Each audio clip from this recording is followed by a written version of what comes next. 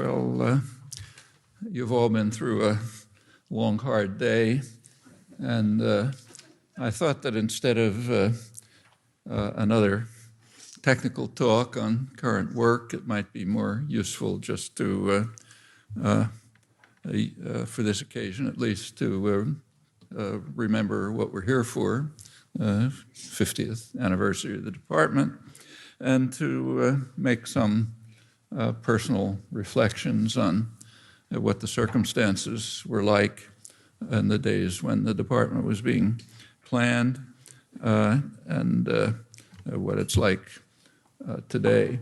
There are several aspects to this. One of them is what's happened internally to the field.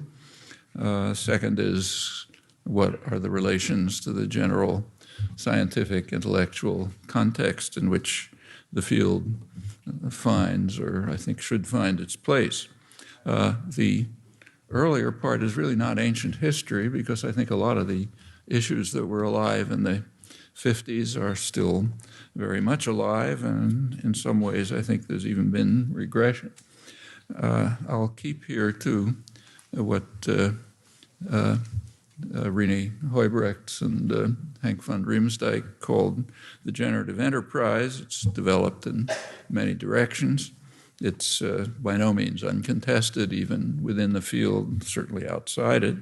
And it's unnecessary to say that what I'll be giving is a personal perspective. I'm not going to try to convince anyone of anything, but simply talk about the way these things look to me. Well, on the there have been vast changes as far as Morris and I are personally concerned. For example, when we met back in the probably 1951, I guess, neither of us ever expected that we'd end up in the academic world. At least I certainly didn't. And certainly that we wouldn't have any opportunity to form a department, let alone a flourishing department. So that's a pretty significant change, personally. Internal to the field, of course, changes have been enormous. The kinds of questions that you're talking about today couldn't even be formulated, let alone pursued, back in the 1950s, which is a pretty significant and in many ways quite remarkable fact, because the topics that were alive then, say when we were students, would have been perfectly intelligible to earlier generations of linguists. In fact, going back millennia, there were changes, but slight. The changes since have been astronomical, and that's quite significant. It should be borne in mind. Another difference is that the people who were engaged in the generative enterprise 50 years ago, 60 years ago, were so few that my own personal reflections have a degree of credibility, qualifying for the effects of age, but which is certainly not true today with the vastly richer and much more differentiated growth even within the generative enterprise, let alone outside it. So I'll say what I think, but it can't have the kind of credibility that it does with regard to the 1950s when there were two or three of us. One fundamental and far-reaching change, and another very significant one, is that today no one doubts that there are serious problems in the field, which is a change. At the time of the formation of the department in the 1950s, it was quite different. Not only was it generally assumed that there are no serious problems in the field, but there were principled reasons to believe that there couldn't be any. That's actually quite true. I can remember when I was a student back in the late 40s at the most sophisticated, advanced theoretical linguistics program in the country, the students felt stuff is kind of fun, but what will happen when we've given a structural description of every language using the methods that we're taught, it'll be over. It's a terminating field. Maybe you can tweak the methods a little if you're more theoretical bent, or you can look for more data, but there's essentially nothing more to do. And that was pretty widely believed. So, for example, there was one famous linguist, won't mention his name, in the mid-50s who simply announced that he was not going to do any more work. And he explained why. He said, computers are coming along, pretty soon they'll be available. We know the methods that we're supposed to use to analyze data, so the only thing to do is just collect more data. He happened to be the American Indian linguist, and the field was pretty much inside anthropological linguistics at the time, but that was not an unreasonable position. Linguistic theory meant a set of methods of analysis. The main theoretical text was Zelig Harris's book, Methods in Structural Linguistics, and you may recall that the first edition of it, not the later ones, was called Methods in Structural Linguistics, which is correct because it was an account of the methods that can be applied to reduce data to some organized form. And furthermore, there was no right answer to how to do it.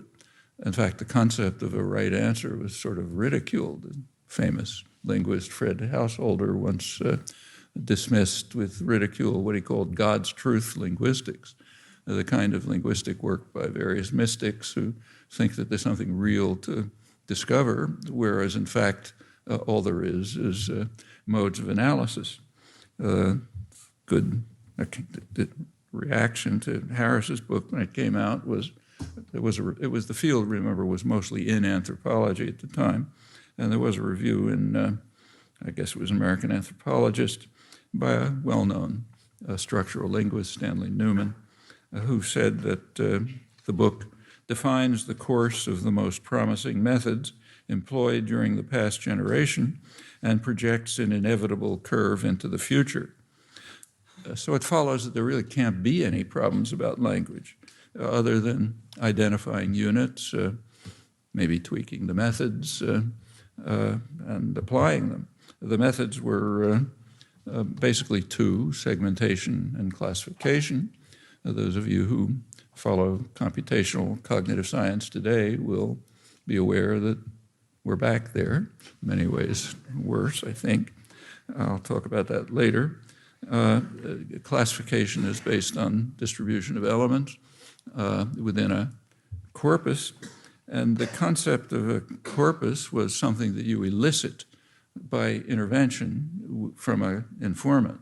So you don't just, I mean, if you have nothing else, you take a text, but the idea was you're taught how to do informant work through elicitation techniques, ask the right questions, see if you can get answers that'll enable you to segment and classify properly. There was a related point of view on the possible variation of language. It was called sometimes the Boasian tradition, after Frank Boas. Whether that's actually fair to him or not is another question. But the Boasian tradition held that languages can vary in arbitrary ways, and that it's a methodological error when you approach a new language to approach it with any preconceptions, because it could be anything. That happened to be Martin Joseph's formulation, but widely held. Well, there was also no need for any clear conception of language, and there wasn't any. The grand old man of American linguistics at the time was Leonard Bloomfield. For him, a language is the totality of utterances made in a speech community. And again, that's typically understood to mean a corpus that a linguist could elicit by working with an informant. Hockett, one of the leading theoretical linguists in 1958, described syntax as the study of the ways in which words and supersegmental morphemes, prosodic elements, term of the time, the ways in which they're arranged relative to each other. And the term arranged relative to each other, again, meant in some kind of corpus that you could elicit.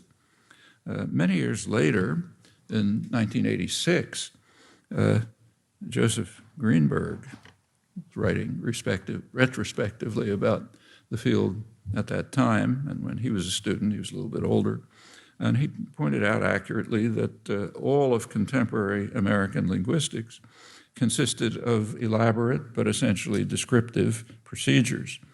It's his reflections on being a linguistic anthropologist in the Annual Review of Anthropology in 1986. There were, of course, attempts at generalization. So in the late 50s, Greenberg, in fact, was beginning what became his quite significant work on linguistic universals, but he meant by that something different from what was meant by the emerging concept of universal grammar, UG. For Greenberg, quote him, generalization, linguistic universals, and this is the traditional view, were generalizations over historically independent cases of the phenomenon to be studied. It was a study of preferences and correlations to be explaining them, but they're to be explained largely on functionalist grounds, on grounds of psychological and social factors that enter into behavior. More recently, there's been very valuable work, which you all know, on trying to account for some of Greenberg's universals on the basis of a very different conception of UG, universal grammar. There were the most influential generalizations at the time have been mostly forgotten. I'd be surprised if many of you even know about them. So by far the most influential were Traeger and Smith's work on an overall pattern for English dialects. That is a general list of structure, not much structure, list basically of the possible phonemes that could appear in an English dialect. One of the crucial aspects of it was, in fact, prosody for pitches, for stresses. All you could do is annotate different dialects with these items. That was linguistics. Actually, European linguistics wasn't very different. If you look at, say, Trubetskoy's Introduction to Phonology, foundational work, it's essentially procedural, same kind of thing. There was, of course, interest in phonological features. Roman Jakobson was foremost in that domain, but you have to remember that his work was mostly dismissed in the United States, not just by linguists, but by engineers, people doing speech analysis and so on. Morris, I'm sure, will remember those speech analysis conferences in around 1950, which were pretty embarrassing, I think. But Jakobson himself was a strict phenomenalist.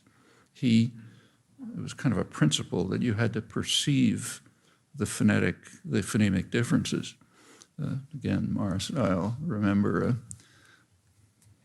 big effort we made to try to get him to consider the fact that in what were then topics of much significance, the contrast between words like, say, writer and rider, where the medial consonant is identical phonetically for the two, the vowel quality is different. But the phonemic difference, the significant difference is obviously in the consonant, even though you can't hear it there. We never succeeded, even with experimental work, because it just couldn't be. You had to perceive the phonemic differences. And there's a principle behind that, too, which is also based on the procedural approach to language. You can't mix levels. If you're doing serious procedural analysis, you get the smallest units first and then classify them into bigger units and then get sequence of these and go to the next level and so on. But to explain things like writer-rider, you have to take account of the pretty obvious fact that one of them's derived from write, the other from ride, and the phonemic difference is obvious, but that's illegitimate. You can't look at that for principled reasons. And there were people like, say, Bernard Bloch, who actually was very helpful to us, I should say, in the early days, me in particular. He was very honest about it. He never fudged. He was consistent. So, for example, he was a very important phonologist. For example, if it takes, say, words like cot and cod, cot that you lie on, codfish. For him, they had two phonemic differences. The consonants were different and the vowels were different. They contrasted. And the reason they contrasted is because there's one pair in English in which they contrast, namely pod, P-O-D, as in, whatever, podcast, and pod, as in the sentence, pod do it if he had the time, but he didn't have the time. And in those two, the vowels differ, so therefore there's a phonemic distinction. So therefore, say, cot and cod have two phonemic differences. That was a principled approach. Actually, many people were kind of schizophrenic and, on the one hand, kept to the principles, at least when they were in their theoretical mood, giving analyses that were kind of like this.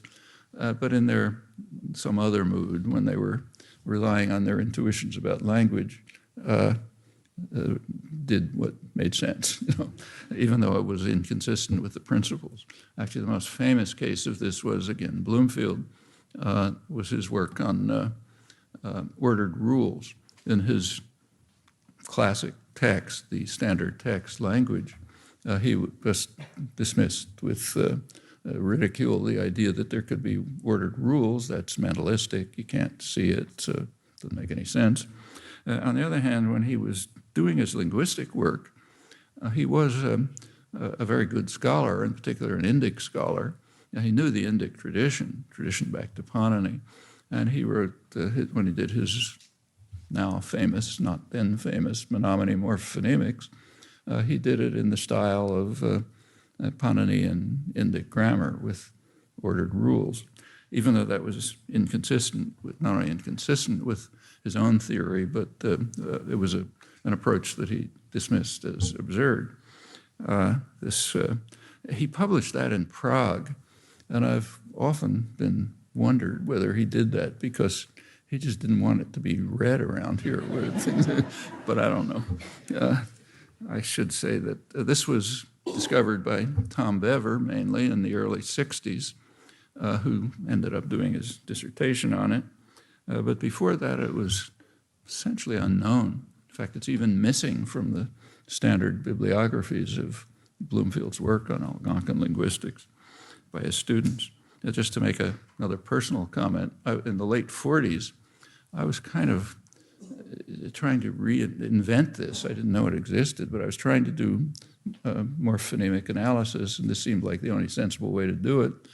So I was kind of doing it, but as a private hobby. It wasn't really looked at by the faculty. One or two faculty members looked at it. They knew I was working on it. But what was interesting was that they were very fine scholars and the leading people in the field. They knew Bloomfield very well, a personal friend. They were his students. But nobody ever mentioned to me that just a couple of years earlier, Bloomfield had published something very much like this. And in fact, that it went back thousands of years. That I learned much later. Part through Tom's work.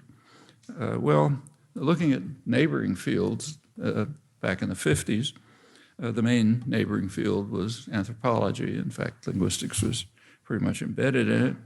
And Stanley Newman's comments were pretty typical. There was no cognitive science. It was barely in its infancy. George Miller was beginning to think about these things, but that was about it in the mid-50s. In fact, if you were a student in psychology at Harvard, as Eric Lenneberg, our friend, was, and you had three choices. You could study with, there were three professors. You could study with B.F. Skinner, who knew the truth about everything, and you had to take his courses. You could study with Smitty Stevens, who knew the truth about everything, but a different truth, and you could take his courses, and if you were the student of one of them, you couldn't take the courses of the other. And if you had some doubts and questions, you could study with George Miller, who was kind of eclectic and open-minded and willing to listen to other things. But that's pretty much the field. George himself had been a deeply committed radical behaviorist. You can tell that if you read his early book around 1950 on principles of psychology or something like that. But he was open-minded and was interested in other things, and actually became, I suppose, the main founder of what became cognitive science. By the late 50s, there was the beginnings of work on sort of a systematic approach to language acquisition. Main work was Roger Brown. Roger Brown's, that's the Adam-Sarah material. He was, in the manner of the time, collecting data about Adam and Sarah, and valuable corpus. People use it all the time. But it's, again, important to remember how restricted the point of view was. We knew each other, we were friends, but one of the main discoveries about Adam and Sarah was that there's a period of what was called telegraphic speech, when the kids don't use function words, just use nouns and adjectives. So I suggested to him, it must have been around 1960, that he do a very simple experiment. And it was pretty obvious how it was going to turn out. Let the kid hear 3 different kinds of materials from his mother, so that his mother will talk to him in English, talk to him in telegraphic speech, and talk to him in telegraphic speech with the function words distributed randomly, and just see which ones he's going to understand. I mean, it wasn't pretty hard to figure out what would happen, but he wouldn't do it, and nobody would do it, because that was interfering with the data. And you can't do that in this field. In this field, you take data and analyze it. In fact, it was a decade before the experiment was finally done by Lila Gleitman and some of her students, and of course it came out the way it's obviously going to come out, which meant something. It meant that when the kid was talking telegraphic speech, that what was going on in its head was a much richer language, and that's since become very important. The general sort of framework was behavioral sciences. The 2 questions were description and control of behavior. The standard text from the late 40s, 1948, when it was B.F. Skinner's William James lectures. 1948 came out about a decade later as verbal behavior. It was kind of the Bible in Cambridge. You know what that is. This control of behavior is the issue. He thought you could apply it to language. It was very influential. Perhaps the most significant influence was on the philosopher who was the most influential philosopher of the day, certainly who talked about these issues. That's W.V. Quine at Harvard. He was a fairly strict Skinnerian, not entirely. For him, this is 1960, a language is a complex of sentences associated with one another and with stimuli by the mechanism of conditioned response. That's a language. Like other serious people, Quine was schizophrenic on this, and elsewhere he recognized that somehow it's an infinite set, and he defined language as, this is now mid-60s, as a set of well-formed formulas, an equally obscure notion, I should say, but a set of well-formed formulas.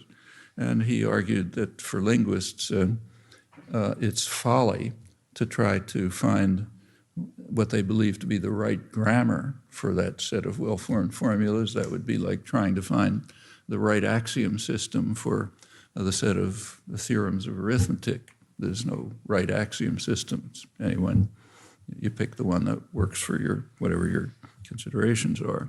Well, that's well into the 1960s. It's the prevailing atmosphere and for many years, and in some respects still is, though in somewhat different terms. I'll return to that.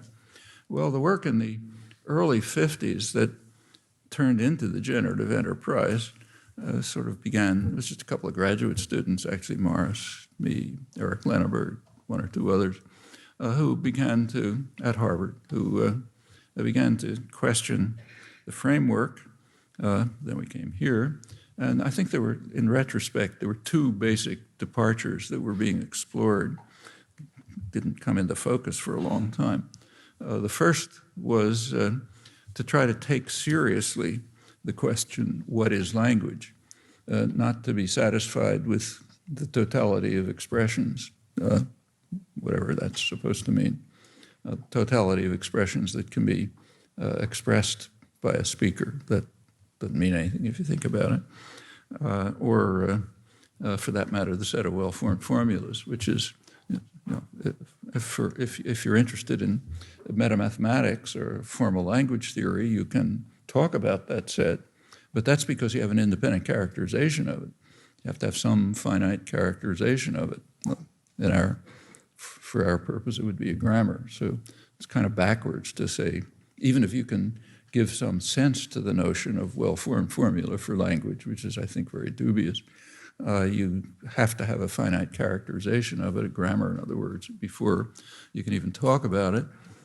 So it doesn't make sense to say you have the set, then you try to find the grammar, and if you keep to proper methodology, there's no right one. None of those made any sense. At the very minimum, a language has to meet a classic description, a maxim of Aristotle's, that languages sound with meaning.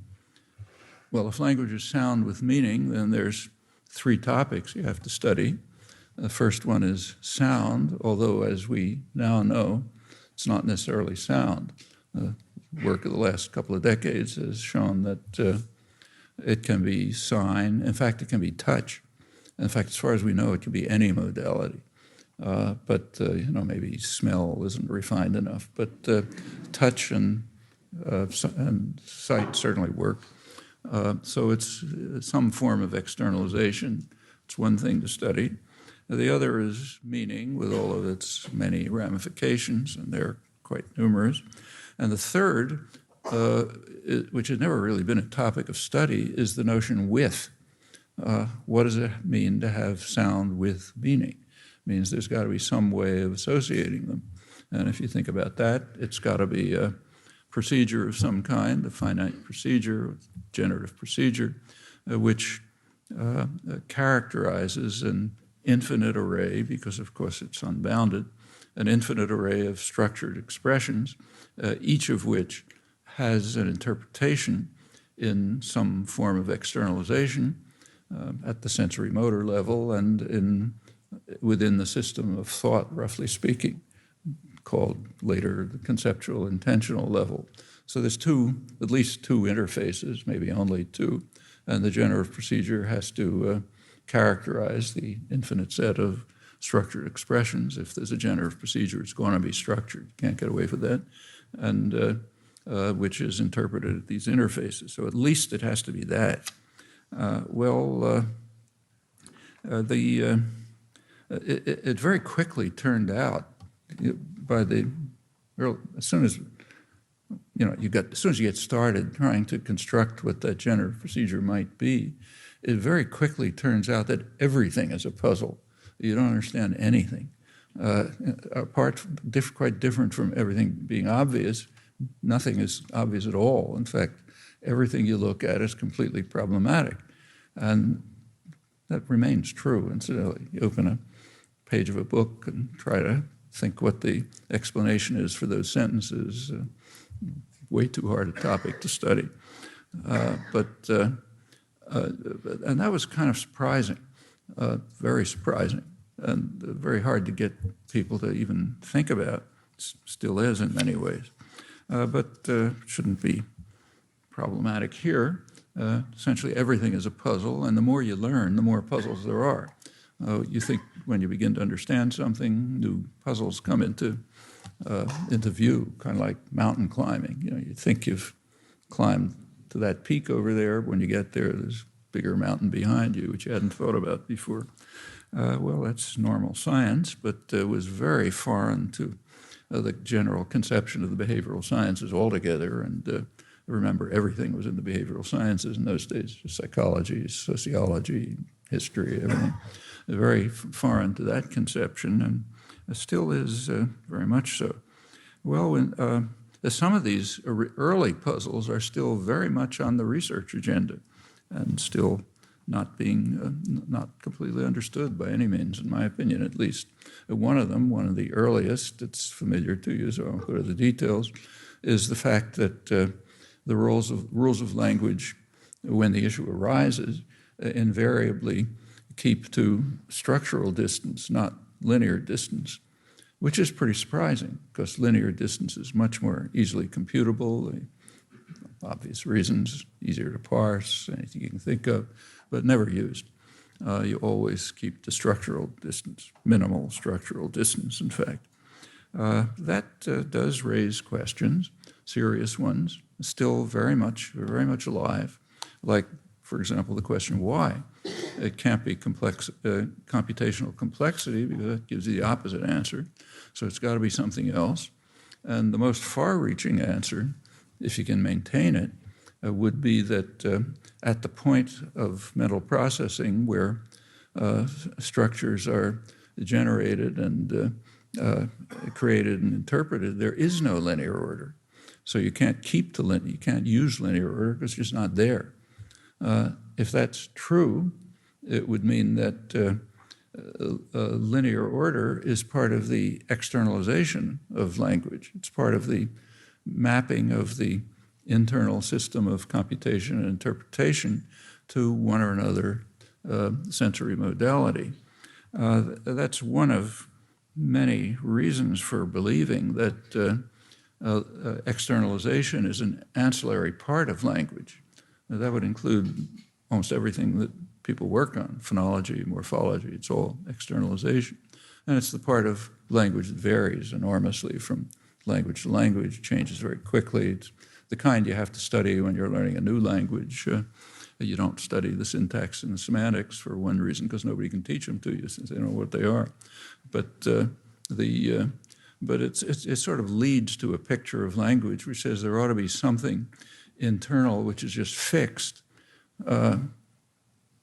The generation of hierarchical structures, their interpretation at the conceptual intentional level, and then there's various ways of externalizing, which are secondary. It would incidentally follow that communication is even a more ancillary part of language. That's contrary to doctrines that go back centuries and are rarely questioned, but I think are inconsistent with what we know about language use, and even inconsistent with very little that we know about evolution of language.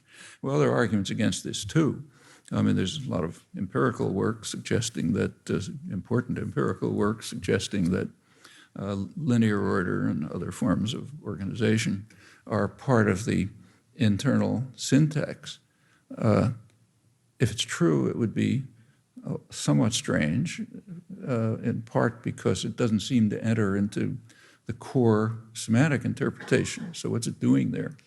It makes sense if it's in the externalization system because the sensory motor system requires it differently for sign and sound, but requires some kind of organization. So it makes sense for it to be in the externalization, but there's empirical evidence that it isn't. Richie Kane's, as always, very stimulating work is maybe the most striking case. So you have the kind of problem you run into all the time. There's conceptual reasons for believing something. There's empirical evidence seems to indicate the opposite. So from there on, it depends on what your research intuitions are.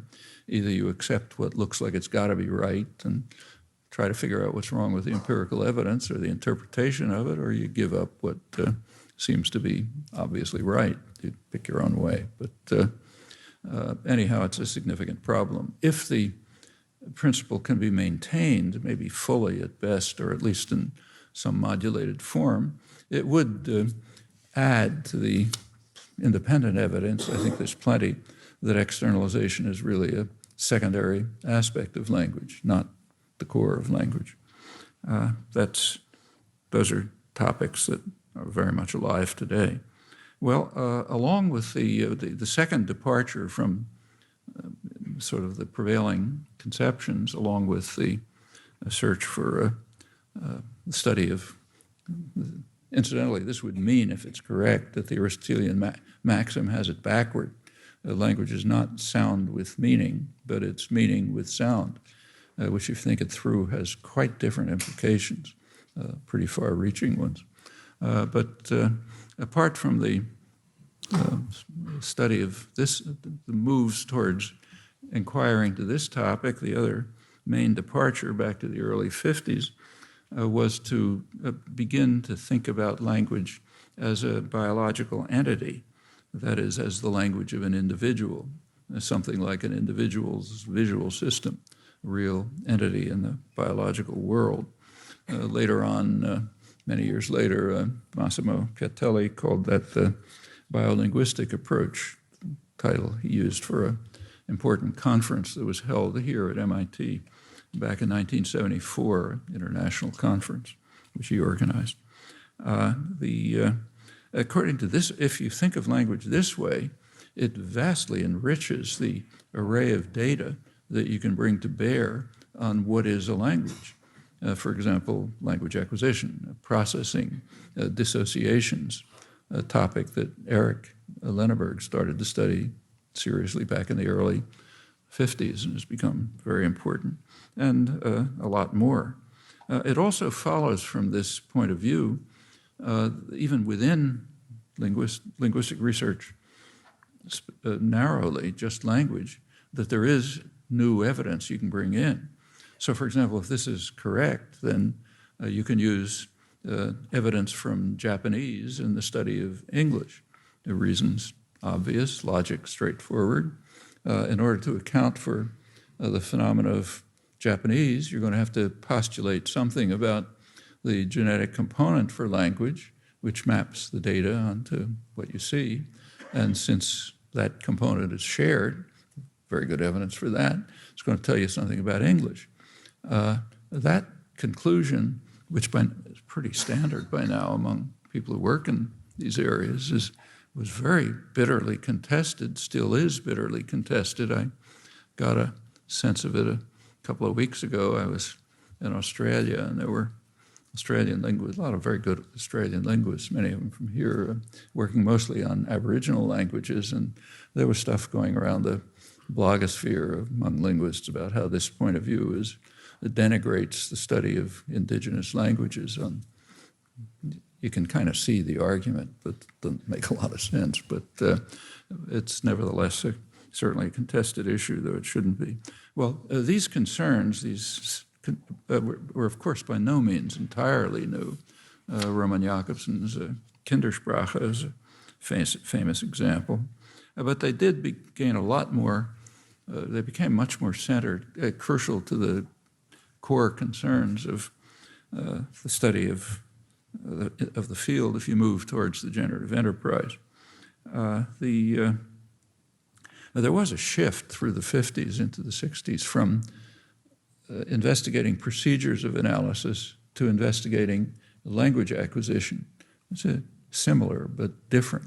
And it was pretty slower than it should have been, I think. So if you take something like my manuscript, Logical Structure of Linguistic Theory, LSLT, which incidentally was like anything else in this domain, completely unpublishable. At Roman Jakobson's suggestion, I did submit it to MIT Press in 1955, 800 unintelligible pages that my wife and I ran off on a hectograph, if any of you remember that, turns the whole room purple, But I did submit it, and they sent it to reviewers, and the reviewers rejected it with a pretty sensible comment, saying there isn't any such field, which was in fact true. There was no such field. As excerpts came out about 20 years later. By then, a field existed. And this manuscript was kind of halfway between distributional procedural analysis and what became the biolinguistic enterprise. So to take just one example, which at that time seemed so totally trivial, I think it probably only had a footnote, but has become like a major topic in cognitive science today. It's the question of how you pick words out of a corpus. So there had been a proposal by Zelig Harris that you can pick morphemes out of a corpus by looking at transitional probabilities.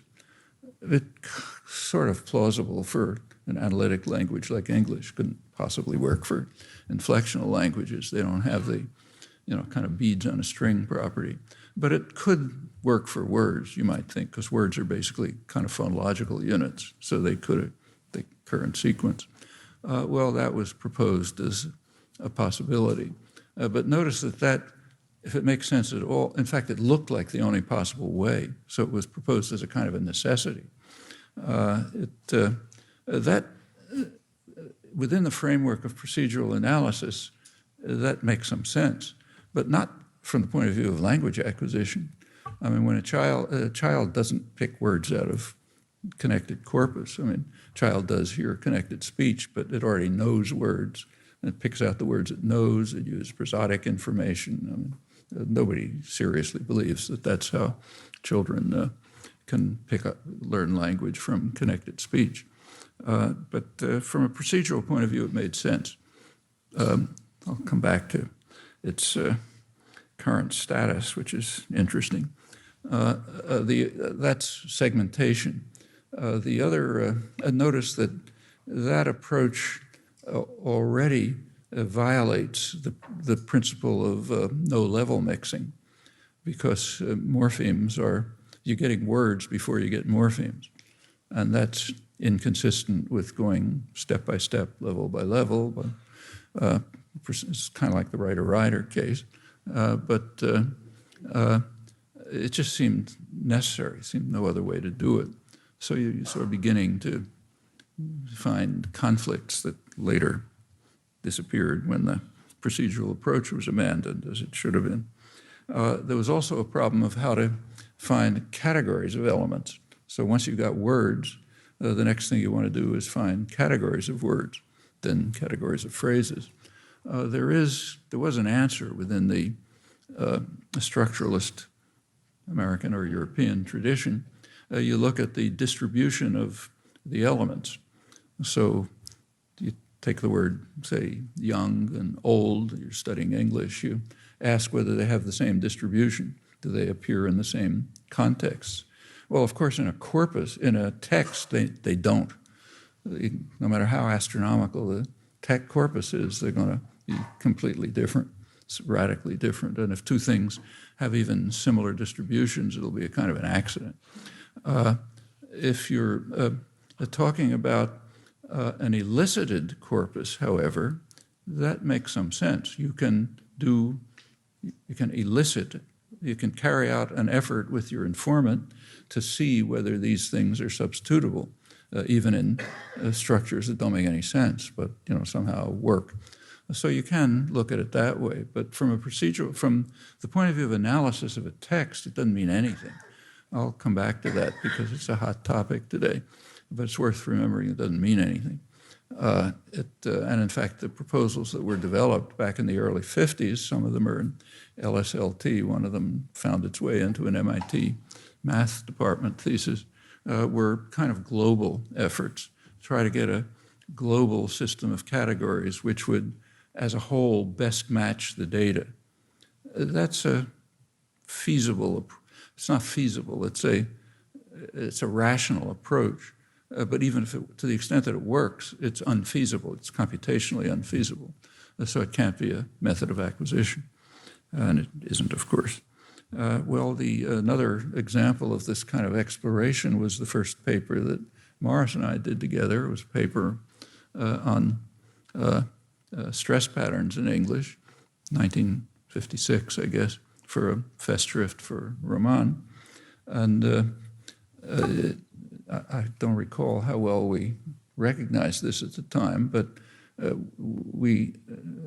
paper we got interested in it because of a kind of a brilliant insight of Morris's. I was a firm believer in the Traeger-Smith system, 9 stresses, 4 stresses, 4 pitches, annotate utterances. And Morris pointed out to me that Roman Jakobson makes every imaginable mistake in the phonetics of English, but he gets one thing right. the stress contours and the pitch contours. So there's got to be some principle there that accounts for them. You know? And in fact, if you looked and you sort of violated the procedural principles, there turns out they're simple principles. You take a look at the syntactic structure, you get some simple rules that give you a fairly good account of it, and this is by now a big field. But at the time, it was totally inconsistent with every approach to language within the existing frameworks.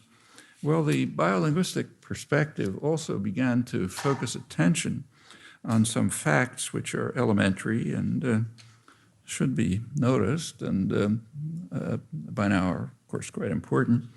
And that is, and what they imply, one such fact is that human linguistic capacity appears to be uniform across the species. I mean, there are individual differences, but there are no known group differences. And so if you bring an infant from, Papua New Guinea tribe to Boston, it'll grow up like a kid here, and conversely. Doesn't seem to be any, maybe very marginal, but nothing much in the way of differences. It's uncontested, essentially, but it has consequences. It means there must be some and of course no other organism can do anything, but it tells you there's some specific genetic endowment. Well, what can the factors be that enter into growth of language, acquisition of language? One could be properties that are specific to the language faculty, which something like that has to be true, if only because of the sharp difference between humans and other organisms. That's UG, linguistic theory, universal grammar in the modern sense, not the sense of the time. A second factor is other cognitive processes, which certainly exist. One that's looked at a lot now is statistical analysis. And a third factor is just laws of nature, which enter into growth and development all the time. They have to. Also into evolution, they set up a kind of channel within which changes can take place. Well, for a computational system like language, the obvious place to look is computational efficiency, and that's in one or another form been a leading concern since. I should say that there is a question about the balance and interaction of these. The contemporary cognitive sciences overwhelmingly assume that the only factor is the second one, other cognitive processes. A lot of work on that. There is work on interaction of universal. I think it's totally barren. Can't think of a single result, but it's pretty standard. There is work on the interaction of UG and cognitive processes, and that has some results. Yang's work is maybe the most far-reaching there that I know of, at least. But the main results, as far as I know, have come from looking at efforts to simplify the language, which means computational complexity, and I think that's had a number of results. Well, at least in principle, the biolinguistic perspective opens up the topic of the study of evolution of language. Now, that began to be addressed in the 1970s at the conference I mentioned and elsewhere. Didn't really get anywhere. There has been in recent years an explosion of publications on called evolution of language, but if you look at them closely, they're speculations about a different topic, evolution of communication, quite a different topic, maybe a radically different one if I was right in what I said before. Evolution of language remains pretty much a mystery. There's a couple of things you can say about it. I don't have time now, but I think the few things you can say about it are with some interest. Well, throughout there's been one major problem. What exactly are the goals of generative grammar within the biolinguistic framework? As I said, these only came into view slowly, but one thing that came to be learned is that the topic wasn't really new. There is a tradition, goes back to classical Greece and India. It revived substantially in the 17th century. It kind of lingered on into the early 20th century, then kind of disappeared and had been forgotten. The last major linguist that I know of to talk about it was Otto Jespersen. As he described, I'll quote him, he said, the problem we have to face is the fact that in the mind of an individual speaker, there's a notion of structure that is definite enough to guide him in framing sentences of his own, crucially free expressions, typically new to the speaker and the hearer, and the grammar of a particular language then for a particular speaker would seek to capture this notion of structure to show how it yields the mechanisms to frame free expressions.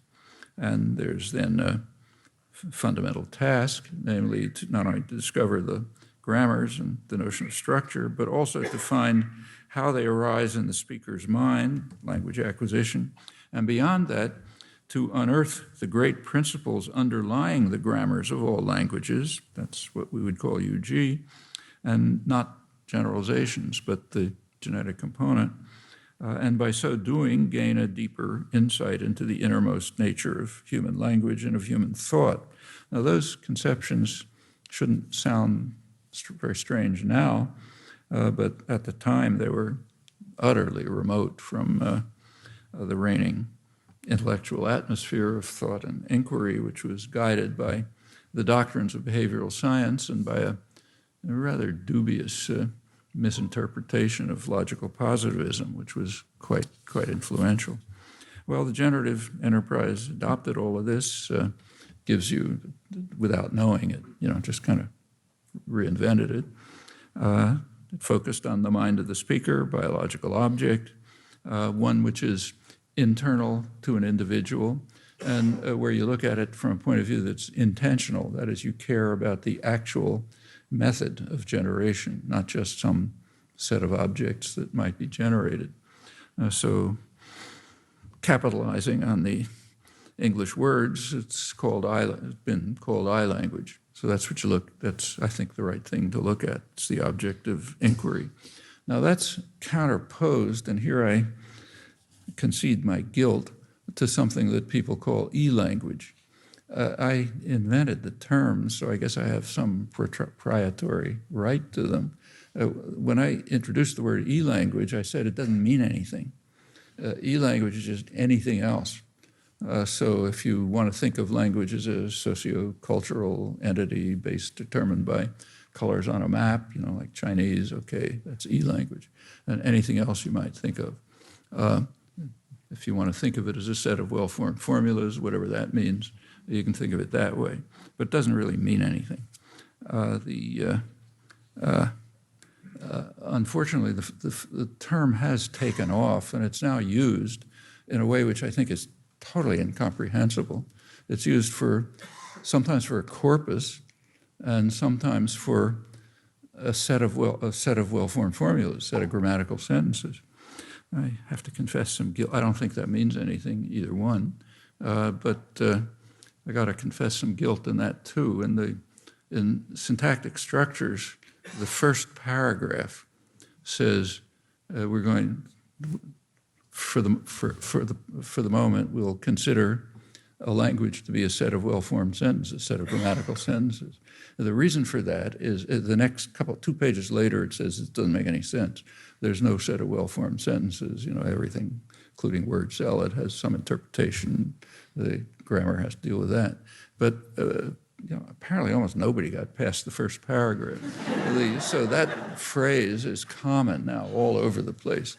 There's a reason for it. These were notes for an undergraduate course at MIT for mathematicians and engineers. So it started reasonably with what they knew something about, formal languages, logic, and so on. So we said, okay, we'll start thinking about a language as a formal language.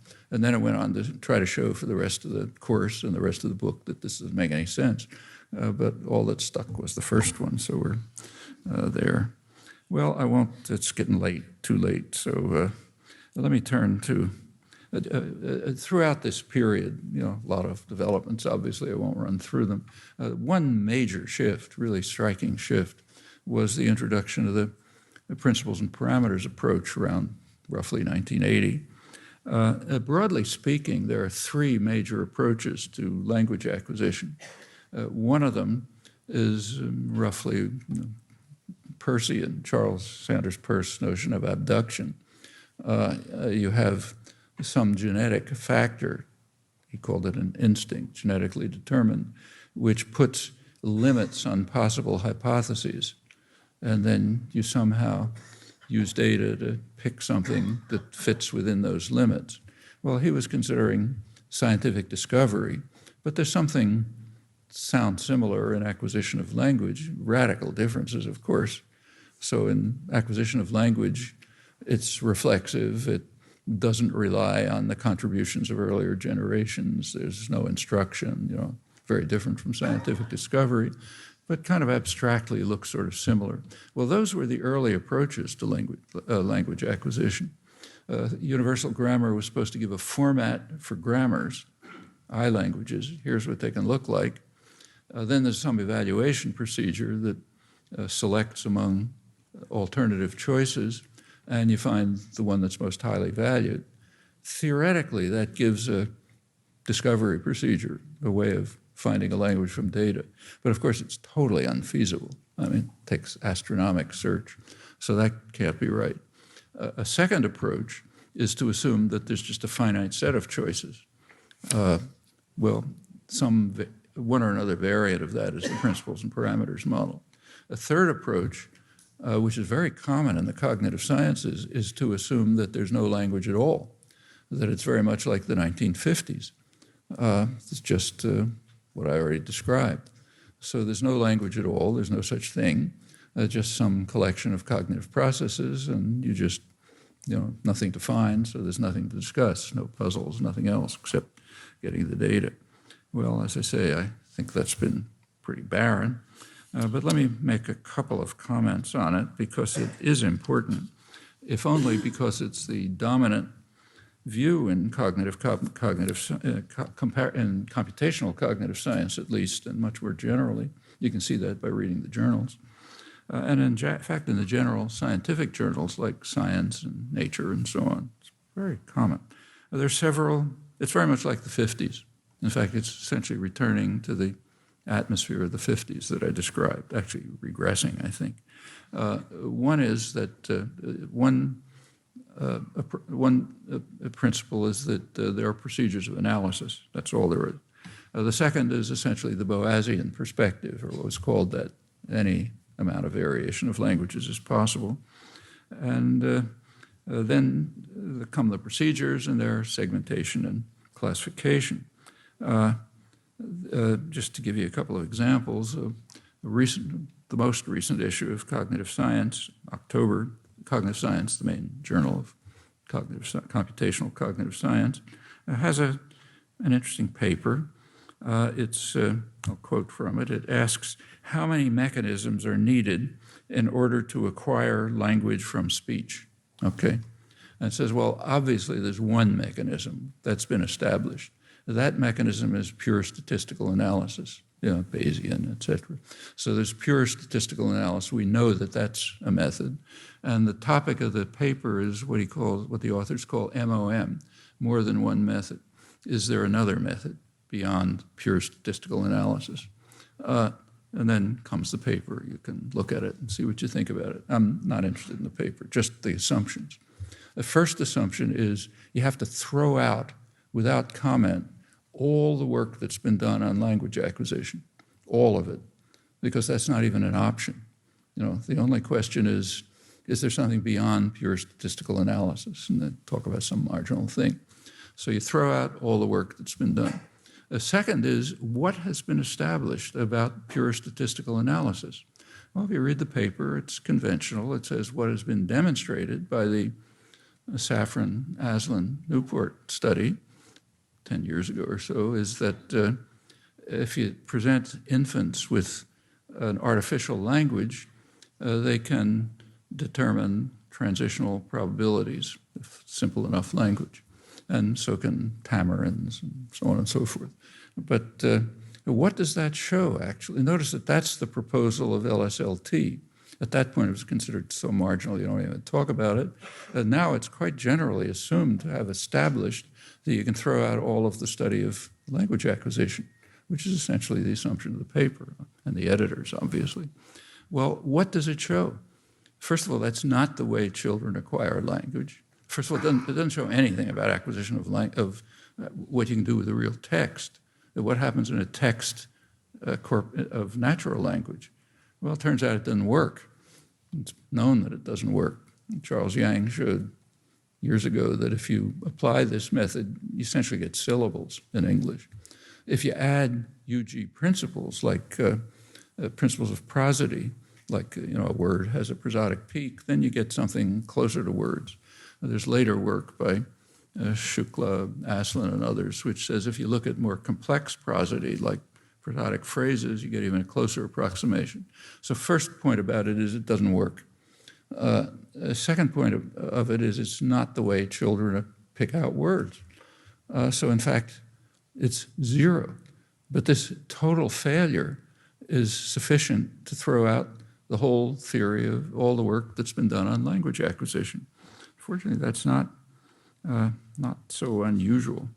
I'll mention one other case. What about classification?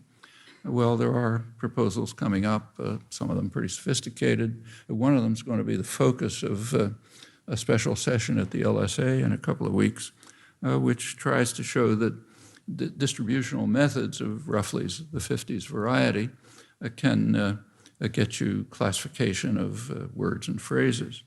Again, I won't talk about the details, but again, the assumptions.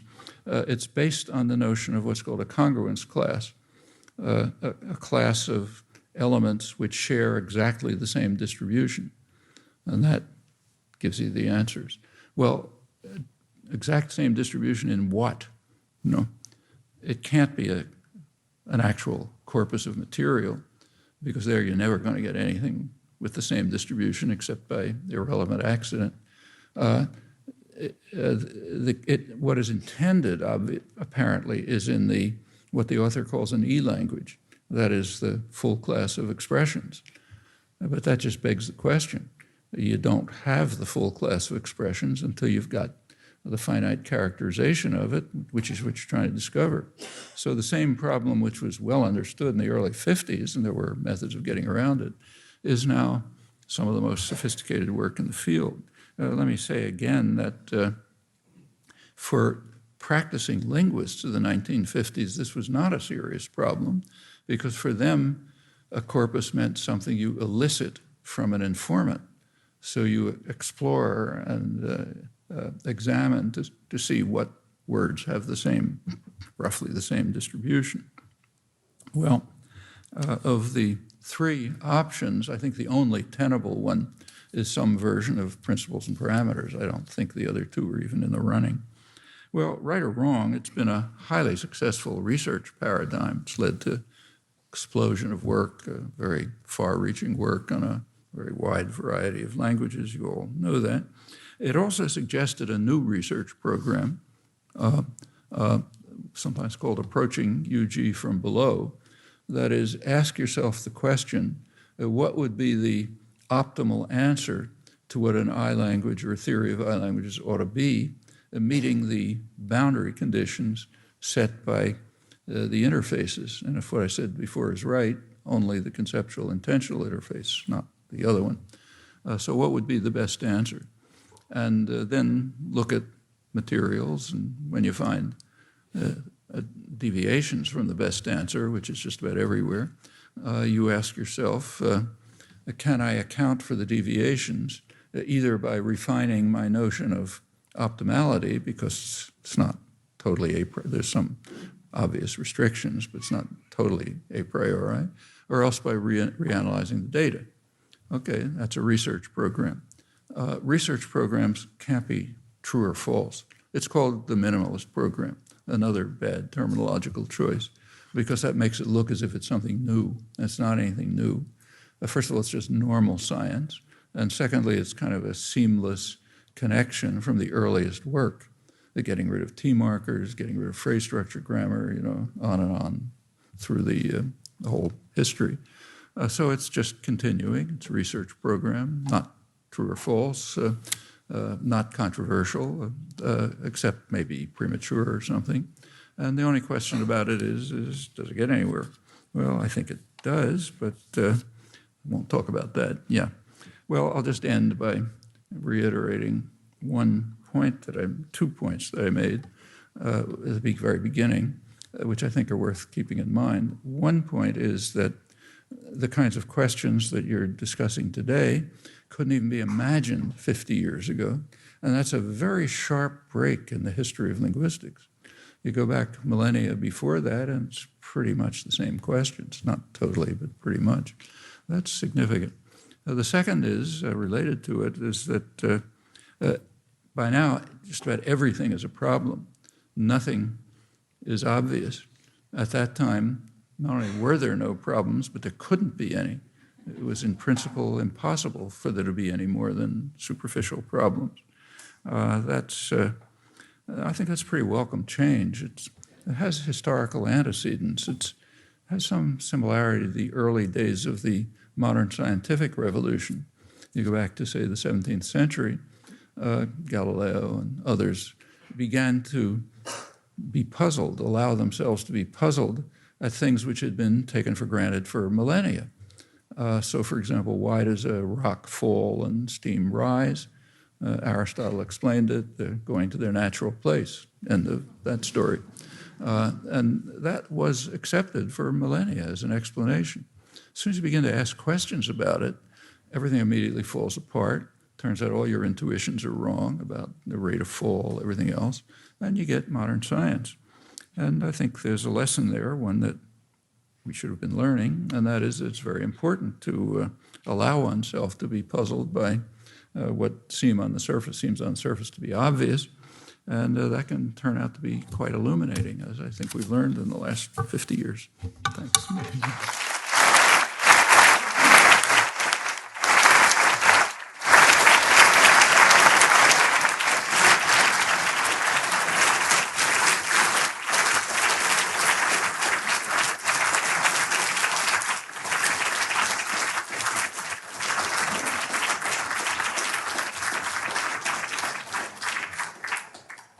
We have microphones circulating. Just raise your hand.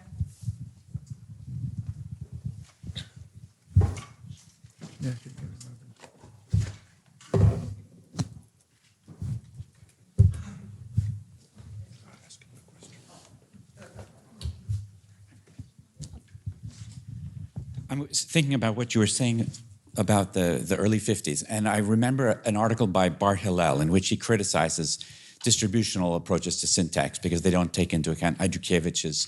Am I talking too softly? I was thinking about the article by Bar Hillel in the early 50s in Language, in which he criticizes Zelig Harris's distributional approaches to syntax because they don't take into account meaning or Ajdukievich style logic. And this seems very different from the account that you give of what American linguists were doing in the 50s. And I wondered what you thought what were other linguists' response to what Bar Hillel said at the time, and what was your response at that point? Well, actually, I had an article about it, so you can see my response. But Bar Hillel was a close friend, actually.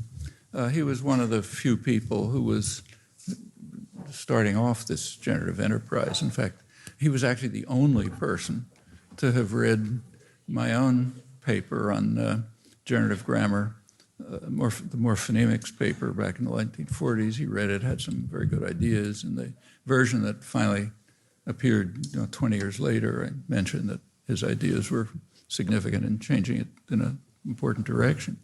So we were very close. We disagreed about millions of things, but we were very close in trying to work out these topics. I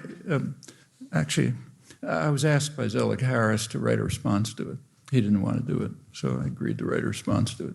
And there were things that I thought were wrong. I think he was much too rigid in his interpretation of. There was a big debate going on at the time about meaning between Carnap and Quine, and I kind of gave some of the Quinean responses to what were taken to be Carnap's views on the nature of meaning. I thought couldn't use them this way, and things like that.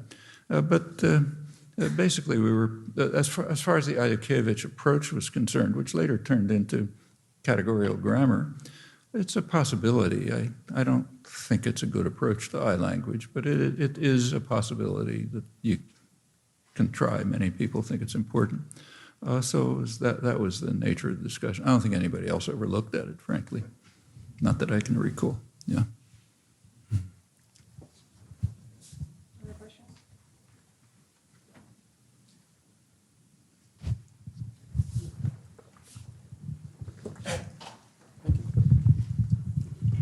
Hello. There were a series of talks this morning about evaluation metrics, and they were excellent. I really lit up by them. But most of the evaluation metrics were sort of deductive things. They would measure the length of grammars or the efficiency on some logarithmic scale. But what you mentioned was very interesting about Charles Sanders Peirce, because a lot of the value of a scientific theory is not that it's successful, but that it fails in an extremely interesting way. And by the failure, one can actually guess what might be the next step. Here I think of the invention of case theory, for instance, because the grammar failed in an interesting way up to that point. But do you think it's possible to have an objective measure of how a grammar fails and how it might lead to new concepts of grammar? Can't do it for physics. If you can't do it for physics, you can't do it for linguistics. That's kind of a theorem, you know. There's no measure of when a theory fails. So, like, not so much when it fails, but why it fails. What? Why it fails. Yeah, well, I mean, take contemporary physical theory, what you learn if you take a physics course at MIT. You learn modern physics, which has a slight problem.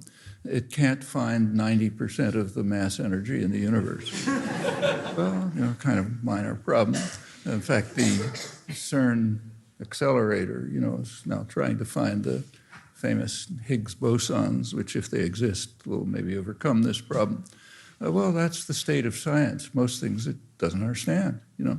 You have theories which, it's a terrific theory, works, you know, better than anything in history, but it has defects like this. Also, it doesn't know how many universes there are. Are there one or an infinite number? That's a live question. But you can't, and it's an open question. And there's just no way of measuring the extent to which a theory succeeds in answering the questions that it poses. Because they all, if you take a look at data, they all fail wildly. That's why scientists do experiments.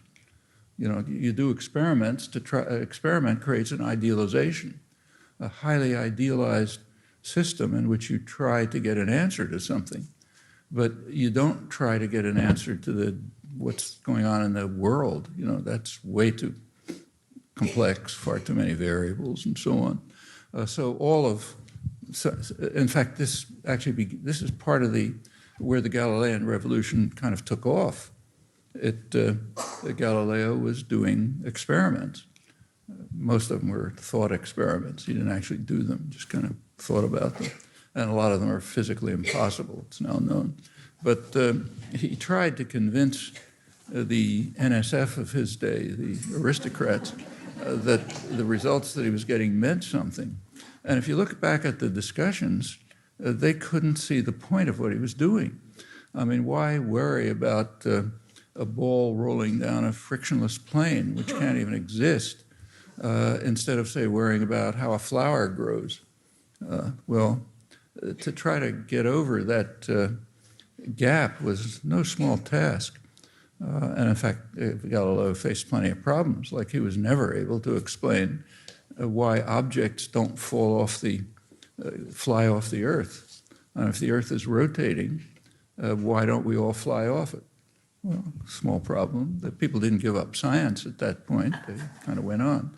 So yeah, you expect theories to fail, and it's interesting to learn where they fail. And yes, you try, just like you said, you look at the failures and try to see if you can overcome them, often by just trying to find real data, you know, not the data of sense, which is way too complex to look at, but the kind of data which will be designed to give you the right answer. And this is everywhere. I mean, take, say, Newton, who was not a fool exactly, but Newton still assumed that water contains earth. Remember, there were four major elements: earth, air, fire, and water. And it was assumed 17th, 18th century, 16th, 17th century, that water contained earth. And there were good reasons for it. I won't go into the details, but the kind of experiments they did, no matter how much you refined water, it always had earth in it. Okay, you got better experiments, and turned out there's an answer to that. But the point is, there's never almost never an evaluation procedure. The evaluation procedures within linguistics were of a different nature, totally different. They presupposed a set of possible theories. So they presupposed a kind of a Peircean approach. You presuppose a limit on possible hypotheses. You say, here are the possible theories. Grammar of whatever type, say maybe the aspects type, and you have, or say the SPE theory. And then you construct an evaluation procedure, which is in fact an empirical hypothesis. So take, say, SPE, where it's worked out in some detail for phonology, more phonemics and phonology, sound pattern of English. There is an evaluation procedure, which essentially is a method for mapping a grammar of the permitted form into a number. Because if you get things into numbers, you can rank them, bigger or smaller. But the way the evaluation procedure works is by proposing a concept of legitimate generalization. So here's a linguistically legitimate generalization.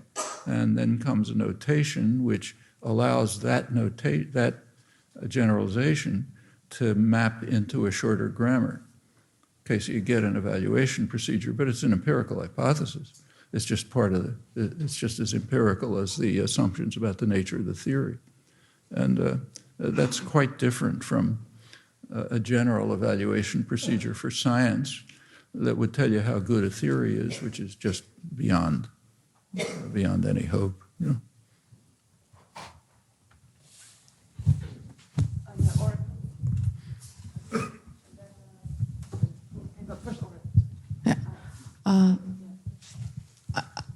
It's a sort of a question about probably language acquisition. If you're assuming that universal grammar is just merge. It's just Merge. Can't hear. Combinatorics. Merge. Oh, yeah. Does this mean that language acquisition would be guided by general cognitive principles? Well, if you let's go back to what's called the Minimalist program, research program. We want to find a system which will be as perfect as possible, meeting the boundary conditions. It's a digital infinite system. That's not in question. Every digital infinite system is going to be characterized by some finite procedure, if you can at least even proceed to talk about it. You take a careful look at those finite procedures. All of them have buried in them somewhere an elementary combinatorial operation which says take two things already constructed and make a bigger thing. Okay, they may not put it that way. Like it might look like an axiom system or a system of constraints or something. But in there somewhere, there's going to be that operation. You have to put things together to get bigger things. Otherwise, you don't get digital infinity. Well, suppose you assume that operation is computationally perfect. So it is as simple as possible. Now, we don't understand everything about computational efficiency, but some things are obvious, like less is better than more, simple things like that. A computationally perfect compositional operation will, first of all, not involve order, because it's simpler not to have order.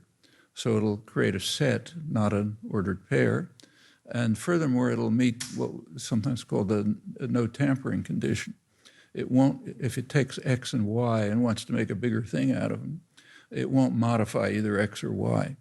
simply because less is better than more. No. So that's merge. Merge says it's the optimal compositional operation, which is going to be somewhere in there. Maybe it'll be a lot more complex than that if we're out of luck. But if we're in luck, that'll be it. Okay, suppose it, and I think there's some evolutionary reasons and others to think that something like that's true. Well, of course, if you try to apply that theory, you're finding yourself in the situation of science generally. Everything seems to refute it. So what you do is, if you want to pursue this research program, you ask yourself, where does it fail, appear to fail? And then you ask, can I refine the concept of optimality, or can I reinterpret the data so that it doesn't fail for a significant aspect of the data? Well, if it, we don't know. You know, that's the strong minimalist thesis, so-called, is the thesis says maybe it works. You know, how close can you come to that? Well, that's a matter of experiment. Suppose you could come perfectly to it. Then what would be involved in language acquisition? Well, basically this, a computational principle, general computational principles, which would be maybe organism independent, certainly language independent, and it would be the case that the application of these principles with some form of, more than this, clearly, because there are other things that have to be accounted for. Like one thing that has to be accounted for is sort of completely obvious, but I think it's, you can tell me, as far as I know, it's never even been studied. How does an infant select out of the data of the environment, you know, the famous blooming, buzzing confusion? How does it select data that are language related? It's quite a trick if you think about it. We know that no other organism does it, and it's not because of defects of the auditory system. So it's been discovered recently that chimpanzee auditory systems are very similar to human. They even pick out things like distinctive features. So it's not that. It can't be the lack of output mechanisms, as was thought at one time, because humans can use anything. They can use speech, they can use sign, they can use touch, anything. And other organisms have that. So there's some internal computational element that's allowing an infant to extract this kind of data. There's something known about it. Prosodic information rhythmic information seems significant, but other organisms pick out rhythm. So something's going on, and that's not merge. Okay, so, and then it goes on. You know, there's going to be other things that come along when you really look at the problem. But that's the empirical problem of language acquisition studies. It's going to have at least this. In fact, any approach is going to have at least this. And the question is, does it have at most that? Yeah, I'm going to reminisce a little bit since we're in a reunion. First, I'm going to jump to something. I remember Morris one time in a phonology class going on and on about the heart of periodicity at the core of language and rhythm. I can remember Morris in a phonology class once talking, just going off on periodicity being at the heart of language. And I think I'd argue it's not that other animals have rhythm or have periodicity. They're not drawn to it in the way that we are to sort of trigger a system. Well, there is, I'm sure you know this, but there is by now pretty good evidence that children can pick out prosodic structure very quickly. In fact, prenatally. So Jacques Meller's work and subsequent work showed that newborn infants can distinguish the language of their mother from some other language spoken by a bilingual woman, which they've never heard, immediately, you know, as soon as you can do experiments. This, of course, set off a raft of experimentation, and by now it's been shown, of course, it's not any two languages, depends on the properties, and it seems to fall into patterns of similar prosody. So it seems that infants are just tuned to picking out prosodic elements. There is work, I think mainly by, some of you know a lot more about this than I do, so correct me, but the most that I know is by Laura Ann Petito, finding special structures in the brain, which apparently she claims are humanly specific, that pick out certain kinds of rhythm roughly at the level, roughly at the size of a syllable. So maybe kids are picking out something like syllables. And then it's again, you know, by say 6 months or so, I think kids pretty much have mastered the prosodic structure of their language.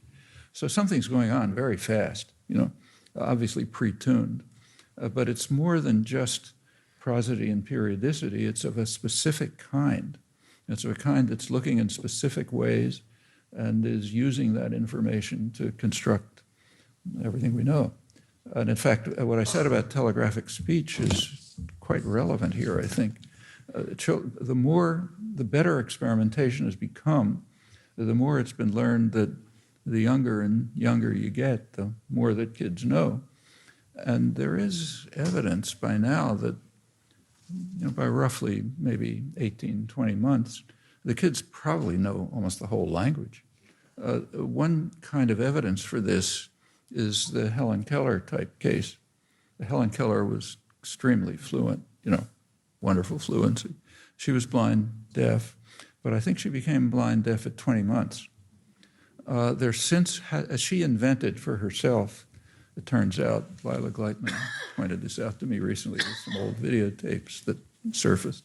She had worked out the system that's now called Tadoma, which is used to teach blind, deaf. It's a system where you put your hand on the cheek and your thumb on the vocal cords, and she somehow figured that out. And her almost, you know, remarkable fluency in English came from something like Tadoma, but from 20 months. Now, since then, there's been experimentation, some of it here. My wife did a lot of the main work on this, that studied other cases experimentally, and they never published this because there weren't enough cases. But what was coming out was that they could get very successful results with Tadoma if the person lost sight and hearing roughly at that age. But if it was before about 16 months, they never had any success. Well, you know, if that holds up, fortunately you can't study it anymore because this was spinal meningitis. Now it's curable. But if some result like that turned out to be right, it would imply that roughly at that age, the kids must know, you know, an awful lot about the language, and that Tadoma is just kind of eliciting something that's inside, sort of like the telegraphic speech story. The question I wanted to ask was a very quick one. Can you hear me?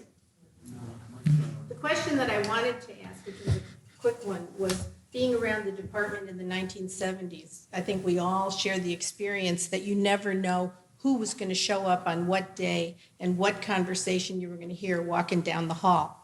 And one of the memories that I have is a conversation between you and Thomas Kuhn, where he said, well, there was a scientific revolution in linguistics. And you poo-pooed it and said, no, you're really missing the point. I'm just curious whether you've changed your mind, because as I listened to what happened from 1950 to... Well, Tom, I don't remember that conversation, of course, but Tom was a friend. We often talked about this, and my feeling was that he was finding too many scientific revolutions. But and in the case, other people picked it up, and it became a joke after a while. You know, every new experiment there was a scientific revolution. But the real scientific revolutions, the ones that are serious, like the Galilean revolution, the main one he studied, or, you know, relativity, quantum theory, a couple of them. They were major events in intellectual history.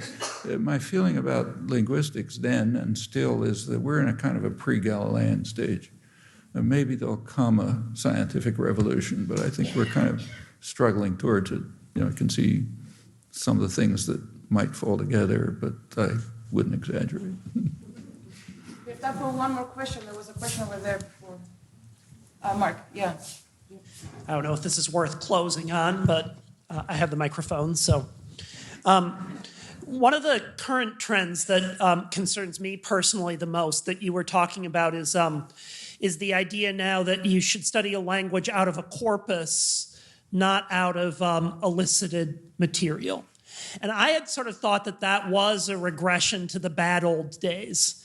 One of the things that I learned from your talk is, in fact, they had a different notion of corpus that was much more workable, where it was the material that you had elicited. Absolutely. I can sort of imagine in the Mohawk language that you could get the 58 verb forms out of a corpus, but it would have to be a huge corpus, and that's just the 58 prefixes. And I sort of think that that's, well, I don't know whether they're trying to make work on interesting range of languages impossible, or if there's this kind of schizophrenia that you talked about where they don't really do that. I mean, you could probably study a corpus for 3 months and get that, but you could elicit them in a half an hour, and why not? Yeah.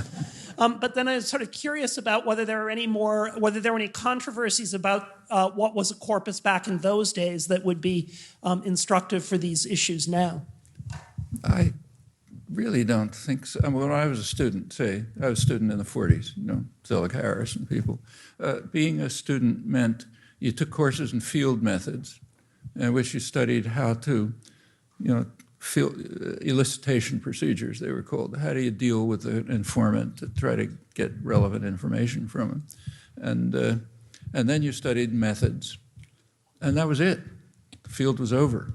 In fact, Harris himself, by the late 40s, and you can tell this from the publications, thought that linguistics was finished. And that's why by the late 40s he was starting to do discourse analysis. And in fact, most of our courses when we were students, grad students, was in discourse analysis. Since linguistics was essentially finished, theoretically at least, there's a lot of work to be done yet, you might have better go on to something else, like techniques of abstracting for scientific journals and so on. Which is his early 50s articles. But I don't think that this idea of, there were people who felt, well, yes, we can do it all by analyzing a corpus, like this unnamed linguist who I mentioned, famous American Indianist, you know him, who said he's not going to collect any material anymore, he's just going to collect data because computers are around and we'll program them, it's all over. That was certainly not the position of the working linguist. The working linguist went out into the field, got an informant, tried to elicit data, asked more questions, and that way you sort of built up something that you could do. In fact, I frankly, I didn't even see a lot of point in that. Like the first, just personally, personal thing. In 1947, I guess, I had to do an undergraduate thesis. I was getting my undergraduate degree, and Harris suggested that I do a structural analysis of Hebrew, which I sort of knew, not like a native, but I knew the language pretty well. And so I started on informant techniques. I got an Israeli informant. I went through all the routine. After a month or two, I realized this is totally absurd. Anything I'm interested in, I know already. And the stuff I'm learning from him, like the phonetics, I don't care about. So I stopped and then just started on this personal hobby of writing a generative grammar. But yeah, if you want to study a language you don't know, like Mohawk, you're just going to have to do it by informant work. It's just like scientists have to do experiments. Like you couldn't do physics by taking videotapes of what's happening outside the window and doing a complex statistical analysis. And if you did that, you'd get a pretty good prediction of what might happen next outside the window. It's certainly better than anything the physics department could give. But there's no point. Science isn't done that way. And this is an existing tendency, which I think is actually, as you put it, a regression from the days when I was a student in the 40s. It's worse than that. And you're just never going to get anything this way. You can't, I mean, you can get approximations to data. And with, there's nothing wrong with Bayesian statistics, which is a hot term these days, fine to do. But the point of doing a Bayesian statistical analysis of data is to see if the prior assumptions make any sense. You know, if something's working out, then you say, okay, what were my prior assumptions? I'll take a look at those. But you can fit just about any data by making the right prior assumptions. Actually, a recent issue of Brain and Behavioral Sciences, which you may have seen, is devoted to Bayesian analysis. And a very good philosopher of science, what the heck's his name, forgotten, pointed out that you can always succeed. Virtually any data can be approximated by the right priors and so on. So if you want to match data, it's a good way to match data. But you'll only learn something from it if the matching of data leads you to inquire into the basic assumptions that you made and see, well, what's making us match the data? And if you don't bother with that, then it's basically a waste of time, I think. I've been asked to offer some personal reflections about several notions, grammar, mind, and body. And being obedient by nature, I'd like to comply, and I'll try to do so, but it's not easy. One reason is that I'm skeptical about the status of all three of these concepts, at least as they're conventionally understood. So I'll try to explain why, and then go on to say a few things about how I think they can be usefully reconstructed. So take the first, grammar. I'll keep here to common and traditional usage. A grammar, a descriptive grammar, is supposed to be an account of a language, or maybe a text that you can use to learn the language. Grammars of that kind go back to classical antiquity, and they contain a good deal of information and a lot of insight. But they can't come close to being actual accounts of a language for a very simple reason. Nowhere near enough is understood. For the same reason, a theory of any other complex system, say the visual system or insect navigation or whatever you want, is bound to be incomplete. To understand the nature and the workings of such systems is always a very hard scientific problem, very far from being resolved. It's interesting that it's often assumed to be straightforward in the case of language, not in the other cases. So we constantly hear that a strange failure of modern linguistics is that it hasn't provided a complete grammar of any language, complete theory of any language. One doesn't hear claims that modern science has failed because it hasn't provided a complete account of the mammalian visual system or of the navigation system of bees or something like that, or anywhere near it. And I think there's a reason for the distinction, and it has a long history, in fact. It goes back to a belief, actually dogma might be better, that the workings of the mind have to be transparent. For contemporary philosophy, it's often a definition. Something is in the mind if and only if you can, it's accessible to introspection.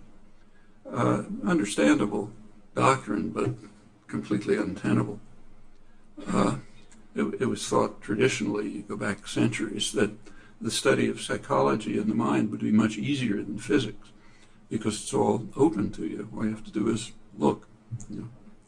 Well, you can learn a lot about a language from a traditional or a pedagogic grammar, but the reason for that is that you already know the answers to the most fundamental questions. And you know the answers because you're a human being and you have the human language capacity, which enables you to, it's what enabled you to acquire your language in the first place from scattered and complex data.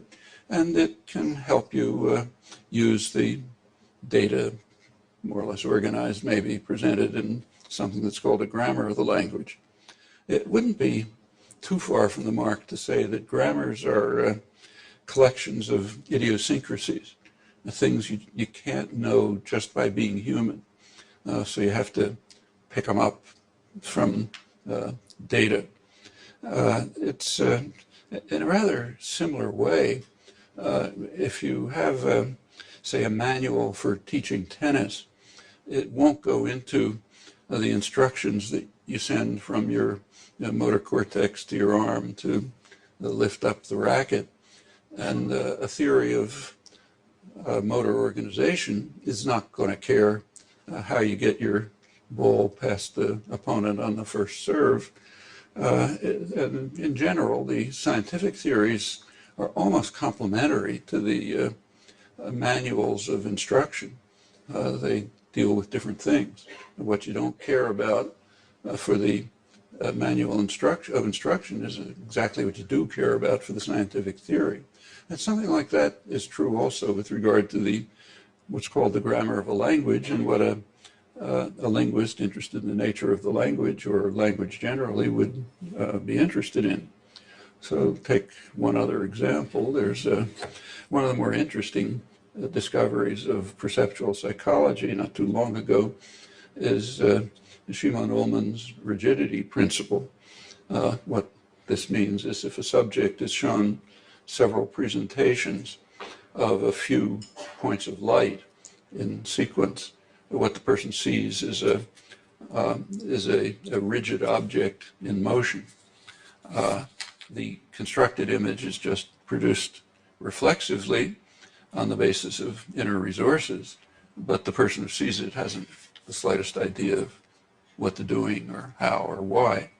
And similarly, no grammar of English, what is called a grammar of English, I'm not talking about a scientific grammar now, but what's called a grammar of English, it doesn't even try to account for innumerable, very elementary facts about language.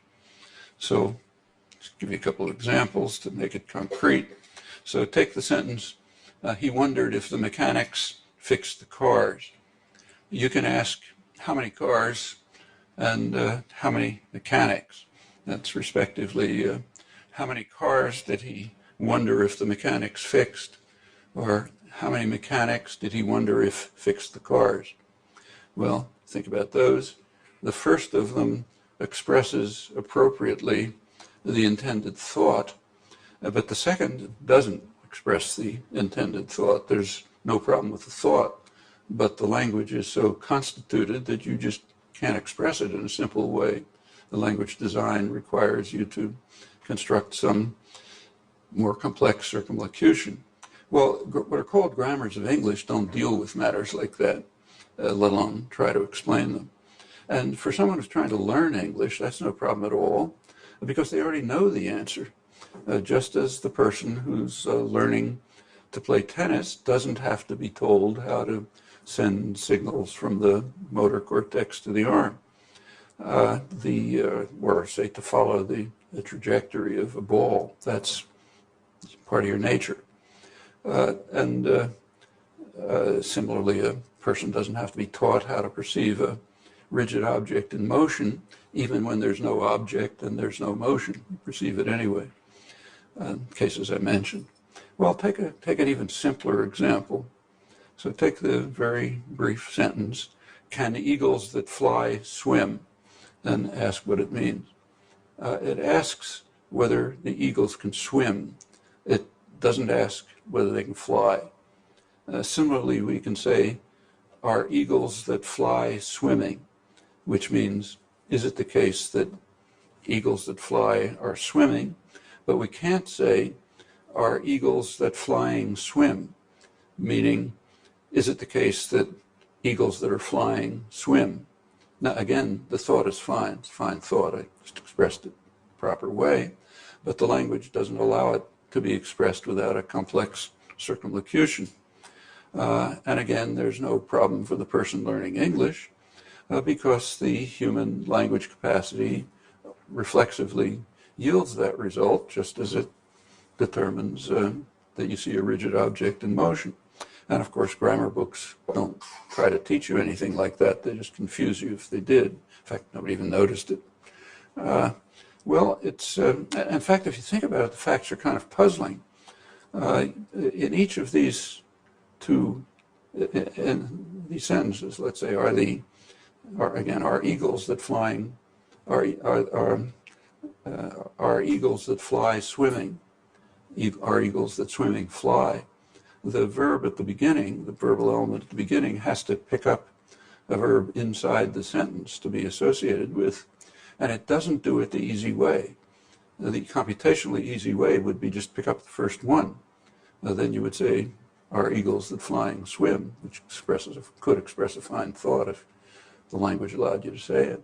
And that's computationally simple. You just run through the sequence of words, find the first verb, that's the one you attach it to. But you don't do that. You do something much more complex. You have to determine the structure of the sentence and then find the main verb. And that's a computationally complex task. But that's the way language works. And we would, for the science of language, you'd like to understand why it necessarily works that way. And there's some pretty good reasons. Well, puzzles like that are all over the place. In fact, if you open a book at random, you'll find plenty of them. And language has been studied very productively literally for millennia, back to classical Greece and India. But until the dawn of modern linguistics, about 60 years ago, things like that were never even noticed. And it's not surprising. We know the answers instinctively. So for practical purposes, it's quite unnecessary even to notice the facts or to try to understand how language works, apart from scientific curiosity, that is. And it's much the same as in visual perception and much else. And a further reason is that scientific curiosity is not so easy to arouse.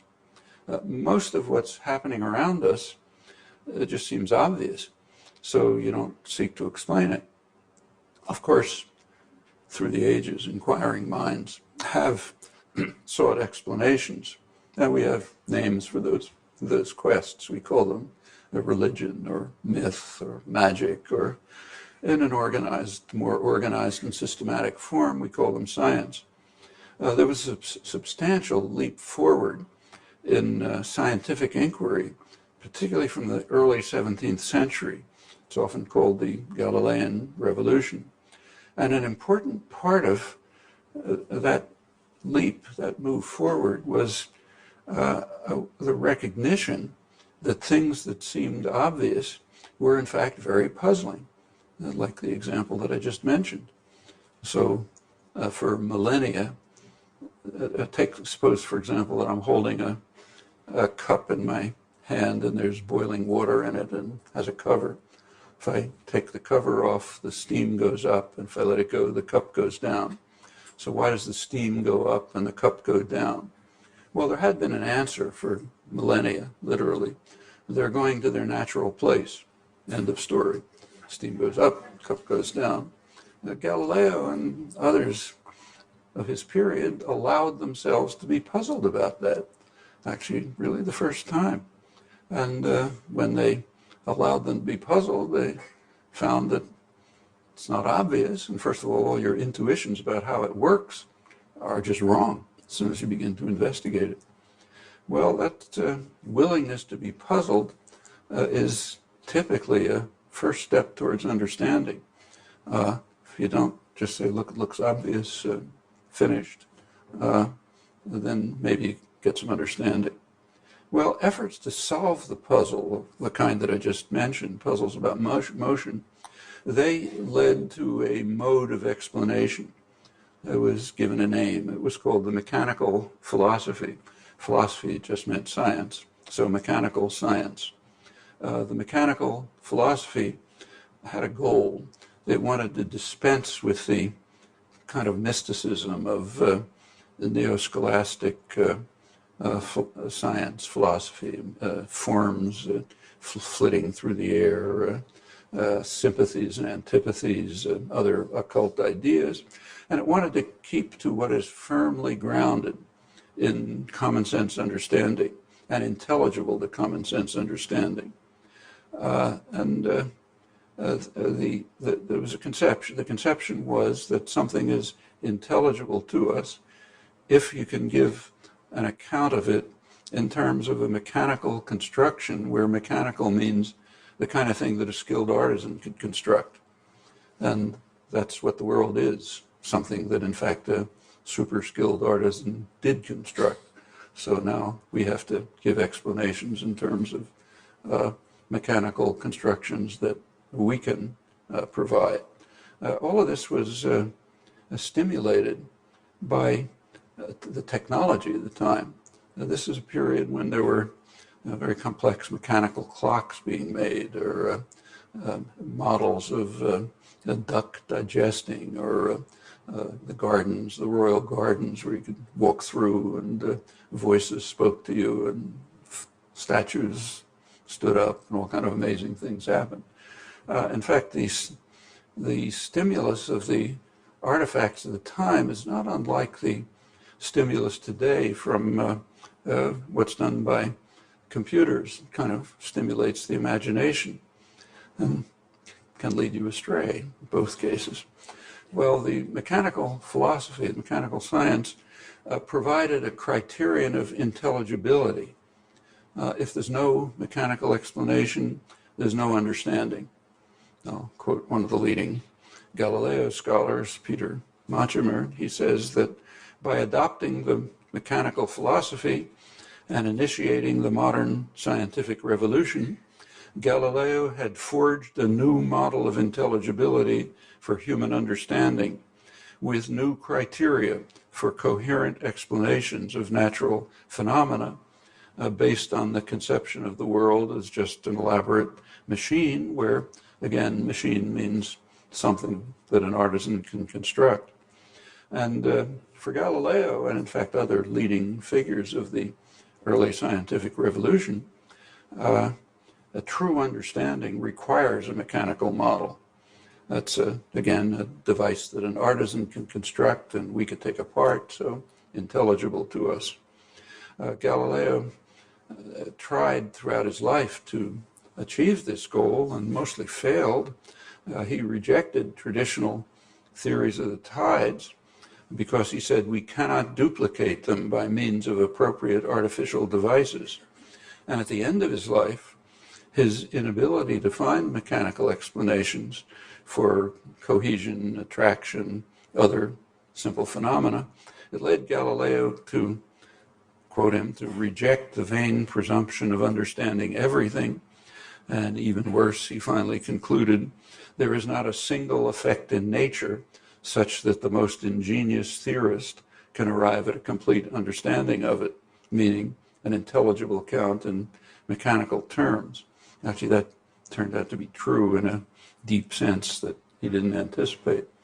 Well, scientists didn't give up at that point. The founders of modern science continued to try to seek intelligible explanations. The most famous and important was Descartes.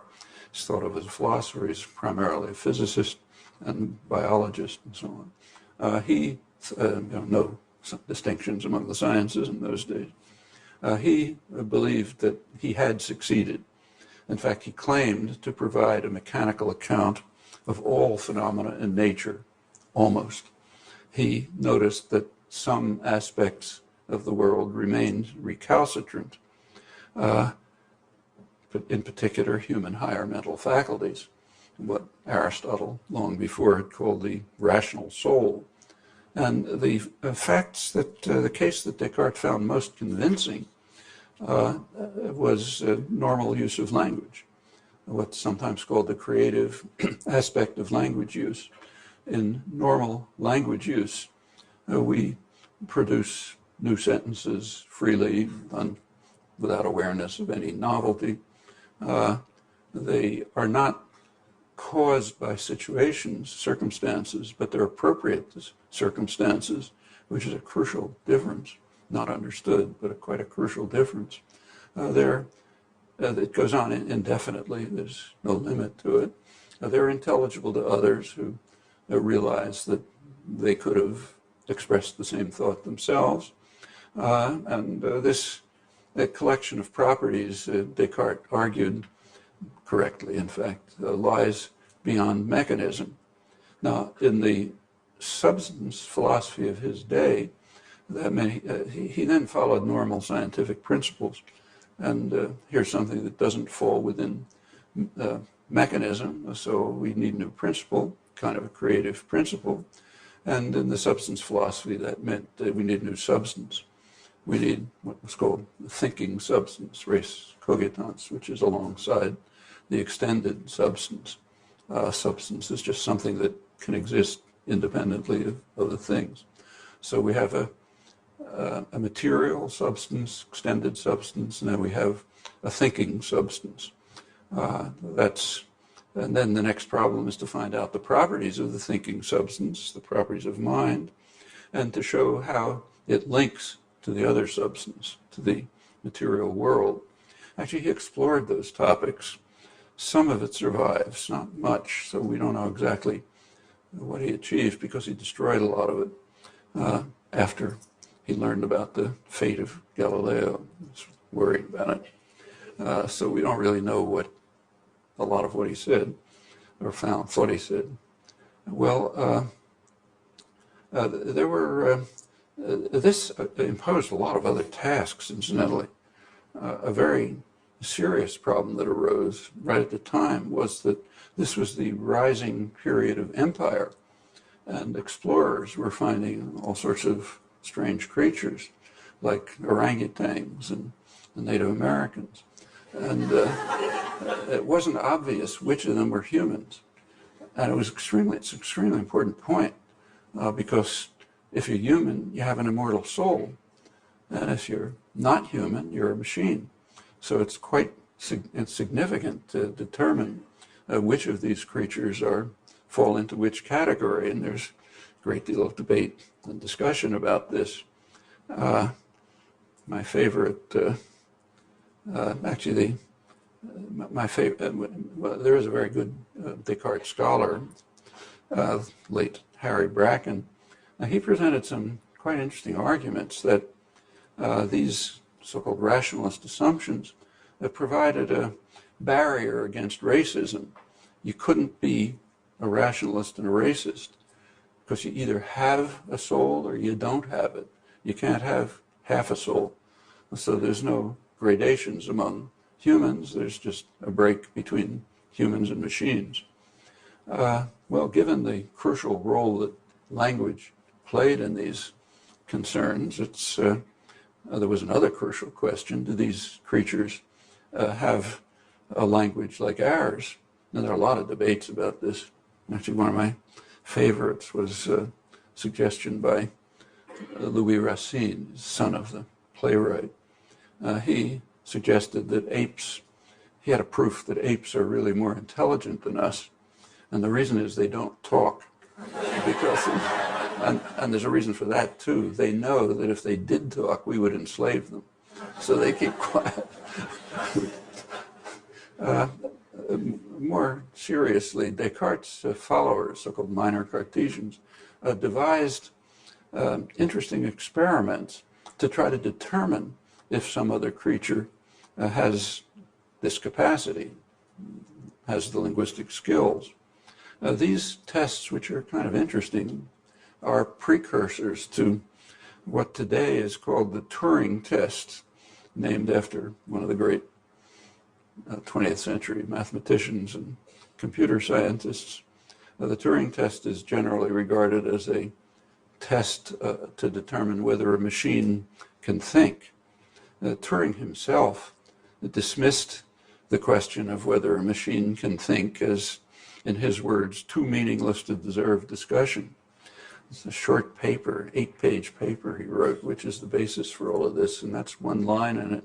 Unfortunately, nobody paid attention to it, and the failure to pay attention to his conclusion, I think, has led to a huge amount of wasted effort and discussion. But it's enough to point out that the rather similar 17th century precursors were dealing with a much more serious, who gave complicated tests, kind of the Turing test type. They were dealing with a much more serious issue, not just how to apply the word think but what are the constituents of the world? It's a metaphysical question. What's the world made of? Well, the framework of early modern science did give rise to a significant and meaningful mind-body problem. So the material world could presumably be explained by mechanical science, but there are aspects of the world that could not, like creative aspect of language use. So you have to postulate mind, soul, same thing, alongside of body, and investigate its nature and investigate the interactions of the two systems. This point of view, this kind of picture, it does accord pretty well with our kind of common sense picture of what things are like. And it, of course, has much earlier origins in different terms. The Galilean revolution took the long tradition of these debates and it reconstructed it within a serious scientific framework, at the same time laying the basis for modern science. Well, unfortunately, it didn't last very long. All of this was shattered by the end of the century. Isaac Newton, much to his dismay and disbelief, refuted the mechanical philosophy. That's what his great work was. He showed that nothing falls within its range. That is, there are no machines. There's nothing physical. There's nothing material. Even the most elementary phenomena of nature, the planetary orbits, the motion of the tides, can't be explained in mechanical terms.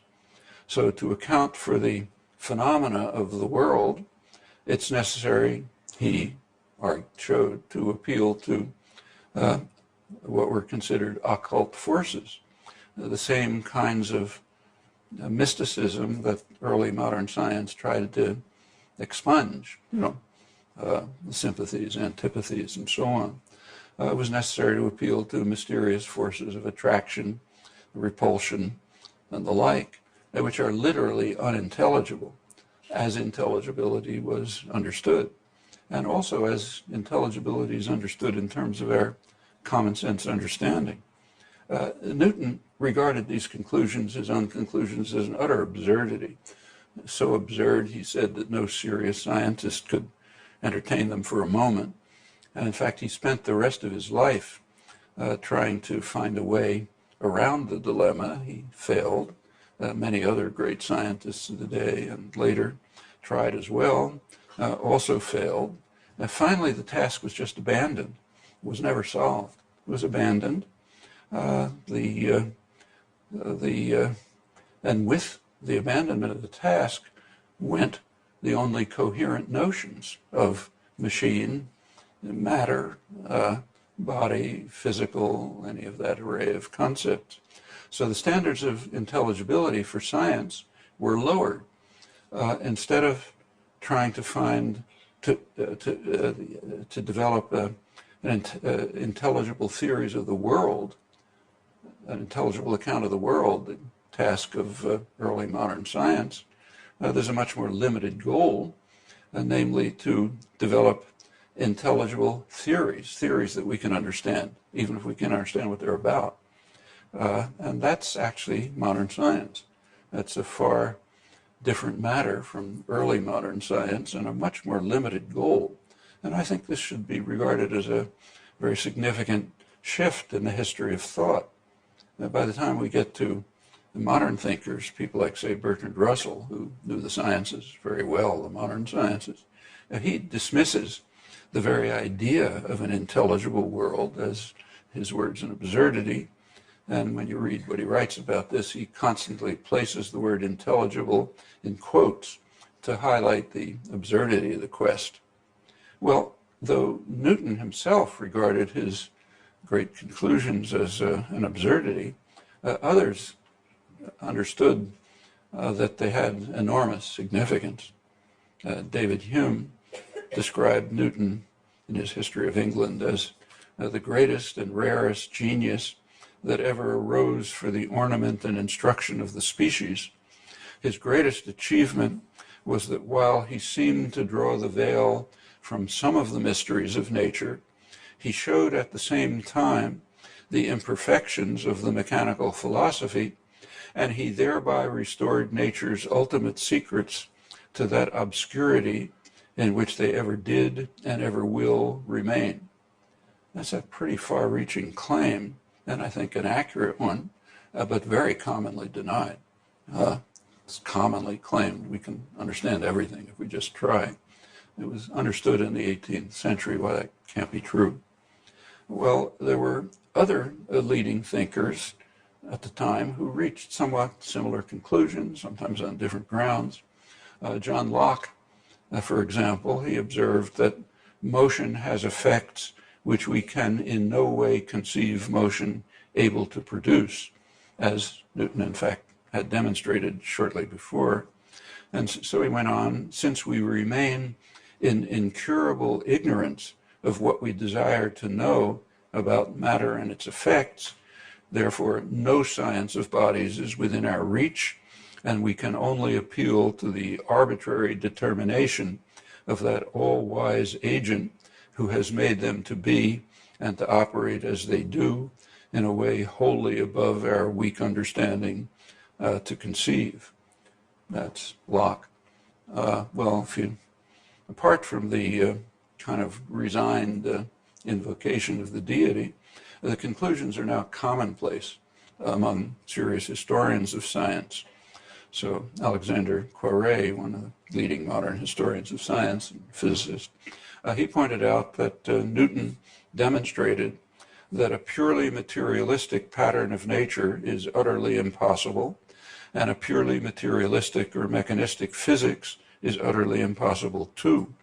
Mathematical physics requires the admission into the body of science of incomprehensible and inexplicable facts, facts in quote, imposed upon us by what we observe and discover.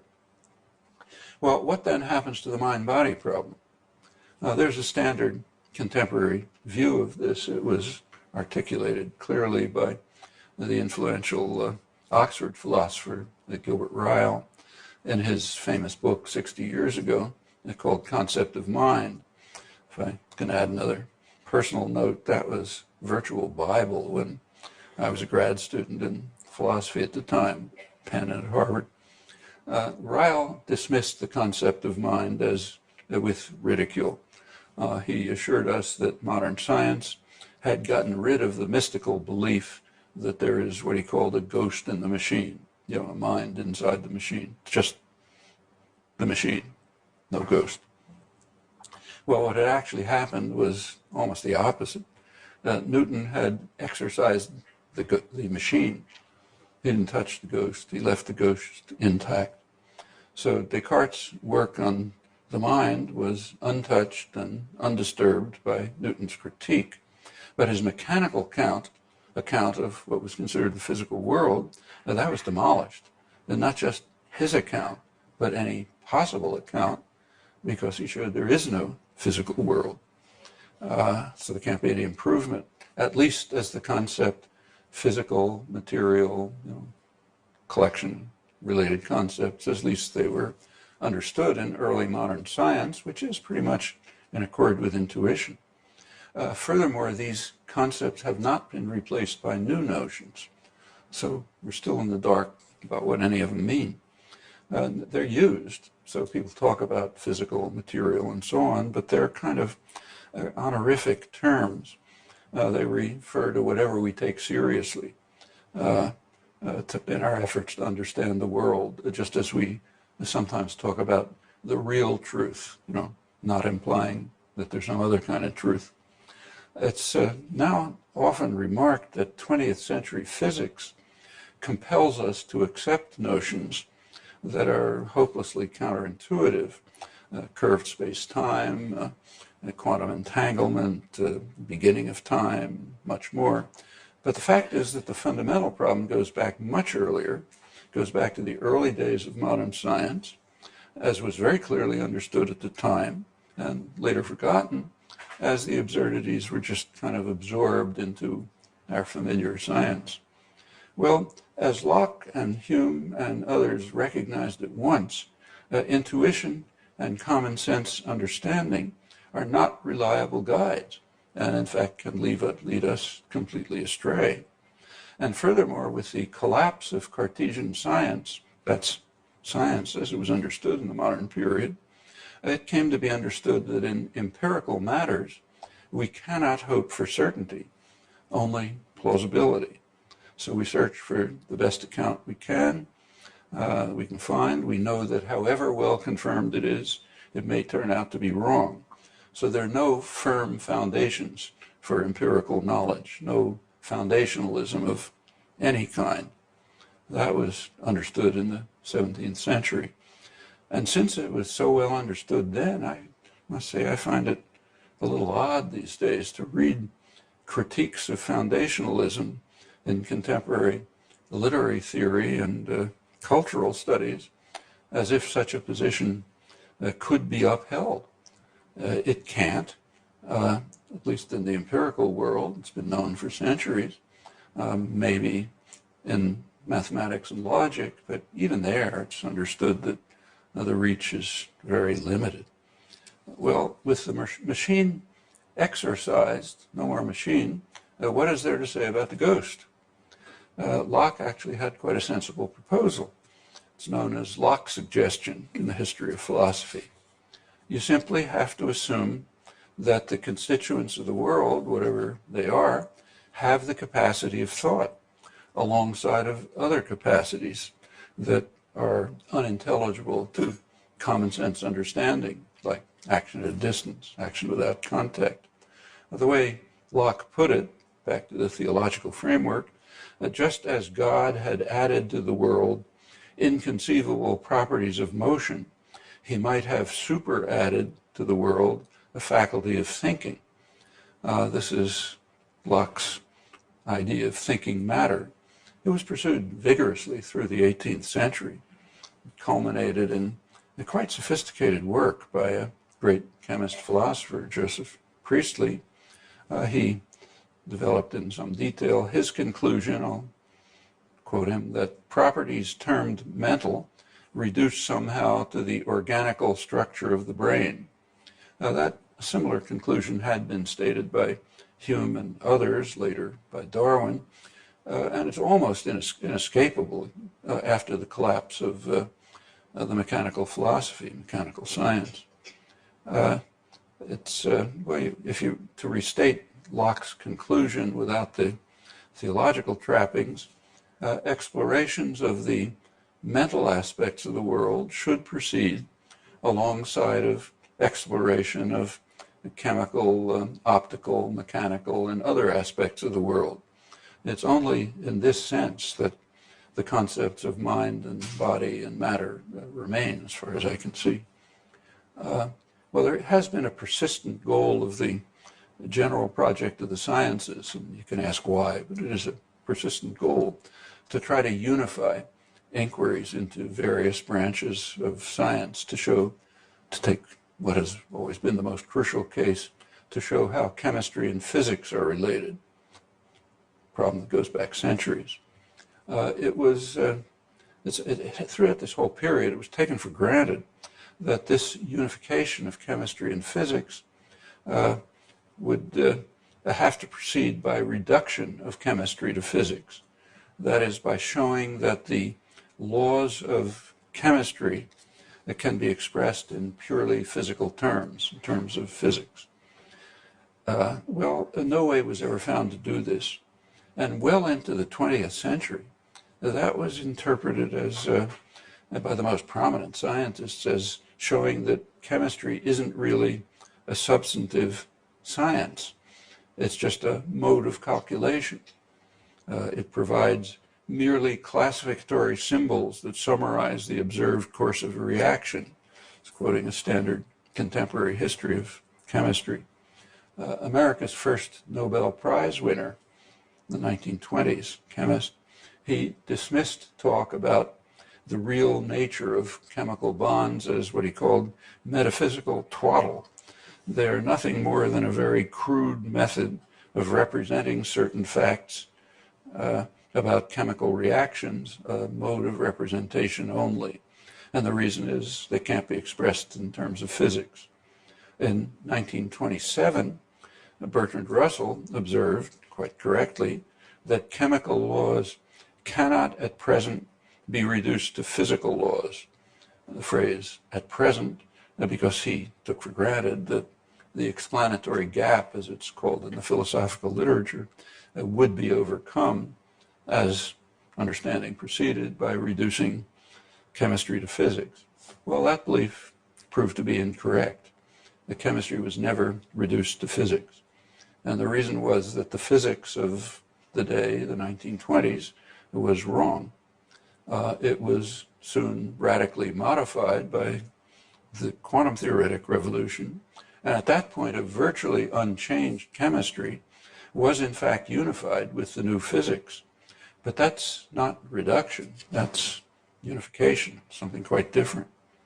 If you look at the debates by leading scientists and philosophers about the status of chemistry as recently as 80 years ago, they're strikingly similar to debates today about the status of mental entities and properties. So some argue commonly that the principles of mind and the entities postulated are modes of representation only and will not be part of science until the crucial explanatory gap is overcome by reducing the theory of mind to the neurosciences. There's a kind of standard slogan, philosophy, psychology, that the mind is just the neurological at a more abstract level.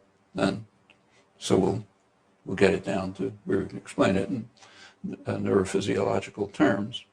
And today, right now, you read of the thesis of what's called the new biology, that things mental, indeed minds, are emergent properties of brains, though these emergencies are produced by principles that we do not yet understand. I'm quoting distinguished neuroscientist Vernon Mountcastle. He's summarizing the guiding themes of the decade of the brain, the decade that ended the 20th century devoted to the brain, and that's what they finally concluded. Well, the phrase "we do not yet understand" that might well suffer the same fate as Russell's similar comments about chemistry 70 years earlier. Other prominent contemporary scientists and philosophers, quoting, have presented essentially the same thesis as what they call an astonishing hypothesis of the new biology, a radical new idea in the philosophy of mind, the bold assertion that mental phenomena are entirely natural and caused by the neurophysiological activities of the brain, opening the door to novel and promising inquiries and a rejection of Cartesian mind-body dualism and so on. In fact, all of these reiterate in virtually the same words formulations of centuries ago after the traditional mind-body problem became unformulable with the disappearance of the only coherent notion of body, physical, material, and so on. And for example, Joseph Priestley's conclusions in the 18th century, which I quoted before, virtually the same words. Today's repetitions of the conclusions of 2 centuries ago have much less justification, for one thing, because they're repetitions. They're saying the same thing. Another is that their forgotten precursors had a basis for their beliefs, a solid basis, namely Newton's demolition of the mechanical philosophy. And another reason is that you'd think that we ought to be able to understand that reduction is just one form of unification. Surely, after the recent history of chemistry, well, let's turn to the modern study of language. During the past 60 years, sometimes called the generative enterprise, it's actually recapitulated a lot of this history without as much awareness as it should have had and should have today, in my opinion. So much as in the early days of the modern scientific revolution, the generative enterprise began with a willingness to be puzzled by what appear to be simple and obvious phenomena, like the examples I mentioned earlier. And it was very quickly discovered, just as in the early scientific revolution, that these are all over the place. And that's almost always the case if we allow ourselves to be puzzled by what seems to be simple and obvious. I think it's fair to say that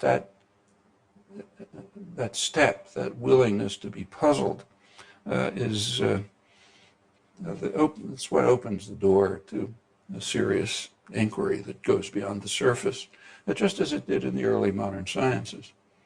The generative enterprise also adopted Descartes' observations about the creative aspect of language use, at first without awareness, since the history of these matters had long been forgotten, and when even mentioned was just typically dismissed as old-fashioned mysticism without understanding it. Actually, even the scholarly literature is pretty scandalous, I have to say. The generative enterprise took as its primary task to discover the mechanisms that enter into this remarkable ability, creative aspect of language use, which does seem to be one crucial foundation for what distinguishes humans from other organisms. Notice that the discovery of the mechanisms, it's a very challenging scientific task in itself, but even if you discover them, which is a long way off, that would still leave us very far from understanding how they're put to use in a creative way. That's a question that's barely even on the horizons of inquiry. Well, thanks to discoveries in the formal sciences, logic and mathematics, that were just coming to be understood 60 years ago, it was possible for the first time to develop quite substantial proposals to show how the design of language might satisfy some fundamental conditions that trace back to classical antiquity, such as the fact that language somehow links sound with meaning, and in fact does so over an unbounded range. Again, a very obvious fact, which doesn't seem to have been recognized for centuries. In fact, until the early modern scientific revolution, I can't find any reference to it, primarily by Descartes, but also indirectly by Galileo shortly before him. This means that every language consists of a finite, it's in the brain, a finite computational system that yields an infinite array of structured expressions, each of which provides instructions for other organic systems. The sensory motor system for externalization as sound or sign or some other modality, and the systems of thought, interpretation, planning, and the like. Well, by now a fair amount's been learned about how such systems are constituted and how they function, and most important, about the limited range of options that the mind makes available, and even sometimes why there are such limits.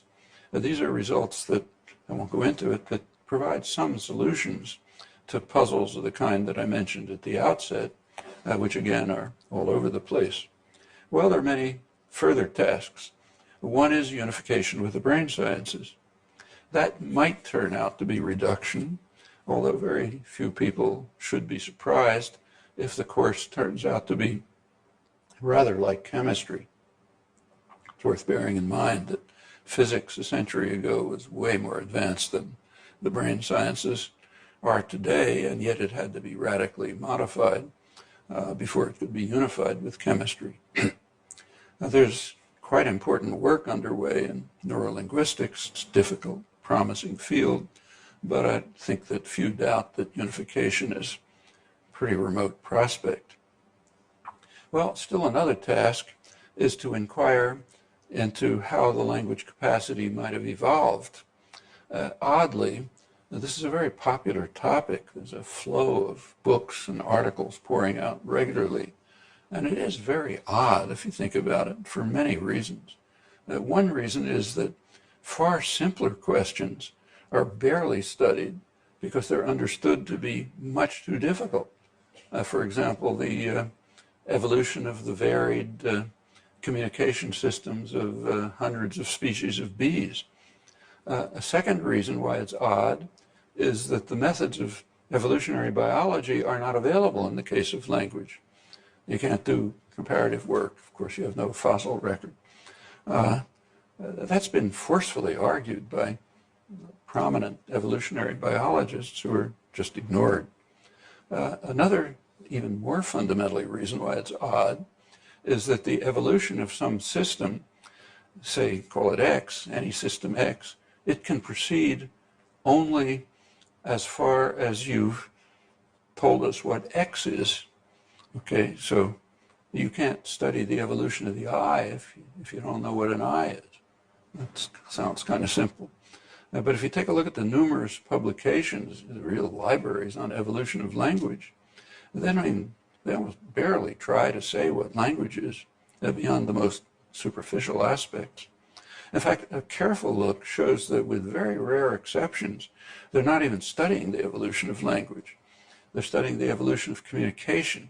The speculations about the evolution of communication, totally different matter, and though I won't pursue it here, I think there's good evidence that communication is a secondary aspect even of language use and not a significant factor in language design. Well, despite these problems, I think there's at least something to say about these matters, and we can hope that in the future there will be more if the topic is seriously pursued. Well, another topic, in this case very actively and productively pursued, particularly in the past few decades, is acquisition of language. How does a child acquire its language? It's actually quite a remarkable feat. There's a lot to be puzzled about there too, only barely beginning to be investigated. Even the very first stage is remarkable. So think of a newborn infant.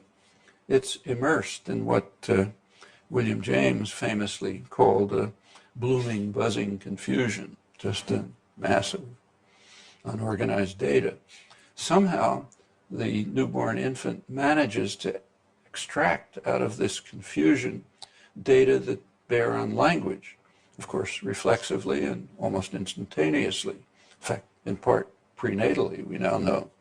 How that's done is largely unknown, and it's only very recently even become a topic of study.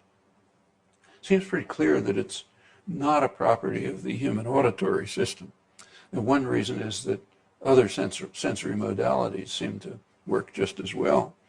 Another reason is that it's recently been discovered that higher apes appear to have essentially the same auditory system as humans, even attuned to the same phonetic features that enter into human sound systems.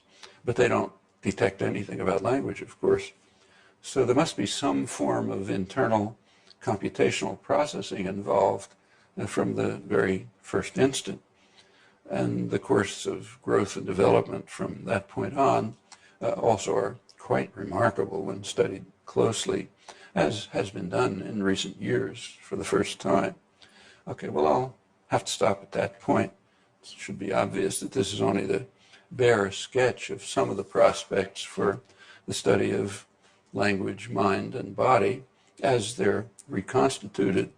If we pay some attention to what has been discovered in recent centuries, and if we pursue John Locke's modest ambition, quote him, to be employed as an under-laborer in clearing the ground a little and removing some of the rubbish that lies in the way to knowledge.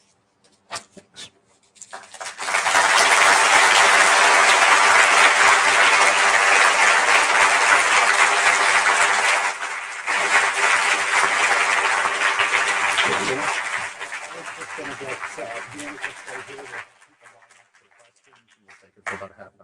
Okay. Okay, so we're going to take questions for a half hour. I think there are two microphones here. If someone wants to ask a question, please line up and I'll call on you to please speak clearly into the microphone because so everyone could hear. Okay? Thank you. Go ahead. Oh, can everyone hear me? I'm not going anywhere. Hi, thanks for your talk. So, as I understand it, you were talking about Locke's modest proposal to, as I understand it, answer the hows of life and not necessarily the whys. So, that's kind of a departure from what a lot of us think of that science can really do for us. Tell us everything. And I think what you've discussed kind of shows us that we can't know everything from it. So I'd like to, ask what you personally take from the study of science. What is it really worth to you, and why do you do it? Well, first of all, you're quite right. It's very commonly believed that we can, in principle, understand everything. I can give you references if you like, but it's a very standard thesis in the sciences and in philosophy of science by leading people. And it's a very strange thesis because it was understood centuries ago that it can't be true. Hume's, all the people who make these statements also worship David Hume as one of the kind of founders of modern thought. But he very clearly pointed out, as I quoted, that while Newton did remove some of the mysteries of nature, he left other mysteries in a state where they will always remain mysterious to us, and he had reasons for it. Often it's argued that on evolutionary grounds, we have simply evolved so that we can answer every possible question. That's part of, natural selection, selected us to answer questions. I mean, that goes back a long time. Charles Sanders Peirce argued that, and all the way to the present, but it's totally crazy. I mean, hunter-gatherers did not evolve to solve problems of mechanics, or let alone quantum theory. So there's just nothing to that. And that's what we're stuck with. There are things we can understand. There are limits to understanding. And we might even, in principle, discover what the limits are. And it's not contradictory. It's hard, but it's not contradictory to think that inquiry into the nature of human intelligence might explain why it can deal with some things and not deal with other things. Like to take a crude and oversimplified, but maybe not false example, humans can deal with determinacy. A lot of science deals with determinacy. Can deal with randomness. A lot of work on randomness. But maybe there are things that don't fall within randomness and determinacy. Like, for example, the creative aspect of language use, which doesn't seem to be determined by circumstances and obviously isn't random, but is appropriate to circumstances and is understood to be. And what that gap is pretty obscure. We recognize it all the time, but it doesn't mean we can understand it. Maybe it falls beyond the bounds of human science. Well, it's possible. But, and incidentally, this extends to choice generally, not just to, that's dramatic in the case of language. That was Descartes' point. But so what's the point of science? To understand as much as you can. We want to understand as much as we can about the nature of things. That seems worthy objective. Hi, can you hear me? Oh. Hi, Mr. Chomsky. What a pleasure. So I know a few languages, and one of them is American Sign Language. And you were talking about infants, and it's been shown that even before they can develop the ability to speak, they can actually learn to sign and understand quite a few signs. So I'm wondering, how does sign language factor into this? When you study languages, and so when you're fluent in a language, I find that when I don't think, I can sign more fluently than when I actually try to think and formulate what I'm trying to say. So how does that factor into it? Well, I'll go back with another personal reflection since I was asked to do that. When this stuff all began about 60 years ago, it was actually 3 students at Harvard, 3 grad students, who didn't believe anything that was going on, and started trying to think about alternatives. One was Eric Lenneberg, who went on to found Biology of Language. We were all friends. Eric started studying he actually was interested in the language of the linguistic achievements of people, kids who were deaf and blind. So he went to the Perkins School of the Blind, famous school in Boston, where they teach deaf children language. At that time, and for long afterwards, even still today often, there was a very strict oralist tradition. You had, the children who were deaf had to learn to lip read. They were not allowed to learn sign. And the logic was that if they learned sign, they wouldn't be able to integrate into the general community. So the teacher would, be drilling the kids in lip reading. And Eric noticed that as soon as the teacher turned to the board, the kids would start going like this. They'd obviously invented a sign language and were communicating with each other in sign. But when the teacher wasn't looking, you're familiar with that phenomenon.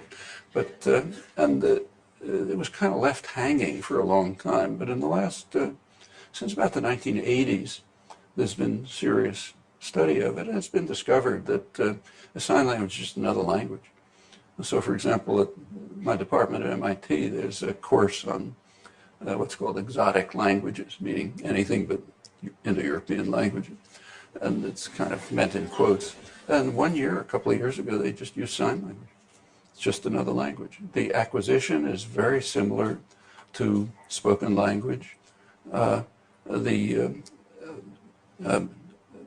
the extent that the brain's the neural aspects are understood, it seems to be the same, which was a big surprise. It was assumed by most people that sign language, that signing would be mostly be registered in the right hemisphere because it's visual.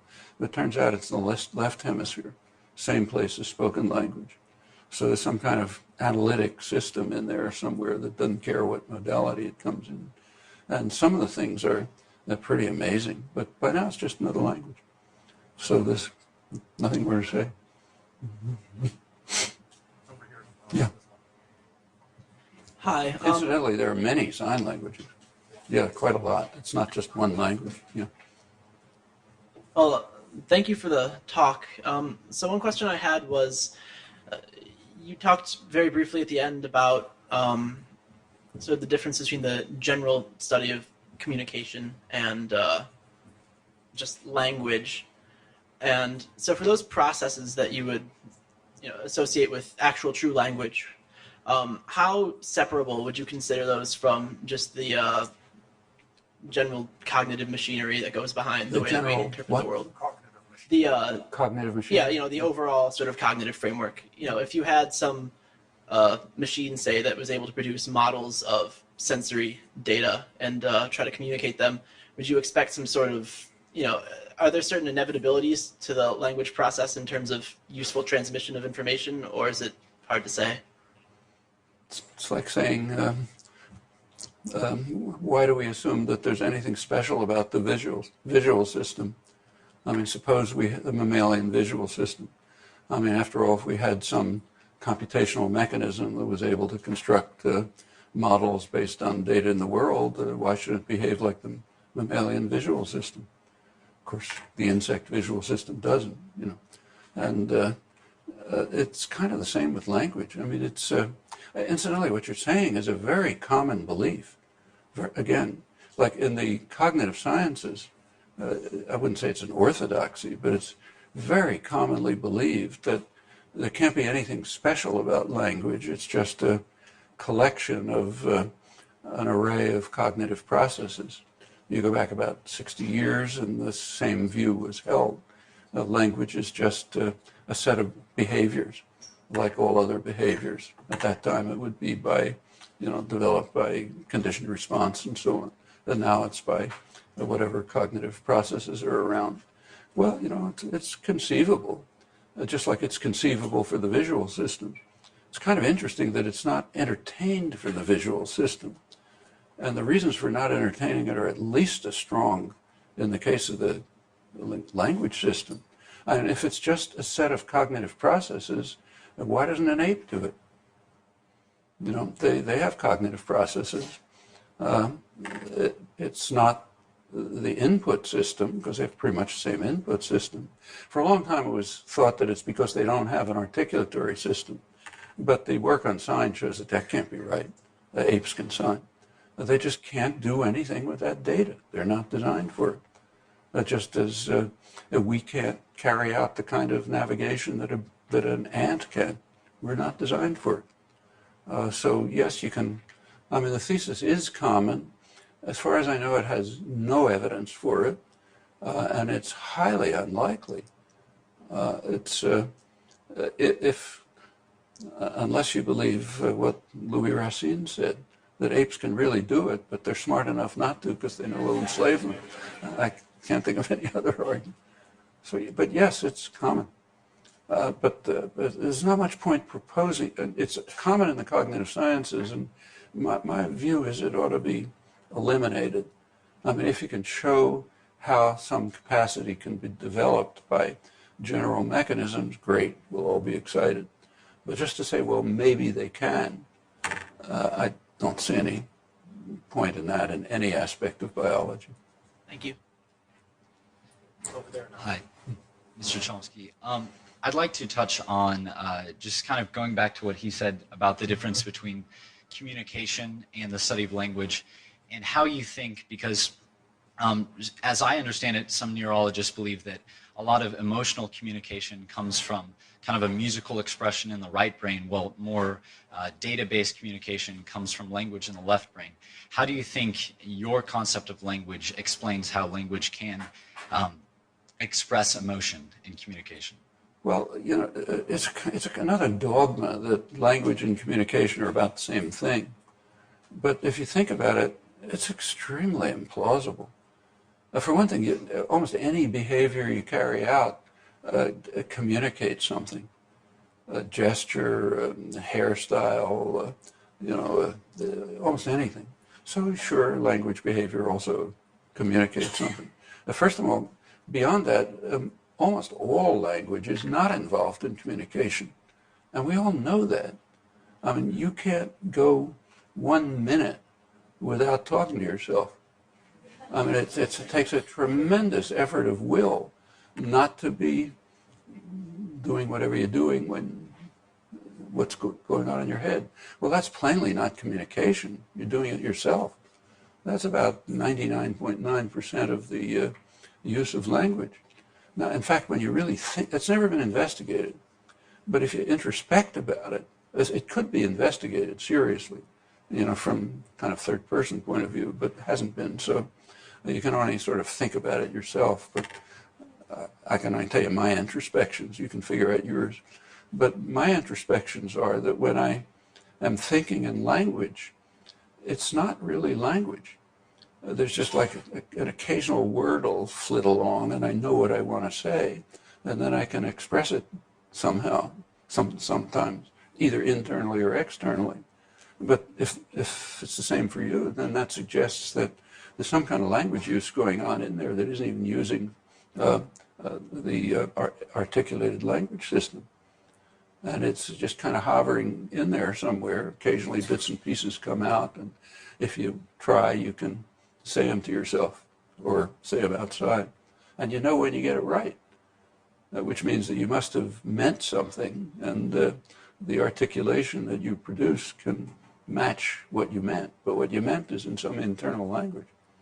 And furthermore, even if you look at the part of language, a very small part that's external, you know, like what we're doing, a very small part of that is communication in a serious sense.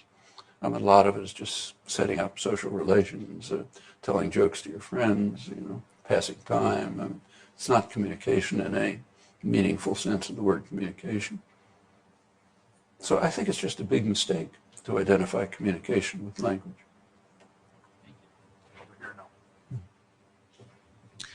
First, I want to say thank you for coming here, Dr. Chomsky. It's an honor to have you. You talked a lot about the limits of our understanding, and I was curious about what you believe the connection is between our limits of understanding and as far as human happiness goes. Specifically, do you feel that it's antithetical the more that we understand to us to be happy, like on an existential level? Is hedonism not compatible with us being comfortable with our existence? I mean, is hedonism necessary rather than interrogating nature as far as it can possibly go? Well, I think these are really important issues that have to do a lot with our lives, the way we act, but they're way beyond the bounds of scientific inquiry. We can reflect about them, think about them, maybe clarify some of the ideas that are involved in them, but it's just, science can deal with simple things. It doesn't get anywhere when you get to more complex things. It's hard, It's even hard to deal with simple things and try to explain them. And when you do, you find all sorts of surprises. Like, for example, you find that our only intelligible concept of the world is wrong. Yes, returning to the issue of language and communication, it seems, to me anyway, less likely that the statement you made would be true, that 99% of language is in fact not communication. And that might be the case today, but I would see that more as kind of a social byproduct, that maybe we have more time for introspection. We live in a society where speaking is, I guess, less common, less necessary. But it seems, however, that language would have developed specifically as a means of communication, and that earlier humans in whom language was developing would have spent more time speaking to each other, because it seems like that would be the most instant form of interaction and entertainment, and there'd just be less time for introspection. So I just wanted to see how you would feel about that. We have hunter-gatherer tribes. As far as we know, they're just like us. Remember, language hasn't evolved at all for 50,000 years since humans left Africa. A small group left Africa, spread all over the world. And we're all basically identical. If you take an infant from an Amazonian tribe that hasn't had other human contact for 20,000 years and bring it up in Baltimore, it'll speak straight Baltimore English. End up here studying physics, and conversely. So there doesn't seem to be, there are individual differences among humans, but there don't seem any significant or almost detectable group differences. So nothing's happened for about 50,000 years. And if you go back about 50,000 years before that, there isn't really any evidence that there was language. I mean, in that, of course, we're beyond, as I said, you don't have comparative evidence, you don't have fossil evidence, but you do have artifacts. And in fact, there was a big kind of creative explosion that took place somewhere in that window, let's say maybe 35,000 years ago, a sudden explosion of symbolic representation, complex social structures, observations, apparent observations of astronomical events, all kinds of things just suddenly happened. In general, it's usually assumed, we don't have direct evidence, that this must have been connected with this sudden emergence of language. And notice that it's very sudden in evolutionary times. Now, you can double or triple the numbers. It's still a flick of an eyelash in evolutionary time. So somewhere in a very small window, something happened, and then nothing happened afterwards. That part we're pretty sure of. Well, what would have happened? Whatever happened, unless there's some mechanism that biology hasn't discovered yet, whatever happened would be some rewiring of the brain, some mutation that caused a rewiring of the brain. And that rewiring of the brain would have given this mechanism, this computational mechanism that allows these things to happen. But a rewiring of the brain a mutation takes place in an individual, not in a group. Okay, that's obvious.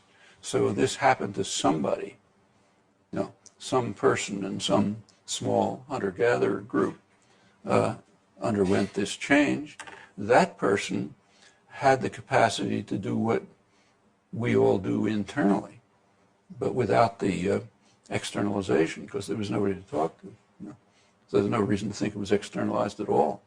It's just that whatever is going on in our heads that is pre-linguistic, that we get bits and pieces of it when we think about, that would have been available for one person. Well, you know, if there's any selective advantage to that, say, ability to plan and so on, it could proliferate in a small group there over generations. It could be enough people who had that, so it would make some sense to interact. But then at that point you would get externalization. But externalization is a very tough process. There's this internal thing in the head which developed without any external pressures, okay, because there were no selectional pressures on it, almost by definition. So it's kind of like a snowflake, you know, something that just develops because that's the way nature works. You have this thing in the head, you have a sensory motor system, which has been around for hundreds of thousands of years and has nothing to do with it, and you have to match them up. That's a complicated process. In fact, that's where practically, as far as we know, that's where almost all the complexity of language is.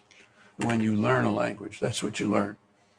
A child who's acquiring a language, that's what they acquire.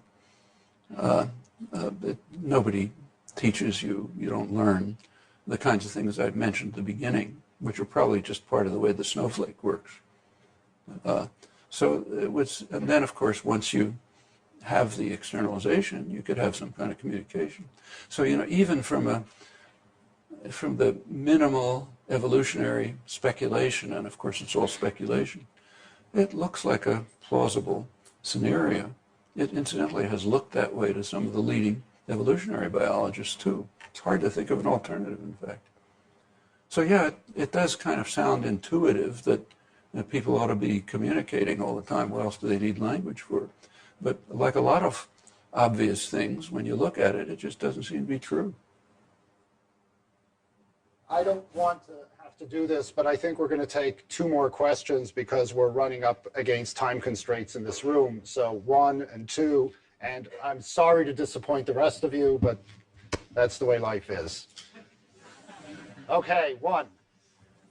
Again, I wanted to thank you for coming today. It was very informative. I had another question about when you were talking about the limits of the human mind. I study environmental science here, and outside of any of my science courses, one thing I've kind of taken from that is that there's, to me, I don't really believe in a limit to what we can do to become a more sustainable people of humanity. So to me, I really don't see a limit in the actions that we can take towards that. And I've kind of applied that to other things in life that really, as humans, we don't have a limit in what we can do. So when you said that there might be some sort of limit to the human mind, my first thought was, I don't like that, I didn't agree.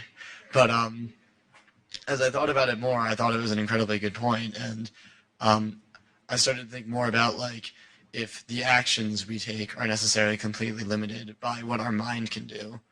And basically what I'm trying to ask is, if there is a limit to that the human mind can do and can comprehend, does that limit human action, both for right now and in the future? Well, we're assuming no evolution, you know, that we say this organism, not some other organism. And the time scale of evolution is too long to worry about. We'll have destroyed ourselves before that. So assume that we say this organism. We know perfectly well there are limits to what we can do physically, like we can't fly like eagles, say. Okay, and if there are also limits to our cognitive capacities, that really shouldn't surprise anyone. It would just say we're biological organisms, not angels. Furthermore, instead of being unhappy about it, you should be happy about it. Because if we weren't constrained, suppose there were no constraints on intelligence, it would be as if there were no constraints on physical growth. if there were no constraints on the way a fetus could develop, you couldn't get any organization or structure. You get some kind of amoeboid creature that couldn't survive or do anything. And it's exactly the same with cognitive capacities. If there were no constraints, you couldn't learn anything, couldn't acquire anything, you couldn't discover anything. You'd just be flailing around randomly. So we ought to be very happy that there are constraints, because there's kind of a logical connection between scope and limits. If you don't have limits, you also don't have any scope. You can't, same with physical growth. It's because the fact that there are certain limits on what you can be enables you to become what you did become. If there weren't any limits, a germ cell could grow anyway. You'd be anything, nothing. Last question. Hi, Dr. Chomsky. Thanks. I'm a English as a second language teacher, and I was wondering what you think about this pertaining to second language acquisition, like language versus communication. And with your first language, it's really easy to know when a person knows it. It seems like one of those obvious and simple things. But when would you say somebody knows a second or third language? I mean, is it when they can communicate, or can they say ungrammatical things that a native speaker wouldn't say, and they still know a language? Well, first of all, it's very hard to know what, say, a child knows in his first language. It's very hard to discover. I mean, it turns out that kids know a great deal beyond anything they're exhibiting. That's been shown over the years of study of child language acquisition. We don't know exactly how much it is, but certainly an infant knows far more than anything it's exhibiting. You can show that by careful experimentation. Lila Gleitman and Penn, other people have done this. And there's even some evidence. It's not very powerful, and you can't really investigate it any further, but there's some evidence that by the age of about maybe 18 or 20 months, a child may know virtually the whole language. The reason for believing that is cases of the Helen Keller type. Helen Keller got perfect fluency, extremely fluent. She lost sight and hearing at about 20 months. And she invented for herself, we now know, this is a recent discovery from old pictures and videotapes, she had discovered for herself a method of teaching the deaf-blind that was later invented and used for teaching the deaf-blind. It's called Noam. It's a system where the person puts their hand on somebody's face like this, and the fingers feel the motions of the facial musculature, and the thumb feels the vocal cord. I mean, that's a minuscule amount of information, but it's enough to acquire, in Helen Keller's case, essentially perfect fluency. Well, that's been studied a little now, systematically, and there aren't a lot. Some interesting results have come out which haven't been published because there aren't enough cases. Actually, my wife did the main work on this at MIT. They found that there are cases of very great success for people who lost sight and hearing roughly about Helen Keller's age, but not at about, say if it was 16 months when they lost it, they get no recovery. Now, there aren't a lot of cases, so you can't be sure. And fortunately, there aren't going to be any more cases. This was all spinal meningitis, which is now curable. But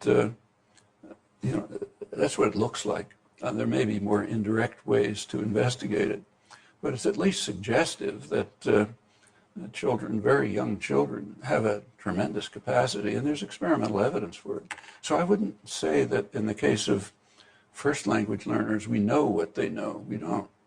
It's hard, like most of these things. In the case of second language learners, I think there's a practical question that concerns you. What are you trying to achieve in second language acquisition? If your goal is get them to be able to communicate, well, of course, you'll test ability to communicate. The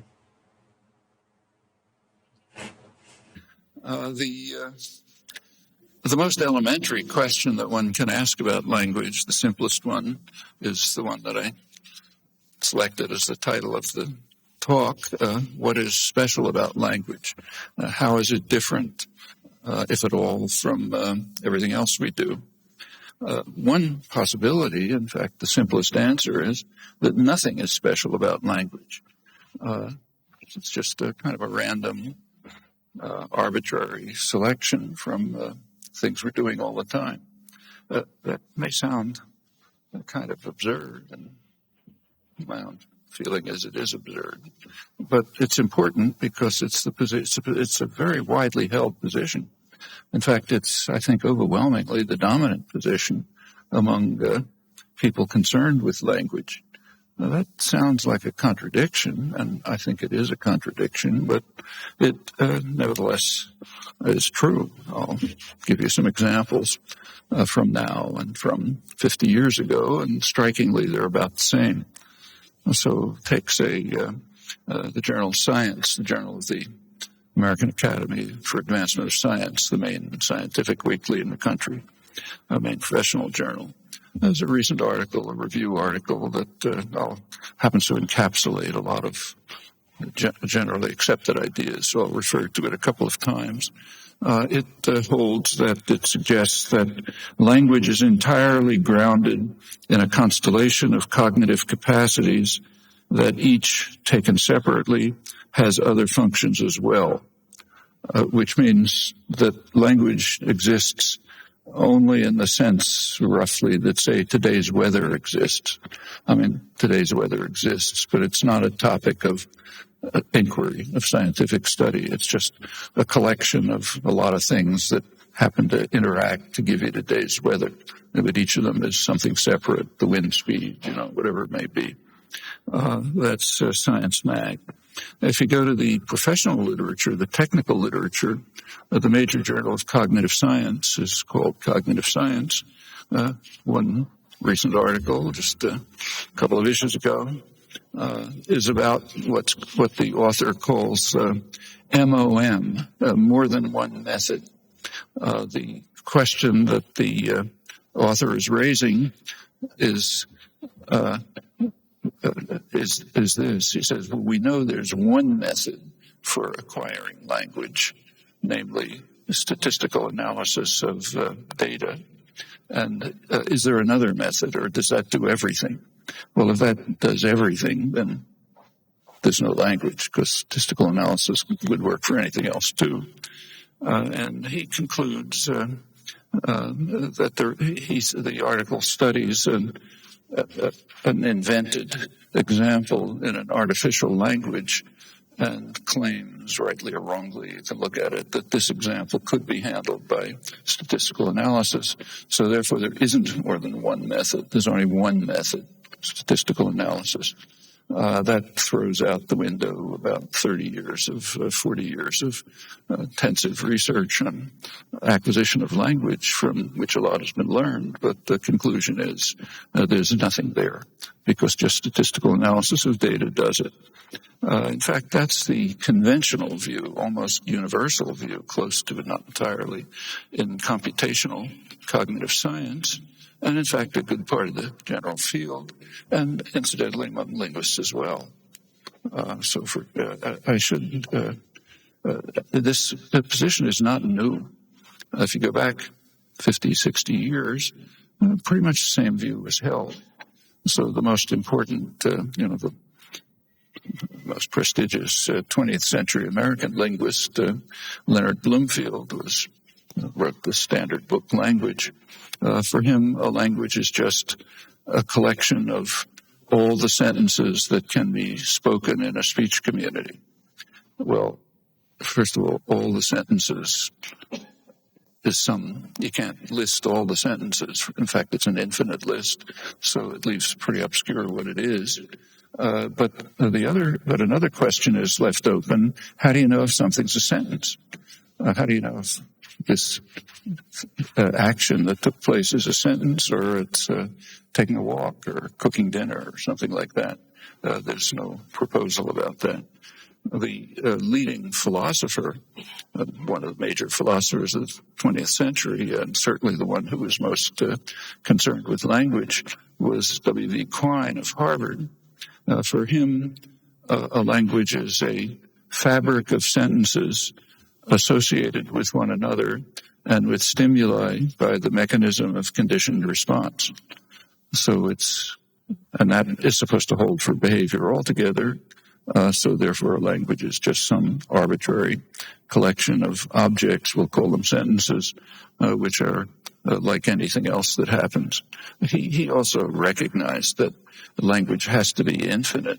So separately, he said a language is just a class of sentences, kind of like Bloomfield's definition. But that leaves the same question, apart from being inconsistent with this definition. Well, within the professional theoretical linguistics of the time, 1950s, it was about the same view. One of the major theoretical linguists, Martin Jost, edited a major collection of essays on structural linguistics and argued that he proposed what he called the Boasian position, named after Frank Boas, great anthropologist. Whether it's accurate to say this about Boas or not is another question, but he advanced the Boasian tradition, which is that languages can differ arbitrarily from one another. So the next time you study a new language, you cannot come to it with any preconceptions about what a language might be like, because it could be arbitrarily different. That's the way I studied linguistics, incidentally. That was just taken for granted.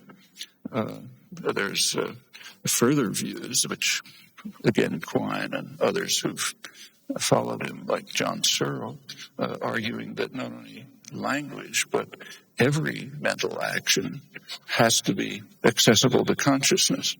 So if you can't introspect and see it, it's not there, which would make linguistics pretty easy, incidentally. If that were true, you just sit around and think, and you can figure out how it's working. But there can't, in principle, be anything going on in your mind that's not accessible to consciousness. The theories of linguistics, such as they were collections of procedures of analysis. So if you studied linguistics and structural linguistics in the 1940s, 50s, when I was a student, you were taught you took field methods courses in which you were instructed on how to get data from an informant. And then you had various methods you could apply to organize the data in a useful form. How you did it depended on your purposes. There was no right way to do it. So you do it this way if it's pedagogical grammar, or this way if it's you want to submit it to the International Journal of American Linguistics, and so on and so forth. So it was sets of procedures of analysis. There was no one well-known linguist ridiculed what he called the God's truth conception, namely, if there's something true that you could say about language, there can't be anything like this. It's just different ways of organizing data. But all of this was in a framework of behavioral science, which itself was embedded in a very strange misinterpretation of logical positivism. That's a whole story in itself. But anyway, that was the view. It also followed from this that there were no problems about language. There's nothing puzzling about it. You just collect the data, you organize it this way, that way, you're done. I remember as a student, we used to, teenage student back at Penn in the late 40s, we thought this is kind of fun, but what happens when we've done a phonemic analysis of every language there is? That's it. Field's over. It's a terminal field. So what happens next? And in fact, if you look at the literature, then what was assumed happens next is you go on to other fields, to other applications. All of this seems very strange, I think. It has been a very common view, still is, maybe the most common view. And the evidence the obvious evidence against it just seems overwhelming. So just take the most obvious phenomena. For example, take a newborn infant.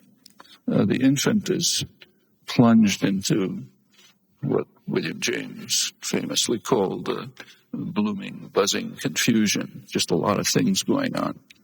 How does the infant figure out that some parts of that are language relevant? That's a non-trivial question. Nobody knows the answer to it. But somehow every infant does it reflexively. And we even know now that it's in part at least done prenatally. But something is going on in the infant's head that's taking out of this massive confusion various things that say, okay, you're language related, you're not. It's not the auditory system. For one thing, it's now well known that sign works the same way. That wasn't known at the time, but now it's just another language. Happens to use a different modality. Even touch works. There's striking evidence about that. It's also another reason why it can't be the auditory system is that there is very recent work which indicates that chimpanzees, at least, maybe other primates, have approximately the same auditory system.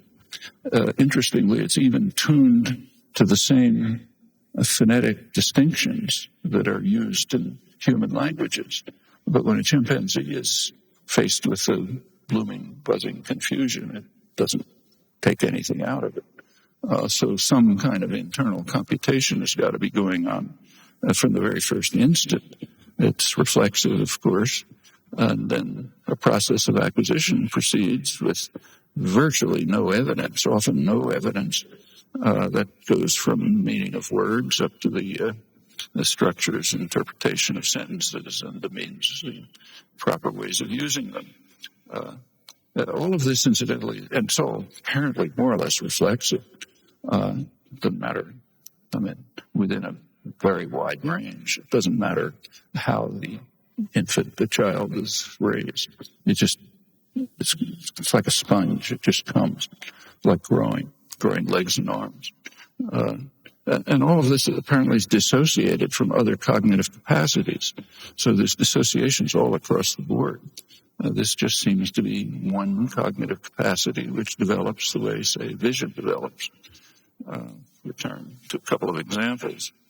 It's also interesting that the non-existence approach, the standard one, is supported by literally no evidence at all. So take, for example, the one concrete proposal I mentioned from the recent professional journal, MOM, more than one method.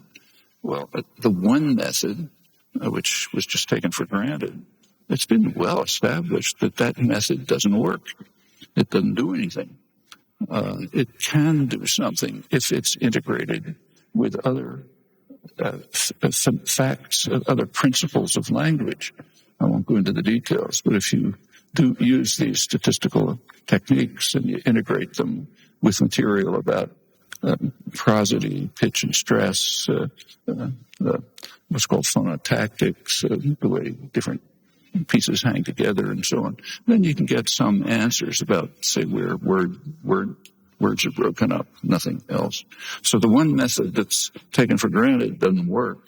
In fact, I think if you look, I'll talk a little more about this, there are no results, literally no results that come from the non-existence approach, the approach that says we just use the one I quoted from Science Magazine, the constellation of cognitive capacities. As far as I'm aware, there are no results from that.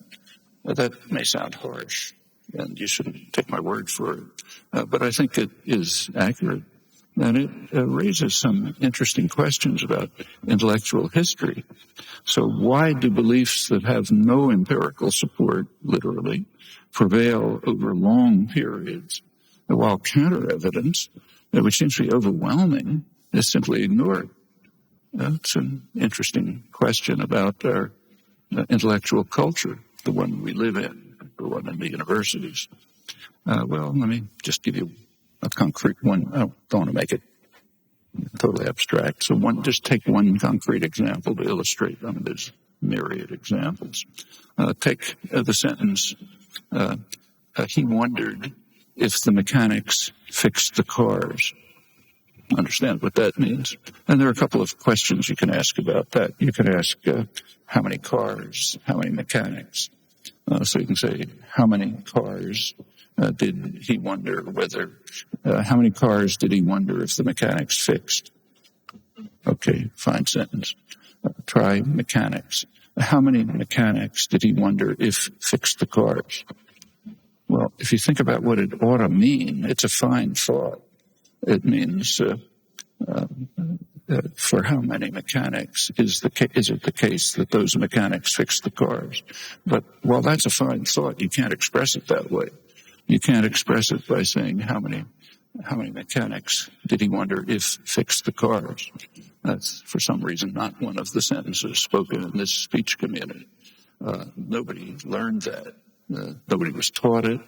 It's not obvious what the reason is. There's a lot of work on it. Generalizes to other languages, other constructions, and so on. But it has a name. It's called the empty category principle. Don't forget that. But it's a phenomenon. And there are interesting cases where it doesn't work, and the cases where it doesn't work have interesting explanations. So that's linguists among you know about this. Well, that's a typical example. You have a perfectly fine thought, but language design prevents you from expressing it in the simplest, most direct way. Some complicated circumlocution is necessary. Essentially, one of innumerable cases that shows how language design appears to be inconsistent with efficiency of communication. There are many cases, I'll mention some others, where efficiency of design and efficiency of communication conflict. And in every case that's known, efficiency of design prevails, which has interesting consequences about architecture of thought altogether. Come back to that. Well, that example happens to be misleading because it's too complicated. The questions arise, same questions arise from the very first step that the infant takes, and indeed everything that follows. Well, about 60 years ago, a couple of people, a couple of students, in fact, graduate students at Harvard, I was one of them, began to raise some questions about this. Take Bloomfield's definition. The collection of language is a collection of sentences that can be spoken in a speech community. Well, if there's something to that, there has to be a way to characterize that set. Your brain is finite, so there has to be some finite procedure, some computational procedure that determines that set. The computational procedure has to determine, for each language, an infinite collection of structured expressions, each of which has a dual interpretation. It can be externalized in sound or in sign or in touch or some other way, and it can be interpreted by the other cognitive systems. What's its meaning? What does it entail? And so on and so forth. So an infinite, you have to have it's what's called a generative procedure, technically, a generative procedure that yields an infinite hierarchy of structured expressions with its dual interpretation. That actually is a way of capturing a very classical view, going back to Aristotle, and a perfectly common sense view, that language is sound with a meaning. We would nowadays say other modalities with a meaning, like say sign with a meaning. That sounds right. I'll question it in a moment. But this approach later has been called the generative enterprise. It took for granted that language does exist, and furthermore that it's a biological object. It's in your mind somehow. This is sometimes to make that clear. The notion is called I language, internal language. It's the concept of language is internal to your mind. Particular individual, actually, the I also has a technical reference. The account of it is what's called intentional with an S, means you care about the actual mode of generation, not just the class of expressions generated. It's a crucial distinction. So that's what it is. That approach to language was later given a name which is now widely used by Massimo Piattelli, who's here, called it the biolinguistic approach, standard name. Takes language to be a biological component of the mind, like others. In fact, like other systems of the body, say the digestive system or the immune system, the visual system, and so on. This approach to the mind and the body is called modular in biology. That is, it treats a complex organism as a collection of components, sort of organs, roughly speaking, each of which has some kind of internal integrity. And it can be studied, its nature can be studied, and it interacts with other subcomponents in the life of the organism. Doesn't mean that you can kind of cut it out, like you can't cut the immune system out of the body. But it is a system, it's a module which has its own properties, interacts with others. The same as with language. I mean, nobody seriously expects that you're going to find a piece of the brain which you can cut out, and that's language. But different parts of the brain are involved in language in different ways, but that's a different matter. There isn't, and of course these systems have their own growth mechanisms. They grow in particular ways, develop in particular ways along their own lines, and they function in their own ways. That's sometimes been called the norm in neuroscience. Randy Gallistel, very fine cognitive neuroscientist, points that out, and I think he's right.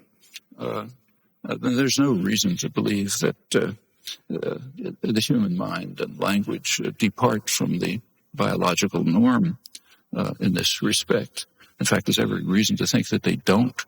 The language turns out, when you really look at it, when you look at the generative procedure that has these consequences, seems to have a very special properties which aren't found in other organisms or even in other subsystems of humans, unless they're derivative from language.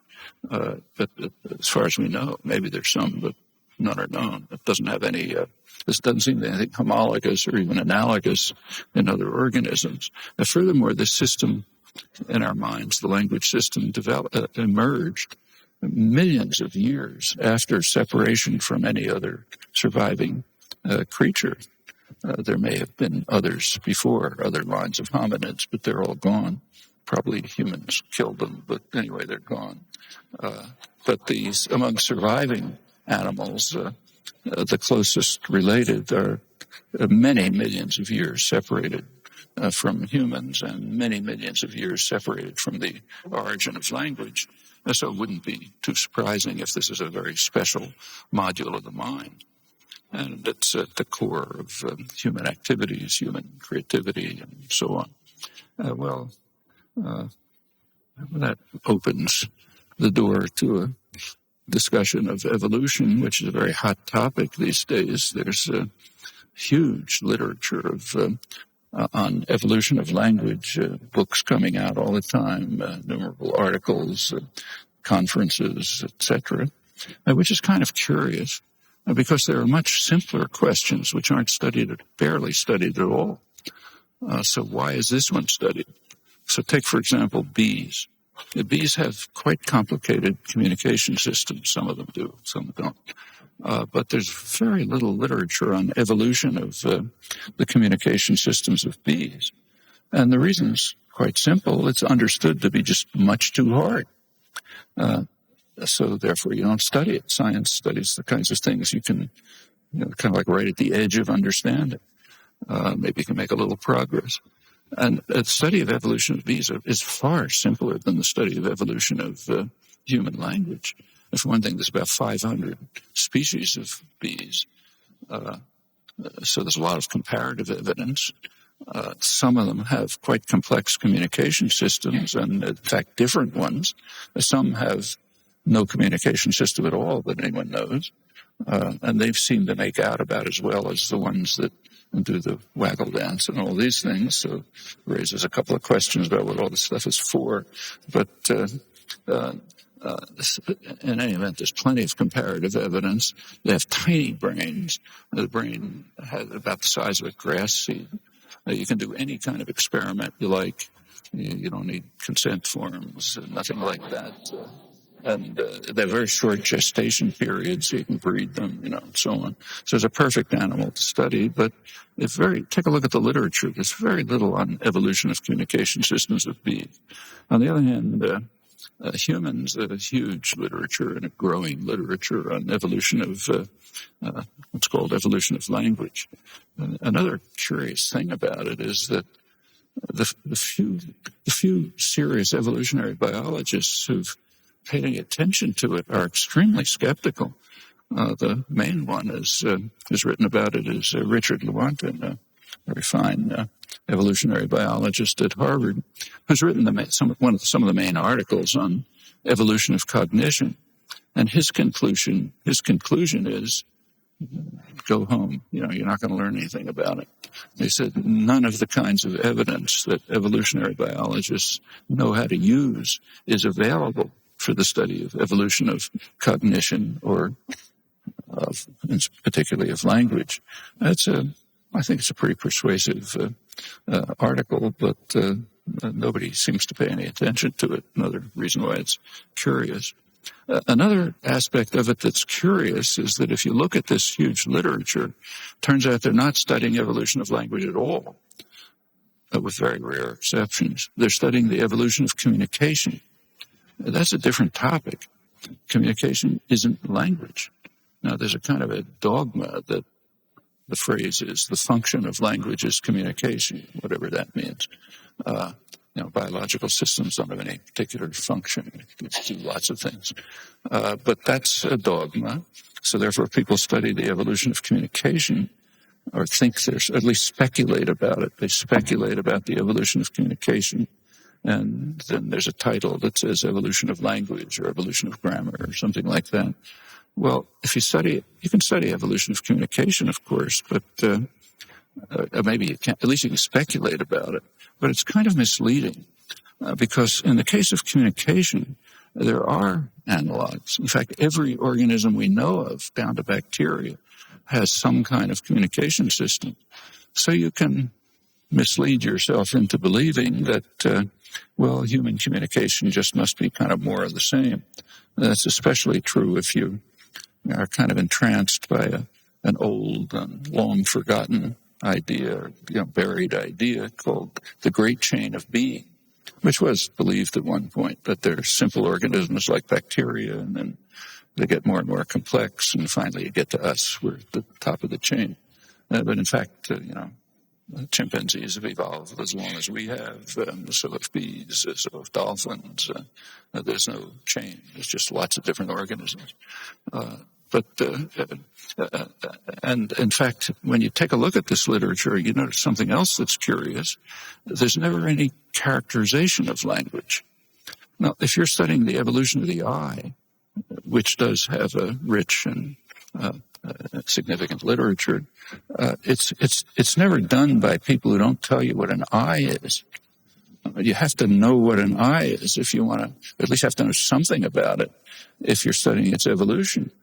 But if you take a look, and you can't study the evolution beyond what you know about the eye, plainly.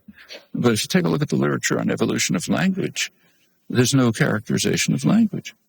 Well, if you're really studying communication, maybe that doesn't matter. But anyway, this is there also the study of evolution of communication is kind of carries with it connotations that easily lend themselves to serious misinterpretations of evolutionary theory.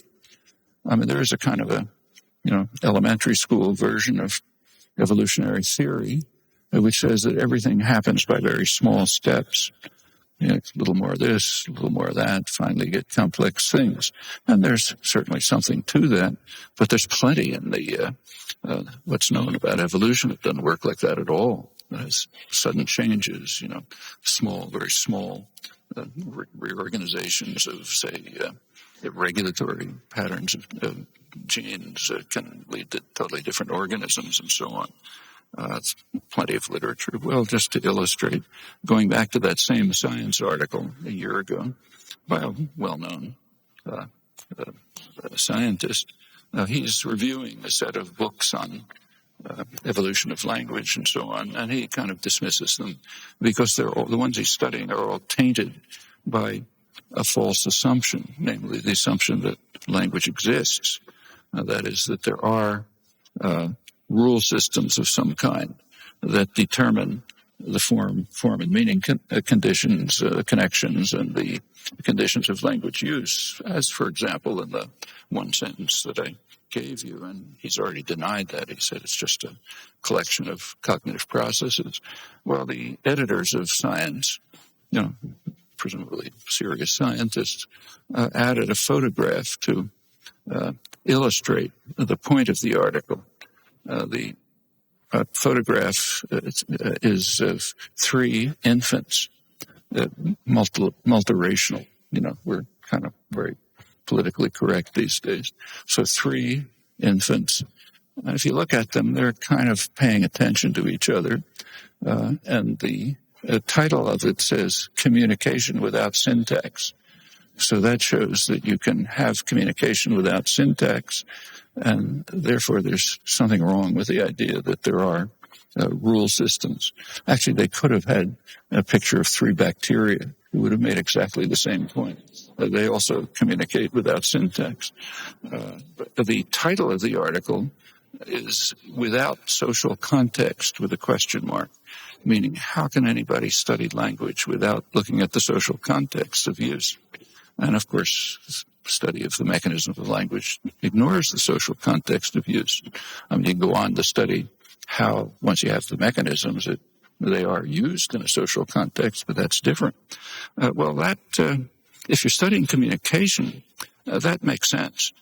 So, in fact, the study of communication without social context would be almost meaningless. So, of course, social context is a crucial element of the study of communication. On the other hand, it's not an element of the study of the mechanisms that are used by the organism in vision or planning or anything else. So if you take the sort of standard work, take, say, the theory of vision, which is the most relevant to this, closest in some ways, there's major work, classical work from half a century ago, identifying the structures in the striate cortex, the first part of the brain that visual signals reach, that kind of analyze the visual signal into straight lines, pieces of straight lines, angles, and so on and so forth. That's Hubel and Wiesel, Nobel Prize winning work. They didn't study the social context. One? Another mic? Let's see. Let me try. How's that? Working? I told you we had an former MIT student here. Now. Okay, I'll keep it as a spare. We'll give him an extra PhD for this.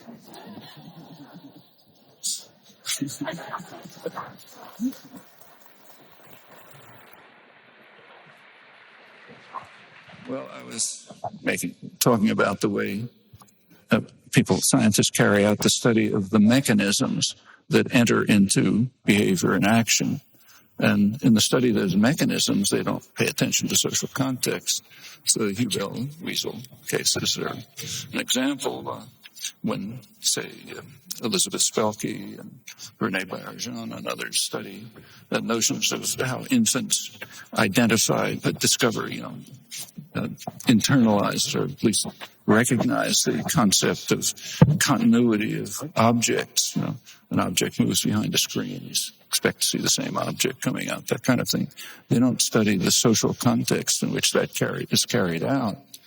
Just to mention one of the most remarkable discoveries, I think, in the theory of perception, there's a principle called the rigidity principle.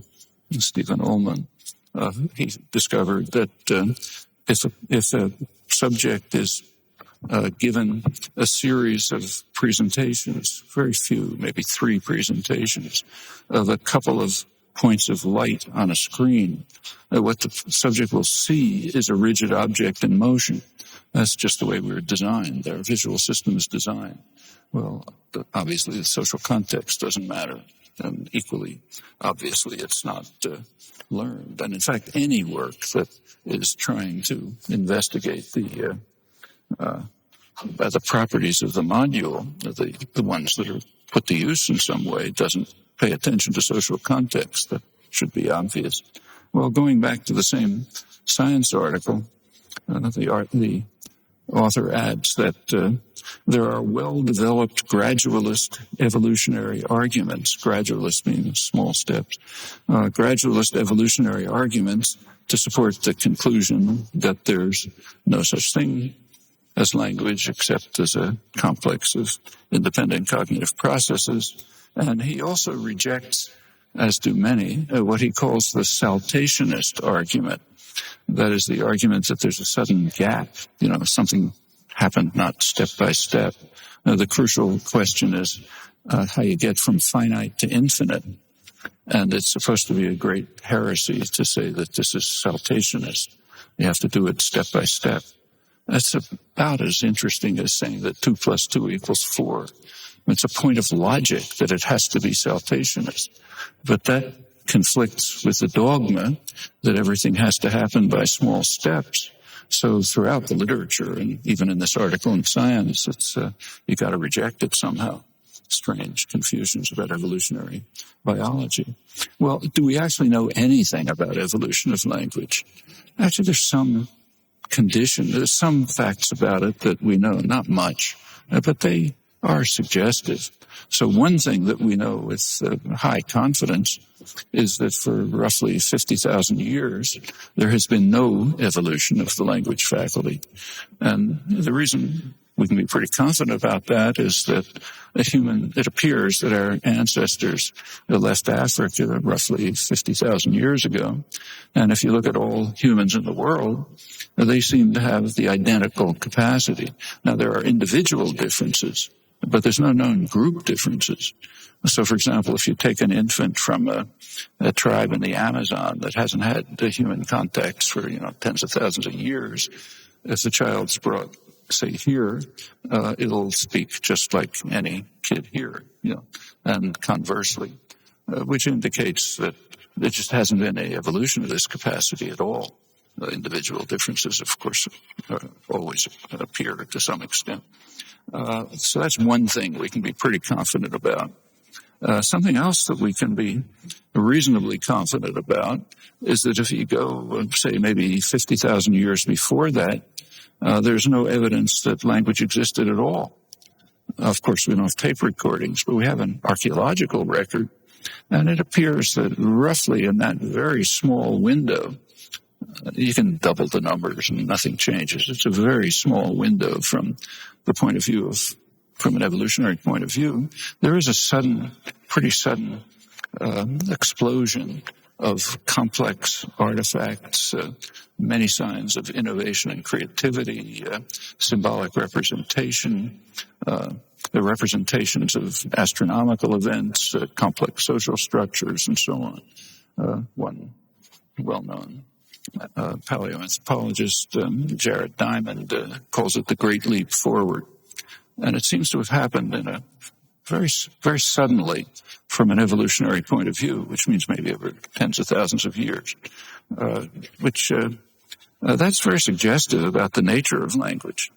It suggests that something happened at that point, which yielded this creative capacity that we make use of in language.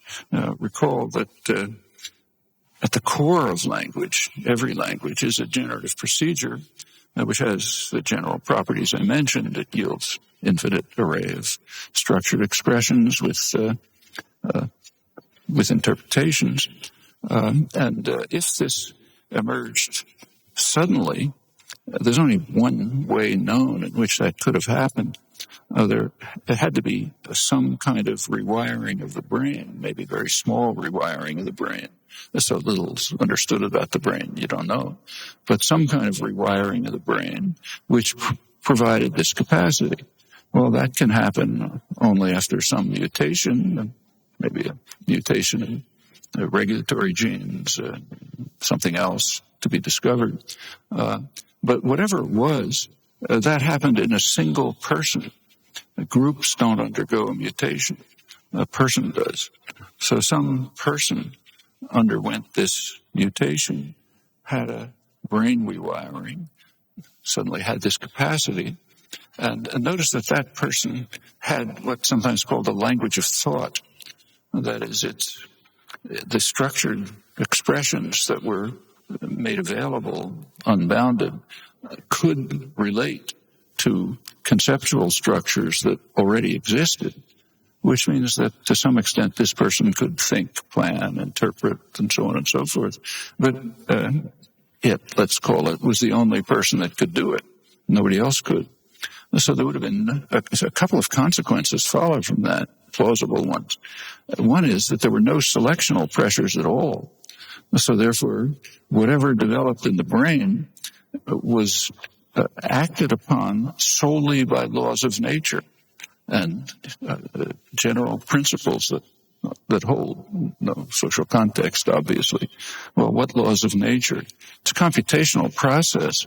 So at the very least, there should have at least been principles of computational efficiency that determined what this thing is in the mind.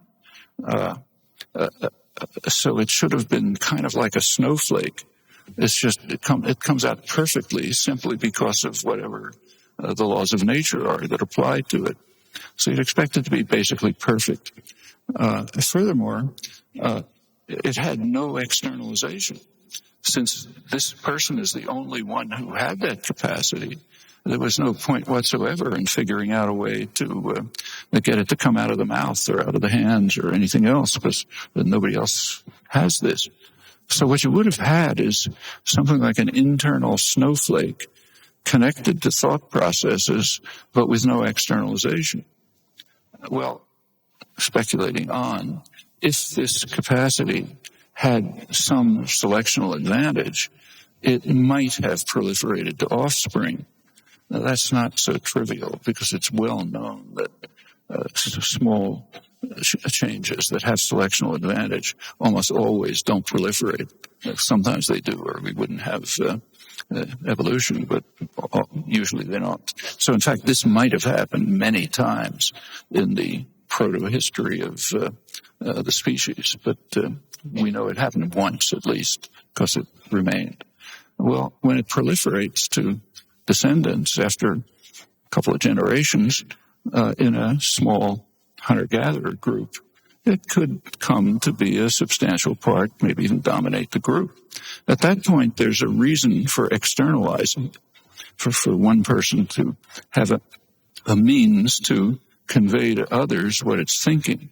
But that's a very tough cognitive problem. You've got this snowflake in the mind. You have a sensory motor system which has been around for hundreds of thousands of years. And for that, there is fossil evidence. And you have to somehow match these things. Complicated thing to do. Well, that accords pretty well with some general things that we know about language. Apparently, the overwhelming mass of complexity of language is in the externalization. And the variety of languages appears to be mostly, perhaps entirely, in the externalization. That when you study a second language, you study the externalization. You're not taught anything about examples like the one I gave. For one thing, nobody knows how to teach you that because they don't know how it works. But you're not taught any of that. When a child is acquiring a language, it's fundamentally acquiring the externalization. The externalization is easily susceptible to change. like the Norman invasion changed the externalization of English enormously, but no indication it changed anything inside. And that's roughly what we understand. That tells you what to look for, gives you some suggestions about what to look for when you're asking what the nature of language is. Well, let's go back to taking a look at that. If you take the generative enterprise seriously, you want to ask yourself, what is this procedure that has these consequences? It instantly turns out that there are puzzles all over the place. I mean, I gave one example, but it's, again, misleading because almost everything looks like a puzzle. Everything that was assumed to be simple and straightforward in the 1950s, completely unproblematic, turns out to be very puzzling.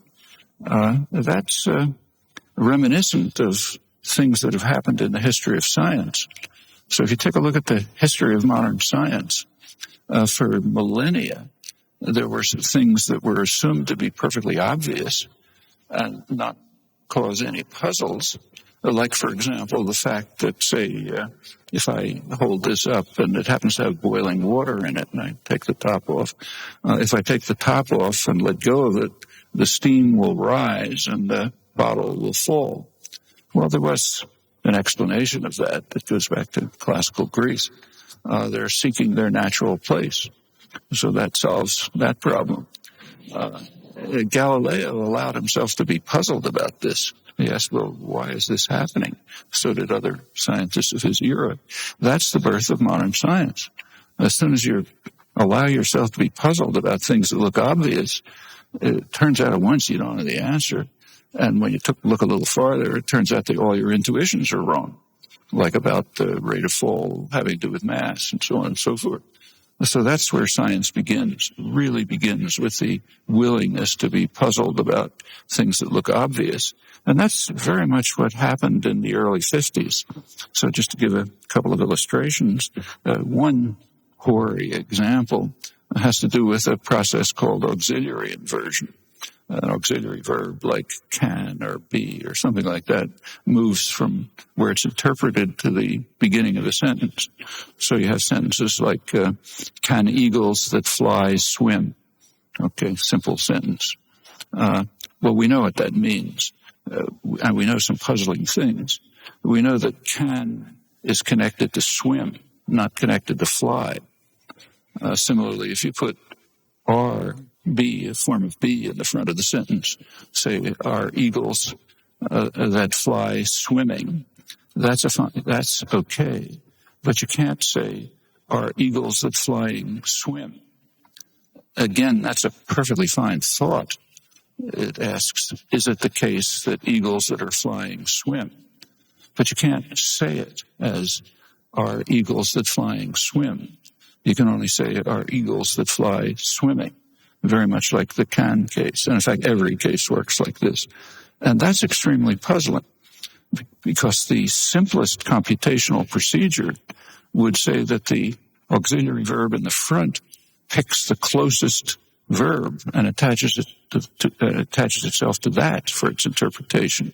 That's a trivial computation, but it's not the one that's used. The one that's used is much more complex. It's called structure dependent. It requires that you know the structure of the sentence. You find the main verb, not the closest verb, which is a complex a computational procedure. So somehow this is all languages, all constructions, every place that the question can even be raised. You have the same conclusion. What the mind is doing is computing structure, not linear order, which is very surprising. It's a very puzzling fact, not trivial at all. Well, that's incidentally one of the rare cases where in computational cognitive science there have been concerted efforts to try to show that statistical procedures can deal with a real problem. This one, and there's a big literature about this. It's reviewed in print. Actually, Massimo and I have an article about it with Bob Berwick, and I won't run through it.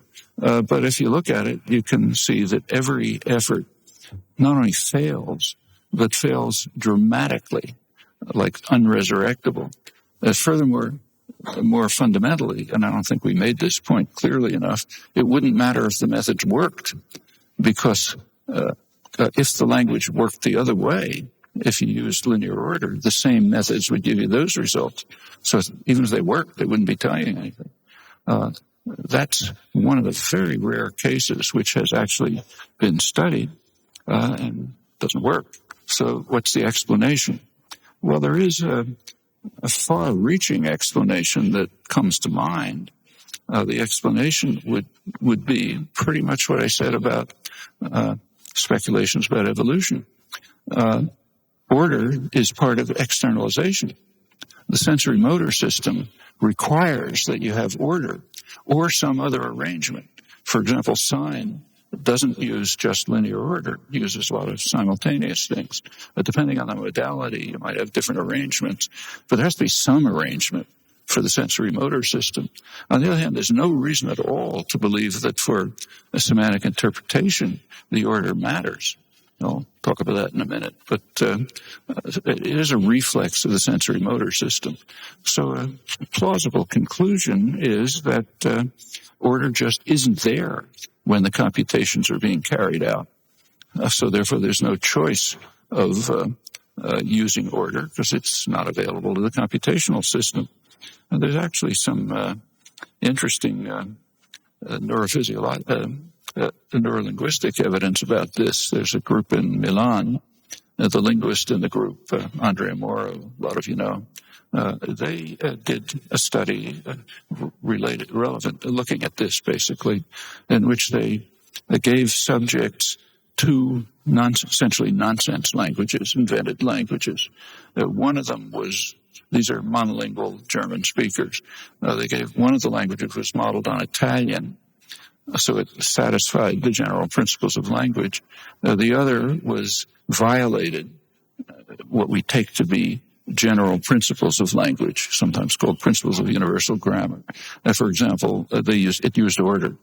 Examples would be, making a negation, the negation of a sentence, forming it by taking the third word of this, by putting the negative element not in the position of the third word, okay?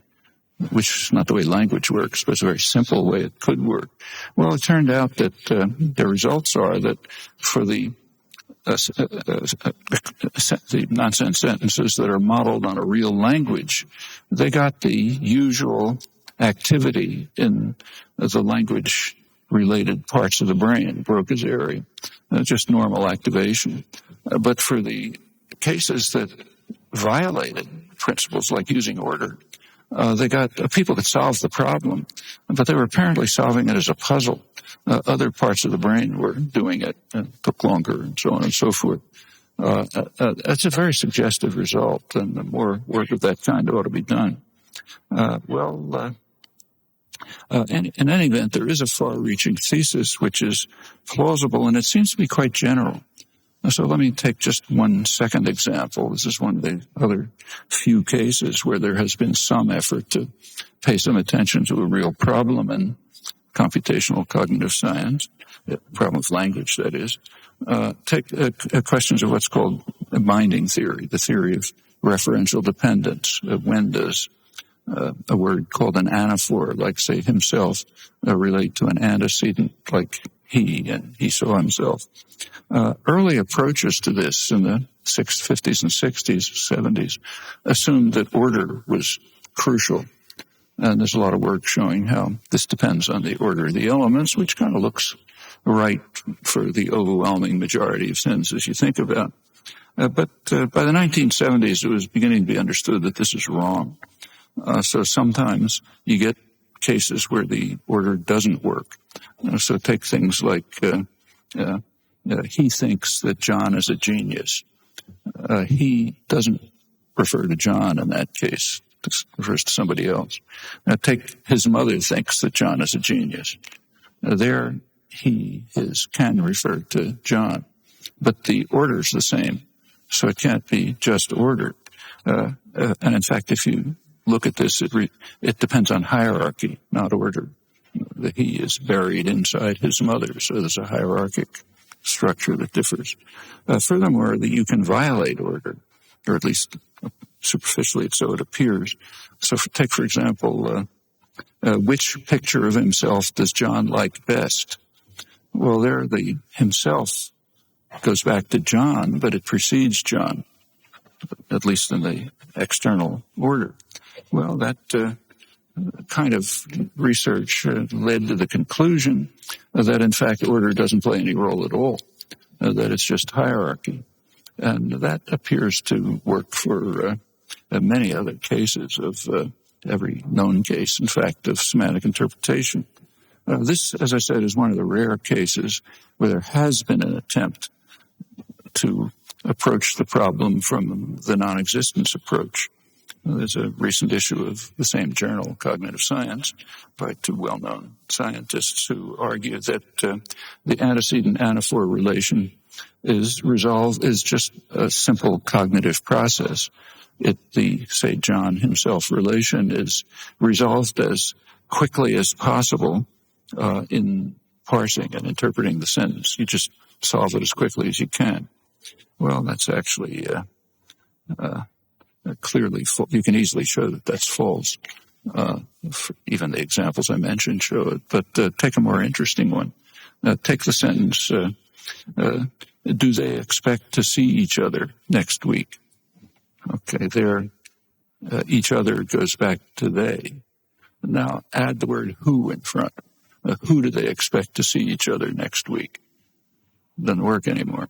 Each other doesn't go back to they. That's exactly the same sentence, just with the word who in front. Well, intuitively, we know the reason.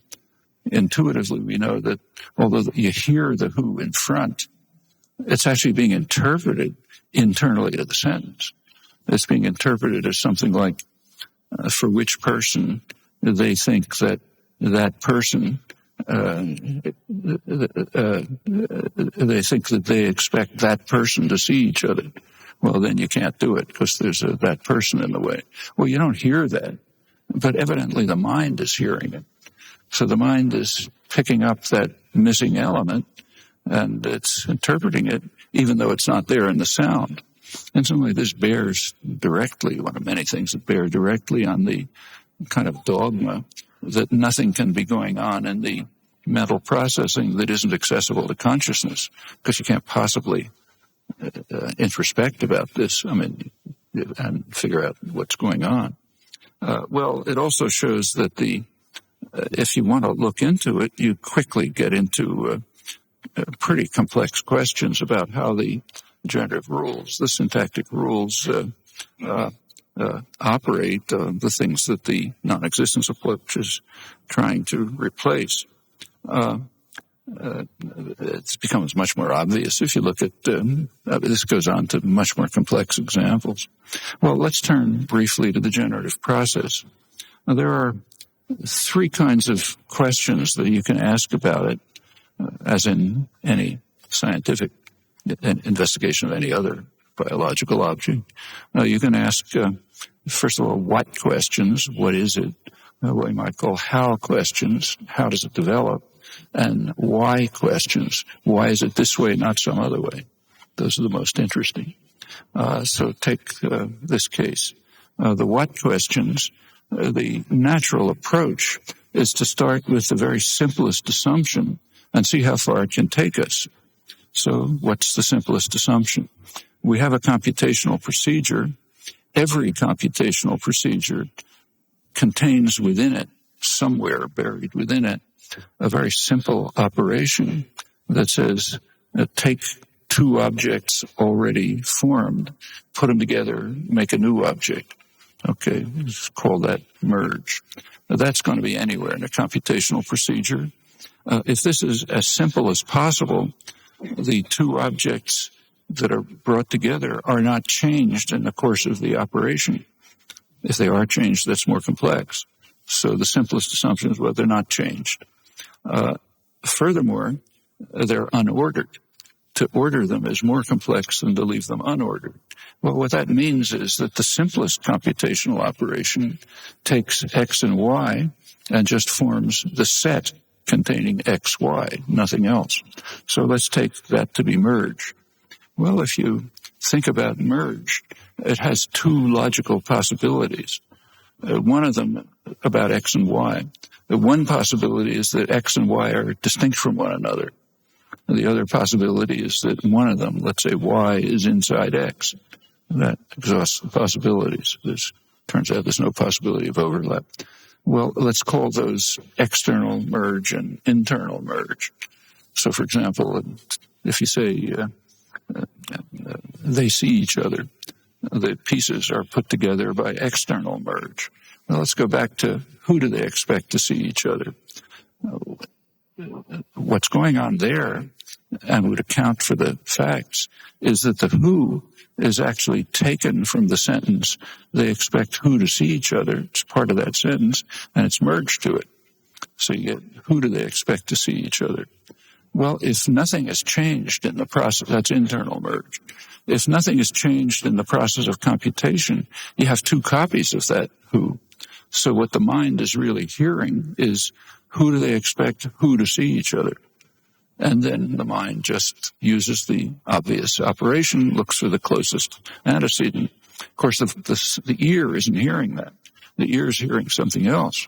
Because in the course of externalization, the internal one is deleted. Now, why should that happen? Well, that's another obvious principle of computational complexity. The less you have to articulate, and the less phonology you have to run through, the simpler it is. So the optimal procedure is to just erase everything in externalization, except the one thing that you need, the hierarchically highest, to show that the operation took place. That happens universally. Every language, every relevant expression. And it has an interesting consequence. That yields difficulties for perception. People who've worked on parsing programs, ways of figuring out what a sentence means, know that one of the hardest problems is what's called the filler gap problem. Now, you hear a word like who at the beginning of a sentence, and you got to figure out where you're interpreting it. That's pretty tricky. If you repeated it, you have essentially no problem at all. In complex sentences, this can be quite complex. Well, here's a case in point an important case where computational considerations of computational complexity, making the system as simple as possible, conflict with efficiency of use. There's a conflict between computational efficiency and communicative efficiency, and computational efficiency just wins hands down all the time.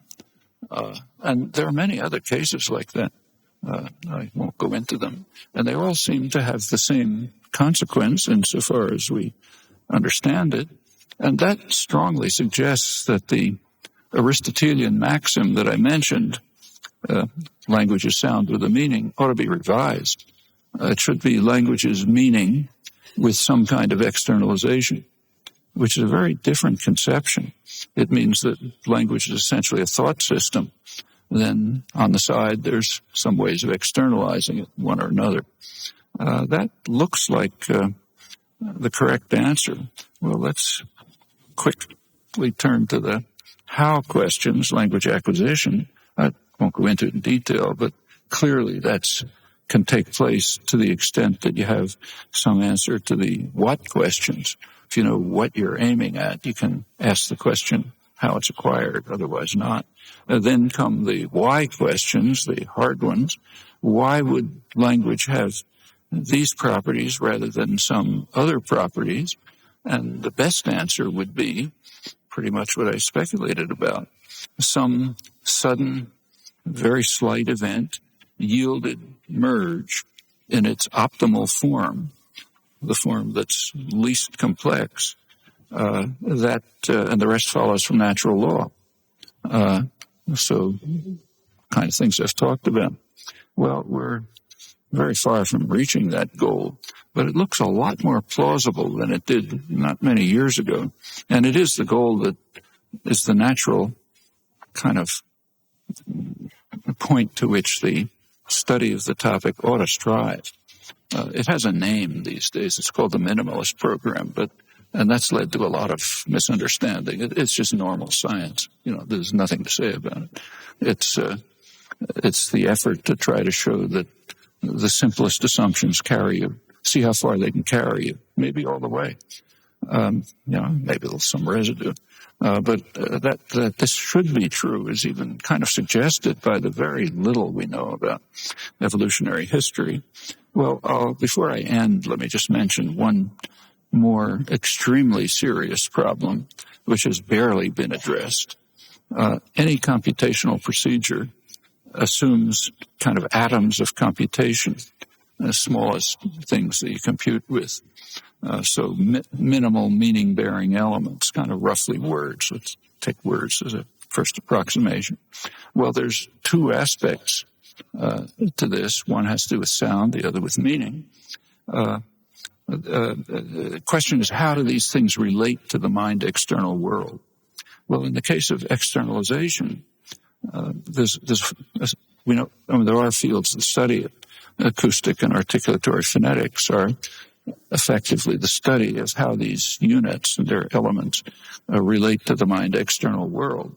That's a very non-trivial investigation. It's been going on seriously for 60 years with high-tech equipment and so on. Some results, but hard problem, like most scientific problems. What about the other aspect?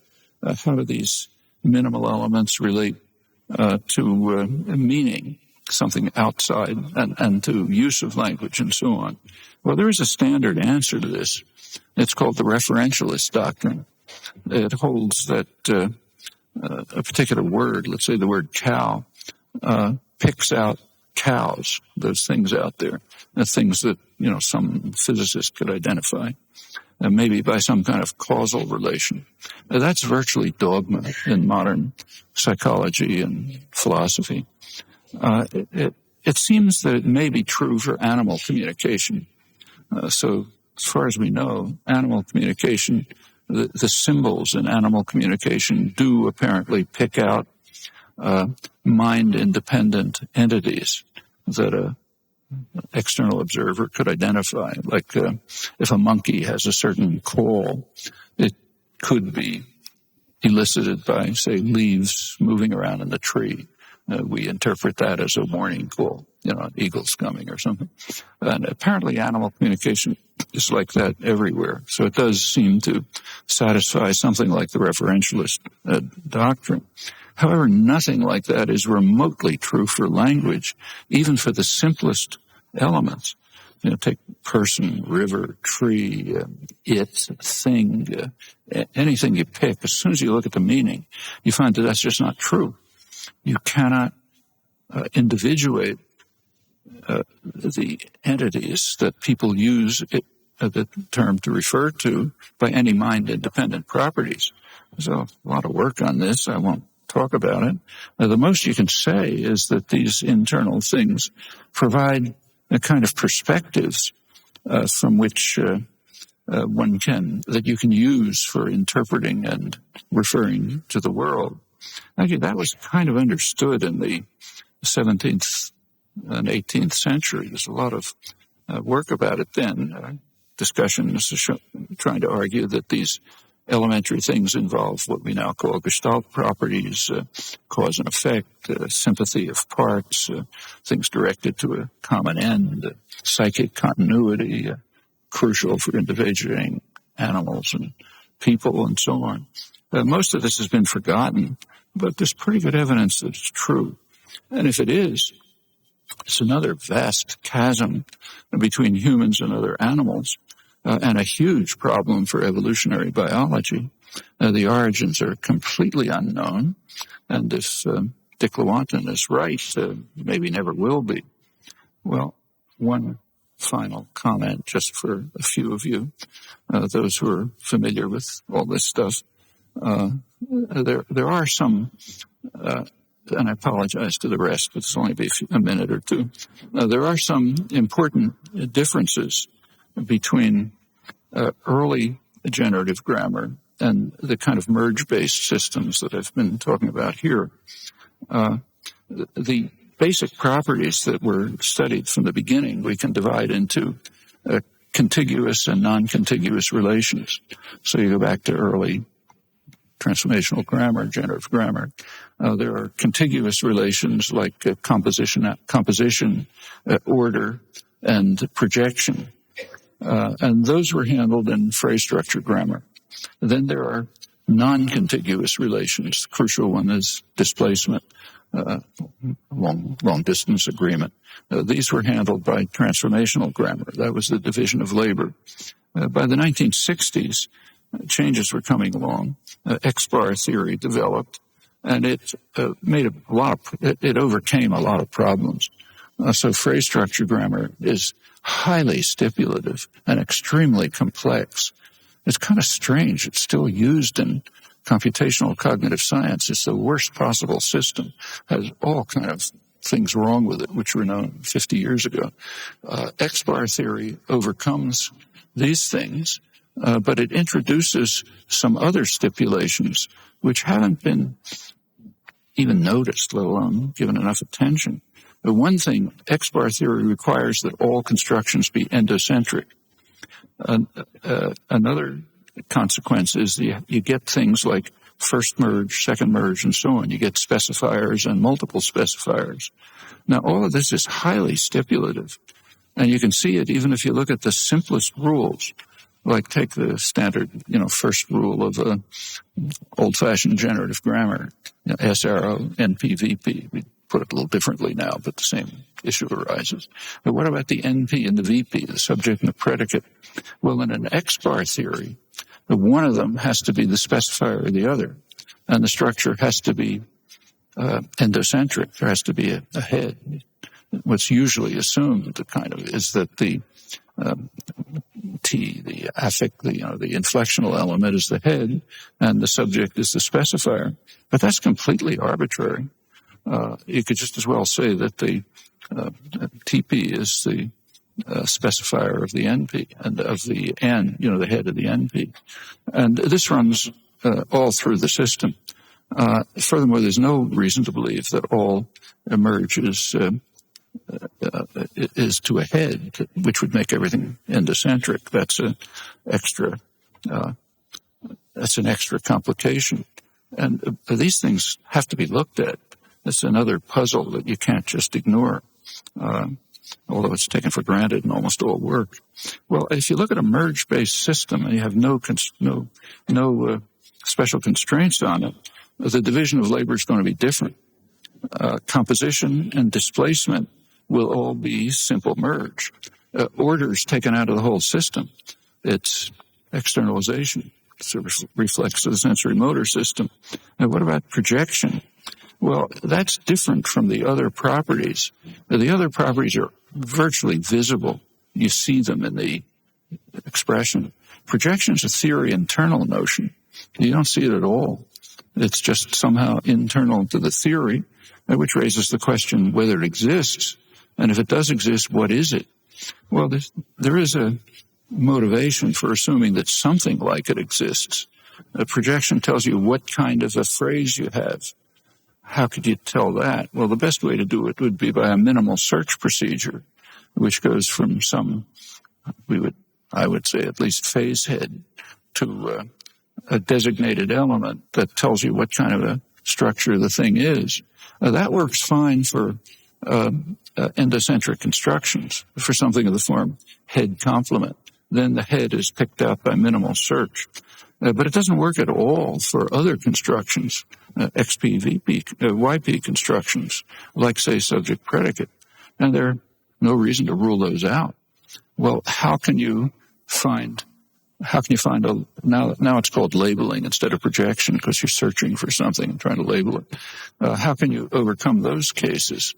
Actually, there's only two ways to do it if you think about the logic. One of them is an adaptation of some ideas of Andrea Moro again, what he called dynamic antisymmetry. This is in his study of copular constructions where he argued that is a copula and a small clause, and that one or the other of the two elements of the small clause have to raise. He talks about the consequences of this. You can reinterpret this as a labeling problem. That is, unless you raise one of them, there's no way of labeling the small clause. If you do raise one of them, then only the unraised one is visible. The other one's there. It's a copy, but it's part of a discontinuous element. And there's independent evidence that the search procedures, like agree, don't look at the copies. In fact, they only look at the whole discontinuous element. That's the way the standard, say, intervention effects in Icelandic work and so on. So that's one way of doing it. If you get something like this, you raise one of them, you can label it. But there's only one other approach, and that is that if the two elements, the XP and the YP, have essentially the same designated element, the same head, then the search procedure will find the same thing in both of them, and it'll use that as the label. Well, that gives you, if you think it through, it's complicated, it gives you what Luigi Rizzi called criterial positions. He kind of just stipulated the criterial positions, but if you look at them, those are cases where the two things that are put together, say a subject and a predicate, have agreeing heads, like phi features. So those are the two cases, and it seems that that's the way things work. And in fact, it yields a lot of consequences. For one thing, it explains why you have to have successive cyclic movement. If you are in successive cyclic movement, you're getting to intermediate structures, XP, YP, which are unlabelable. So you got to raise one of them. You get to until it reaches a criterial position in which they're labeled the same way. So like a WH phrase and a Q and a C and so on. Well, there's a lot more to say about that, but I'll stop there. But it opens up a whole array of consequences of new puzzles that haven't really been thought about.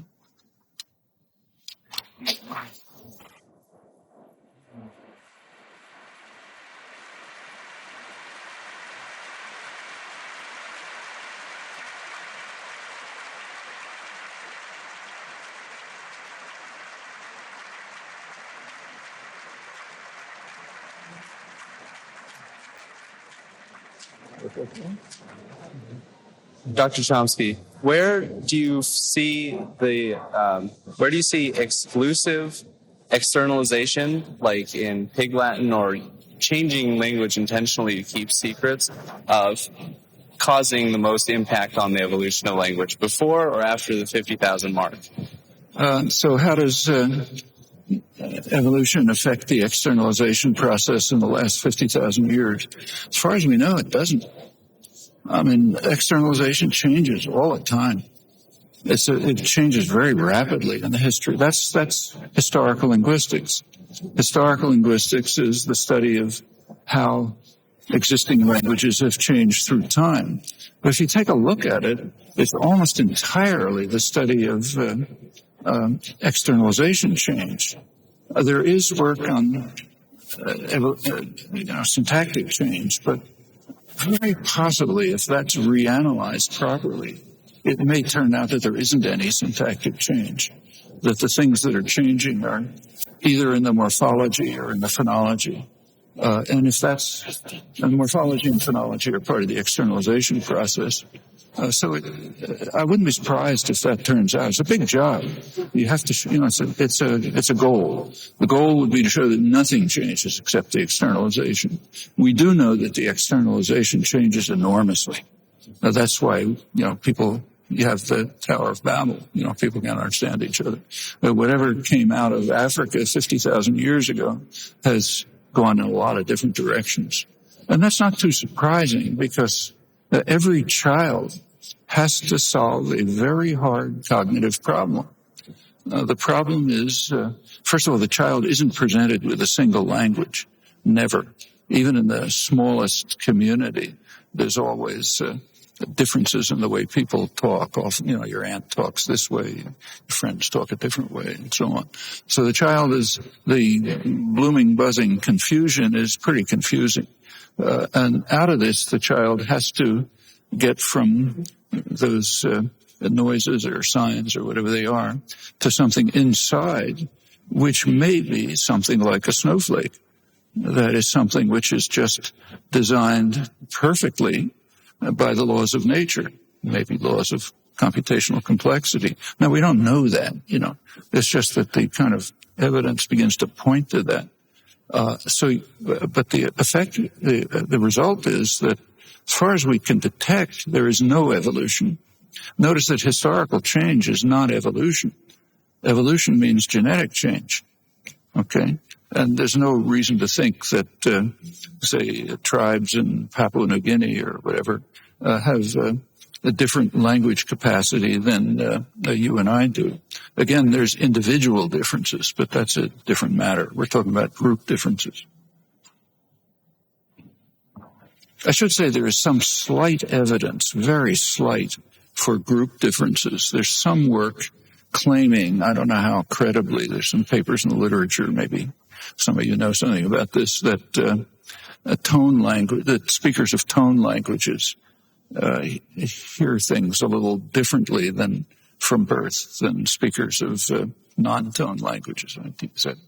Is that right? Yeah. So you can ask Heidi; she'll explain it to you. Professor Chomsky, thank you for coming here, and thank you for all your work in many facets.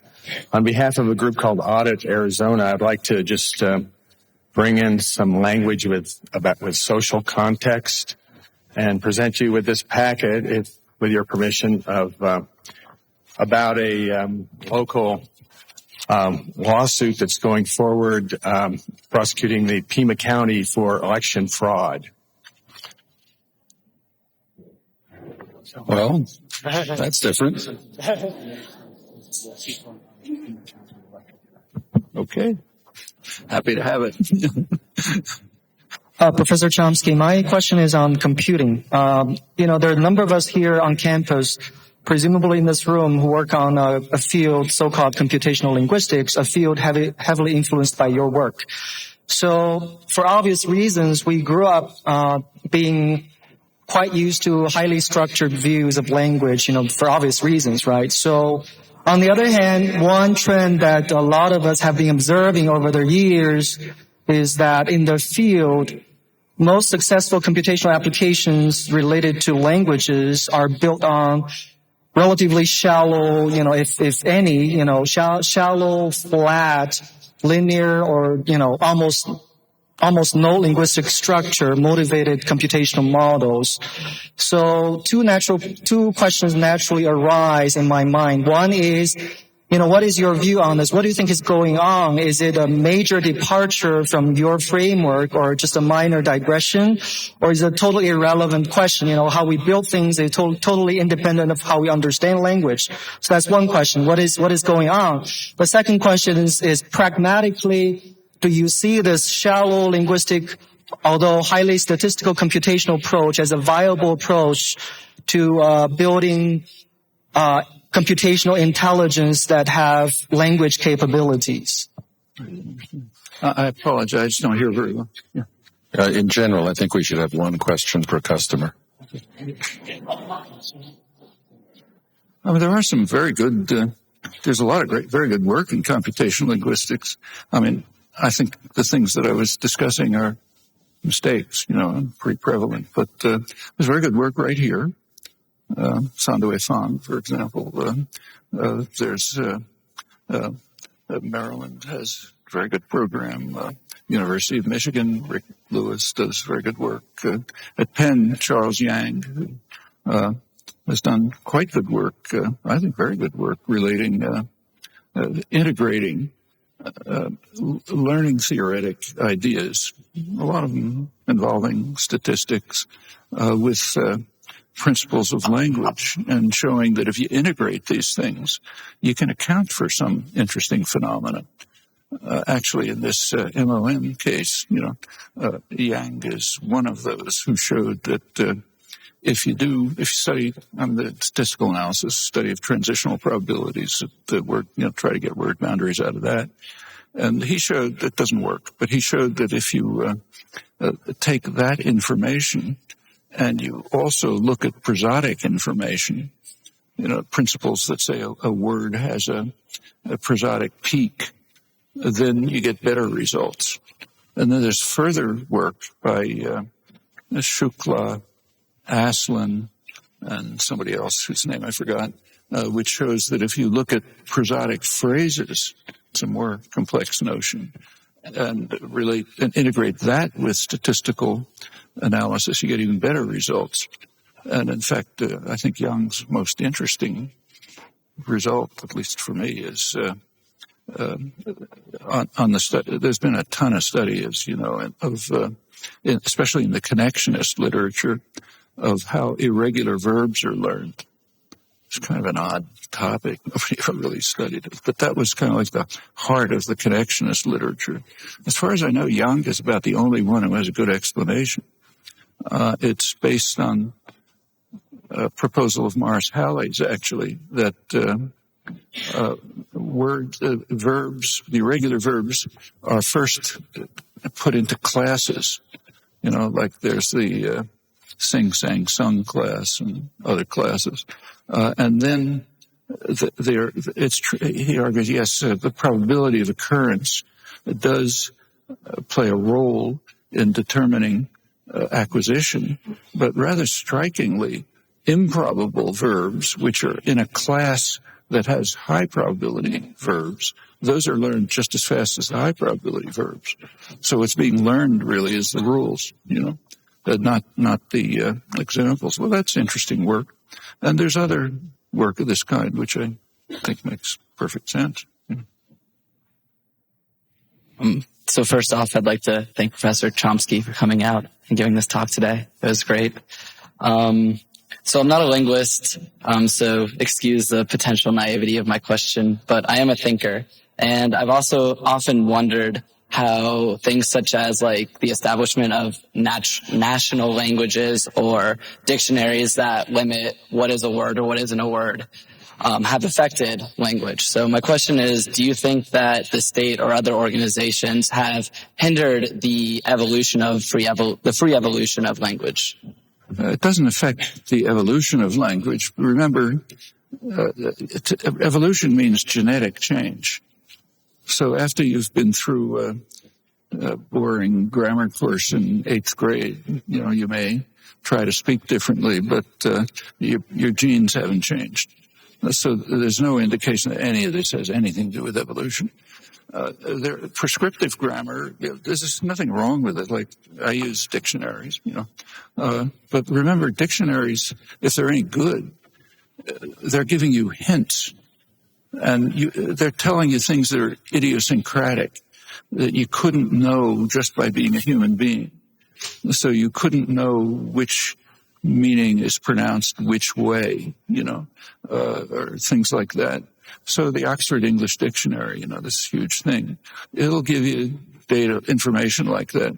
But most of the information you're providing yourself. The dictionary doesn't come close to describing either the meaning or the pronunciation of words.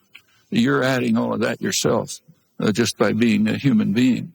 The same way a child does when the child is hearing a word used and somehow understands what it means. And in fact, it's pretty remarkable, but there's quite good evidence for one-trial learning. And when you think about the meaning of a word, that's kind of a miracle. Lila Gleitman has done very good work on this, as have others. A kid hears a word in one use, and it knows the meaning, and how to pronounce it. Maybe it can't pronounce it because it doesn't have the articulatory capacity, but it knows how it's done, in fact, a kid can learn, a dozen words a day. It is kind of miraculous, and they do have complex meanings. So the prescriptive grammars, at best, just give you data that you couldn't have known just by being human. At worst, what they do, and what instruction often does, is teach you things that are wrong. Anything you learned about your language in school is probably wrong, or else for good reasons. Otherwise, they wouldn't have taught it. Most of it automatically. And if you're taught something, it's typically trying to get you to do something that's inconsistent with what you know, and very often inconsistent with the way language works. And this does have effects. And that's why people say things like, between you and I, let's say. It ought to be between you and me. Or why they say he and I left instead of him and me left, which is what English ought to have. That is a result of teaching.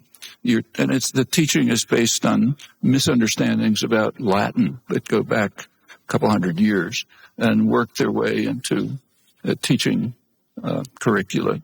And the teachers have to try to force the kids to say these things because they don't make any sense. And when kids learn them, they often overgeneralize. So you get the between you and I type stuff. So that's there, but it's pretty peripheral to language. A very simple question. When you refer to complexity, what do we actually mean by that? Complex as a dynamic system or nonlinear? What do you mean by complexity? Well, complexity is a tricky concept. We don't have a general theory of complexity. And in fact, the study of systems and how they develop, it teaches you something about complexity. Because there's good reason to think that systems kind of automatically develop in the least complex ways. When you see how they develop, you get some sense of what the proper notion of complexity is. So it's an interactive process. But there's some things that are just kind of obvious. For example, less is better than more, or a shorter search is better than more longer search. And those are the only notions of complexity that I used in the talk, and they carry it pretty far. Nothing like this gets into dynamical systems. That raises further questions, which may be relevant, but you kind of wait until you reach problems where you need more complex notions. I'm sorry, but we have to stop the questions now. I think I have no choice. Yay, ladies! Thank you, Dr. Chomsky. Thank you for being here. Thank you for listening. My question is probably non-academic in that language often falls short for many of us.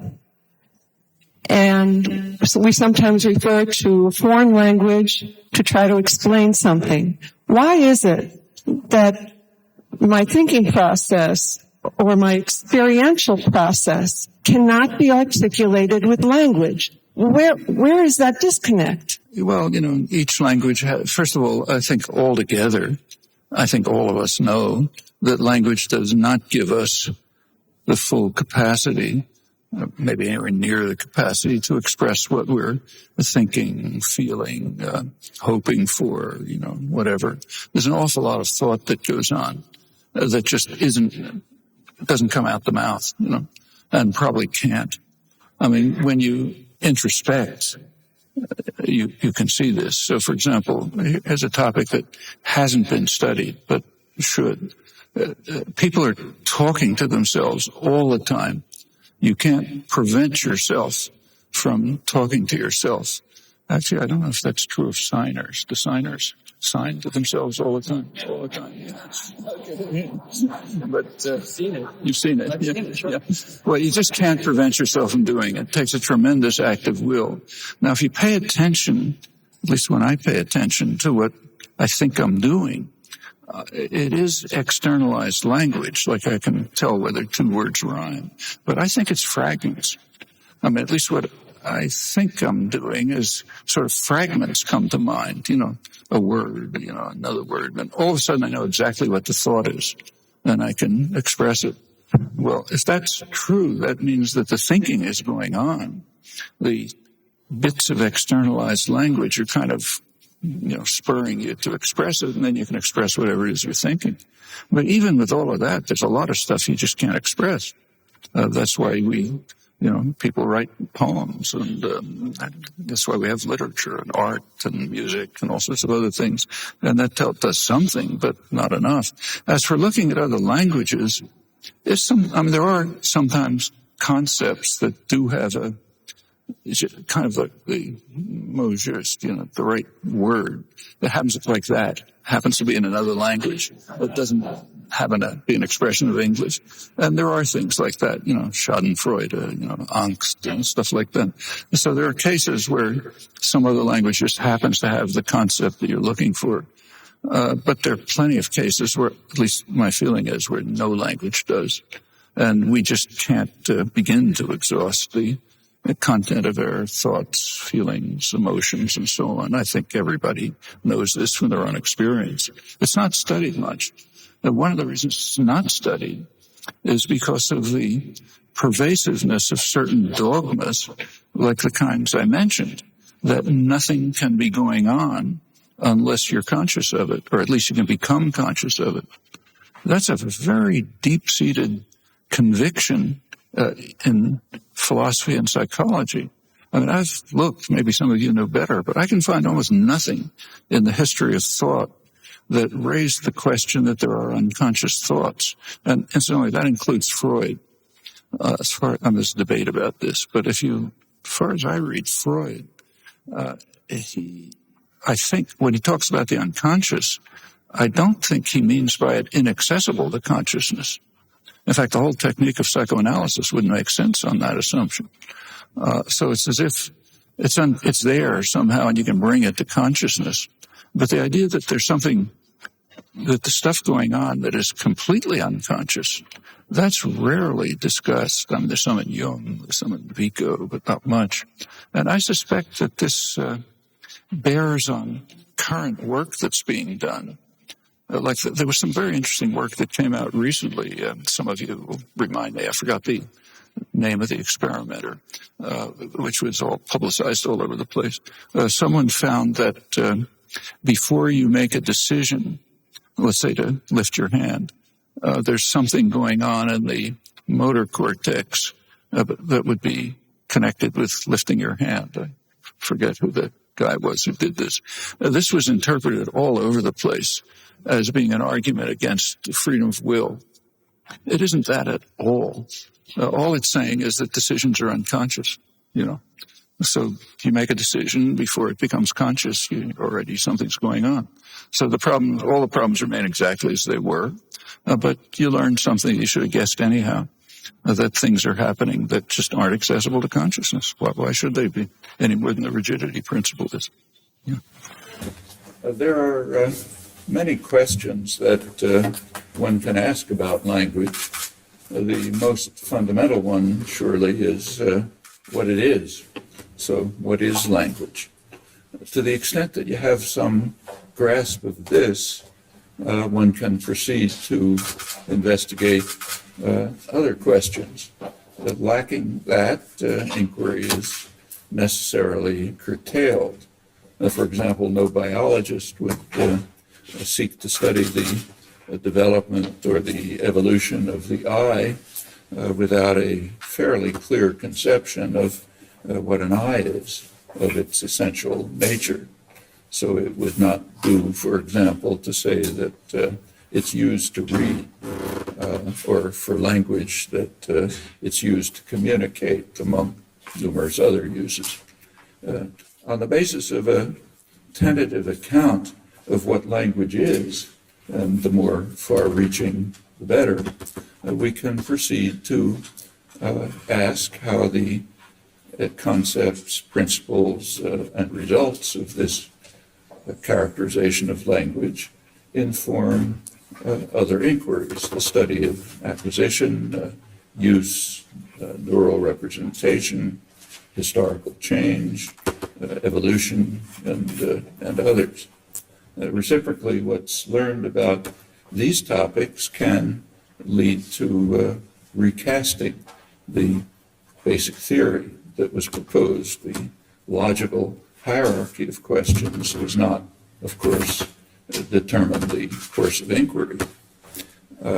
Every sensible approach to language must recognize at least that it's used by individuals, and that capacity to use it depends primarily on properties of the human brain. That should be uncontroversial. Accordingly, every approach to language, no matter what it is, presupposes, at least tacitly, a concept that is sometimes called I language, I for internal, individual, some system that's internal to an individual and understood as a biological property of the person. While that is presupposed by all sensible conceptions, whether it's acknowledged or not, often vigorously denied, but nevertheless has to be accepted. I language itself presupposes none of the others. And in that sense, it's the most fundamental notion. And when I speak of language here, I'll mean I language in that sense, something internal to an individual and a biological object, property mostly of the brain. Well, the most elementary property of I language is that it's a system of technically called discrete infinity, rather like the integers. So there's 6 and there's 7, but 6.5 isn't an integer. A system of that kind has to be determined by some finite computational procedure, in technical terms called a generative procedure, which is a special kind of recursive function.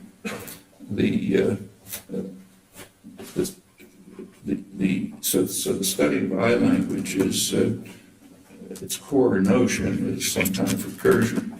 Recursion is a concept that's often misinterpreted. In fact, almost universally outside of mathematics. But I won't go into that here. I'll put it aside. The linguistic and psychological literature is rife with misinterpretations. But it's pretty simple. Basically, a recursive function is anything that you can program for your laptop. It's good enough, as long as the laptop has a capacity to add memory indefinitely. So you can put more and more disks into it. That's a recursive function. For example, a program to add numbers, or if we understood enough, to generate the expressions of the various I languages. And in fact, each I language can be understood to be just a generative procedure, which yields an unbounded array of hierarchically structured expressions, each of which is assigned an interpretation at the interfaces with other internal systems. One is the sensory motor system that can be externalized in some form. Another is, roughly speaking, a semantic pragmatic system of thought, roughly. So that means an I language basically is something that associates sound and meaning, a traditional notion that goes back to classical antiquity. We now know that sound is only one mode of sensory motor externalization, and it turns out there's nothing special about it, but I'll keep the sound just for convenience. Well, the fact that the sound-meaning correlation is in principle unbounded has very rarely been recognized in the long and rich history of the study of language. In fact, I've only found a few cases. Darwin was one. He wrote that man differs from animals solely in his almost infinitely larger power of associating the most diversified sounds and ideas. That is, in having what we would now call a generative grammar.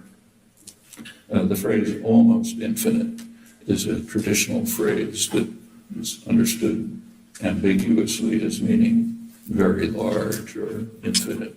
Distinction was not clearly made until more recently. The unbounded character of the association is the basis for what Galileo called, quoting him, the marvelous invention of the alphabet, which in his words provides the means to construct from 25 or 30 sounds, that infinity of expressions that enable us to reveal everything that we think and all the movements of our soul. It's a correct characterization and a rare one. Recognition of the unbounded character of the language and the deeper concern, much deeper concern for the creative character of its normal use. And that was soon to become a core feature of Cartesian science, what we call philosophy. Coming to more recent times, a century ago, a prominent linguist, Otto Jespersen, raised the question how the elements of language come into existence in the mind of a speaker on the basis of obviously finite experience. That's the problem of acquisition. And that process, again quoting Jespersen, yields somehow a notion of structure in the mind of the speaker that is definite enough to guide him in framing sentences of his own, crucially free expressions that are typically new to speaker and hearer over an unbounded range. And it would therefore follow that the task of the science of language is to discover this notion of structure and how it arises in the mind, and to go beyond that, to unearth what Jespersen calls the great principles underlying the grammars of all languages, and by so doing, to gain a deeper insight into the innermost nature of human language and of human thought. Now, these are ideas that sound much less strange today than they did when Lyle and I were getting into the game during the structuralist behavioral science era that came to dominate most of the field, almost 100%. That marginalized Jespersen's insights. In fact, he was forgotten for years. And I don't know about you, we were both students at the same university studying linguistics at different years. I never heard Jespersen's name mentioned. I learned about him poking around in the library once. And along with much other traditional understanding, it was just forgotten and regarded as mystical because it didn't fit the behavioral science preconceptions. Well, reformulating Jespersen's program, which I think is the right one, the basic task is to investigate the true nature of the interfaces, sensory motor, semantic pragmatic, and the generative procedures that relate them, and to determine how they arise in the mind of the speaker and how they're used. The focus of concern should naturally be on free expressions, the creative character of the mind, along with further questions about neural representation, evolution, much else. Well, the modern sciences generally have largely adopted Galileo's methodological guideline, which is that in his view, that nature is simple.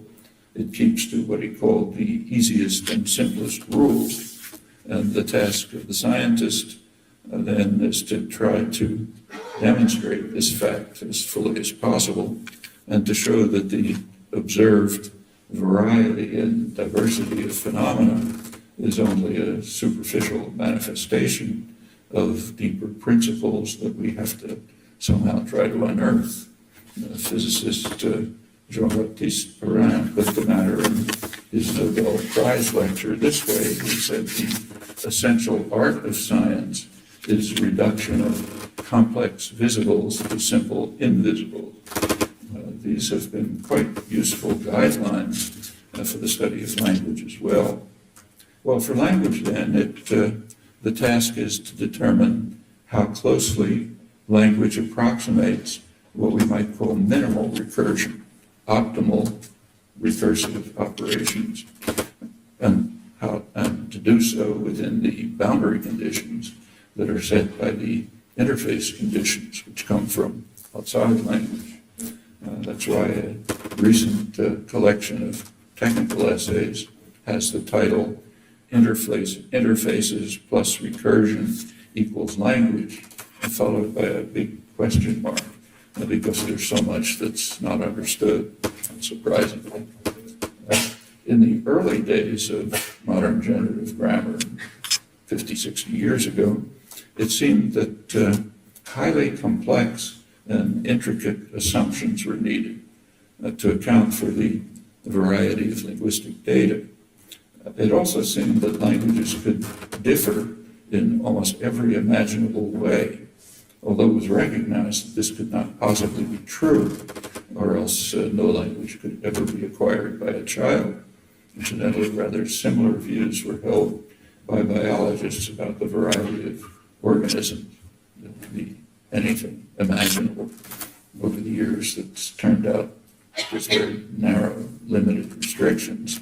In fact, so narrow that a proposal that there's a universal genome, that all multicellular animals are fundamentally identical, is taken seriously. Can't be proven, but plausible.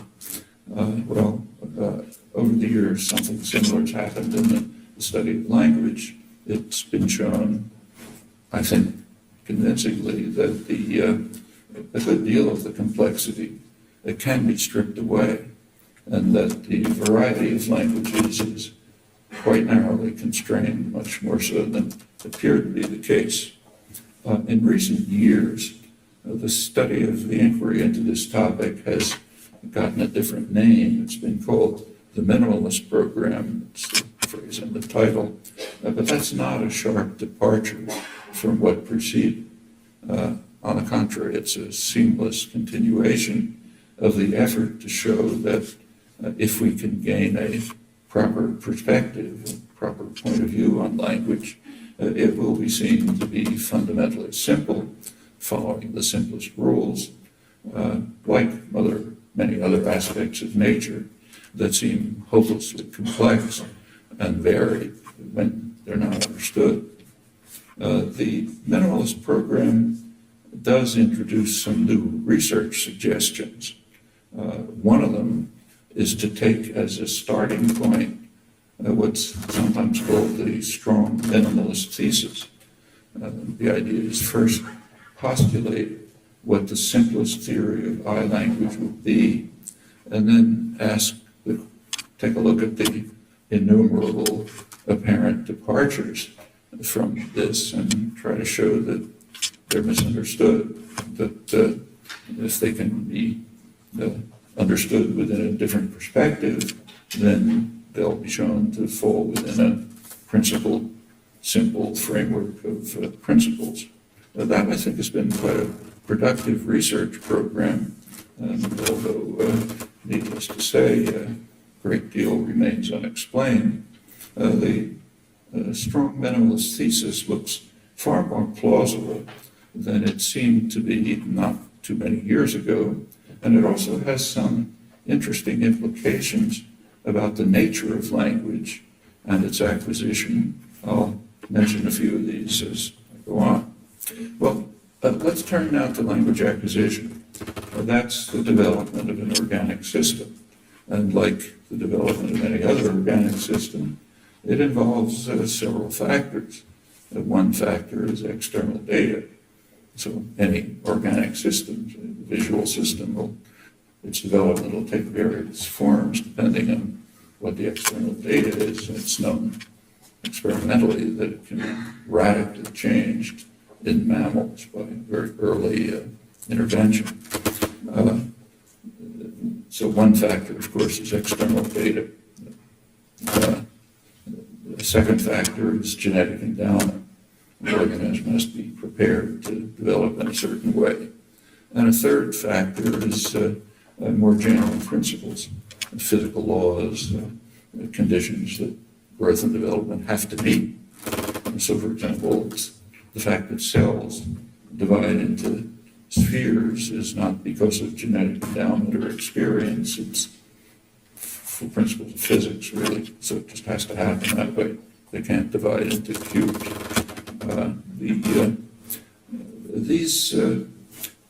The existence of these factors is regarded as uncontentious. Incidentally, among the genetic factors, there are several. One are those that are specific to language. That's what's technically now called UG, Universal Grammar. It's adapting a traditional term to quite a new context. And then the genetic basis for whatever other systems of the mind, cognitive processes, the brain, and so on might enter into, might interact to lead to the way language is acquired. Well, existence of these factors is regarded as quite uncontentious, with a single exception, UG, that's considered contentious, which is very irrational in my view. That has to be a misunderstanding. It's evident that there must be a genetic basis for the fact that Jacques described before, a human infant, but no other organism, infinitely, instantaneously, and effortlessly, reflexively extricates from the environment language-relevant data. There's a small trick incidentally. And it quickly attains rich linguistic competence in feats that are utterly beyond any other organism, even in their most rudimentary aspects. But that's what would be entailed by denying the existence of universal grammar. There are other approaches that are commonly advocated, like astronomical memory, but you just do a small calculation, it turns out memory will have to be bigger than the number of particles in the universe, even to deal with small sentences. Statistical analysis, very popular, or sometimes what's called theory of mind, that is the ability to recognize that other people have a perspective different than you do. Sometimes culture in some obscure sense that gives a bad name to hand waving, I should say. But all of these collapse very quickly on any serious analysis.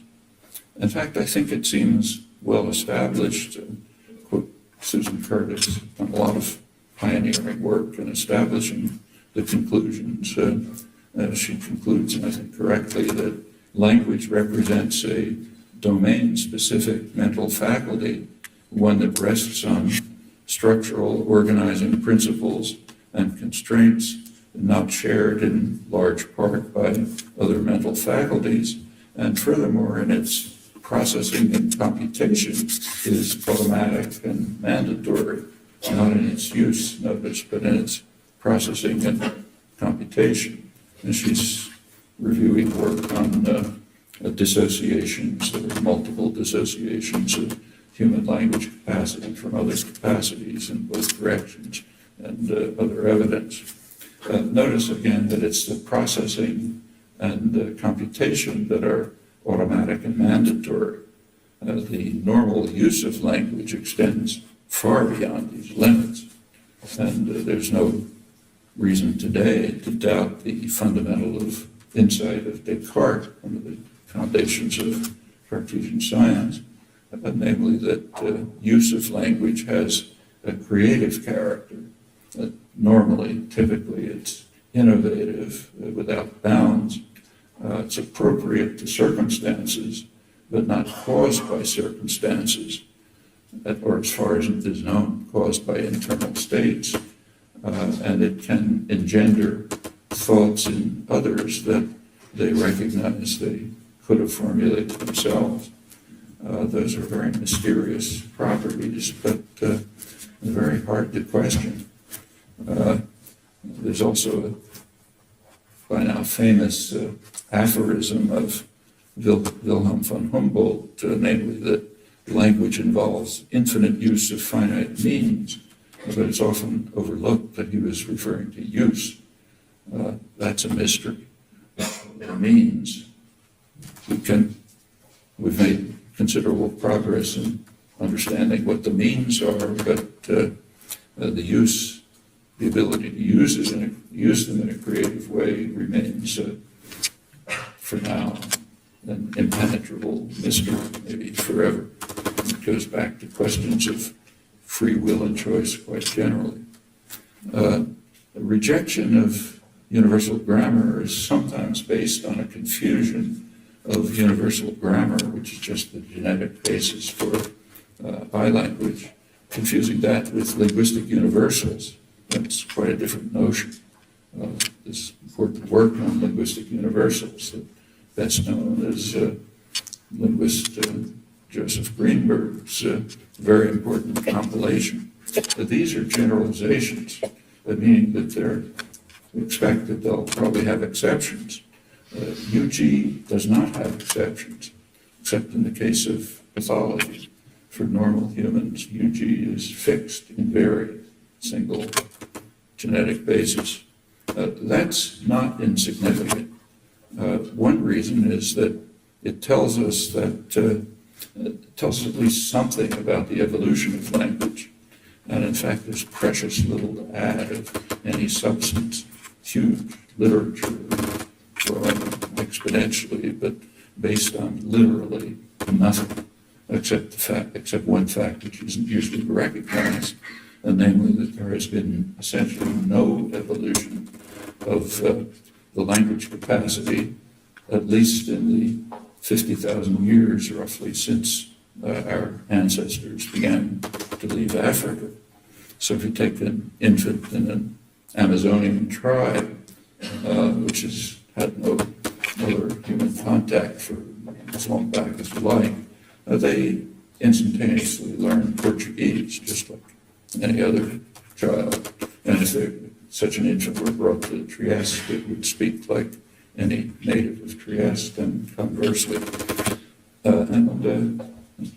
As far as there aren't any exceptions known to this, and if that's correct, and the evidence is quite overwhelming, then it means that the linguistic capacity, UG, simply hasn't changed. In fact, the only other fact about evolution that's known with even limited confidence is that if you go back not long before that, maybe another 50,000 years, there's no evidence that there was any language at all. And so during that extremely narrow window from an evolutionary point of view, it's a flick of an eye, something happened which led to these creative capacities. And that, again, leads us to expect that Galileo is probably right. It must have been something simple that happened, some simple rewiring of the brain. Maybe the rewiring that created the generative capacity, which doesn't seem to exist anywhere else in the organic world. Now, that's about what you can say about evolution of language. I don't know anything else that can be said. Plenty is written, but having something to say is different from writing. All of this is pretty surprising to people who believe in a certain conception of evolution, what sometimes you're taught in school, but a serious misunderstanding of the modern theory of evolution. That is the idea that the language must have evolved in small steps over a long period. That evolution takes place in little bits. I mean, Darwin did believe that, but for a long time it's been known to be completely wrong. However, these assumptions that I mentioned are quite consistent with the conclusion, I think a lot more plausible, that the core properties of language emerge fairly suddenly in evolutionary time, probably by some minor mutation which rewired the brain. Well, of course, there's constant historical change, but that's a totally different matter. Historical change is not to be confused with evolution. This should be obvious, and the only reason I say it is because it's commonly overlooked. If you look at the literature on evolution of language, it's mostly speculation about historical change. In the technical sense of the word evolution, languages don't evolve at all. So there is no such field as evolution of language, no topic. They do change over time, but they don't evolve. Language users evolve, they're organisms. But with regard to language capacity, not in the last 50,000 years, it seems, and possibly not since the emergence of cognitively modern humans, apparently not long before they began to leave Africa. Anatomically modern humans go back hundreds of thousands of years. You can tell that from fossil evidence. But cognitively modern humans, as far as you can tell from archaeological evidence, seem to be very recent, very shortly before the trek from Africa. Well, let's turn to language acquisition. Even the first moments raised very puzzling questions. An infant is surrounded by what famous psychologist William James called a blooming, buzzing confusion. Just a lot of stuff happening. Somehow the infant must extract from this confusion data that are specific to language. Not easy to try to write some kind of mechanical procedure that will do that. It's quite mysterious. There's very recent evidence that the auditory system of apes, chimpanzees, is very similar to that of humans. And it even responds to the acoustic signals that are critical for human language, so-called distinctive features. But for apes, this is just noise. It's just an undifferentiated part of the general physical environment. And that's true of other organisms. Although they pick out specific parts of the environment that are ignored or undetected, maybe undetectable by humans. So there's got to be some specific internal computational mechanism that's used by human infants, but not other organisms, to take the very first step in language acquisition to determine that something out there is related to language. Research by Jacques Miller and his colleagues has shown that this achievement is in part prenatal.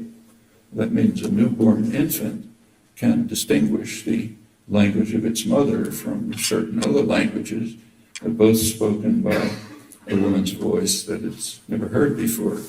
And it turns out that research that came out of these surprising discoveries has shown that languages fall into rather plausible categories in this regard, what the infant can distinguish and what it can't.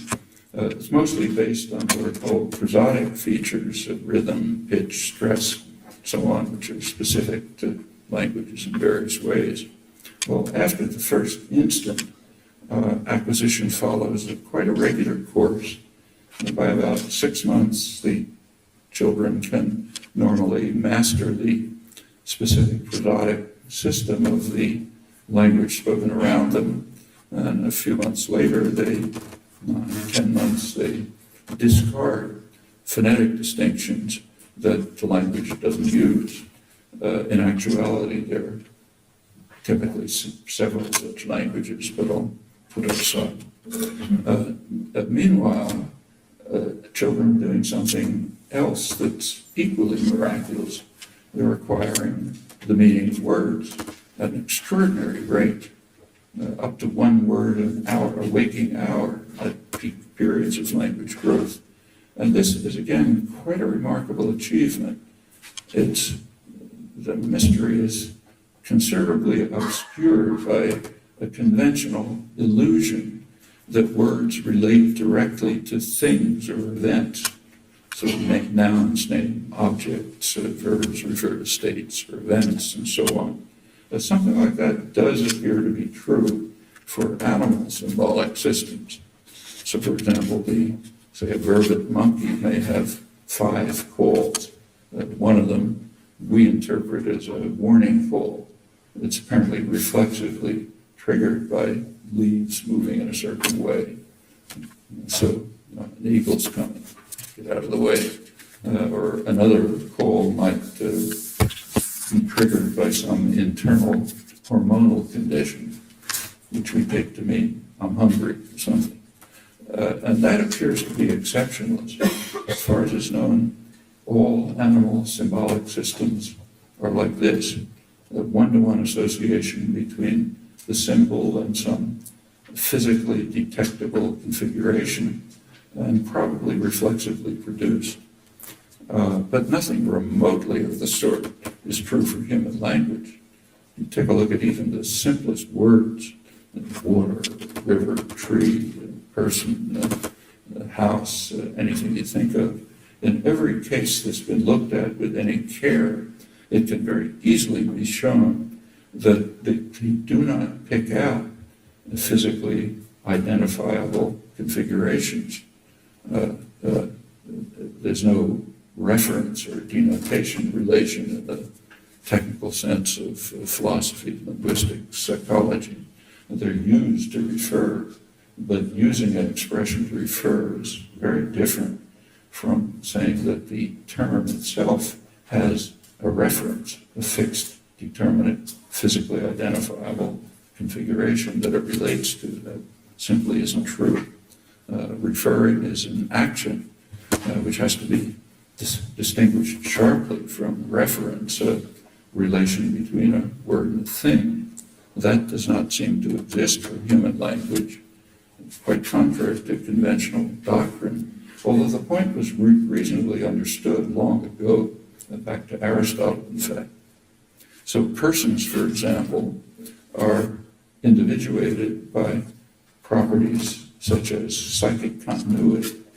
It's not a physical property. Physicists can't identify psychic continuity.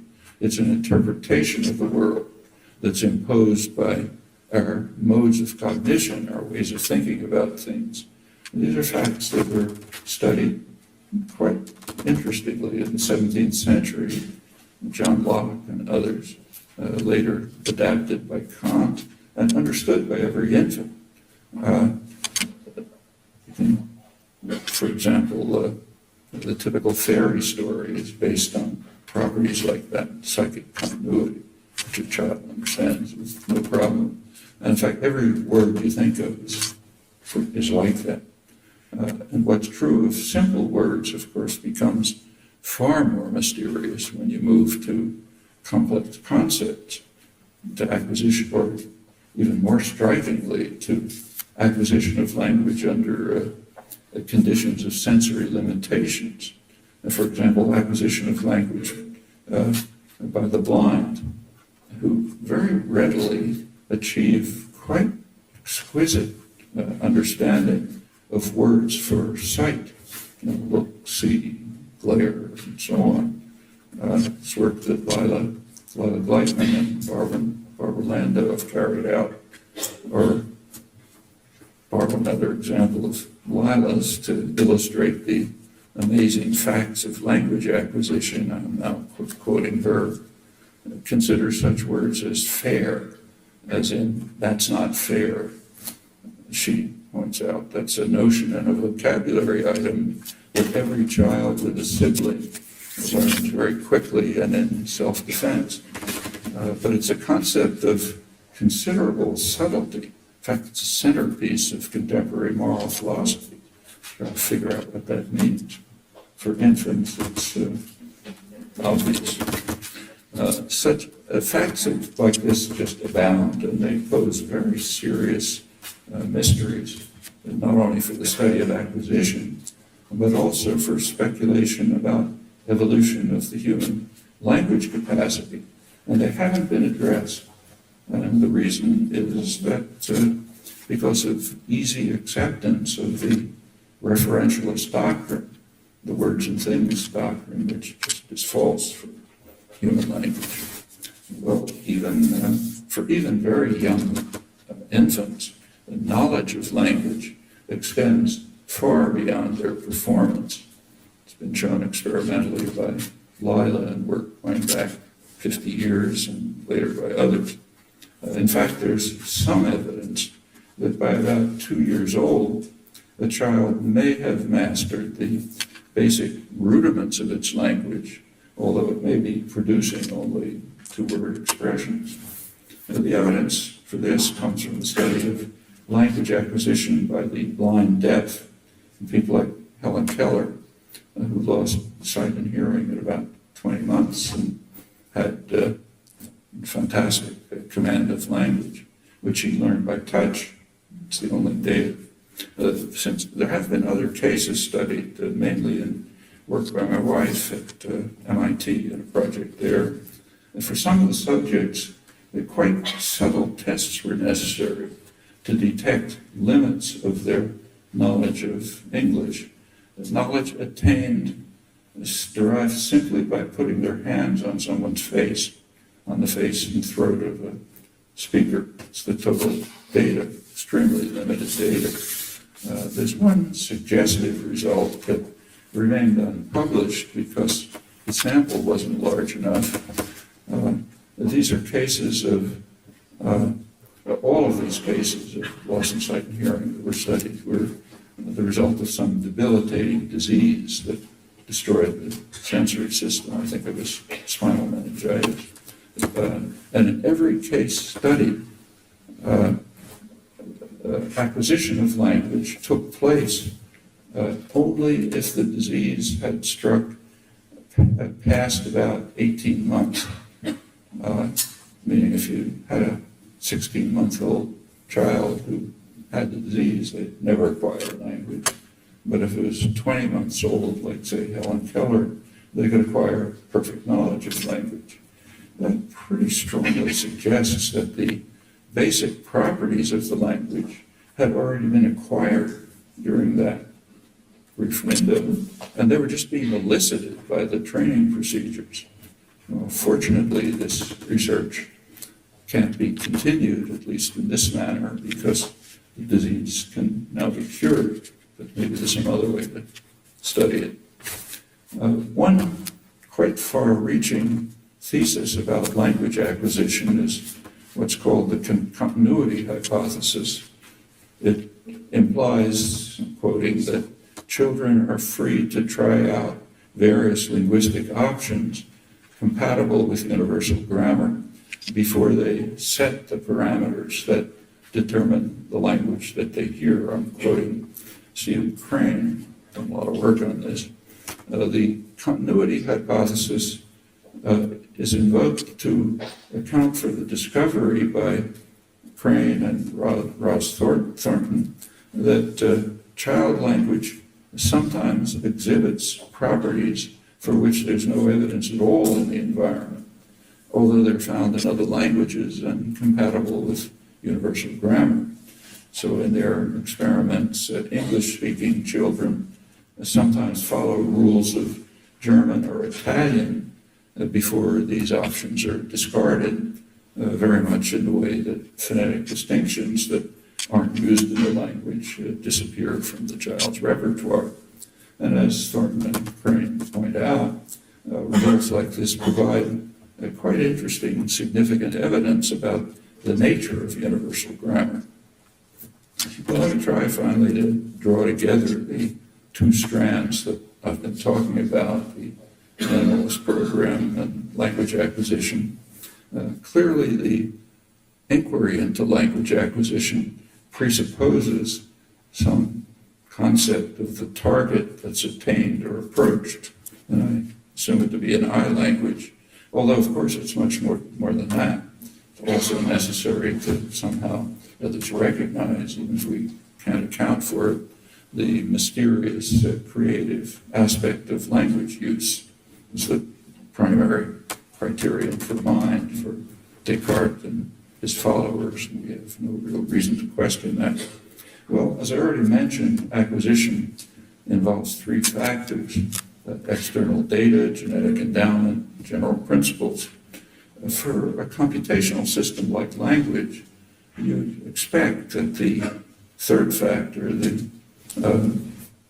general principles, would involve principles of efficient computation. It's a computational system. There are general principles of efficient computation. They're independent of organisms and presumably invoked in the development of language.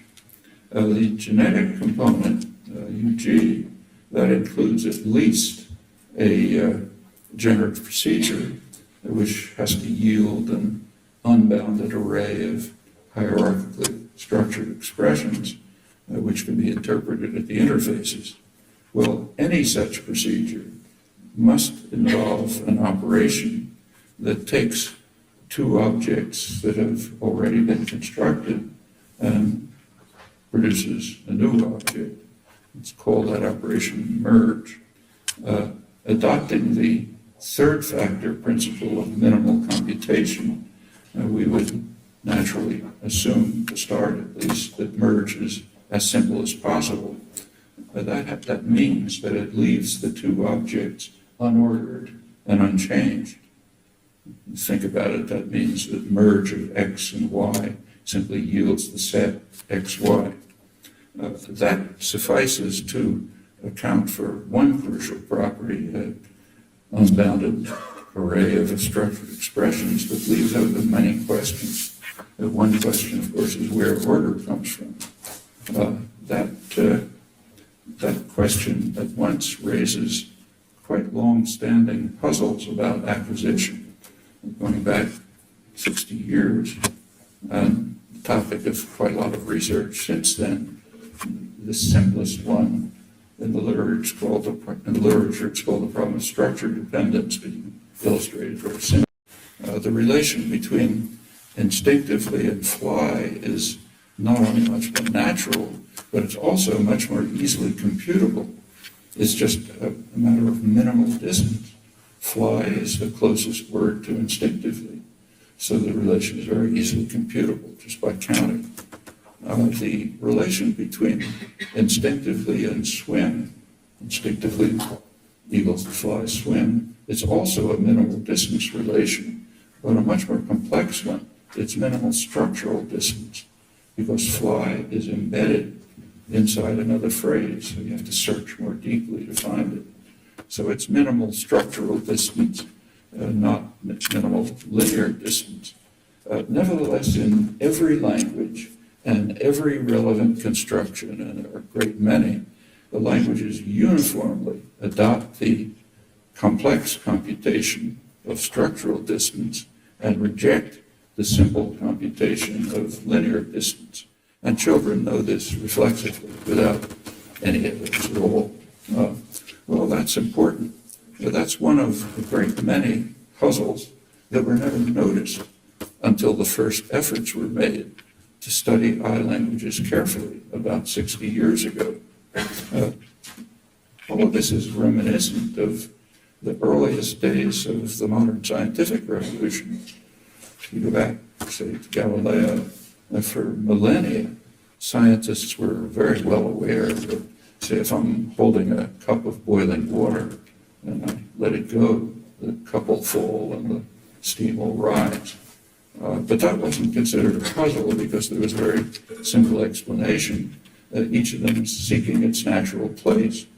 The best scientists, very good ones for literally millennia, had taken that to be the end of the story, so no puzzles. When Galileo and others permitted themselves to be puzzled by such elementary facts, modern science began. And it was, of course, quickly discovered that all of our intuitions about falling bodies are a great deal more is completely wrong. The ability to be puzzled is a very important one to cultivate if you want to do serious inquiry. The world is full of puzzling phenomena, and if they don't look puzzling, you're in trouble. They should look puzzling, and you should be bothered by them. Well, in the case of structural versus linear distance, kind of a small industry has developed in the cognitive sciences, seeking to show that the answer can be given by sophisticated, usually Bayesian statistical analysis of raw data. Every such effort has been easily demonstrated to be a failure, total and irremediable. There's no way to do it. In fact, this is interesting because it's one of the very rare cases where serious efforts have been made to show that acquisition problems can be solved by statistical analysis. Now, there is a very simple explanation which comes to mind at once, namely, universal grammar keeps to the optimal form of merge, to the simplest possible combinatorial operation, which leaves terms unordered. And so linear order is simply not available to the child who learns language or to the adult who uses it? Well, it's the internal computations. It's just not there. Well, of course, there is order. If you hear a sentence, the words are ordered. And that's a property of the sensory motor interface. We can't talk in parallel. So, got to be some kind of order and arrangement. And the plausible suggestion is that order and other arrangements are just reflexes of the externalization process, the interface, sensory motor system, but they're not involved in the computations of language. And that has plenty of consequences. It would imply, for example, that although hierarchy is clearly involved in sentence interpretation, complex interpretation, semantic interpretation, and so on, nevertheless, order should never be involved. It looks surprising when you think of it for a long time, and it's not obvious. There are many complicated considerations arise, but it does appear to be true over quite a broad range.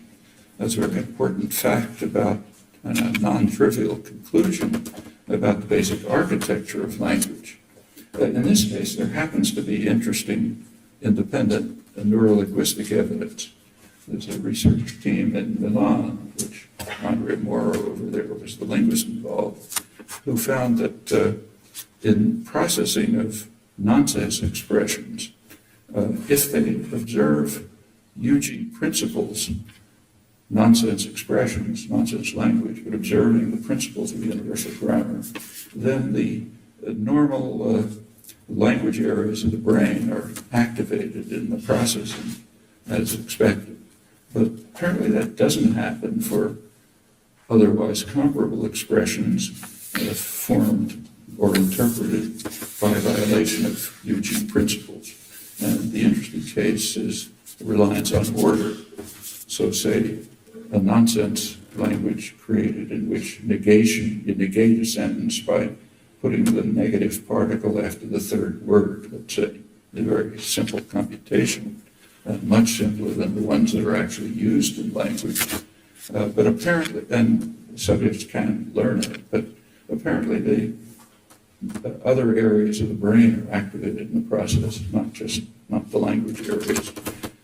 So would mean that subjects are essentially treating this as a puzzle, not as a language. And as well known, language is dissociated from other cognitive capacities. There are some similar results found by Neil Smith and his colleague Yancy Maria Simply.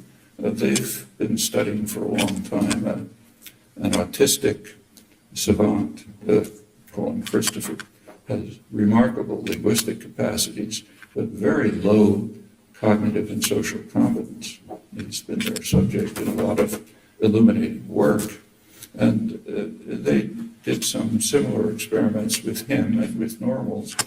And they found that normals treated rules involving order, like say negation after the third word, treated them as puzzles, while Christopher couldn't deal with them at all, as expected, given his limited cognitive capacities. But similar nonsense structures which satisfied UG principles he learned just like any other language. Well, observations like these suggest a much broader thesis, namely that the fundamental architecture of language, its design, if you like, satisfies semantic, pragmatic principles, while externalization in one or another sensory modality is just something secondary phenomenon, not essential to language in any way. So there's in traditional terms, language is primarily an instrument of thought. Language is audible thinking. It's what the 19th century linguist William Dwight Whitney, his formulation expressing the traditional conception, it's the spoken instrumentality of thought. It's a view, incidentally, adopted by a number of distinguished contemporary biologists, notably two Nobel laureates, Salvador Luria and François Jacob. And as I mentioned, it's also Galileo's view. He took for granted that the sounds of language enable us to reveal our thoughts. That's what they're for. So language is basically a thought system and can be externalized. And in fact, if you introspect briefly, you'll quickly discover that probably 99% of your language use is never externalized.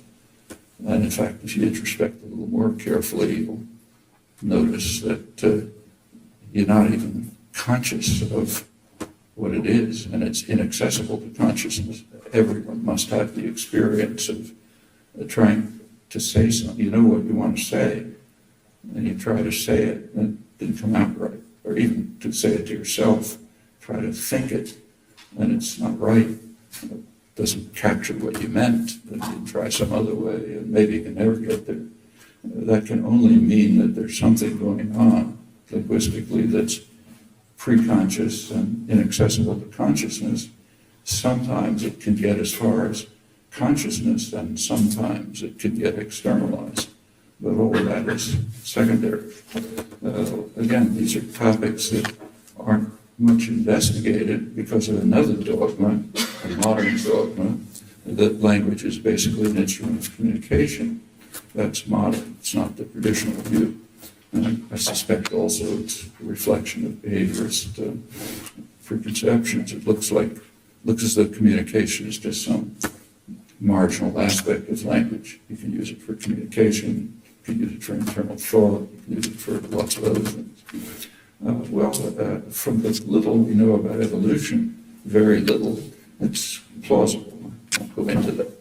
Well, then what can finish off, the child acquiring language doesn't face a puzzle in confronting data of the kind I mentioned, structural versus linear order. The answer is supplied by the genetic component, by UG, and by language design. And the reason is a principle of minimal computation, kind of like cell division into sphere, nothing to learn. If you take unordered merge, minimal computation, you just get these properties. This is one of a great many examples, and they extend pretty far to problems of interpretation and use of expressions, and I think they illustrate the kind of problem that ought to be addressed by a serious approach to the problem of language acquisition, and also the kind of contribution that can be made when that inquiry is guided by careful attention to principled approaches to the nature of the system. This should be an exciting future of inquiry that combines formal studies, experimental inquiry into acquisition of use, new opportunities for research that are coming along in the brain sciences as technology improves. And I hope that these few hints give some idea of two things: what might be achieved and what remains veiled in mystery, perhaps forever. Well, Bob asked me to say a few words about where I think the field has gone in roughly 60 plus years. As he made clear, it's obviously a personal perspective. Other people see it very differently, maybe rightly. Since he mentioned 1949, and since I'm supposed to start from the beginning, if you don't mind a personal anecdote, one of the things that got me interested in the field, actually around 1946, was the realization that the Bible is mistranslated. The Bible begins, "In the beginning, God created." That's mistranslation. That's a mistranslation based on a grammatical error by the Masoretic scholars who put the vowels in around the 8th century. Any of you know Hebrew, you ought to be able to figure out pretty quickly what the error is. It's been mistranslated for 1,000 years. And I figured at the time, if the first couple of words of the Bible can be wrong in the authoritative text and wrong in the translation, and nobody noticed it for 1,000 years. There's got to be something interesting to learn about language. And in fact, the more you look, the more you find that everything is misunderstood. And when you think about it a little more, that's not terribly surprising. That's the way the history of science has worked. So if you take a look at, say, the Galilean revolutions around 1600 and afterwards, what it was mainly, to a large extent, based on was the discovery that everything everyone believed was wrong about very simple things. So for millennia, there was an answer to a very simple question. If this cup is full of water, boiling water, let's say, and I let go of it, the cup will fall and the steam will rise. And there was a classical answer to that from Aristotelian science. They're seeking their natural place. And for thousands of years, that was considered a fine answer, except Galileo and a couple of others decided to be puzzled about it. And as soon as they were, they saw at once it's not an answer. And as soon as you looked a little further, you found that all your intuitions about falling bodies are totally wrong, And there modern science starts. And my own feeling is we've been in a kind of pre-Galilean stage, and we've just got to learn. And by now, everybody who's worked in the field knows they don't have to learn. That you just have to be puzzled by the very simplest phenomena. In fact, look at a corpus or open a book and pick out the first sentence, and it's puzzling. Why should it be that way, not some other way? And just about everything you look at is just as in the physical world. And my own aha erlebnis was when I realized that the words in the beginning were mistranslated, and a mistranslation that actually is based on a grammatical error that went back 1,000 years. And it's transparent. As soon as you look at it, if you know anything about Hebrew grammar, you see this is impossible. It's grammatically impossible. And it's also clear what it was supposed to be. Remember, they put in vowels. The consonants were there, and they put the vowels in wrong. But so that's in the beginning. Well, things kind of began to get crystal. There's other things to say about that, but I won't talk about it. But by the early 50s, things were kind of beginning to fall into place. There was an orthodoxy, strict orthodoxy. I was at Harvard, kind of main intellectual center in these areas. And there was dual orthodoxy. One was structural linguistics, and the other was behavioral psychology. And the two meshed, though they didn't say so. There were about 3 people who didn't believe the orthodoxy. Grad students, that's where things usually come from. I was one, Morris Halley, long friend and colleague, was another. And the third was Eric Lenneberg, who went on to found biology of language. And we talked to each other and started reading things and doing various things. And gradually some ideas began to crystallize, which only became clearer considerably later, so this will be anachronistic.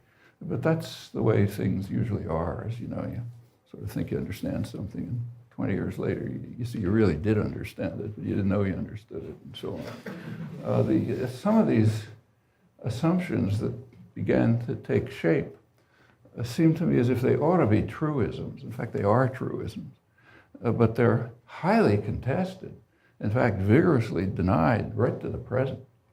So maybe it's worth mentioning them. One thing that should be regarded as a truism is that language is spoken by people. Doesn't sound very remarkable. So it's something that individuals do, and they don't do it because of something in their feet, They do it because of something mostly in their brains.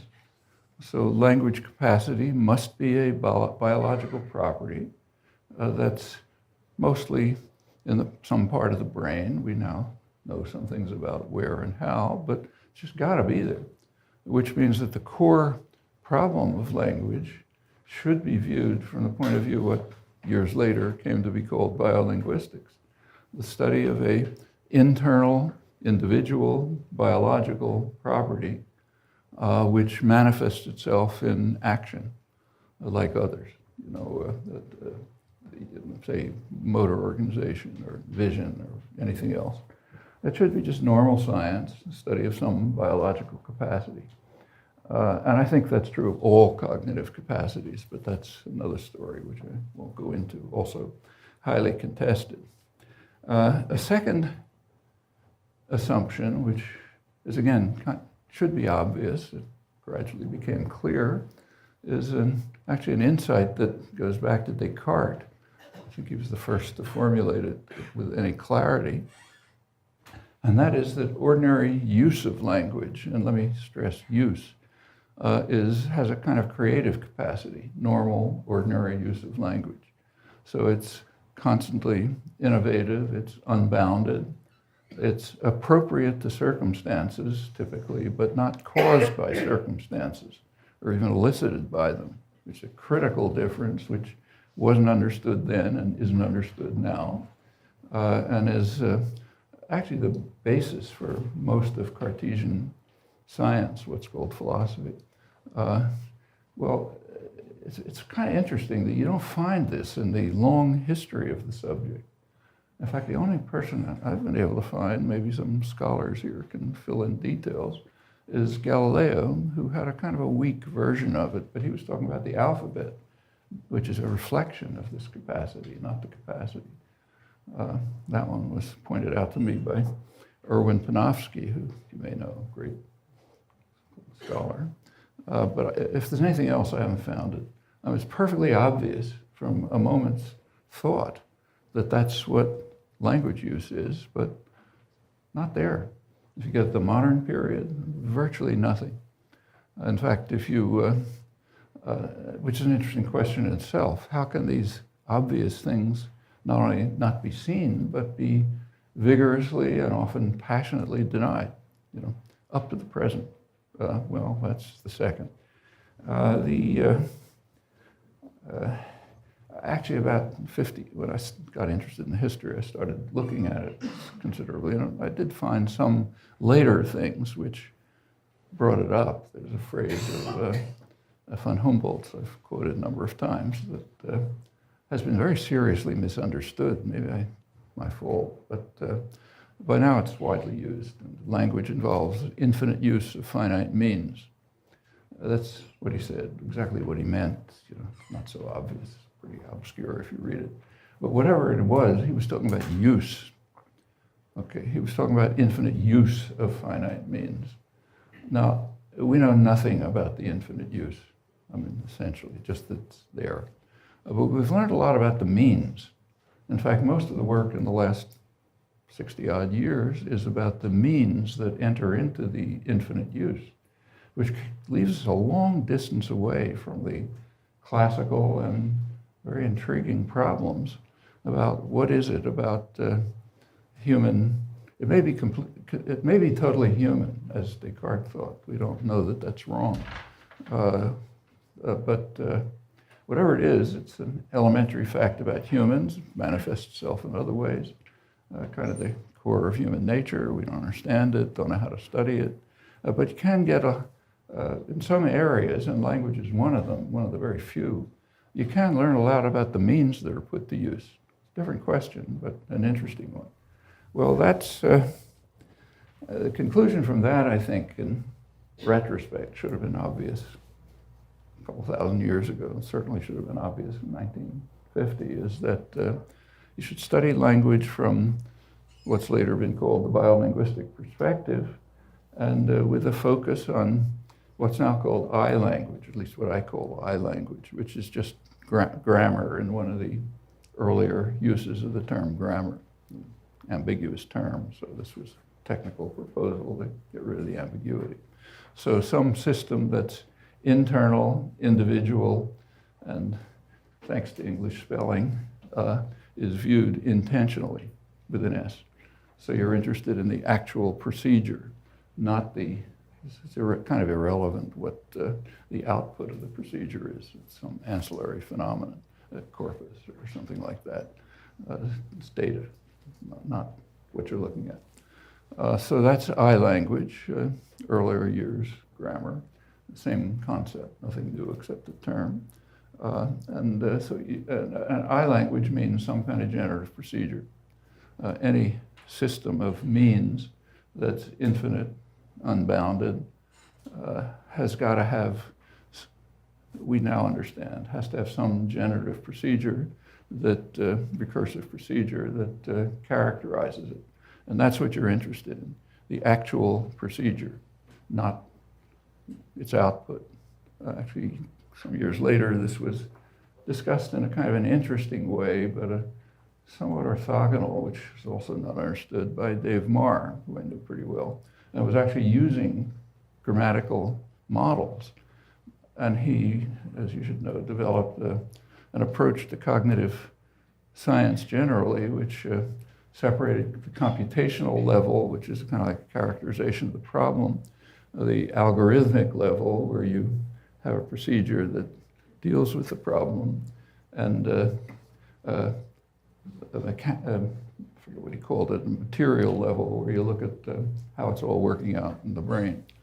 The analogy was supposed to be something like competence and performance, but it's not quite the same, because he was studying, and this is quite important, he was studying input processes, vision. And for input processes, yes, there's an algorithm. So you can study the problem of, say, three-dimensional vision, how do object recognition, you can state what the problem is, computational level. You can look at the algorithm by which it's carried out, which is quite surprising when you look at it. It has very odd properties, which nobody ever knew until recently. And you can look at the mechanisms. But for a competent system, a generative system like language, there's no algorithm. And nothing is being done, It's just a characterization of an infinite set, finite characterization of an infinite set. But there's no algorithm, so you can't carry over the Marr model for this. Actually, this is kind of similar to Jerry Fodor's work on modularity, which you may know. His modules are input systems, but the kind of modules that are studied and should be studied, in my view, in cognitive science theories are central systems. Different, Randy Gallistel's work is like this. That's what I always meant by it. So, and that's what Jerry says can't exist, can't be a modular central system, but it has to. There has to be internal modules that do particular things, and they are not input or output systems. So you have to be really careful about applying these notions. Sounds similar, but not quite. It's, the sort of core question you have to answer once you adopt this kind of framework, the most elementary question is, what's a language? It's again interesting to see how this question is ignored in the literature of a couple thousand years. It's instructive to take a look. They said take the modern period, Saussure, Bloomfield, Quine, philosopher, did most of the work on it. The only proposals about what language is make absolutely no sense at all as soon as you look at them. In fact, Quine gives contradictory answers on almost the same pages, neither of which makes any sense. One of his answers is essentially taken from Bloomfield, who defines, the great, in his book, Language. Language is the totality of expressions that are used in a speech community. That's completely meaningless. I won't talk about it, but think about it.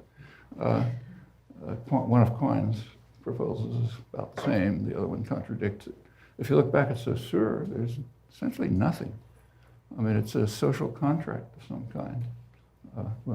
Okay, but it doesn't tell you anything about languages. What language has to be, the core question, is at least a generative process. At least that. In other words, an I language, which is just a generative process. And then come questions about what it is. Well, there are plenty of other questions to ask about language, significant ones. Acquisition, use, if you could possibly study it, which you can't. in any serious way. Neural representation, history, diachronic linguistics, evolution of language, which is incredibly confused with historical linguistics in modern work in an astonishing fashion. Sometime I'll come back to it. But those are all questions you can investigate. But for any of them, you can proceed only as far as you have some characterization of what a language is. Like you can't study acquisition of language unless you know what language is. Now you don't have to know everything, of course. You know, like you can study evolution of the eye without knowing everything about the eye. But it's certainly not enough just to know that eyes are used to watch television. I mean, no biologist would study the evolution of the eye on that basis. But you take a look at the work on what's called evolution of language, it's exactly what it is. Language is used for communication sometimes, and a million other things. So therefore, we'll study that. And of course, you get zero results, as you would if you studied evolution of the eye, knowing nothing except it's used to watch television. Now, these ought to be elementary observations. It's kind of embarrassing to talk about them, except that they're rampant in current work in the field. And we should ask why. For a lot of you, that's the field you're getting into. Well, there's another truism, or ought to be, and that is that there's some genetic component in humans that makes it possible for us to do what we're doing, but makes it impossible for, what are called our nearest relatives, 10 million years apart, say chimpanzees. They have about the same auditory system that humans have. That's been recently discovered. In fact, they even pick out the same phonetic features that are used in distinctive features in language. However, if you, say, have a chimpanzee and your baby sister or baby, if you're old enough, are stuck from birth in front of a mass of noise, the infant, human infant, immediately picks out of the noise as something that's language relevant, which is kind of miraculous. Nobody knows how that's done. But they do it instantly, reflexively. Some of it we now know is even prenatally. On the other hand, for another animal with the same auditory system, it's just noise. And it goes the other way too. Other organisms will pick out relevant material from the noise, general noise, environmental noise, and humans won't see anything unless they kind of study it from the outside as scientists. Well, from that alone, it follows there's got to be a genetic component. And if you go on to the next step, a couple of months later, it just becomes more obvious. They're doing very specific things that consistently, very uniform ways. Of course, it's driven by data, but so is everything. On the other hand, it's going on a path which is not determined by data. You can see that from the elementary fact that no other organism does it, plus that there's no way of doing it from data if you look at it. And they get to the capacity that we're using very early, in fact. The better experimental work gets, the younger and younger are the capacities noted. In fact, there's even some work which is suggestive, and some of you guys know about it, that by around 2 years old, the child probably knows the whole language. Can't manifest it, but there's pretty good evidence that it can be elicited. That's the most interesting cases are the Helen Keller type case. She was 20 months old when she lost language capacity, the use at least, but she recovered it on the basis of almost no data, just touch. In fact, she invented the technique that's now used to teach deaf-blind. It's called the doma, where you sort of put your hand on someone's face and you get information from the vocal cords and the cheek. And on the basis of that, she got fantastic linguistic capacity, which is almost impossible unless you knew everything. So adding to this is something about which there aren't enough cases to draw a confident conclusion, but they seem systematic. If the loss was before about 18 months. There's never been a case of recovery. So it looks as if there's something going on right around then, which is basically giving the language. Then you sort of add details or you refine it or something like that. Well, whatever this is, and it seems to be independent of other cognitive capacities. There's quite good evidence now for radical dissociations with other capacities. Well, these are kind of some of the, even if this detail isn't right, the general picture is, and it seems there's more and more evidence that it just has to be an internally directed process, from the most obvious to much more complex arguments than what I've given. So there's got to be a genetic component. There's a technical name for the generative component. It's called UG, okay? Universal grammar. That's taking over a traditional phrase for a new context. The existence of UG is hotly denied, overwhelmingly. Huge literature saying it's ridiculous. So what the literature is saying, everything's a miracle. It's exactly what it's saying, because there's no alternative. There's no coherent alternative. Now, there are proposals. So there are proposals about shared intentionality, culture. These are interesting proposals. I mean, they give hand-waving a bad name, actually.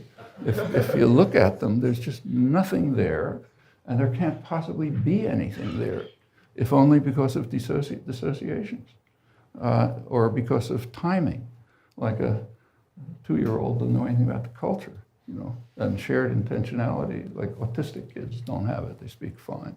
And it goes on and on, and furthermore, there's nothing that comes out of it, zero, but it's very widely held. You can read about it from, technical articles in the cognitive science journals to Times Literary Supplement and all across the board, except that it's totally vacuous and can't make any sense. Just all you have to do is think about it. You see, it can't make any sense. Well, there are more specific proposals which are of some interest because you can investigate them at least. So one proposal is just monstrous memory, like you memorize everything. Well, again, it's infinite, so you're not going to be able to memorize everything. Furthermore, even if you take normal usage, which actually was studied by George Miller, who was here, late George Miller, 60 years ago, he looked at sentences of 8th grade reading level, Reader's Digest, and calculated how much you'd have to memorize if you could understand those sentences. It turns out more than the number of particles in the universe. If you reduce it by replacing the words by categories, which is not a trivial matter, it's basically the same. The numbers are so big, it doesn't make any difference. If you put in phrases, which is often done, you've given the game away, because the phrases have to be recursively generated. So you're done. Well, that's the memorization story. There are interesting, there's an industry of statistical models, which are quite interesting to look at. There's a kind of hysteria about the importance of statistics and sophisticated Bayesian, et cetera. There's a couple of phrases you have to use when you write about this. And it's not zero.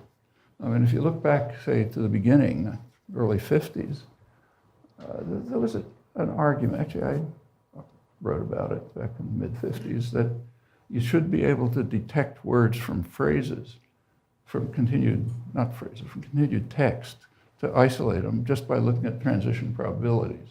That's mentioned in Logical Structure of Linguistic Theory. Actually, it's mentioned as a footnote because it looked obvious. There doesn't seem to be any other evidence. Well, if that were true, you could do something with statistical models. Whether this has anything to do with language acquisition is a totally different story. I mean, kids don't learn words by picking them out of continuous discourse. They know a lot before they're looking at the discourse. Anyhow, no point pursuing it. It turns out to be wrong. Charles showed that years ago.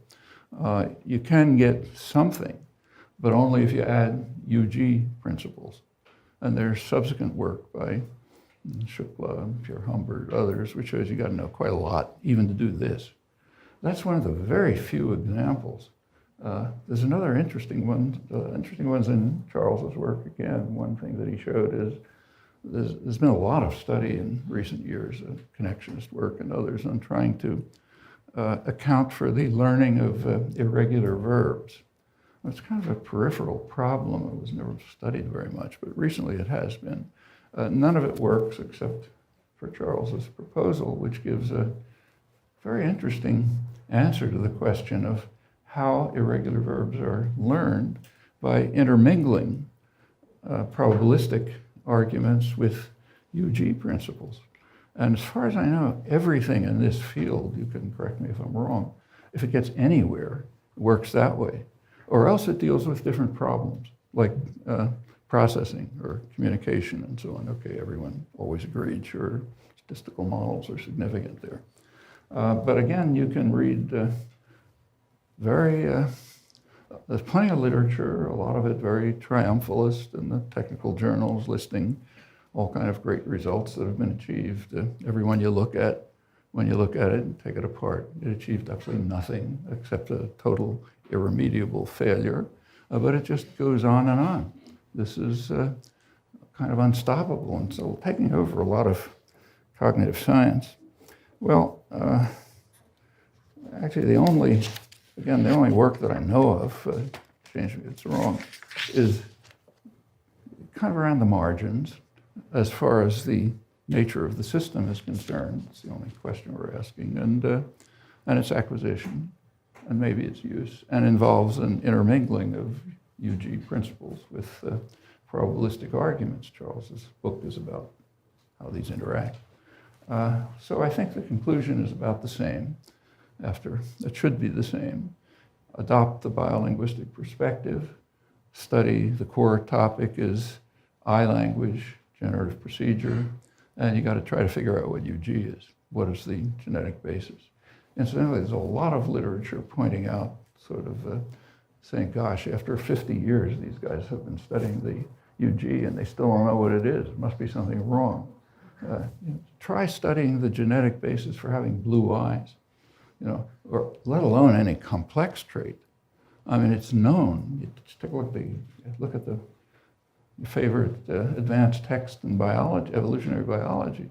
They point out, to quote, it's fiendishly difficult to find the genetic basis for almost anything. I mean, it's not that anyone denies that it exists, but organisms are complex creatures. To try to pull out the properties that are genetic and separate them from lots of interacting factors is no small trick, even when you have hundreds of millions of dollars from the NSF for experimentation and so on and so forth.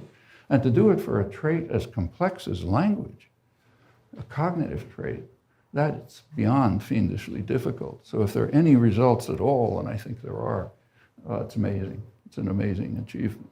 And the fact that you haven't answered the question is about on the par with the common complaint that after all these years, no one's written a complete grammar of any language. I mean, it's not even worth talking about. You don't even know exactly what you're supposed to describe. So what's in it and what isn't in it and so on and so forth. These are impossible goals, never approached never formulated in the sciences because they're so crazy. But it's somehow applied to this one field, which is supposed to be different from anything in the sciences. Well, the idea that you can have infinite output from a finite mechanism, that does go back to classical antiquity. So Euclidean geometry says more or less like that. But it's worth remembering that Euclidean geometry wasn't formalized until about a century ago. It was largely intuitive. And in fact, the general concepts, that's by Hilbert, the general concepts of what it means for a finite object to have an infinite yield, that wasn't really clarified till the 1930s and 40s. And by now it's understood. And by now everybody knows it. You all got a laptop computer. It's a stored program computer. The stored program, if it's the right program, generates an infinite output. Of course, it can only go up to a certain point unless you add memory. And that's often confused in the literature. When you add, say, arithmetic, you can have a program for multiplication, and it'll stop up to some big number. But the point is, if you add memory, it'll go on without changing the program. And that's the crucial part. The fact that, and the brain has got to be the same, and language has got to be the same. This crucial fact going on without changing the program, again, is greatly misunderstood even in the technical literature of computational cognitive science. That's why most of the connectionist models don't make any sense. If you add the next step, you got to change the whole program, So it's doing nothing, It's just showing that some finite output can be handled with what amounts to a list. Yeah, sure, but no interest. Well, these are things that ought to be understood. I mentioned that I language should be studied in the context of generative processes, recursive processes. It's part of recursive function theory, Turing machine theory, very narrow part of it. The concept of recursion is hopelessly misunderstood in the technical linguistic literature. For one thing, there's a debate about even whether it has to be infinite. No, it doesn't have to be infinite. You can have a recursive function with no output at all. In fact, those are some of the most interesting ones. But it doesn't have to be infinite, though in fact, in the case of human language, apparently it's always infinite. Recursion is constantly confused with embedding, or even self-embedding, which are special cases, but only special cases. And okay. We can go on if you don't mind being blind deaf. Actually, I just came back from Gaza, where this happens every hour or two. Okay, the generator kicked in. What?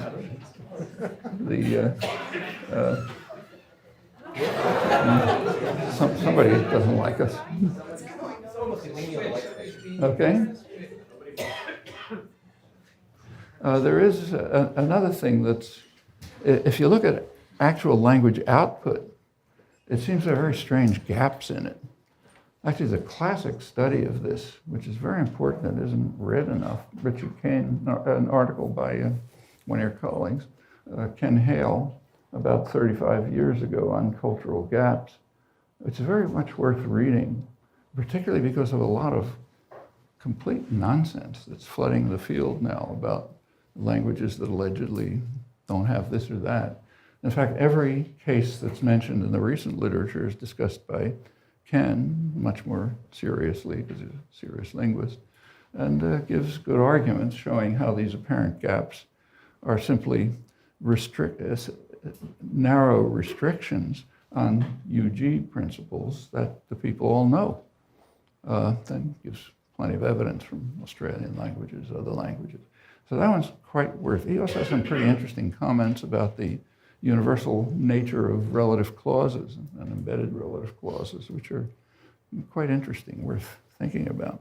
Anyhow, that's these are things that ought to be known too. So whatever an I language is, it's something that gives it's a finite object, gives in the brain, gives an infinite array of hierarchically structured expressions, each of which gets an interpretation at least, maybe at most, two other cognitive systems. One, it can be externalized somehow. So it doesn't have to be. In fact, most of our language use isn't externalized, but it can be externalized at the sensory motor system. We now know that that's modality independent, pretty much. Usually speech, but could be sign or touch or something else. It seems to be independent of modality. It also appears to vary a lot, and probably does vary a lot, which is an interesting fact. It's one of the many things that indicates, I think, that the externalization to the sensory motor system is probably some ancillary, secondary fact about language, kind of tacked onto it, not central. More central appears to be the fact that it interacts with what are roughly called thought systems. technical term is conceptual intentional systems, intentional with a T. Not that the technical term adds anything particular except sounding fancy. But so there's got to be an externalization of that system, whatever it is. And they're very fundamental questions about which part of that mapping of the internal computation is part of the external system and which is part of the internal system. And that goes right to the heart of a lot of questions, like, say, anaphora. Where is it? You know, I mean, we usually assume it's internal to I language, but that's only because we have some ideas to how to deal with it. And so you can kind of, a lot of interesting work on how it works. But there's got to be plenty of computation in that outer system too, so who knows where the boundary is. And you get here into quite interesting questions about thought and language, which I won't talk about. Those are important topics. It's often argued that if any computational system that has roughly these properties is going to have embedded in it somewhere an operation that takes things that have already been generated and makes a bigger thing. It may not be put that way, like it may be a Phrygian ancestral, or it could be a system of axioms or whatever, but somewhere embedded in it is that operation. There's no way to get around that. And notice that that's operations a lot of people, me and others, call merge. So there's got to be some operation merge that has that property. Well, merge automatically gives hierarchic structures, automatically. It's putting things together, so you get a structure, you add something else, you get a bigger structure. So it has the right properties. It's producing hierarchic, infinite number of hierarchic structures, which then have to get interpreted by processes that are, there's a lot of study of them at the, towards the sensory motor side, and some towards the conceptual intentional side, but a lot of it has the problem that I mentioned, which isn't investigated. Where is it? Is it inside the I language or outside the I language? Not easy to answer because we have independent evidence about the sensory motor system, like you can hear it, but almost nothing about the other systems. You're kind of wandering around a confused field there with a number of quite interesting questions. I won't go into them. It's often argued that there are simpler things than merge. The usual proposal is concatenation. Concatenation is a more complex notion. It presupposes merge, and furthermore, it presupposes ordering. It looks as if it's not hierarchical, but that's only because it has an extra operation, associativity, which knocks out the hierarchy. So it's more complex. There is a version, Norbert Hornstein's, which abstracts away from ordering, but still has to have the structure, the operation that strikes out structure. A lot of the study of formal linguistics, about all of it, in fact, deals with weak generative capacity. The weak generative capacity, say, of phrase-structured grammars. That's considered to be simpler than the study of I language. It's much more complex because weak generative capacity is a derivative notion. You have to derive it from the I language by knocking out the structure. You take a look at a phrase-structured grammar, it doesn't weakly generate. It strongly generates structures. You can wipe out the structure and look at what's left, which is already problematic because it's more complex. And it's doubly problematic because you don't know what's supposed to be in there.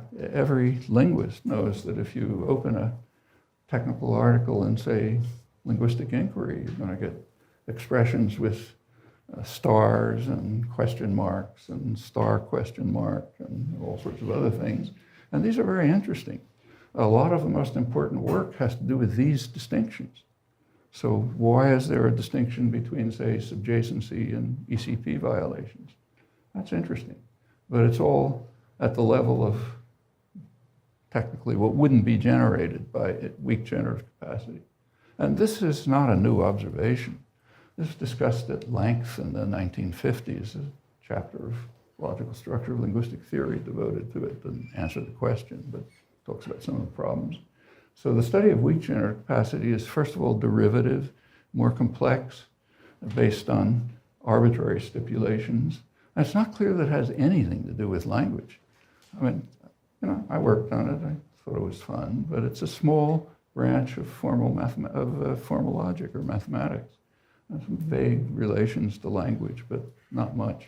It's worth thinking through as well. Going back to what I still haven't started and what happened for the last 60 years, but the early proposals back in the 50s, I mean, as soon as it was realized that everything you look at is completely problematic, from the first phrase of the Bible to the next sentence you look at, the proposals started coming along as to how to deal with it. Well, the early proposals back, say, in the 50s were extremely complex.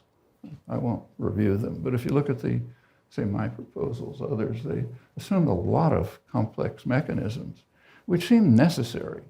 There didn't seem to be any other way just to describe the data in different languages.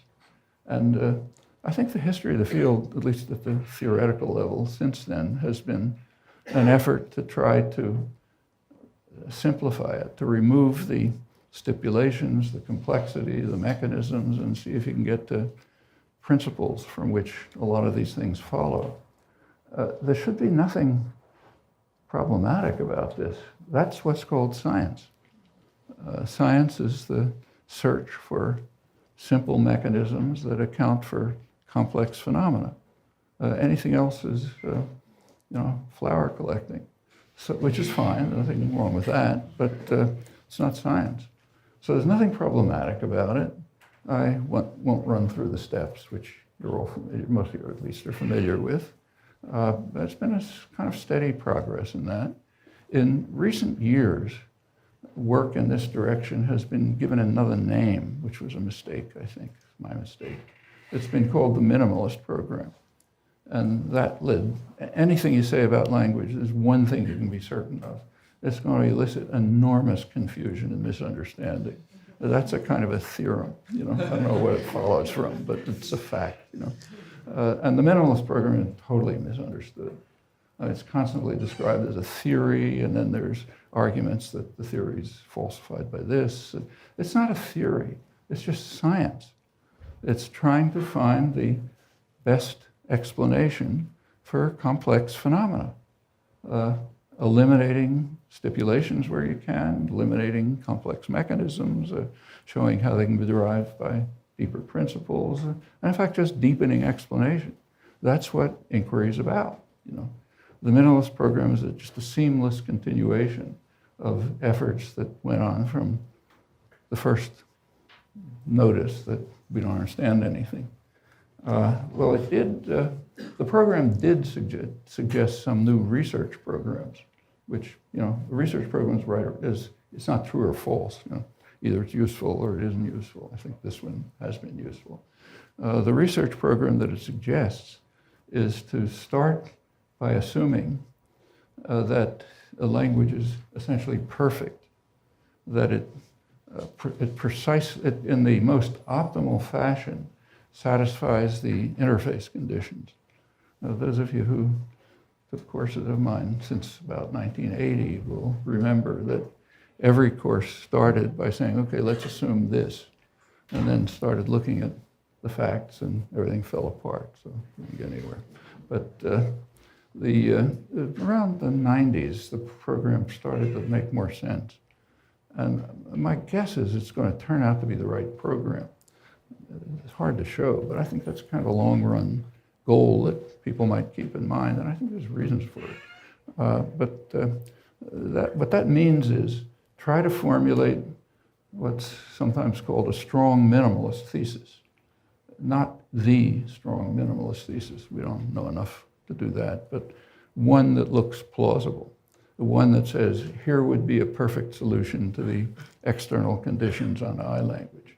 A couple of ideas about what that should be. And then raise two kinds of questions. One of the kinds of questions is descriptive.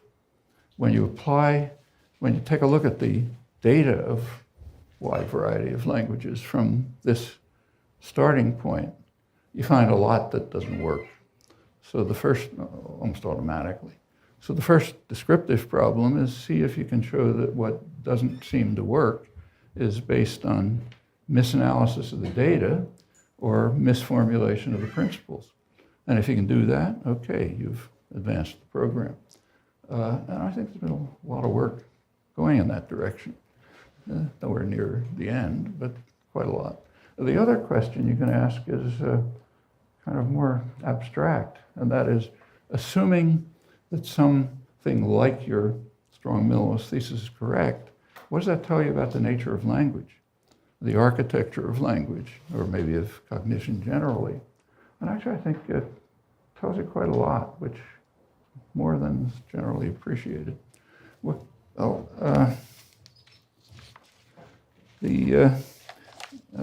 as I said, let's just proceed, assume that this is the right way to approach things.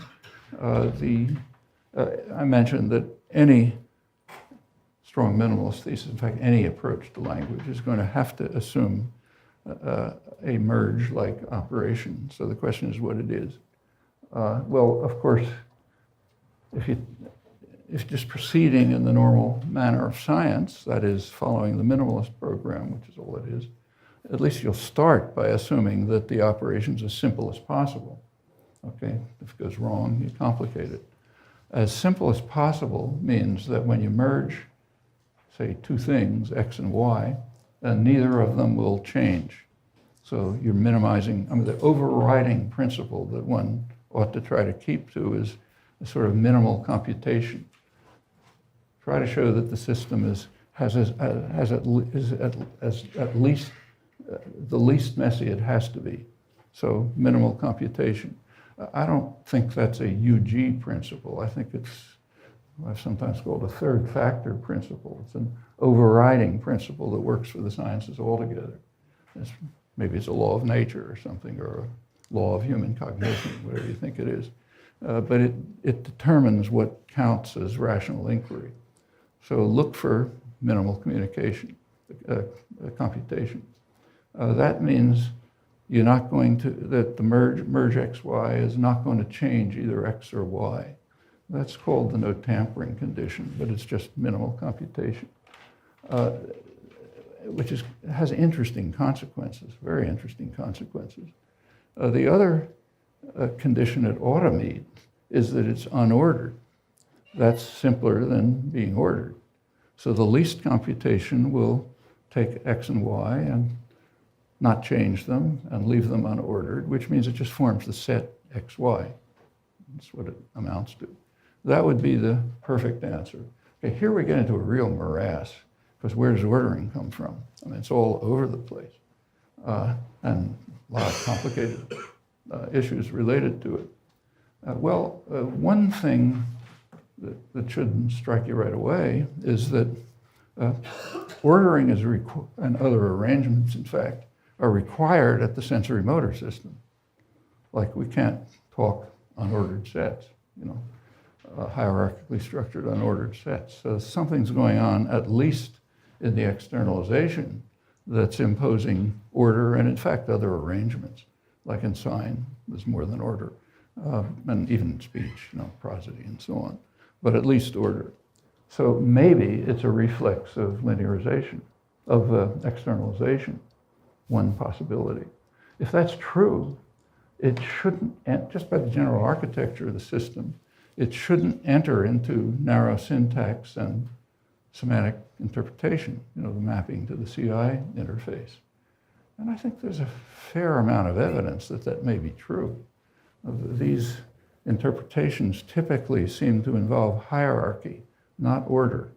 They work the same with different orders. That suggests, that collection of observations suggests that maybe ordering is just an artifact, non-linguistic artifact, connected with the fact that this system has to get to the sensory motor system. Well, if you take a look at the evolutionary, as I mentioned, the study of evolution of language is such a morass that I don't even want to get into it. I have never seen so much confusion on any topic, literally. Actually, it begins from the name of the topic. one of the problems with the study, there's a huge library, growing library on evolution of language, and one pretty obvious problem with it is the topic doesn't exist. Languages don't evolve. Evolution is something that happens to organisms. Languages don't have genes, they don't evolve. Languages change, but that's not evolution. And if you look at the literature, it's actually studying change. And it's not even studying change of language. It's studying change of communication practices. And it's not even studying that because it's all hogwash.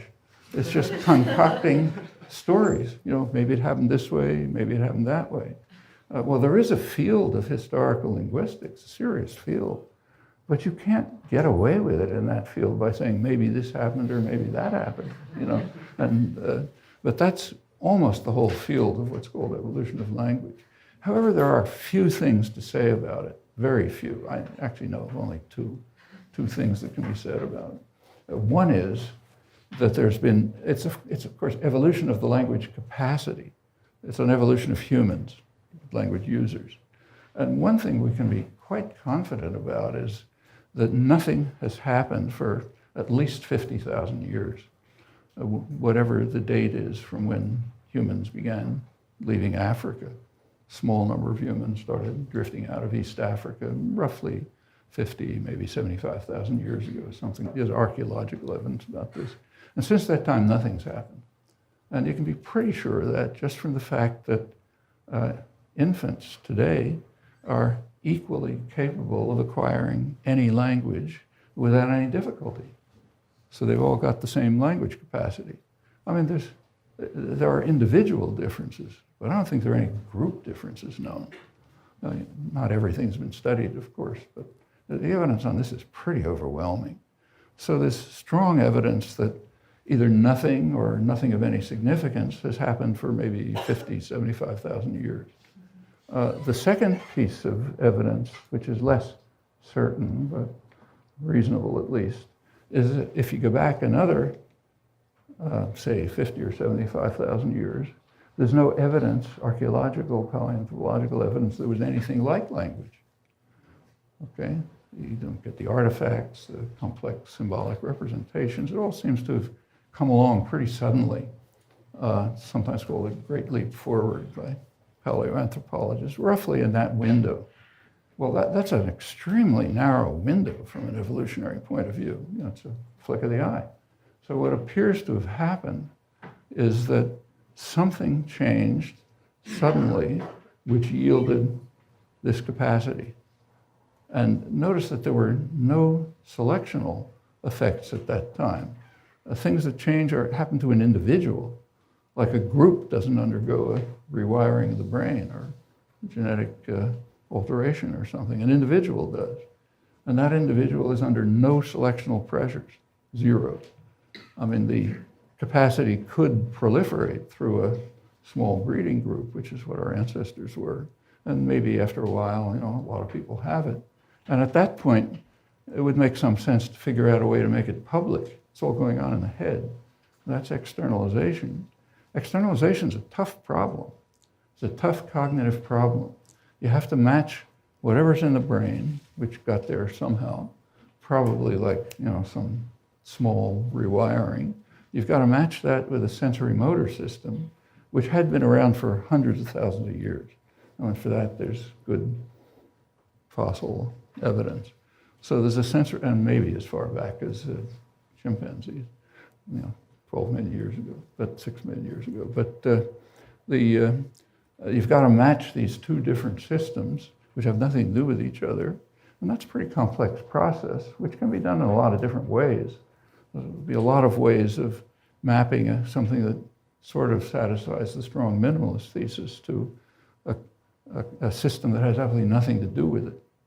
And in fact, we just know, the overwhelming complexity of what we observe in language, overwhelmingly the complexities in the externalization.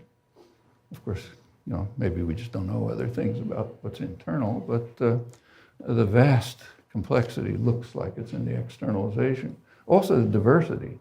I mean, that's where languages seem very diverse on the surface. But the more you look, you find they're much less diverse at the computational level, the I-language level, and they're also very easily subject to change at the externalization level. I mean, it's happening every generation, teenage jargon and so on. Norman invasion changes the externalization massively. And it's the whole history of language, not evolution, but change. So it looks as though, just from data like these, that the externalization aspect of language is some ancillary phenomenon. It's kind of tacked on after something developed which had no selectional pressures. So therefore it would have been optimal. It would have been something like a snowflake. It just happens by laws of nature. Well, that's the strong minimalist thesis, that there ought to be a snowflake in there which is mapped onto the sensory motor system by a lot of different complex ways, which can be rediscovered and changed and be modified and so on, but it may not even be part of I-language in the kind of a narrow sense. Maybe it is, maybe it isn't. There's questions about it. But anyhow, it's kind of ancillary. Now, much more interestingly, there's internal linguistic evidence that leads to the same conclusion. And that's much more interesting, because these are all speculations based on the 2 or 3 facts we know about language evolution. The internal evidence is much more significant. And that comes right away as soon as you look at the most elementary combinatorial operation, merge. So go back to merge. It's kind of null hypothesis is it doesn't change the things that are merged, and it doesn't impose order, okay? Just take the first of those, doesn't change the things that's merged. Well, just by the logic of the situation, nothing else, if you look at merge of x, y, it has 2 possibilities, exactly 2.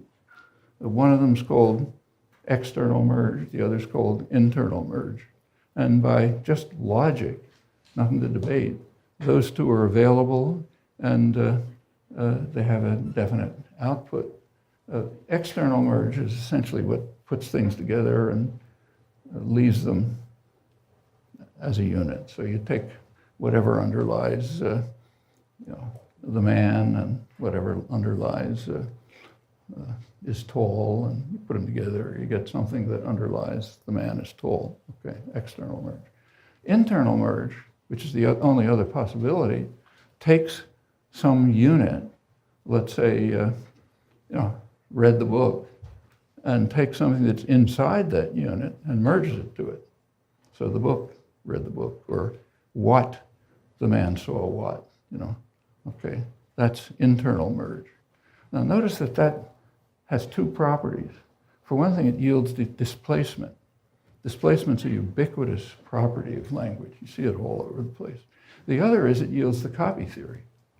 They both remain, okay? That's the null hypothesis.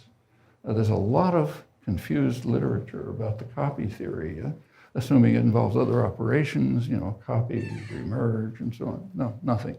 It's just the most elementary case of merge. If it doesn't occur in some language, you got to explain why. So you need some stipulation to block it, okay, because it's just free.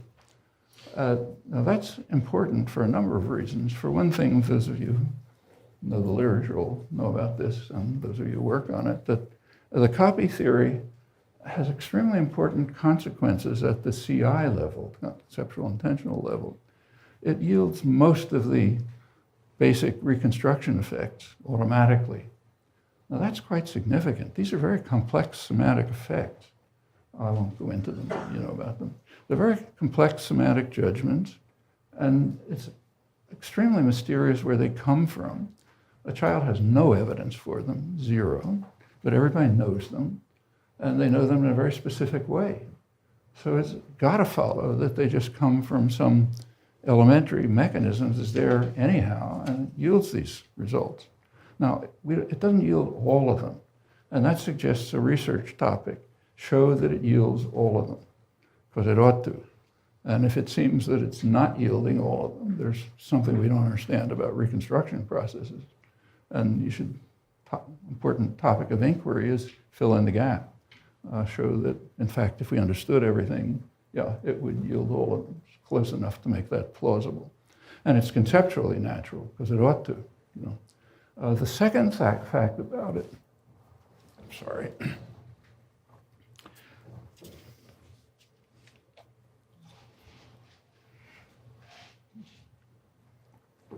The second important fact about it is that it produces the major complications in parsing communication. Those of you who've worked on parsing programs are aware that the toughest problem is what are called filler gap problems. Okay, so you hear a sentence with a WH phrase at the beginning, and you got to figure out where it comes from. Well, why does that happen? Well, let's go back to the principle of minimal computation, as least computation as possible. What that's going to do is give you the copy theory internally, and it's going to wipe out all copies except at least one, because you have to have at least one or you don't know anything's happened. But it has to wipe out all the others, because each other copy, and there can be many copies. It's not as simple as what did John see. You look at more complicated sentences, copies all over the place. It has to wipe, each one of those copies is complicated to compute and to articulate, and they can be of arbitrary complexity. Remember, each of these phrases can be of arbitrary complexity. So if you pronounced all the copies, it would overcome almost all of the filler gap problems, but it's a lot of extensive computation. So what you have is a conflict between computational efficiency and communicative efficiency. It's one of many such conflicts. And in every case I know, correct me if I'm wrong, computational efficiency wins hands down. There's never even any competition. Everything works by computational efficiency. It doesn't give a damn what the effects are for communicative efficiency. And that shows up all over the place. I mean, take just structurally ambiguous sentences. Flying planes can be dangerous. They come about if the rules just apply with nobody fiddling with them. But they cause communicative problems. Or what are they called? Garden path sentences, another example. Or probably islands. I mean, islands are basically things that you can think, but you can't say. You have to find some paraphrase. And to the extent, it's an interesting topic, trying to understand them, but to the extent that they're understood, which is limited, they seem to follow by making optimal rules. And there's another gap. Try to show that it's always the case. If it's always the case as it should be, then there'll be another case at that point. Well, another example, which is interesting because of its history and its consequences, and because it's been very intensively studied, is structure dependence. Now, that was noticed as a puzzle back in the 50s. It was never regarded as a puzzle in the preceding several thousand years of intensive language study. But if you take a sentence like instinctively eagles that fly swim, very simple sentence. Instinctively goes with swim. It doesn't go with fly. Okay, no one ever makes a mistake about that. The children never make mistakes about it. A lot of the discussion of this has been confused by the fact that the examples that are looked at involve displacement. It's irrelevant, and so people have all kind of complicated theories about displacement, but it doesn't matter. You have exactly the same phenomenon with no displacement. And it's, furthermore, every construction the fact of it is that there's a simple computation, linear computation, the simplest possible, which would get instinctively to link up with fly. Instinctively, eagles that fly swim. It's the closest. Just count, okay? So it's the closest, easiest computation you can get, never used. The actual computation is much more complex. It involves structure. It involves minimal structural distance, which is a much harder computation, and it's done in these constructions. In fact, it's done in every construction in every language that has any of these properties. So there's got to be some reason for it. And a very simple reason would be that there's no linear order. That at the point where all this stuff is being computed internally, there's no linear order, so therefore you have to use the next most complicated minimal distance measure, structural distance. Now that would yield a whole mass of results in all kind of languages, no exception known. But of course it requires assuming that the merge operation is unordered. That is, that we have something like a strong minimalist thesis.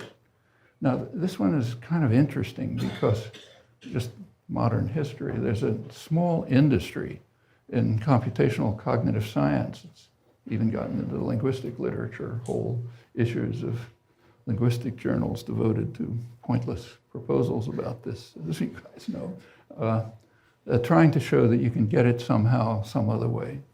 You know, statistical analysis, a couple of examples in the Wall Street Journal. I mean, all kind of crazy proposals are given. They're interesting because they can be investigated. They're clear enough to be investigated. So you can easily demonstrate that everyone is not only a failure, but an irremediable failure. There's no way to get out of it, you know. And yet they keep coming because it's just not permitted that there be a linguistic principle of UG, in fact, that would account for a huge, complex mass of phenomena. A kind of interesting pathology in the field. You can try to explain it. But there's a very interesting principle, simple one. It's rooted in, has a conceptually natural base, and it does suggest that order is just a reflex of the sensory motor system. Well, prima facie, that doesn't look possible. It conflicts with a lot of important linguistic work, prima facie. So what we want to ask is, does it really conflict?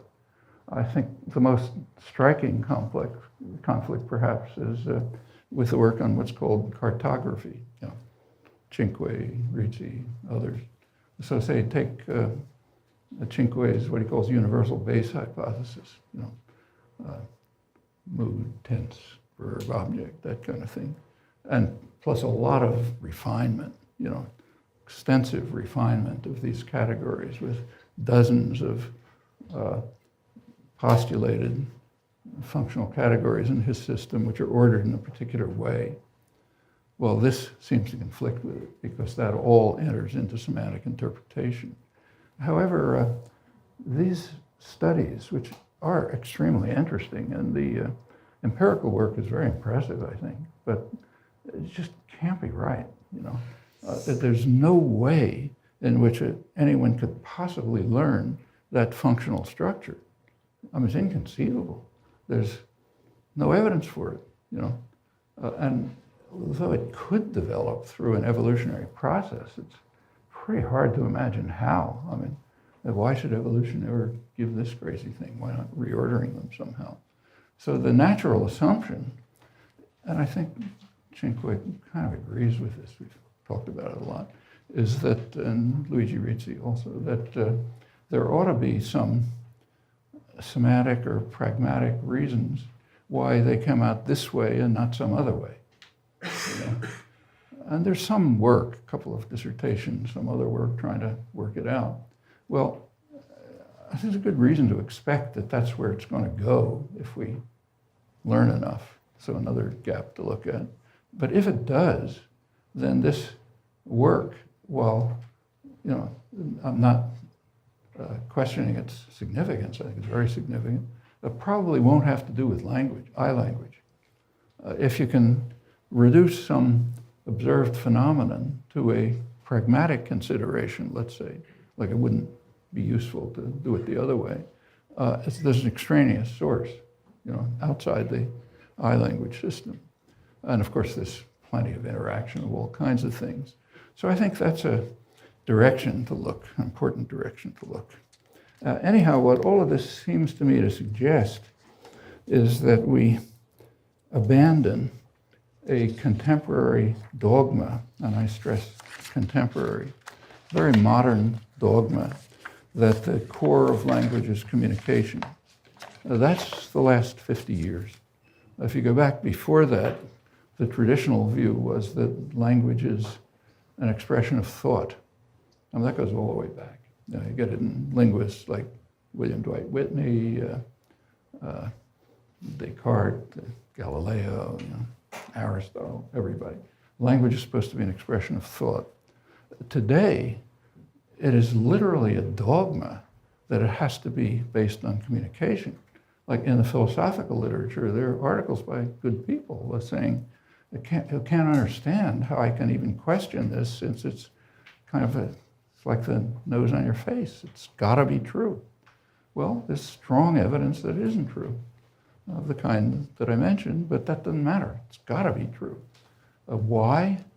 Well, interesting question, but my suspicion is that it's a consequence of the behavioral science dogmas of 50 years ago, which covered the whole field, the whole range of fields, linguistics, psychology, philosophy, and so on. You had to believe in them.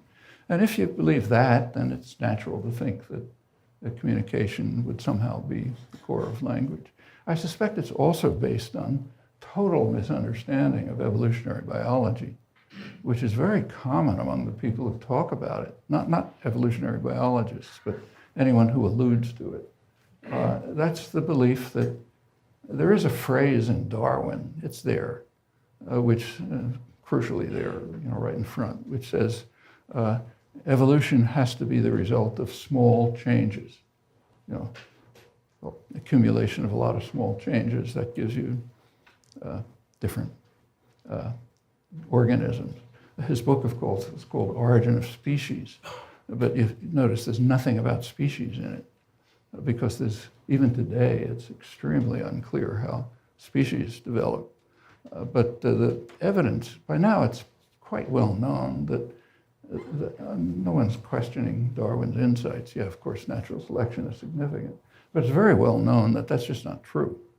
There's case after case of dramatic change, probably involving species appearance, which is sudden from an evolutionary point of view. So, for example, classic example, which is not certain, but it's widely assumed by evolutionary biologists, is the change from invertebrates to primitive vertebrates, chordates. It seems to have come from a tiny change, which all of a sudden changed the whole body plan and everything else. And there's plenty of other cases. So there's just no reason to believe it. It's not in accord with evolutionary biology. It's a doctrine. You learn it in 8th grade and so on, but you don't put it out of your head. If you believe it, then it makes sense to trace language back to communication, because you get communication, all the way back to bacteria. So every organism has some way of communicating, interacting with the environment or each other, and you can make up a story, or 1,000 stories, each is as good as the other, about how maybe small changes in communicative practice led to language. You can't make up any story about how language developed by small changes, because that's a sudden change. It's a new principle, new phenomenon. Had to be a kind of rewiring of the brain, maybe a small genetic change. Nobody knows enough to say. But it's very hard to even imagine a plausible alternative. But apart from general plausibility, there's very strong evidence, most of it internal linguistic evidence. So therefore, nobody looks at it, because one of the principles of cognitive science these days is you're not supposed to know anything. It's kind of crucial not to know anything. Literally, like my own university, if a student in the cognitive science department has a thesis on, or an article on language, which involves knowing something about language, it's almost automatically thrown out. And that covers a lot of the field. And I think there's an origin for that too. It comes back to the early days of artificial intelligence. It's deeply rooted in the computational cognitive sciences. You're not supposed to understand anything, because the principle is if you have huge massive data and you throw a big computer at it and you have a lot of statistics, something's supposed to come out. Well, chances of that happening are approximately zero, and if you look at 60 years of it, I think the results conform to the expectations. But if you adopt that way of looking at things, and if you're you got in the back of your mind the whole behavioral science framework, these conclusions come out pretty naturally. But I think it's kind of important for people in the field. You know, this field, our field, at least what I take to be my field, is not going to survive unless the surrounding intellectual environment can see why there's a point in carrying it out.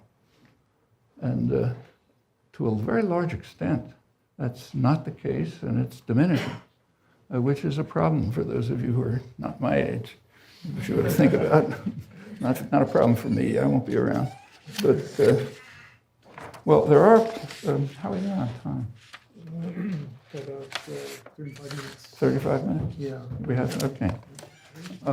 Questions? Well, I'll stop then. Okay. There's a lot of stuff I want to get into, but why don't I stop and leave it open? Actually, you should have been interrupting all along, since you're too polite. Then, you know, I can go on sort of indefinitely. But,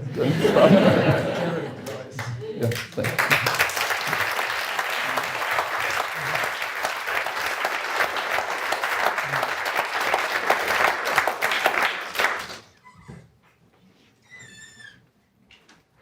Yeah, Ken.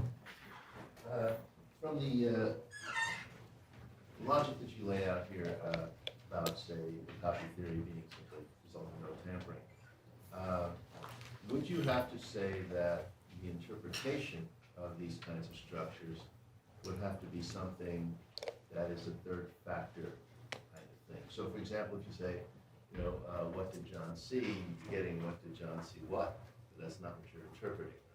I think it is when you're interpreting. Well, then what is it? Well, it's a very straightforward interpretation. What did John see what? You can write it out in classical logic. I don't say that's the way it's done, but it's easy. For which X, a thing, John saw the thing X. That's what you want to interpret. But that's not what the copy theory gives you. No, but that's a way of annotating. See, as far as the brain's concerning, it may just look at what did you see what. Okay, we can write out what it's doing in a way intelligible to us because we studied elementary logic, in which we express it as for which thing X, John saw the thing X. But there's no reason to believe that's what's going on in here. It may be just looking at what John saw what and interpreting it that way. There certainly are theories out there of what it is that has to be interpreted on the basis of that input. Oh. So like Danny Fox is a particular theory of... Yeah, these are all, notice there's a lot of ways of saying it, but they're all saying the same thing. They're saying we get this thing, what John saw what, and we're asking what's a natural way of putting it in terms that we understand. Now, I don't say that these are just arbitrary choices. Like the different choices, say Danny Fox's and someone else, sometimes have empirical differences, but not often if you look. They're usually intertranslatable. So you can do it with... I think there are differences. Pardon? I think there are differences in how... Yeah, if there are differences, fine. Then you look at them and that gives you more insight into exactly how it's being interpreted. But notice that what we're looking at the rules that are called formal semantics, okay? These are generally understood to be operations that take the narrow syntactic objects, like what did you see what, and turn it into something interpretable at CI. Okay, but then we're back to the question I asked before. Let's say there are differences among the different approaches. I don't think it's all that obvious, but let's say there are. Then there's a right answer and a wrong answer. Okay, there's a right mechanism and a wrong one. Where is that mechanism? Is it in the I language or is it in the thought system? Well, we don't know. But okay, so there's some mechanism, be interesting to find it, and then we'd have to explain it. But if you take that, I'll stop after this, but if you take that view, then you're also attributing a lot to the thought system. Not attributing it, just say we don't know. I mean, it doesn't, there's no more complexity assuming it's attributing to one than the other. I mean, first thing you have to show is that there are empirically significant differences between different ways of interpreting what the narrow syntax gives you. It's not a simple task, as you know, but suppose you can. If you can, then you have an argument for one mechanism over another mechanism. Next question, where's that mechanism in the whole architecture of cognition? Third question, why is it there? Well, maybe the reason why it's there is some third factor principle that we don't know. But since we don't have a theory of computation that holds for thought systems or semantic interpretation, you can't talk about third factor principles. This is very much like narrow syntax in the 1950s. You postulate whatever mechanism you need, T markers or whatever it may be, to give you some phenomenon. And that just can't be right for the same reason it wasn't right in narrow syntax. So you have to ask, okay, why is it this way, not some other way? In other words, you have to pursue the minimalist program.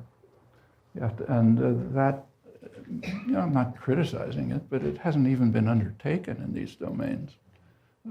All the work, maybe rightly, is devoted to how to get mechanisms which will give you the descriptively accurate results, okay? And that's fine. I don't mean to be critical, like I wasn't critical of the work in the 50s in narrow syntax, but it's just the beginning, You got to go on and answer all these other questions. It's kind of like cartography. I think extremely interesting work, raises all kinds of questions. Okay, go on to pursue the questions. And I think these are the questions that arise in this case, for all of formal semantics. Notice that formal semantics is not semantics. It's misnamed. It's syntax. Formal semantics is symbol manipulation. And by definition, that's syntax. The classical notions of syntax, semantics, pragmatics are symbol manipulation is syntax, and then our question where it's going on. And semantics has to do with relations to some outside world, okay? And it's very possible, in fact, in my view, correct probably, that language just doesn't have a semantics. I mean, we talk about the outside world, but that's referring or talking about. Those are actions. From the fact that we refer to things, which we certainly do, it doesn't mean that there's a reference relation in language. And I think there's strong evidence that there isn't. There is in animal communication, as far as we know. So it looks as though in animal communication, one of the many respects in which animal communication systems look totally different from human language, in almost every respect. But one of them is, actually Randy Gallistel's worked on this among others, that it seems to be the case in animal communication systems that every symbol has a one-to-one relation to some externally identifiable physical phenomenon. So, the leaves flutter and the vervet monkey emits what we call a warning call, or some hormonal change and elicits what we call I'm hungry, And that looks, first of all, it looks reflexive, like they got to do it. And it also seems to have a denotational property. There's a mind-independent characterization of some event in the world that's one-to-one related to the internal symbol. Human words are not like that at all. There's a denotational dogma that claims that words, nouns refer to things, verbs to events, and so on. As soon as you look at the words, they don't do that at all. I mean, any word that's ever been looked at doesn't work like that. It's perfectly true that we refer to things, but not that way. It looks like part of the theory of action. And if that's correct, language doesn't even want to have a semantics. It'll have an internal syntax and a pragmatic. I'm not saying you can prove this, but at least my view is that's what the evidence points to. But in the work that you're talking about, which is quite fascinating, no denigration, is syntactic work by definition. That's true, incidentally, of all of model theoretic semantics. Model theoretic semantics, for those of you who work on it, postulates individuals and studies arrangements of the individuals, predicates over the individuals and so on. But the individuals are mental objects. They're not things in the world. They're anything you postulate to make the mechanisms work. And you somehow have to relate all this stuff to the world.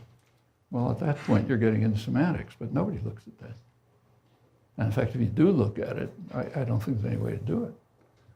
It's not that the models are wrong, it's just that to find a way of showing how they enter into the acts of referring is going to be a tricky thing. It's not just you see a cow and you say cow. No, that doesn't work at all. What's the difference between an algorithm and a generative process?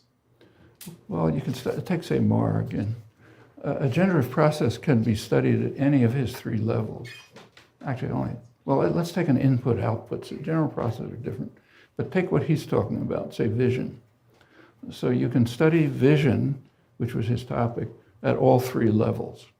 You can say at the computational level, the problem of vision is, take a real case. You have 3 dots on a tachistoscopic image, and you have a series of these 3 dots. Okay, that's the external part. The internal part is you see a rigid object in motion. A pretty crazy thing, but it's true. It's called the rigidity principle. So the computational problem is just what I said. You get a series of 3 dots on a tachistoscope. You see a rigid object in motion. That's the computational part. Then comes the algorithmic part. Figure out the right mechanism, the right procedure that'll map one into the other. Okay, then, and you got to get the right one because it could be others. The next step would be what's going on in the visual cortex that implements this algorithm. So you got all 3. When you look at a generative process, you only have 2. There's an internal process, maybe the kind I described, maybe something else, which is yielding these structures. It's not forming them. I mean, that's kind of like, say if you're studying mathematics, you think of a function. I mean, the way you kind of intuitively think about it is the function is taking this and it's yielding that. But a function is just a relation. It's not doing anything, It's just saying, here's a relation, That's a kind of intuitive way of thinking about it. Or take a proof. You study, let's say, logic, and you learn what a proof is. You take the axioms, apply the rules of inference, and ultimately you get the theorem. That's nothing to do with proofs. I mean, that defines a proof is a geometrical object. It's a certain geometrical object. And the axiom system determines the infinite set of those geometrical objects. But proving a theorem is nothing like that. I mean, the way you prove a theorem is you got something you think may be true, try to figure out a lemma, maybe it follows from this, and see if you can establish the lemma, and then do some other crazy thing, get a flash of insight, whatever it may be. That's proving a theorem. But a proof itself, though it's described as if it's an action, isn't. Just as a function isn't an action, or a rule of multiplication is not an action. It's just saying here's the triples such that x equals y times z, just listing them. And that's what a generative process is. So there aren't any algorithms.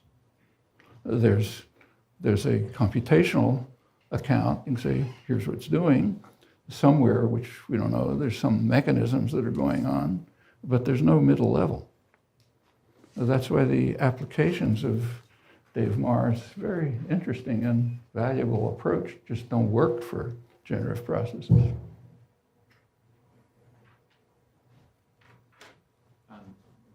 hysteria aside, do you think there's a role that statistical models built from observational communications data like the newspaper, that there's a role for those kinds of models? Sure.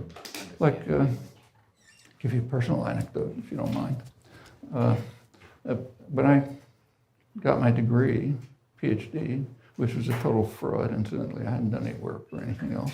And I won't go into why it happened, but I had no professional qualifications at all. And that's why I went to MIT, because they didn't care. But, and they didn't care because they were getting a ton of Pentagon money poured in to do research and do whatever you like. But that's how a lot of us got by. But I was talked to the director of the lab, and he listened. He was interested. He was a scientist, you know. I told him what I was working on. It sounded kind of interesting. So he asked me if I wanted to work on a machine translation project that they had.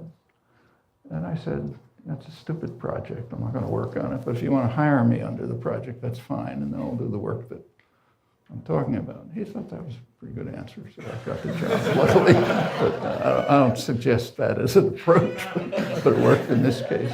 The reason why it was a stupid project is linguistics is nowhere near enough to give a principled answer to how you might do something like that.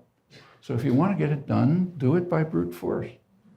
You know, take Canada, well, what they actually do by now after having given up on linguistics properly, take the Canadian Hansard, you know, parliamentary records. They're in French and English, parallel. So do a ton of totally boring and irrelevant statistical analysis, and you can kind of get an approximation to which French phrases and which English phrases more or less go together. So that's how the Google translation programs work.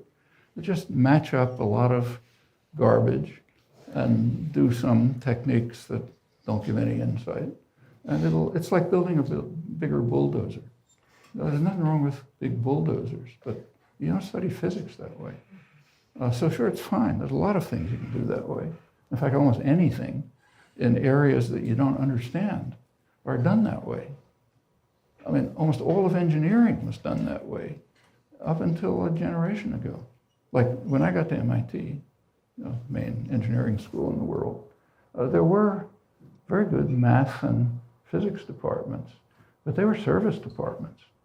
They were just teaching engineers tricks. And if you wanted to build something, you would go to MIT. You learn how to construct an electric circuit or build a bridge or something. Okay, you go to MIT. It's mostly brute force and you know, lore, things that people have learned by practice. The physics and math kind of help out to sort of formulate things. Within 10 years, it had totally changed. By the 1960s, when you guys were there, or later, it was a science university. Anyone who, no matter what engineering profession you're interested in, you study the same basic science. And then maybe some applications to different areas. And the reasons are simple. For the first time, science really had a lot to tell engineering. And furthermore, technology started changing very fast. So there wasn't any point learning how to design an electric circuit if 10 years later it's all going to be done on a computer, you know, and the same with every other field. So and it's very recent, notice. It's very recent that science had much to tell engineering. Same with medicine. I mean, until practically the last generation.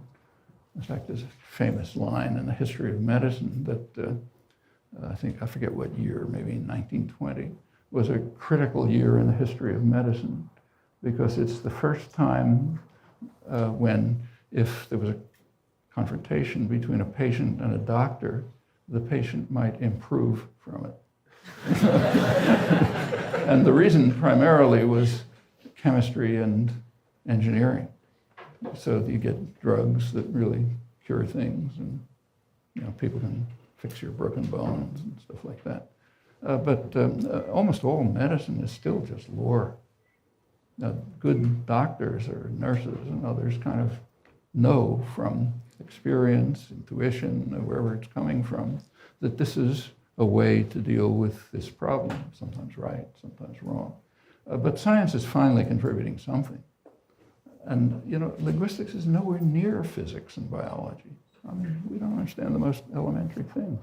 And machine translation is much more complex than curing pneumonia or something. So there's a huge gap. And in that gap, these statistical models are fine.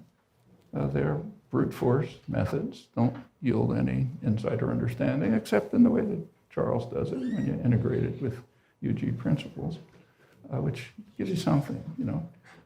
And I think that makes sense. There shouldn't be any conflict about it. But a lot of people are pretty hysterical about it. I don't know if you read Peter Norvik's diatribe, the guy who runs Google, and went crazy about it. And he gave a lot of examples, which are right. Those are examples of brute force in areas where you don't understand anything. And so, yeah, you go by brute force because you don't understand. Yeah, no, I was asking about the other way, whether statistical models can help answer deep questions about language, and it sounds like this works. I'm not, I don't, well, you know a lot more about it than I do, but I'm interested in seeing what you think. But my feeling is that statistical models alone have a record of zero success. Is that an exaggeration? Yeah. At least I don't know the case. And nor do I expect them to. Why should they? I mean, they've got to be based on something. You know, you don't, if you're doing Bayesian models, you start with priors. Where do they come from? You know, if you look at the literature on it, say, famous, you know, very well-known study by a colleague of mine, Joshua Tenenbaum, came out in Science on how to grow a mind or something. You know that paper. He starts by postulating the priors and the priors are kind of a network of concepts, which answers all possible questions before you start, except that the concepts are all wrong. And then he does a lot of complex statistical analysis and ends up saying, well, there isn't much to say about this. That's considered a major contribution. If you think that's a caricature, read the paper. But a lot of the stuff in the field is like that, and it's what you expect. I mean, if you say you wouldn't study physics by taking a ton of videotapes of what's happening outside the window and doing complex statistical analysis of it. I mean, you might get a pretty good prediction about what's likely to be outside the window tomorrow. In fact, way better than the physics department can give you. But it's not physics. Actually, one of the best ways of predicting the weather in Boston, I learned years ago, is to read the Cleveland newspapers. Because we usually get their weather the next day. Okay, that kind of works. Probably as good as meteorology. But it's different. Yeah. I'm interested in this idea about, first there was this brain event or something that led to language use in thought, but not in communication. And furthermore, it's when it got to communication that, that's the thing I'm wondering. Is that when you got ordering? Did you get ordering in thought before that? We don't know whether there's ordering in thought. Because the only introspection we have is into internal, externalized language. So if you just introspect, you can't go a minute without talking to yourself. But you're talking to yourself in externalized language. What's going on inside? Well, that's not accessible to consciousness.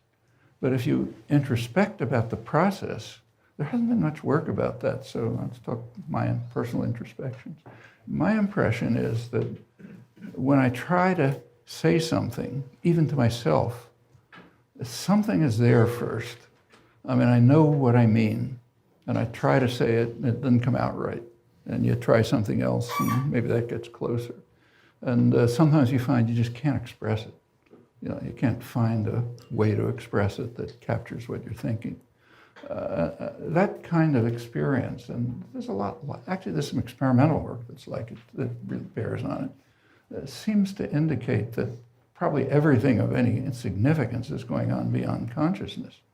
The experimental work has to do with choice, the Libet experiments, which I think have been badly misinterpreted. But there are some experiments that show that if I intend to pick up a cup, say, milliseconds before I intend, there's something going on in the motor organization system. Okay, that's been argued to show you don't have free will. No, it doesn't show anything. It just shows that it's all the decisions are all going on unconsciously. And by the time they reach consciousness, which sometimes happens, sometimes doesn't, this kind of peripheral phenomenon, it's all done. And that's probably true of everything. Now, studying unconscious thought is no trivial matter. I mean, it's not impossible. So, for example, there have been studies of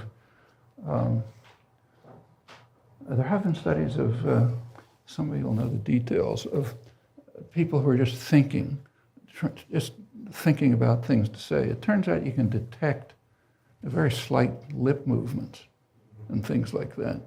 Now, I've asked some people who work on sign, and some people are looking at it to see if when people are thinking in, first of all, nobody knows how people are thinking in sign. It just hasn't been investigated. Like take a native speaker of sign language. I mean, they're obviously thinking all the time, just like we are. Are they thinking in sign? Well, if they are, what's it like? And can you detect hand movements, minimal hand movements? Well, you could pursue inquiries like this, which give you something, but they're not going to go very far, because what's going on beyond the level of consciousness is probably almost everything significant. That consciousness is some kind of peripheral thing which picks up some of what's going on in our head. It's not a small problem, but we shouldn't pretend it's not there because we don't understand anything. So we think in language, but We don't know. We don't know. We don't know what we're... We don't know that we're thinking in language, which comes to consciousness. First of all, at least me, when I introspect into my use of language, it isn't sentences. It's scattered phrases. Bits and pieces of phrases. I mean, I can restate them as a sentence, but when I really think about it, I'm getting a word here, another word there, or somehow it's all eliciting something that's really back there somewhere, and you put it together. Try it sometime. It's kind of interesting to introspect into what you're doing when you're just talking to yourself. We're not talking to ourselves in something you'd write, or even something you'd speak. And it gives the impression, at least to me, as if something going on in there, bits and pieces come out occasionally, and we kind of construct them and try to put them in an intelligible form. And when you speak or when you write, it's another step to trying to do it. This is just guesses. Nobody's really studied it. Yeah. I wanted to get back to your first principles, and I think you might be hard-pressed to find people who wouldn't agree that there's something that's special about humans that gives us the capacity for language. There have to be some kind of biases that help in statistical learning. Well, I'll give you some names if you want. Michael Tomasello, for example. Look, what he says is shared intentionality. He doesn't say anything about principles of computation. Right, so that's what I wanted to ask you about.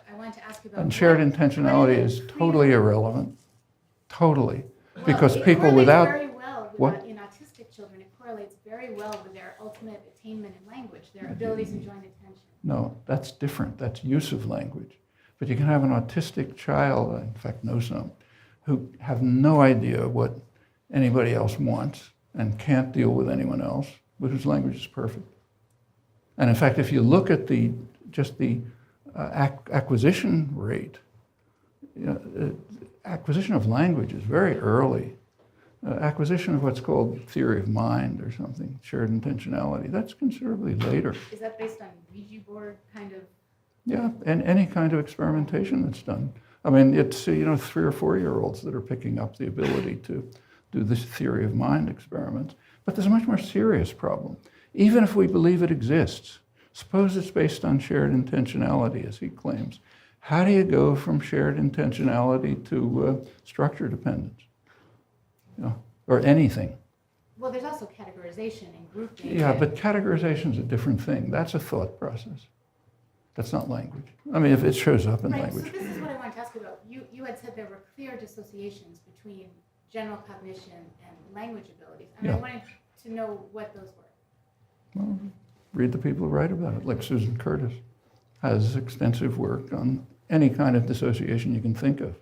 But those have mostly been debunked as far as I know. Pardon? So people have thought Williams syndrome was a dissociation. She's not talking about that. She's talking about, she's talking about normal language use. And in fact, the people with normal language use who have all kind of other incapacities, and conversely. Well, that's what I'm talking about. But like what? Like Williams syndrome turns out not to be the case. They don't learn language until they're 14, which gives them a Well, cognitive age of 7. Yeah, so there are cases where it's not true. There are cases where it is true. It's the cases where it is true that are interesting. Can you name one? Can you name one? Yeah, take a look at our articles. I mean, I just gave you one. Autistic kids whose language is perfect and have no sense of shared intentionality. And, you know, some of them have, say, fantastic arithmetical ability and no language. Yeah. Well, okay, that's, you know, it goes almost any way you look. And there's plenty of studies of so this. you think autistic kids have the perfect language despite... No, because autistic, as I'm sure you know, is not a category. It's some kind of spectrum that's not understood. So there's what we call autism. There's all kind of different things. But there are children who are diagnosed as autistic, whatever that means. In fact, I know some who have the language capacity is essentially perfect. You can't, maybe with some complicated experiments, you could show something they don't know. And they have no conception of how to deal with anyone else.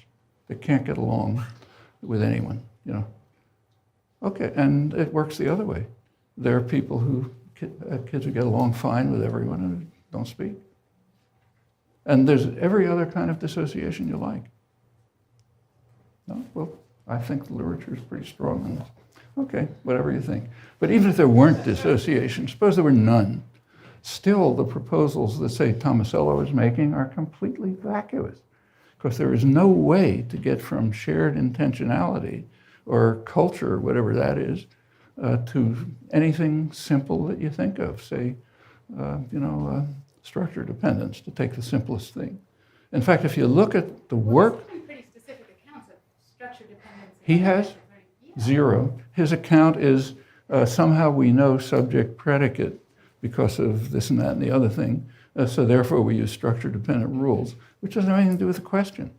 I mean, you can have a lot of the computational cognitive science work makes exactly the same mistake.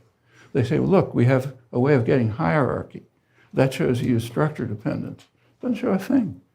You can have hierarchy. In fact, you must have hierarchy. Still leaves the option of 2 methods of relating, say, instinctively to a verb in the case that I mentioned. One is linear order. That's available. The other is minimal structural distance. The fact that you have hierarchy doesn't tell you what you get. You have a linear order too, so why don't you use that one? I mean, this work is just totally irrelevant. It doesn't think through the most elementary questions. Like, both of those options are there whether you have hierarchy or not. And say Tomasello is right in his kind of speculation that somehow you know subject and somehow you know predicate. All right, grant him that. Tells you nothing about why you don't use the linear order. Nothing. Doesn't even raise the question. And the same is true on every other property of language. Find one that isn't. Well, people like Jackanoff have argued that you do use the order. What? People like Ray Jackanoff have argued that you do use linear order. Not for things like this. That's in communication you sometimes do. Like there's the WH movement, let's say it's to the left, not to the right. Okay, that's linear order. So you look for reasons, they're probably pragmatic reasons.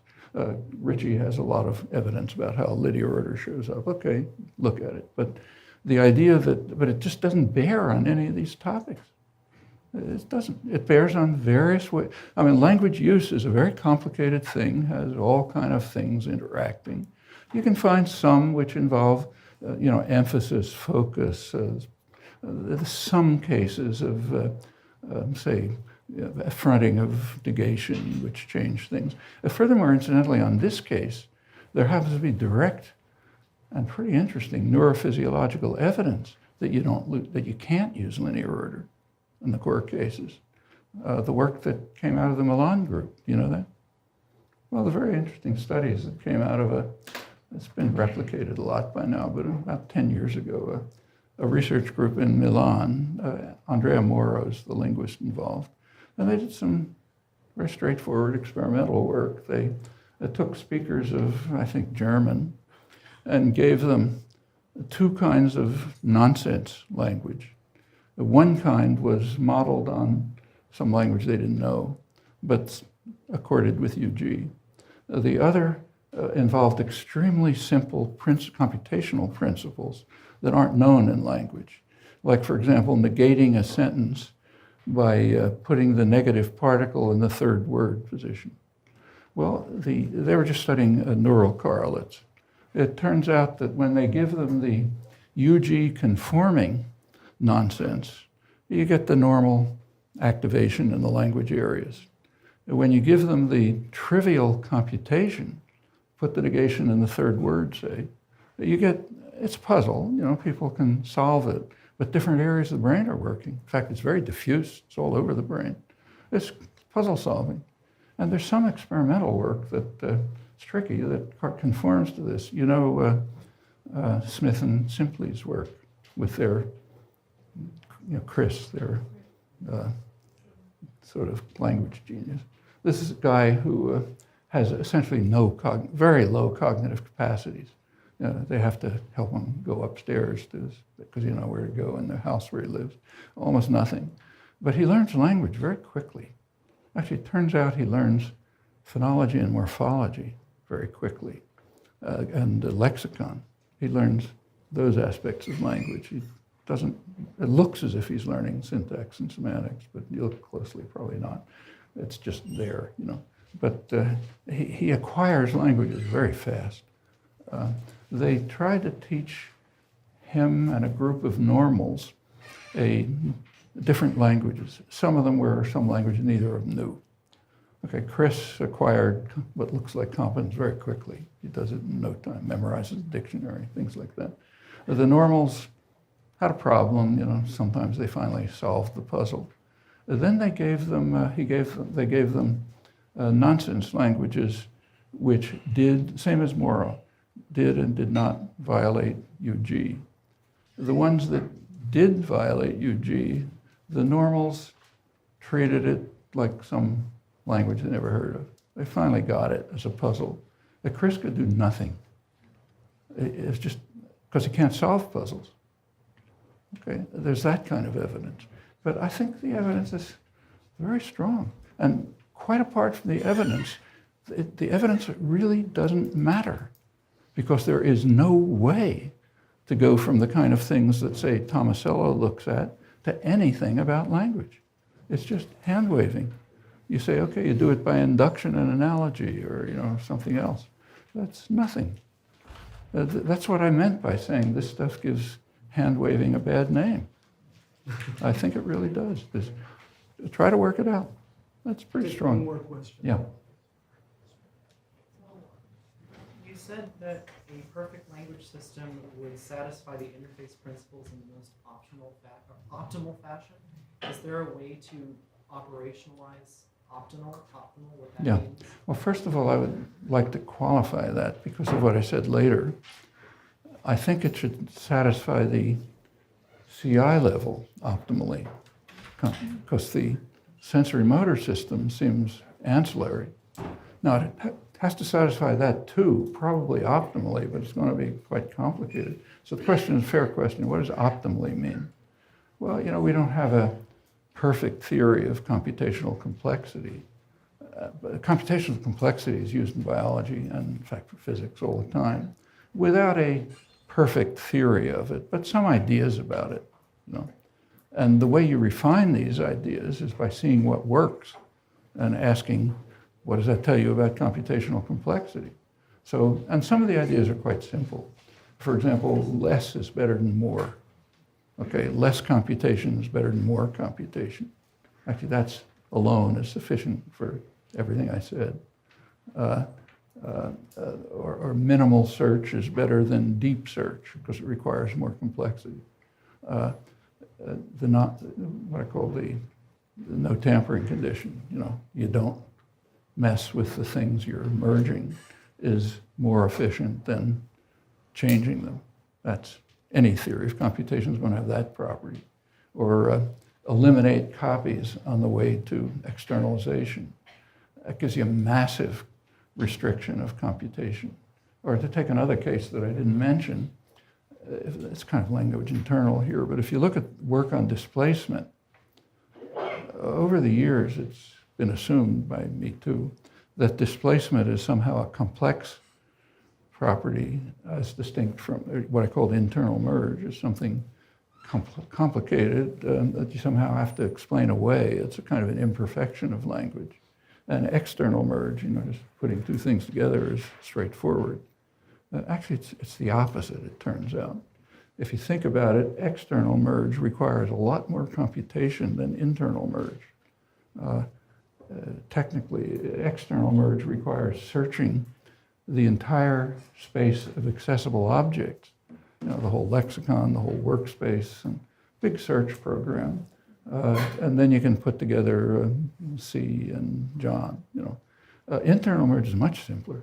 You're looking at one object, you're picking what's technically a term of it, that's a well-defined notion, and you're merging that to the whole object. That's straightforward. But there's a lot of literature arguing, good linguists, that copies should be, that internal merge should be replaced by external merge.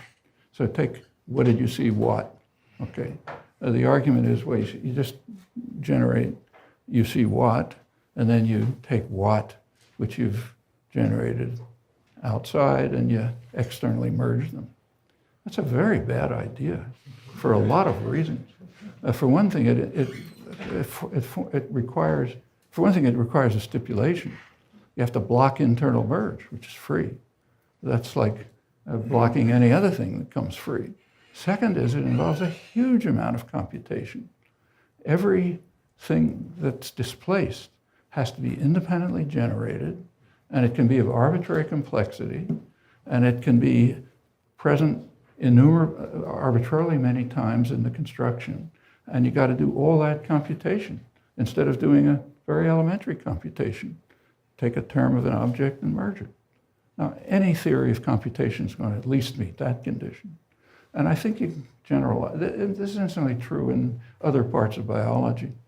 So, for example, if you look at, say, I don't know if you know Chris Cherniak's work on optimizing neural networks, he's done interesting work showing that if you take very simple organisms like nematodes, a couple hundred neurons, and you look at the wiring diagram's known, you know everything about how they're connected. You know nothing about what the damn thing is doing, but that's another problem.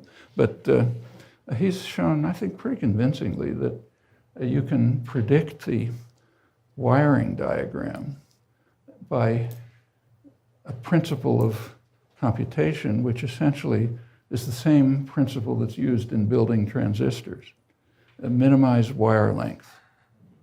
Because if you minimize total wire length, you get the nematode. He argues that may extend to the fact that vertebrates have the brain at one end, not in the middle, things like that. Well, that's good work, but why that principle of computation? You could think of others. Well, that's the way science works. You try to find sensible principles that make sense, see if they work. You can ask, well, are there other principles that don't work? What's the difference between them? Can I refine the theory? So it's a good question, but I think it's a research question. And for our purposes, at least at this primitive stage of language study, just obvious properties of complexity work, like less is better than more. But equate efficiency and optimality? The same thing. The two words for something we're searching for. We're searching for the general principle of biology and maybe of the natural world that tries to make things simple. And that goes back to the origin. That's all of science. So take, say, Galileo. I mean, the principle that he proposed for the sciences and that everybody follows since is we have to believe that nature is simple. Maybe because God made it that way. Nature is simple, and it's the task of the scientist to prove it. If you can't prove it, you're wrong. And all of the sciences are based on this. You throw that out, you're just collecting data. In fact, you're not even collecting data, because even to collect data requires prior assumptions about what is data. So it's asking a good question, but it's a general question about the nature of human inquiry. And it does show up in cases like this, and sometimes you might find real examples, like say with Cherniak, is there another mode of computation? With structure dependence, is there another mode? And if you can find alternative proposals about optimization, good. Then you try to distinguish them on some other grounds. But it's a research question. You can't answer it a priori. You can start with reasonable a priori assumptions, which get you pretty far, but you have to be willing to question them later on, because they could be wrong. But that's just inquiry. You can't get around those problems. Okay, thanks. Well, I'd like to discuss some questions about a topic that goes back to classical antiquity, remains quite obscure in many ways, and has many significant implications, I think, which I'll try to bring out, or at least indicate. The question is, what is the fundamental nature of language? What's it for? What is it designed for? There's a simple classical formula, goes back to Aristotle, that language is sound with meaning. That raises three questions at once. What is sound? What is meaning? And what is with? The most neglected and most crucial question. There's been a good deal of discussion of sound over the past several millennia. A good bit is known. A lot of consideration of questions of meaning, how much is understood, one could debate, but virtually nothing about with. Presumably because it was assumed to be trivial. Simply by association. So a child sees a cow and somebody says cow, and an association is set up between that thing over there and the word, and out of that spins the meaning. That doesn't survive much examination, but even if it did, it wouldn't begin to touch the real question, which has to do with the fact that a number of associations of that kind, if you want to call them associations, is unbounded. So it can't be set up by experience. That's the with problem. It's very rarely been noticed in the whole history of thinking about language. Occasionally it has. Galileo was maybe the first to point out a pretty obvious fact that the language our language capacity has infinite scope. He described the alphabet as the greatest invention that had ever been made because it enables us with 25 letters to express any thought that might come to our minds. Notice that he's not accepting Aristotle's dictum exactly. That's a description of language as meaning with sound, which is not quite the same as sound with meaning. In fact, differs in interesting ways. This is picked up not long after by Descartes. And in fact, for Descartes, it's the foundation, one of the foundations of his dualistic science. It's interesting and long story, also mostly ignored in the history of philosophy, but I think quite crucial. After that, it kind of languishes. It picks up again in the 20th century, partly because the concept with came to be understood in the 1930s and 40s with the development of the theories of computability, Turing, Gödel, Kline, others. The notion of a finite characterization of an infinite class became well understood. And that makes it possible to ask ourselves what would be the nature of the sound-meaning relationship, whatever it is. Well, the basic answer has to be that there's some kind of what's called generative procedure, finite computational procedure, that determines the structures and the interpretations for an infinite range of categories. of expressions, and the interpretations have to be dual, one for sound, one for meaning. Apart from that, for anyone who's not a mystic, this capacity is internal to us. It's generally denied, but a lot of mystics around. But clearly it's something internal to us, mostly our brains, which means it's effectively, the capacity is effectively an organ of the body in the rather loose sense of organ that's used conventionally in biology, some subsystem of the organism that has enough internal integrity so it can be studied on its own and interacts with other such modules, systems, subsystems in the functioning of in the life of the organism. So that should be uncontroversial. Unfortunately, it isn't, but I'll put those controversies aside. Well, we've learned in recent years that the concept sound is too narrow. The externalization of language, the form in which it reaches the outside, seems to be modality independent.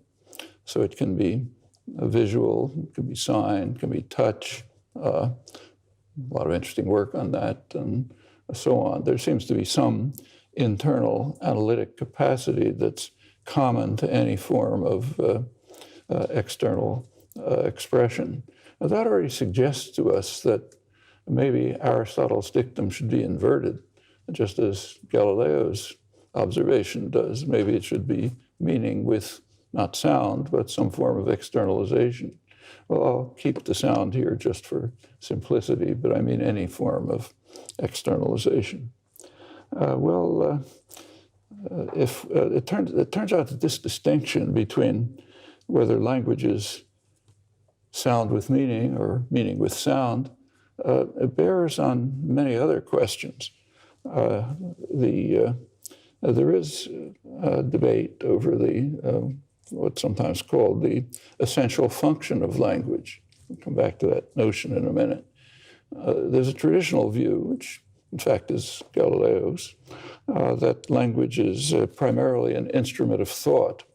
The great 19th century linguist William Dwight Whitney expressed the traditional conception this way. He said, language is audible thinking, the spoken instrumentality of thought, which means that speech, sound, any other externalization is kind of a secondary property of language. The fundamental property is the internal construction of indefinitely many thoughts by this generative procedure, we'd now say. That's different from a contemporary view, which is so widespread as to be virtually a dogma, namely that the function of language is communication, and it evolved out of communication systems. The matter hasn't been studied, but I suspect that this modern view, which is in fact a dogma, you just can't question it, is in philosophy, psychology, linguistics, is probably a reflection of the grip of associationism and behaviorism. It's a 20th century doctrines, which have a very tight grip. Even those who reject them fundamentally accept them, I think. It also relates to a highly oversimplified view of modern evolutionary biology, which is totally different from what evolutionary biologists believe, but is also widespread. Interesting topic, another one I'll put aside. Looking at the general question, the question of what an organ is for, what's its function, is far from clear. So take any system you like. Say, take the spine. What's its function? Well, its function is to hold the body up, to protect the nerves, to produce blood cells, to store calcium. That's what it does. So which one is its function? Maybe all of them, or you pick one somehow. Well, the way one is usually picked is by evolutionary considerations. Which of those various uses is the way it evolved. You can give arguments like that about the spine, but you can't really do it about language. There's a huge literature growing all the time on what's called evolution of language. The library's full of it now, last 20 or 30 years mainly, which is very curious in a number of ways. For one reason, it's curious because the topic doesn't exist. The languages don't evolve. They change, but they don't evolve. That's quite different. Evolution means change in the genetic basis for language, what's called universal grammar, UG, in contemporary terminology. It's also interesting to compare the huge library of speculations, and there are speculations about what's called evolution of language, really means evolution of the capacity for language. Compare that with incomparably simpler topics, like evolution of the communication system of bees. By any measure, that's a far simpler question, but it's barely studied in biology because it's recognized to be too hard. On the other hand, evolution of the language capacity, which is incomparably more difficult, not only because of the complexity, but you don't have fossil evidence and so on.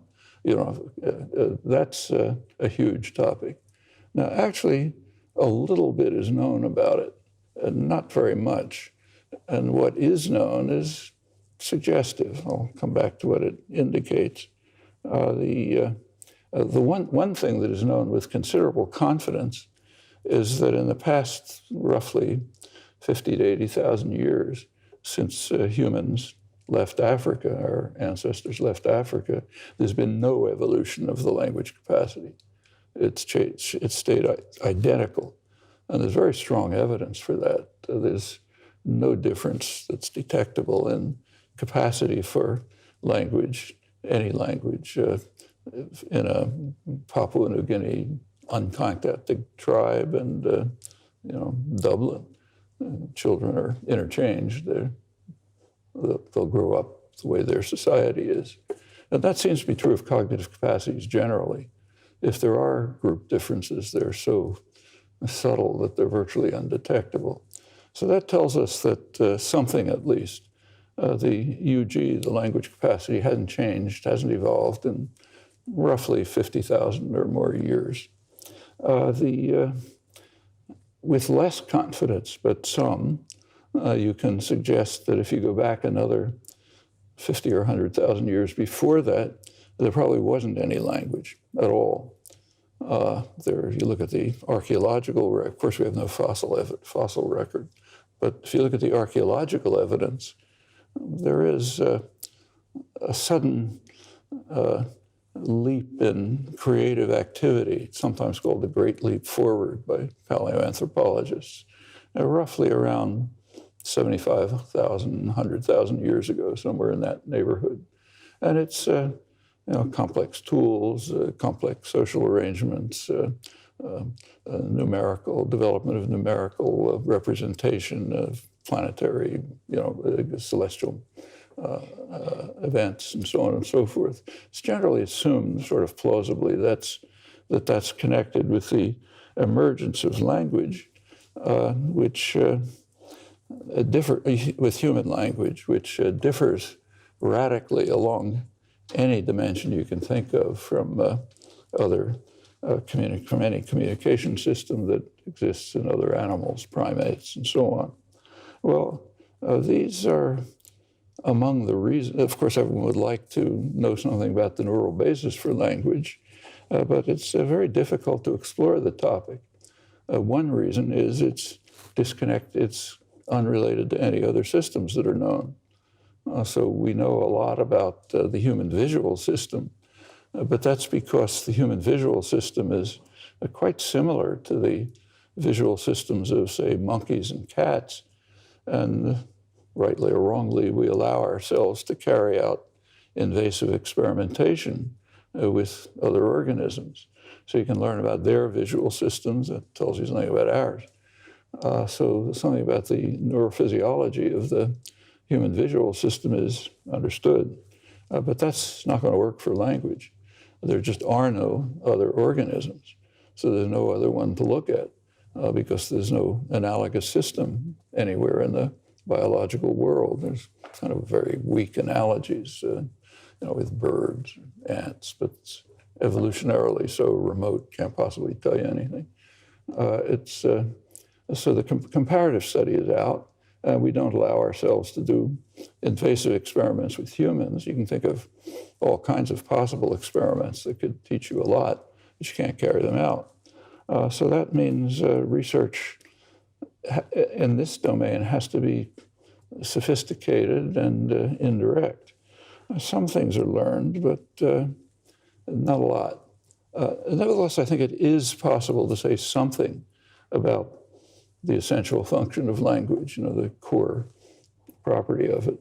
But the way to do that, the only way I know, since comparative evidence is out and the neurophysiological evidence is limited, there's some, I'll mention some, but there is a way to do it.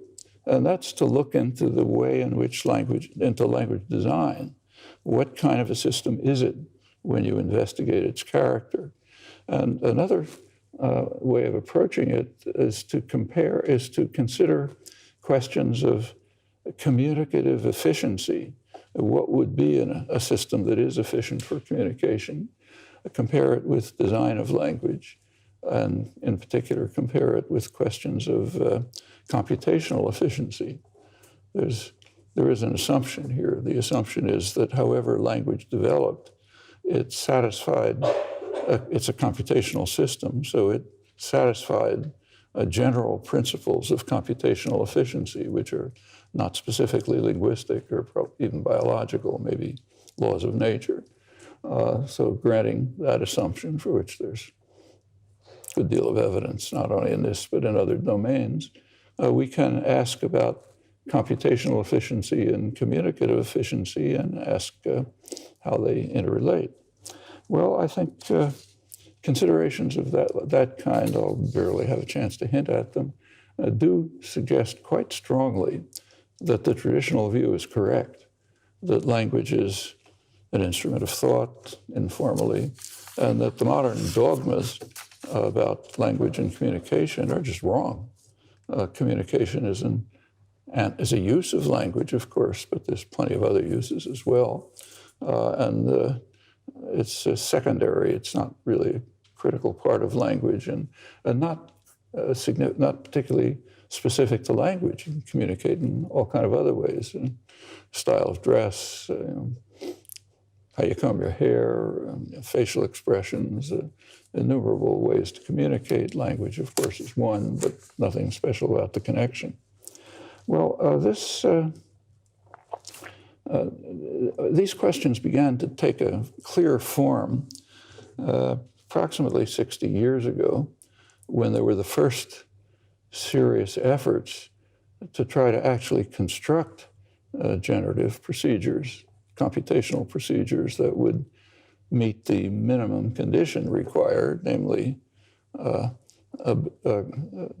generating an infinite array of structured expressions which have an interpretation in these two interfaces, as they're called, meaning and externalization, sound. And as soon as those attempts were made, some very puzzling phenomena were discovered. That's commonly the case. When you begin to look at some topic closely, it turns out that everything you believed was wrong. Actually, that's the classic moment of the origins of modern science. So for millennia, scientists had believed that there are simple answers to the question why, if you let go of a rock, it falls, and if you release steam, it rises. They're going to their natural place, and how do objects interact through sympathies and antipathies. How do you perceive a triangle? There's a triangle over there, and a form flits through the air and gets into your brain, and there's a triangle in there, and so on for a range of questions. These were the conclusions of the best scientists, literally, for millennia. When Galileo and others began to agree to be puzzled about these phenomena, instead of just accepting them, it immediately turned out that all your intuitions are totally wrong. You know the rest of the story. That's how science starts. That's how discovery starts and intelligent inquiry starts in any domain. It's been very hard for this to penetrate to the soft sciences and the humanities. It just isn't grasped right to the present day, even in fields close to the sciences, like in this domain, computational cognitive science, totally misunderstood. But the ability to be puzzled is a pretty important one to try to cultivate. It's the core property, the thing that things should learn from infancy up through graduate school and beyond. One puzzle about language that came to light about 60 years ago and is still very much debated and bears on the question I was raising, it has to do with a very simple but rather curious fact. So take, say, the sentence, instinctively eagles that fly swim, and ask yourself what instinctively goes with. Well, it goes with swim, not with fly. Or similarly, suppose you raise a question and you ask, can eagles that fly swim?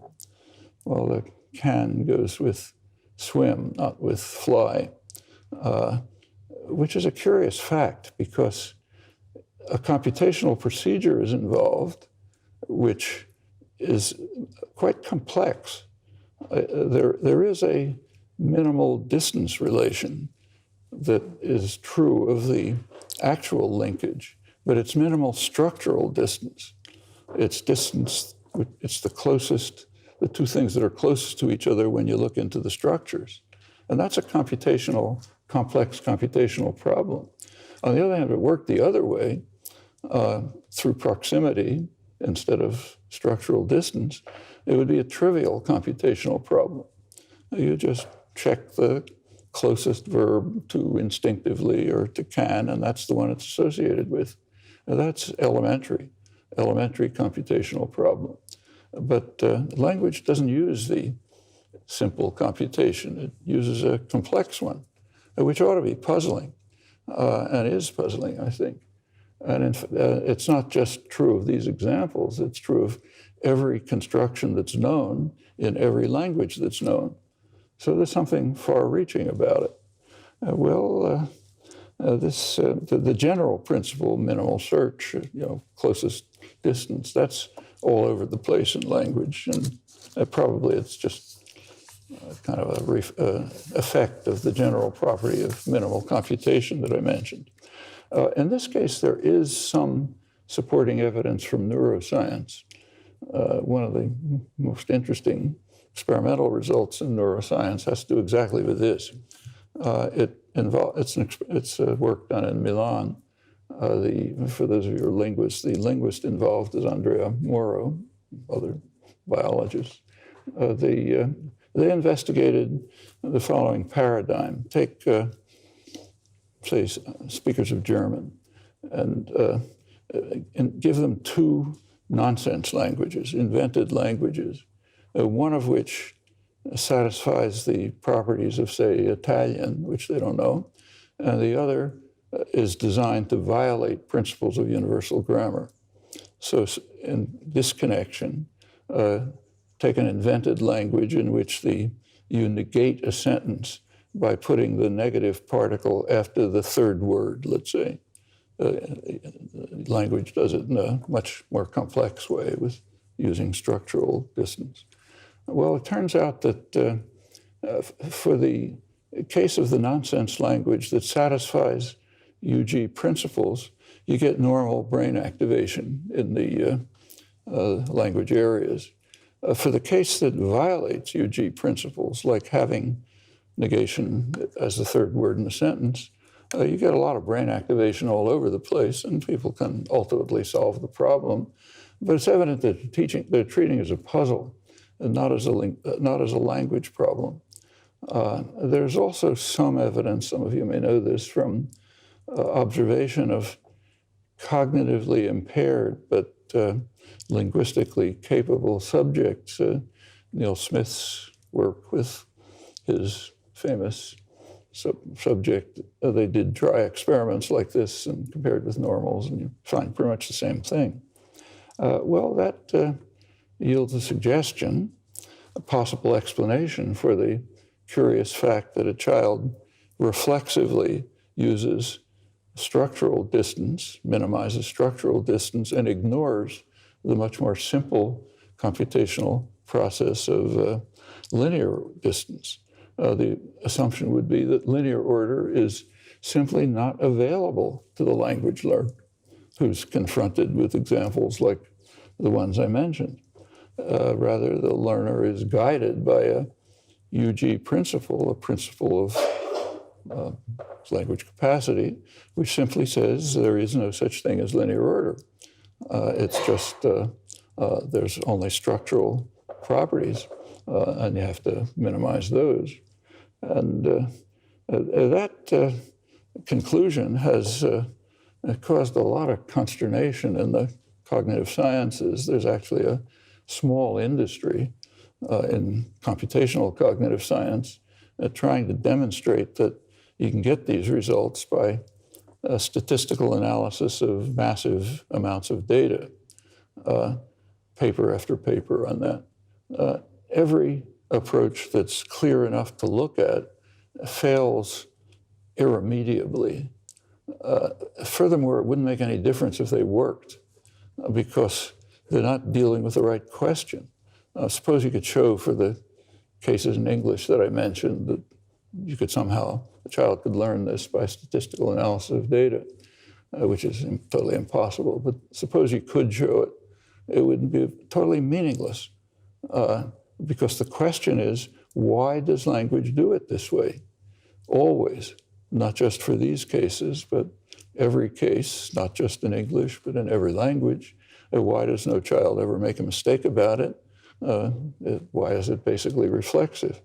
And that question wouldn't be addressed even if, impossibly, some of these approaches worked.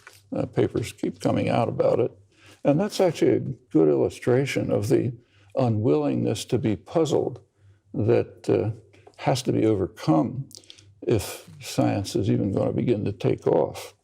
Well, a more far-reaching thesis is that linear order is never available for computation in the core areas of language, in syntax, sentence construction, and semantic interpretation. There's actually considerable evidence for that in other domains, too. It seems that structural properties like, say, hierarchy play a role, but order does not.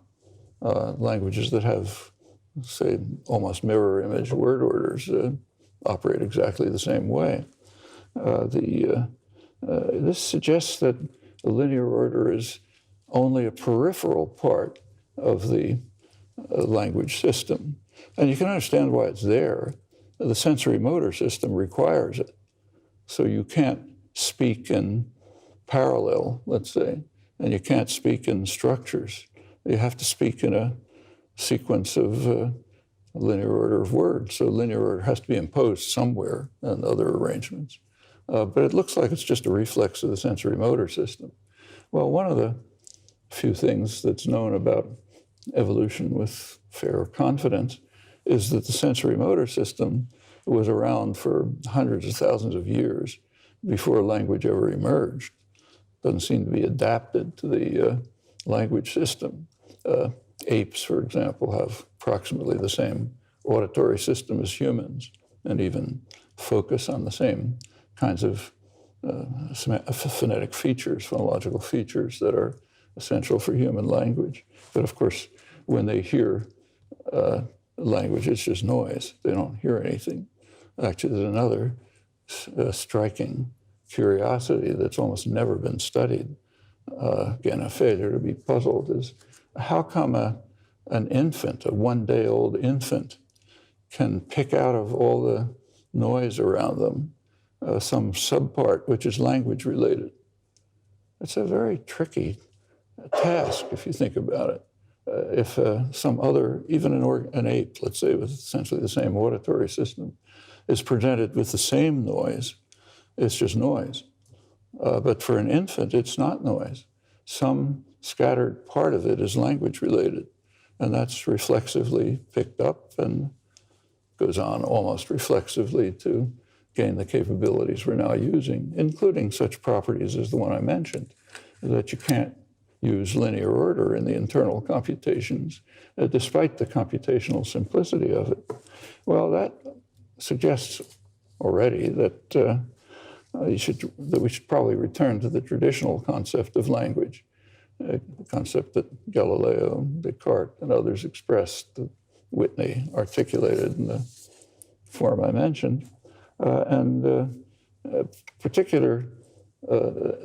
recognize that externalization altogether is a peripheral part of the whole language system, just reflecting accidental aspects of the sensory motor system, which we have to use for externalization.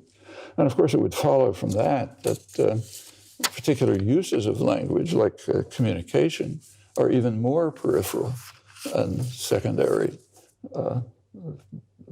to basic language. And all the extensive speculation about evolution of language is just off the mark to begin with. You can throw out the libraries for this reason alone. Actually, there is evidence some evidence from the limited evolutionary evidence around that conclusion's correct. I won't have time to go into that. Well, if there were time, I would, and there isn't, I would go on to give some more complex examples which require a little more thought and attention. But when you look into more complex questions of semantic interpretation and communicative efficiency, what you can show pretty convincingly, I think, that the design of language directly yields the basis for semantic interpretation, but constructs problems for communication. It introduces properties into what is pronounced that cause a lot of what are called parsing problems of perception and so on. And there's many examples of this. In fact, every case, I won't have time to go into it, but every case that's known of a conflict between communicative efficiency and computational efficiency, that is best language design, every single case that's known, and there's quite a variety, communicative efficiency is just disregarded. Hands down, always computational efficiency, that is good design for semantic interpretation, wins out. And that tells you something quite general. I'll skip a lot of stuff because there's no time. That suggests, apart from the particular conclusion here that the modern dogmas are probably all off the wall, that communication is not a fundamental part of language. It's very peripheral, along with other uses, that the language is designed basically as an instrument of thought. It developed apparently very quickly, some small rewiring of the brain, maybe 100,000 years ago, which is nothing in evolutionary time, simply provided the computational procedure, simple computational procedure, which answers the question with, except that it modifies it in that the externalization part is secondary, a matter of adapting it to a sensory motor system that was all around. But a kind of a more general point that I would kind of like to bring up, and I won't go into, but you can think about, is that if you make close attention to rather technical properties of the nature of language, specific technical questions, they can lead to conclusions that have quite far-reaching ramifications about the nature of our fundamental mental processes and the consequences of considerable significance, I think, for the human sciences, even in their currently barely developed form. So let me stop there.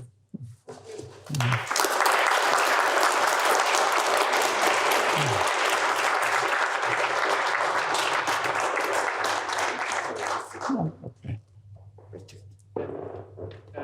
Thank you, Professor Chomsky. Thanks. I'm a former UCD student and currently studying in the UK. I'll start off by just saying I don't want to be a mystic if I can help it. Moreover, I see how I'm supposed to be softened up by your remarks about scientific revolutions to the point about communication not being a function of language that people originally thought. But could you perhaps say a little bit more about how it is that, or why it is that externalization has this effect that it does, and where is the principal perhaps barrier to externalization as opposed to the hierarchical? Are you asking a question about the way people think about it, or about the modern dogma, or about the facts? Well, I'm asking a question perhaps why the dogma is a dogma. Why the dogma exists? Yeah, why? Yeah. Well, I think, as I said, it hasn't been studied, but I think it's pretty obvious. The 20th century underwent a shift of attitudes towards humans and their actions and so on. Basically, associationism and then general behavioralism. So you go back 50 years ago, the psychology was called behavioral science. Sociology was behavioral science. Everything was behavioral science, which is it's the time when I sort of was in grad school. I was one of a few people who thought this is pretty crazy, even without knowing any conclusions. I mean, to call, say, psychology behavioral science is like calling physics meter reading science, because the data for physics is reading meters, and that some of the data, not all of it, some of the data for psychology is behavior, not all of it. But it means that looking at the field as a study of data, not as a study of whatever the internal structures are. And that just doesn't make any sense. Combined with this was something else. Right about this period, computers were being developed, actual working computers. And it was widely believed, and still is, that sooner or later there'll be these massive computers with very rapid processing, and they can deal with huge amounts of data and carry out some statistical procedure on the data, and something miraculous will come out. It's still very widely believed. And people are very misled by it. In fact, there's something called the Turing test, which you've probably heard about, which every year there's a competition. If you win it, you get $100,000 to pass something called the Turing test. A totally meaningless task. It's supposed to show, can you show that machines think? It's all based on a paper of Alan Turing, who was a great mathematician and one of the founders of computational science. And there's an 8-page paper that he wrote in 1950 on whether machines can think. But he starts off the paper by saying the question whether machines can think is too meaningless to deserve discussion. That sentence has somehow been ignored in the entire literature. And there's a good reason for it, because to ask whether machines think is basically asking what kind of metaphor you like. It's like asking, do submarines swim? Well, from a certain point of view, you can say so. From another point of view, not. But it's not a meaningful question. He proposed this imitation game, which is now called the Turing test, but he proposed it for a different reason. He said it'll be interesting the idea is to see if you can construct a program that'll delude a blind observer, one who doesn't see what's going on, to not be able to distinguish the program from a person. Okay. He says it'll be useful for trying to, as a challenge, to create bigger machines, better machines. Okay, maybe so. In fact, probably was. but it doesn't tell you anything about whether machines can think. In fact, the whole idea of machines thinking is posed in a way which is almost designed to cause confusion. I should say that the people who are confused by this are some of the leading philosophers, the most influential philosophers, and scientists and others. It's not a trivial thing. I won't mention names, but many of you know. For one thing, a machine, the computer itself, is maybe useful as a paperweight. It doesn't do anything. What is doing anything is the program that you put into it. Okay, so if you want to pose the meaningless question, it should be, can programs think? Well, what's a program? A program is just a theory written in a crazy notation so that a computer can implement it. So the question really is, well, can this theory think? In other words, is this a theory of thinking? Well, the answer is not unless you understand something about theory of thinking. Nothing's a theory of X just because it passes some meaningless test. It's a theory of X if it gives you some insight and understanding into the nature of X. So the real question is, are the theories that are written in these programs giving us some insight into the nature of thinking? As soon as you pose that question, you don't even bother with the prize, because of course they're not doing anything. These things combined, the associationist psychology, the behavioral turn in the human sciences, the availability of data processing, they all combined to lead to what, in my view, is just massive confusion in all the fields related to these topics. That's probably the reason. I mean, you have to look at individuals and ask, but I think if you do, you find something like that. And it's right to the present. I mean, it hasn't changed in the least. Cahill? Cahill Madigan, staff at the School of Philosophy in UCD. So you want to suggest, I think, if I've understood you correctly, that the function of language is thought, not necessarily communication. And so I'm just wondering, so some linguistic things that we do, or the practices that we engage in that we'd be inclined to call linguistic, are speaking to one another.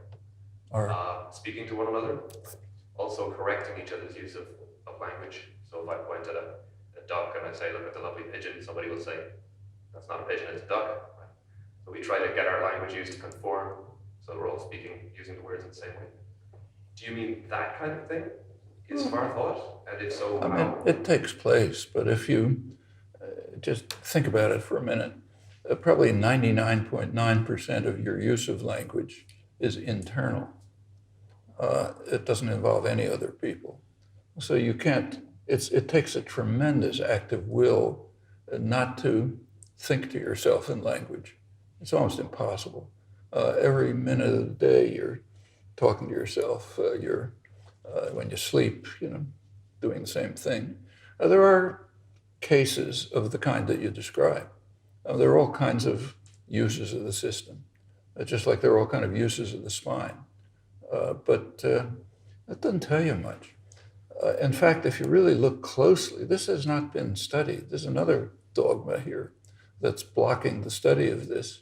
It's a dogma that in the modern period actually goes back to pretty much to Quine, and then it's picked up by John Searle and others.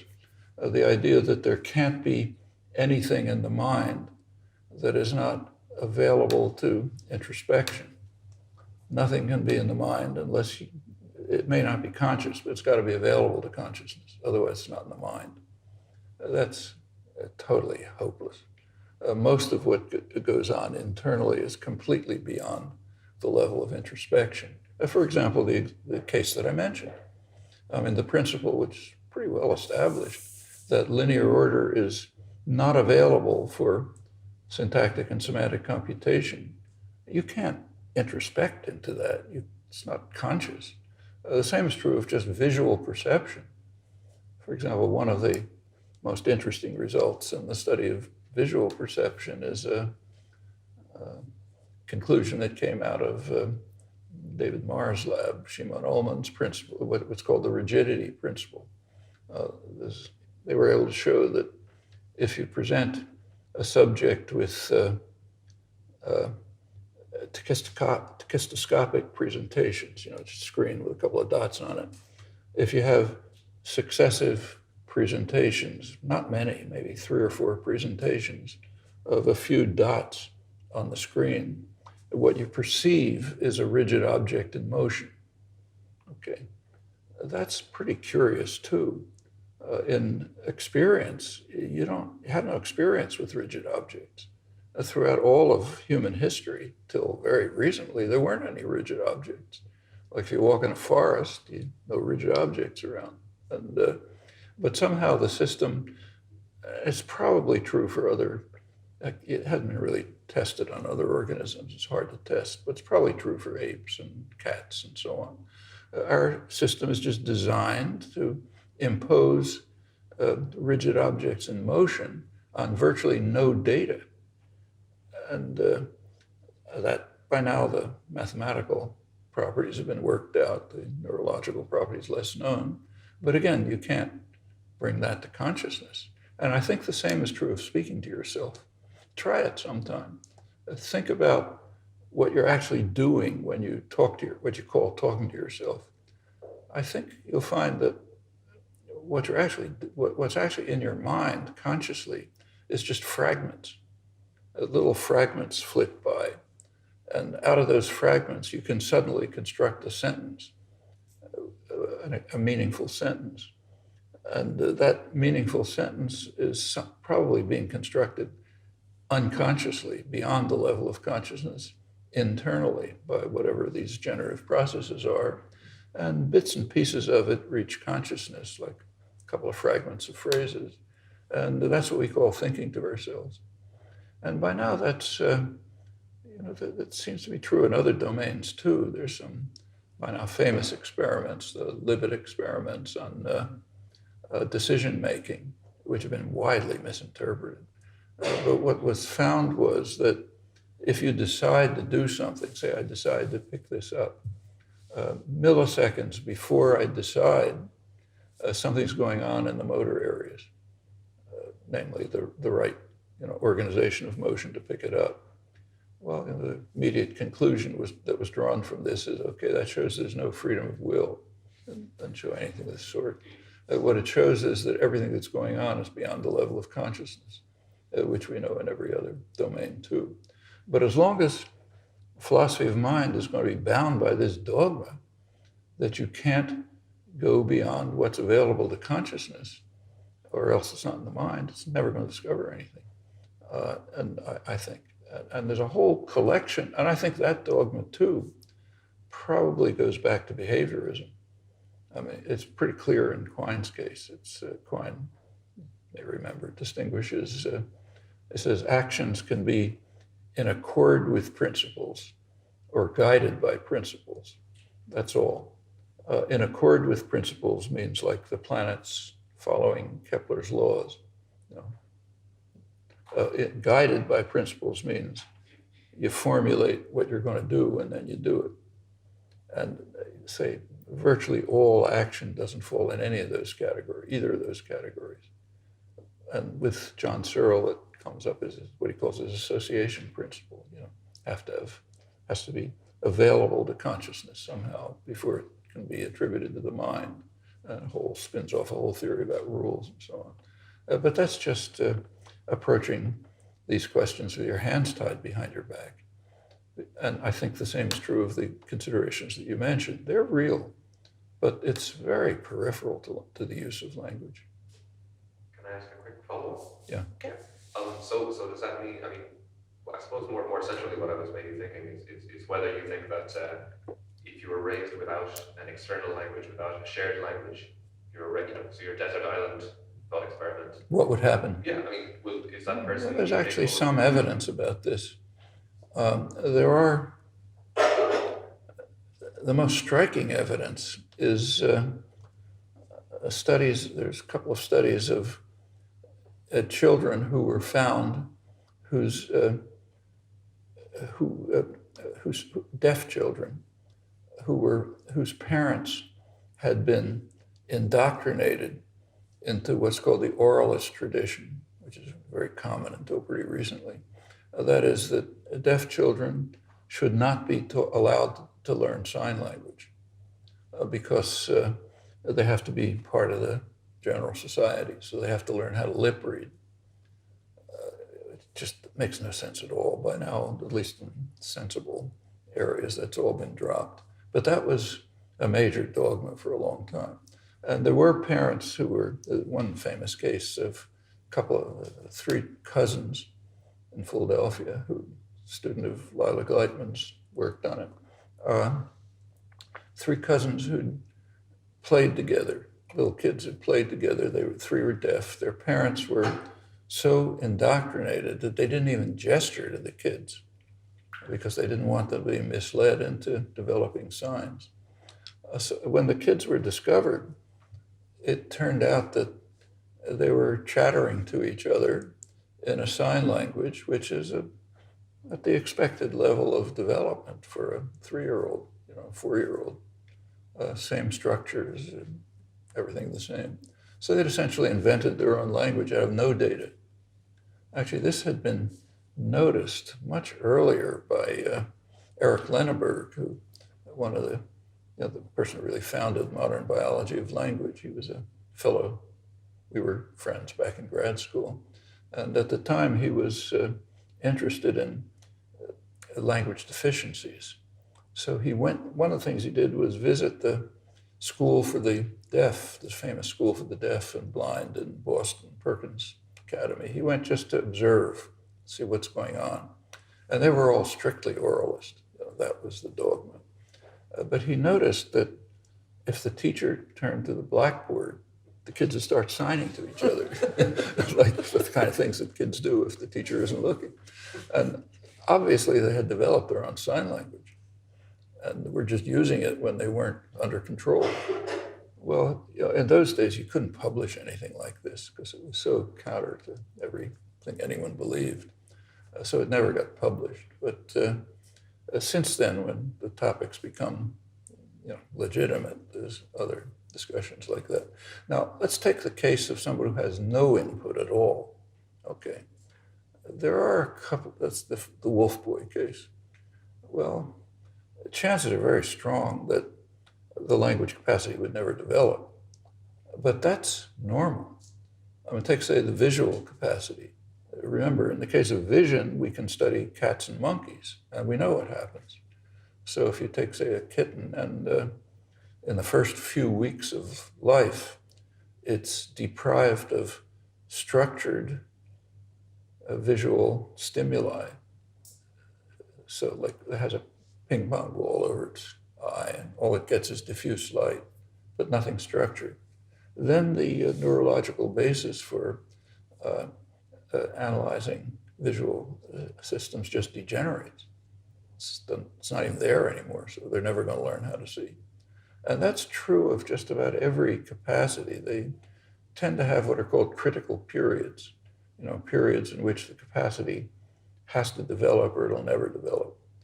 And again, we don't do experiments with humans, but if you did, you'd probably find that there are indirect evidence to indicate that there are several critical periods in which if the system is not stimulated somehow, it's not going to function. I mean, most of us have an experience with this.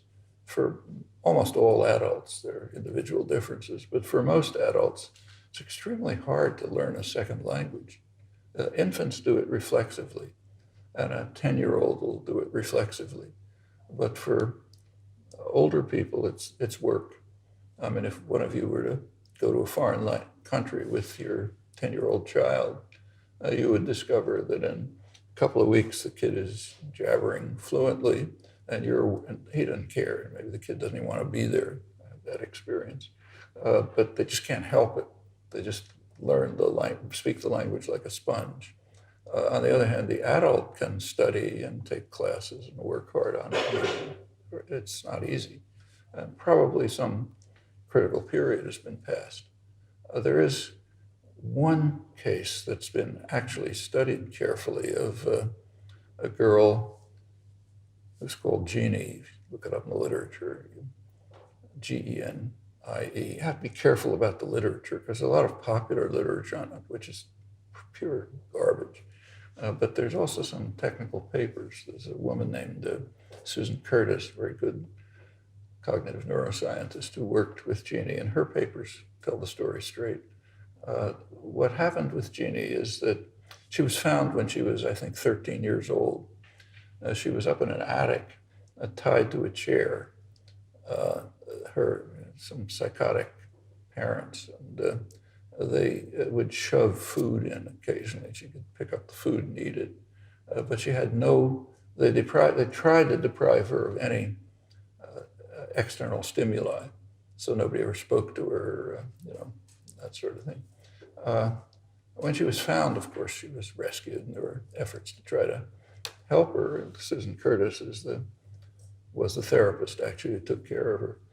And it looked for a while, they were, among other things, she turned out to be quite bright. She could learn all kinds of things.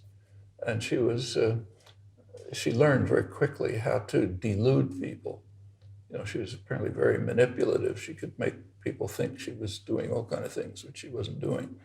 And for a while, they thought that she was acquiring language. But it turned out to be an illusion. She was acquiring ways of deluding the people around her into thinking she could use language. But with closer analysis, it turned out she could overcome that barrier.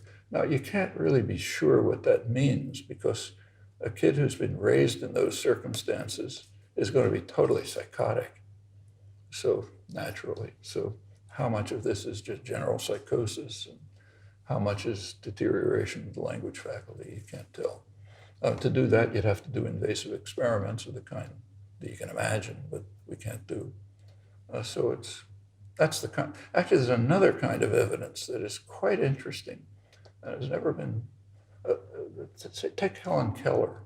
Okay, Helen Keller was blind and deaf, very fluent. She's a wonderful writer. All kind of interesting ideas. No difficulty in expressing herself. She learned, what's claimed is that she learned by touch. Okay, her teacher, Aunt Sullivan, spelled out words in her hand. It's recently been discovered from photographs from that period that Helen Keller actually had invented a technique that is now used for teaching the deafblind. The technique is to put a hand on the face, and your thumb is on the vocal cords. You can tell if the vocal cords are moving, and your fingers on the face, you can see the way the face is moving. So you get a minimal amount of data. But now that's been studied. Actually, my wife worked on that at MIT, and there are subjects who've learned this system who are pretty fluent. Nobody's ever reached the Helen Keller level, but it's pretty fluent, which is pretty amazing itself because there's almost no data. However, there's something else that was discovered, and there were too few cases to publish anything about it. But the few cases that worked, they found that every case that was successful, the person had lost sight and hearing after about 16 months, 18 months old. What happened? These are cases of spinal meningitis. Now it's curable, so it doesn't happen anymore. But where there was sudden loss of both speech and hearing and sight.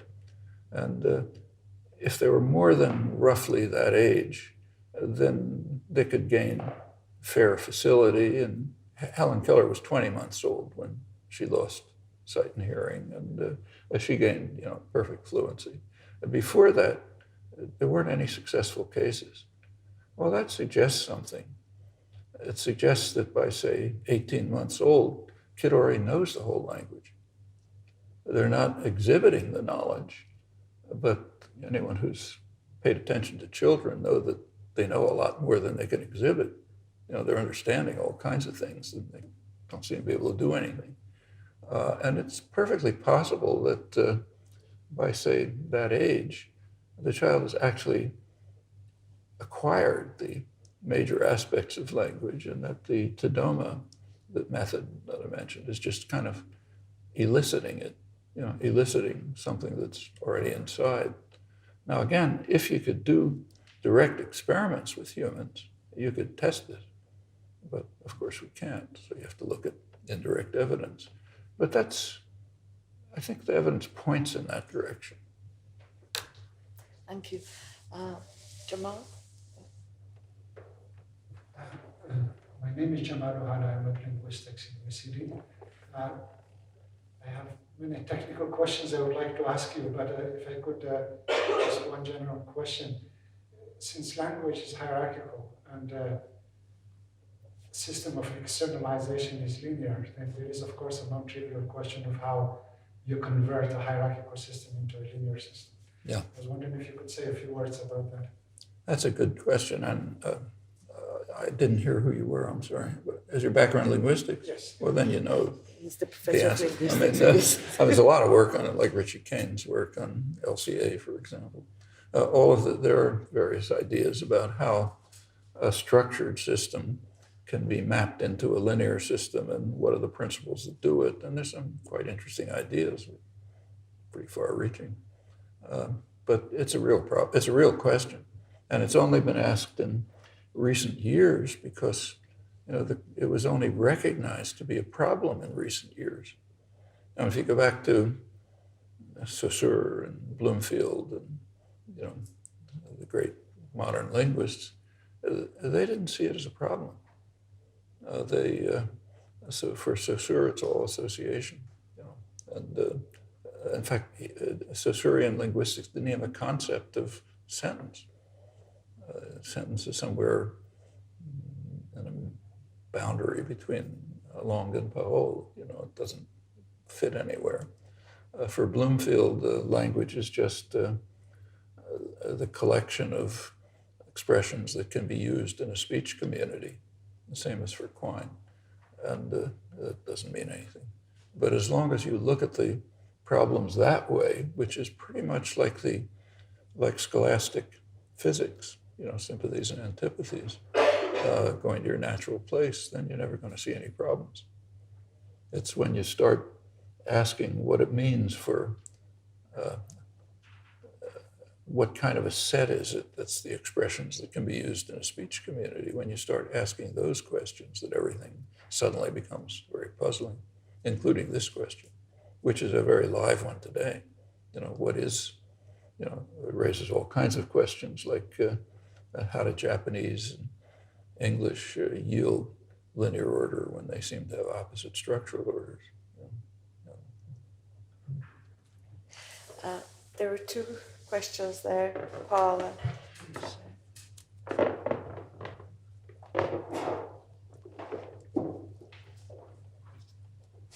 Hi, so I'm Paul, I'm a student at Trinity.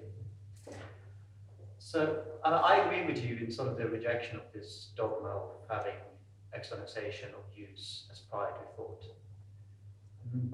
And that also opens up sort of an interesting avenue. Now we have to think of a new way to have semantic interpretation. Of semantic interpretation? Yeah, because now we have to leave sort of the standard view of having, what we're looking for are sort of the objects of the locutional act and so on. One person who's sort of also sharing this view would be Jerry Fodor. Though he's been saying sort of in a couple of places lately that he finds your views on semantics puzzling, is the word that he chooses. And the last decade, he's been trying to say, well, the way to go about is by having informational semantics and then try to find some causal relation between the outside world and the mental representations. I mean, you've been emphasizing a couple of places that mental representation doesn't require mental representation of. I know that you've been saying a couple of places that mental representation doesn't require mental representation of something. And I agree with that too. But I still share something about sort of Fodor's puzzlement, that at some point we have to have, some thoughts have to have aboutness. They have to be about something at some point. So if Fodor finds your views puzzling, what do you think about his approach to do this Well, computation? we're old friends for 50 years, and we found each other's views puzzling for 50 years. In fact, it's reciprocal. In fact, when I mentioned about cows and the word cow, I had Jared Fodor in mind. His view is, you know his view. He says exactly what I said. A child sees a cow, somebody says cow, that sets up the connection, and from then on, the sight of the cow causes causal relation of the mental image or notion or whatever it is, cow. And that simply does not stand up to examination. As soon as you begin to look at words, incidentally, this was pretty well understood in the 17th century. So if you read the Locke, Hume, the English Platonists, others, they understood that our concept, if you like, of an object is not individuated by identifiable physical properties. So you read Locke on person, for example. It says persons, he didn't put it in these terms, but if you look at the kind of thought experiments Locke carried out with what if you have two minds in the same body, that kind of thing, what he's actually saying is that our concept of person is based on some notion like psychic continuity. Okay, psychic continuity is not a physical property. It's not something a physicist can discover. It's something that we're imposing on the world. It's like the rigidity principle. In fact, for Locke, he says person is what he calls a forensic concept. It carries with it notions like responsibility and rights. Well, physicists can't look at an object and say, okay, he has responsibility and rights. Actually, this is known in the history of philosophy. There's a recent book on it by Galen Strawson, who brings up these things. He unfortunately doesn't refer to the history about them because nobody knows it. But but that's correct, and that's just true of everything, including cows.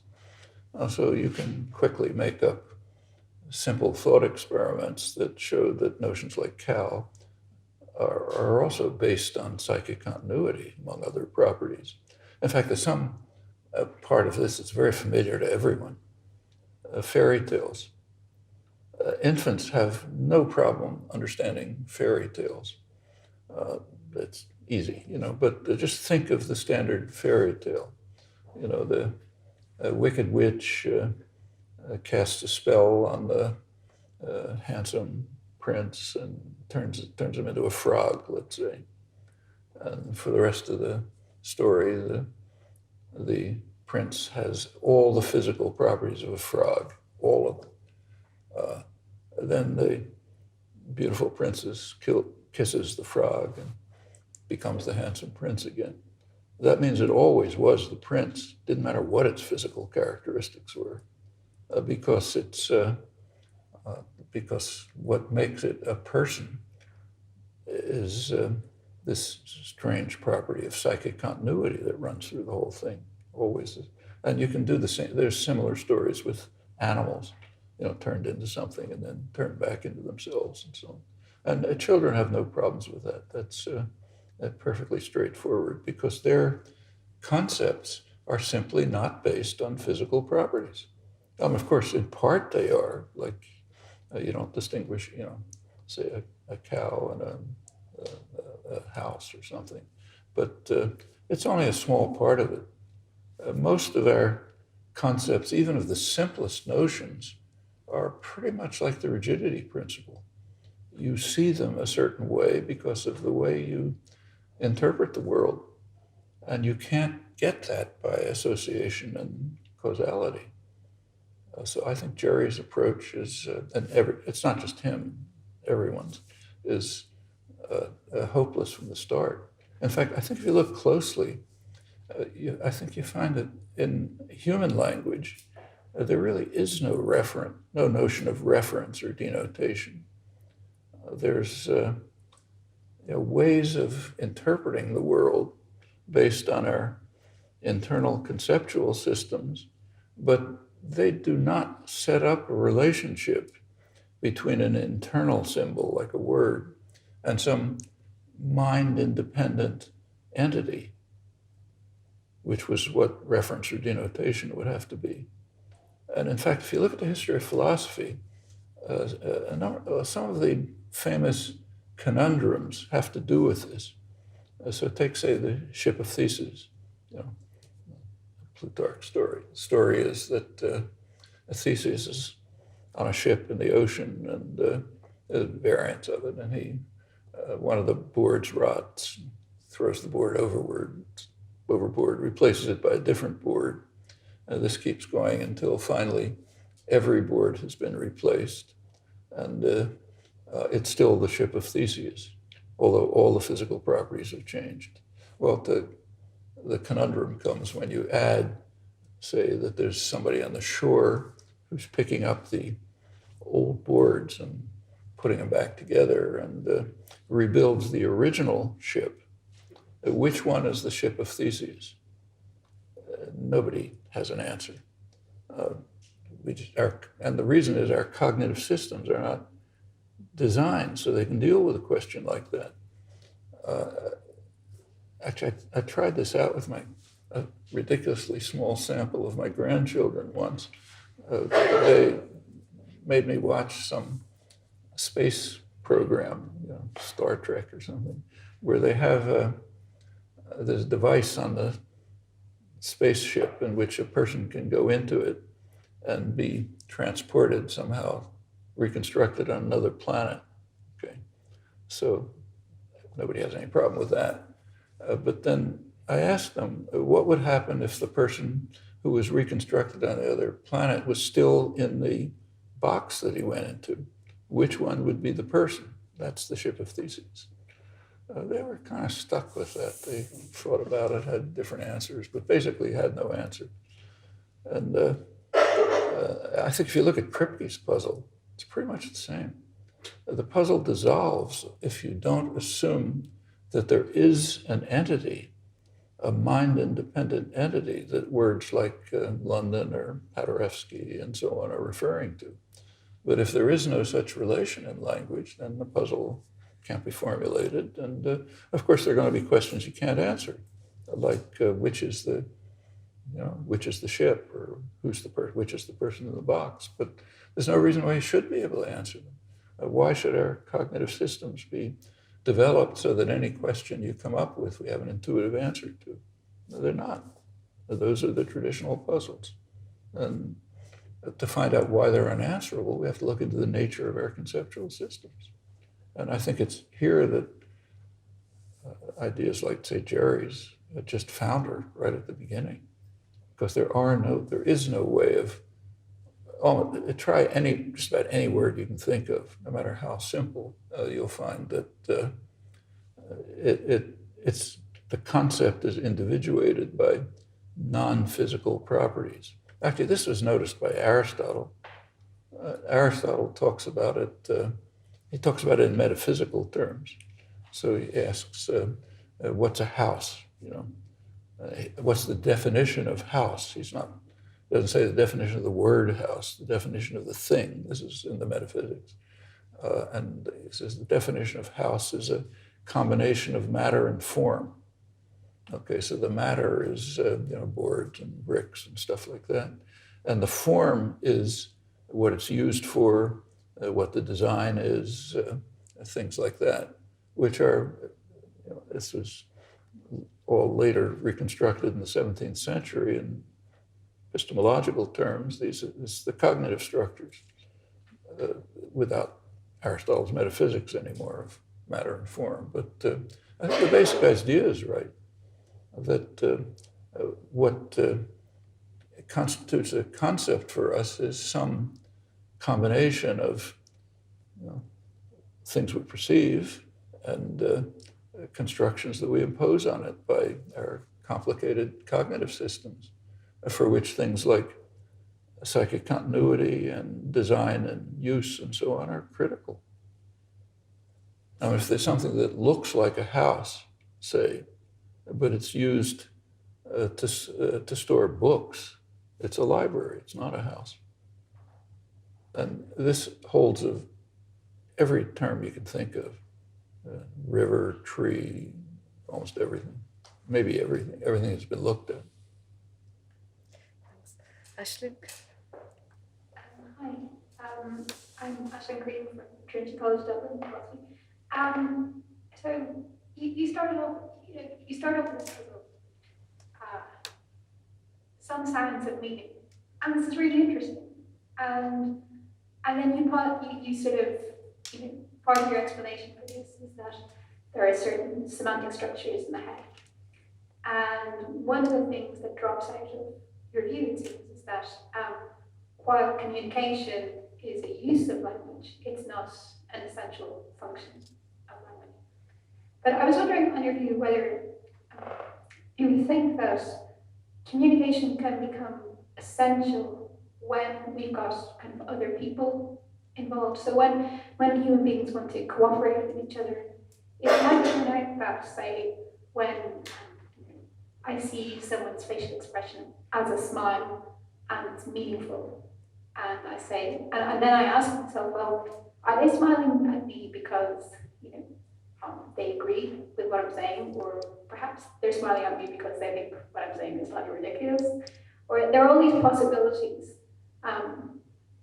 for how I interpret their smile, their smile, and so then it becomes essential for me to kind of talk to them and ask them, is this what you mean by your smile, or what you're saying, or perhaps your this piece of writing.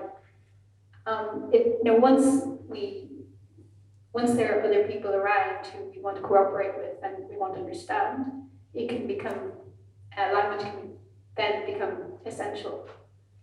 Well, here you're using what do they mean in Paul Grice's sense. Yeah. What do they intend? It's not really meaning, it's intention. Yeah. He tried to unite them, but I don't think that worked. Okay. But here it's a clear case that's normal in interaction with other people, or even what you read. You try to figure out what's intended. You don't pay much attention to the literal meaning of the expression. I mean, of course, that gives you a hint, but you're really trying to figure out what's going on in the person's mind. What are they trying to convey? And that's a pretty tricky operation, as you know. And a lot of things come into play, background assumptions, where the person's coming from intellectually, what are your shared beliefs. So it's a complicated social action, which of course takes place all the time, and language is part of it. But notice that the literal meaning of expressions, well, as you say, is only one piece of the puzzle. I mean, if the person's talking Swahili, you can't do this. But if the person's talking English, a language you can instinctively and reflexively, no thought, grasp the literal meaning. And that's one factor that enters into your trying to determine what the intention is. But the kinds of things I was talking about just are the stuff that's going on reflexively, the literal meaning. And that has quite interesting properties. And I think even the look at the literal meaning shows that communication and other language uses are peripheral to the system. Doesn't mean they're unimportant, just maybe they're very important for human life. Incidentally, I think communication is a pretty bad word for this kind of social interaction. I mean, if communication is supposed to have some meaning, it has to do with transmission of information. But most of our interaction with other people isn't transmission of information. Like, you're talking to somebody at a party, let's say, or you're not trying to transmit information, doing all kinds of things. Or you're standing it's very hard for people to be near each other and not to talk. If you want to really embarrass people, put them in a closed room and ask them not to talk to each other. I mean, it's very threatening. You just can't do it, Try it sometime. So you're kind of forced to talk to the people, at a bus stop. You talk to the person who's next to you, but you're not conveying information. You're just maintaining some kind of social interaction that's comfortable. So I don't think it should be, even those things should be called communication. It's, again, the idea of using communication comes from this kind of instrumentalist approach to this study of psychology and sociology. Everything has to be for some, purpose or something, well, to achieve something. But most of our use of language, even with other people, isn't achieving anything more than maintaining pleasant social conditions, Is it okay if we go? Yeah. Okay. So there are two questions here. The lady in the second row.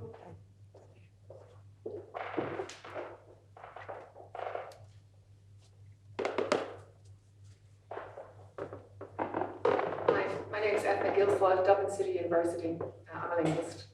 I'd like to ask a question about modularity of mind and some of the ideas that you're speaking about here, in particular, the structural properties of the linguistic system. Is that specific to the linguistic system, or do you think that's related to other parts of the cognitive system?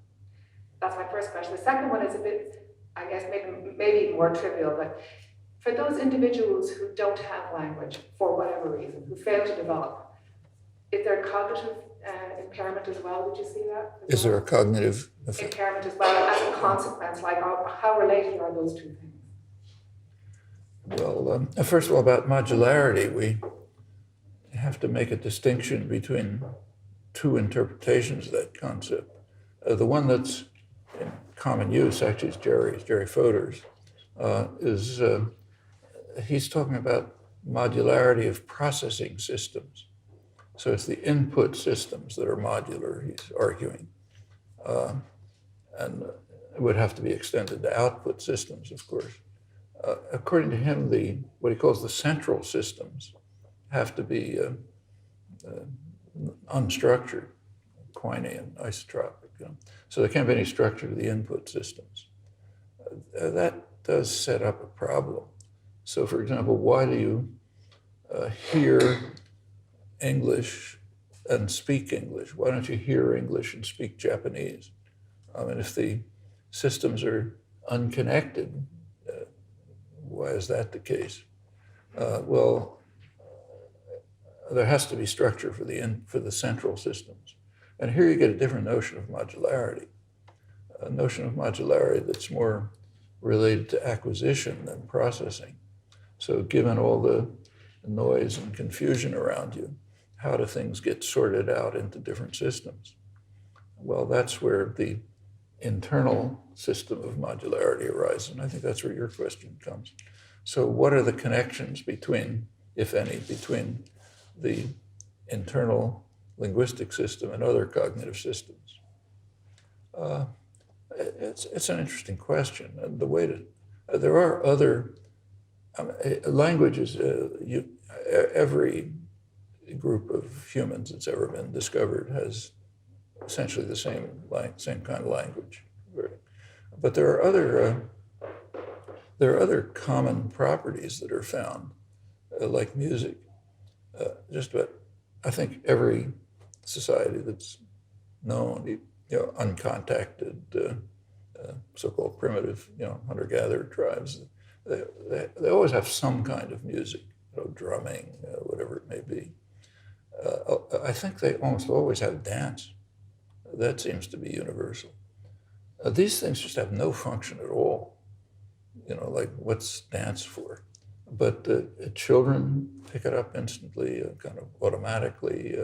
Every society has it. And you could ask the question whether another thing that every known society has is arithmetical capacity.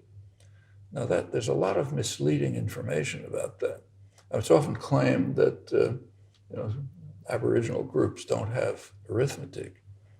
But that's based on the fact that they don't have number words, or they may have number words that only go to 3 or 4 or something. But this was studied carefully by a really outstanding linguist, Ken Hale, about 40 years ago. He's one of the founders of Australian linguistics, and he did study languages which don't have number words. But he found that The people, first of all, they have other ways of expressing numbers. Like maybe they don't have the word 5, but they can go like that.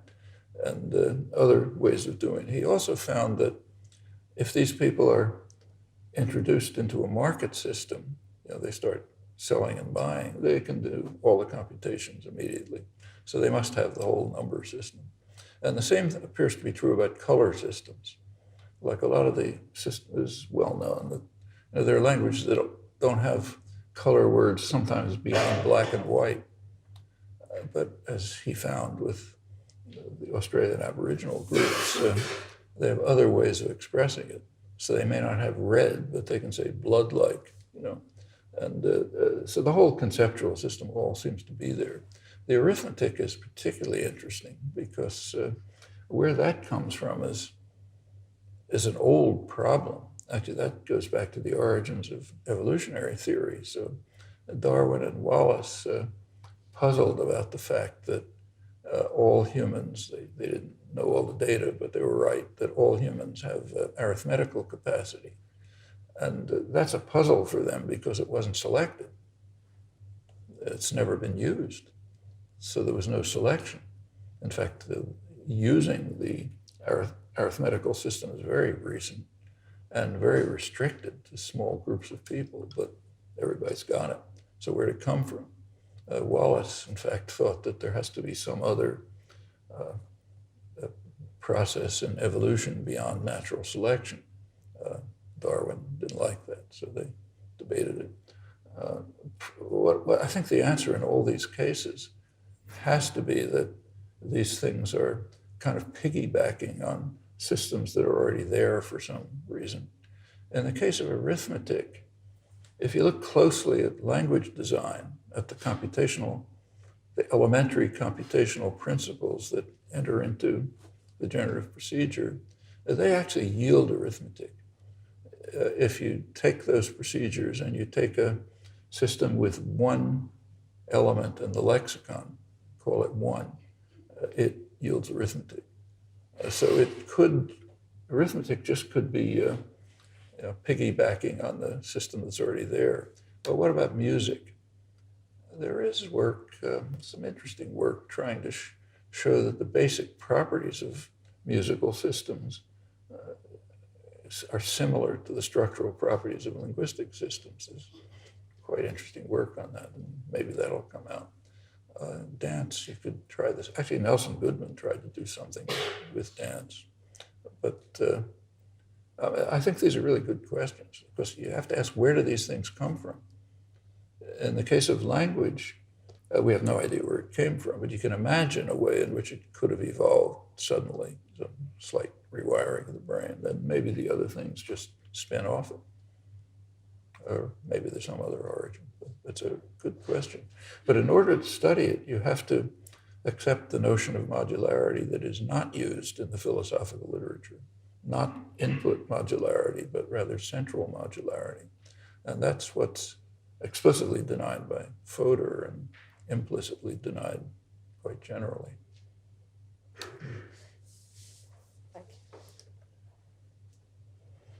Hello, Dr. Chomsky. I'm a student of linguistics in UCD in my third year. One of the things is when you mentioned the cow, I was suddenly reminded I went to a coffee shop just before I arrived here, and somebody's looking for the toilet door, and they were indicated to a bookshelf that is the door. And so in a sense, I'm surrounded by toilet doors in here. It's a beautiful building. So that idea that what a door is assumed to be, that it looks like something else, but still functions as a door. A door is a door. Very similar to your cow. Yeah. But I was interested as well in the idea, I believe he was a student of yours before, of Lekhov's conceptual metaphors, and the manner in which we should use or think about language in how it presents ideas. So Lekhov's, for example, of conflating to rising prices, etc. And in the manner as well that has almost become a way in which ideas are espoused through political systems. So the Republicans as the father figure, etc., that type of idea. So at what point does language then, should we think of language as a way of producing thought, as an interaction with the mind, and then a system of communication that's used to present ideas that go beyond what we think about.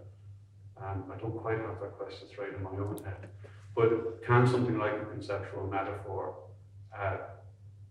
be reflective of a thought process, or is it all the other way around? Well, there are what sound like serious questions about whether language depends on thought or thought depends on language. But in order to study those questions, you have to clarify what you mean by language and what you mean by thought.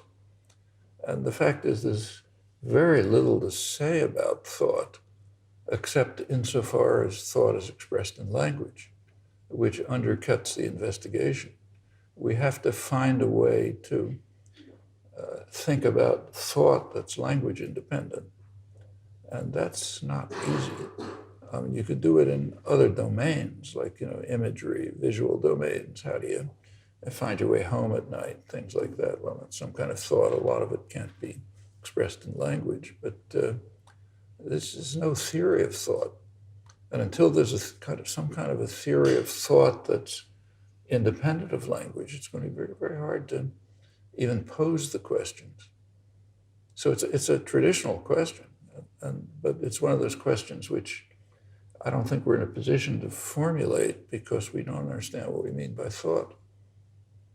This is where the misinterpretations of Turing play a role.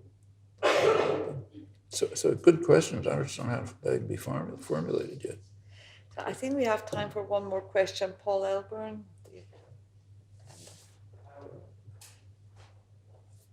Maybe, Paul, you will introduce yourself, even though I mentioned your name. Since Maria has just already done that,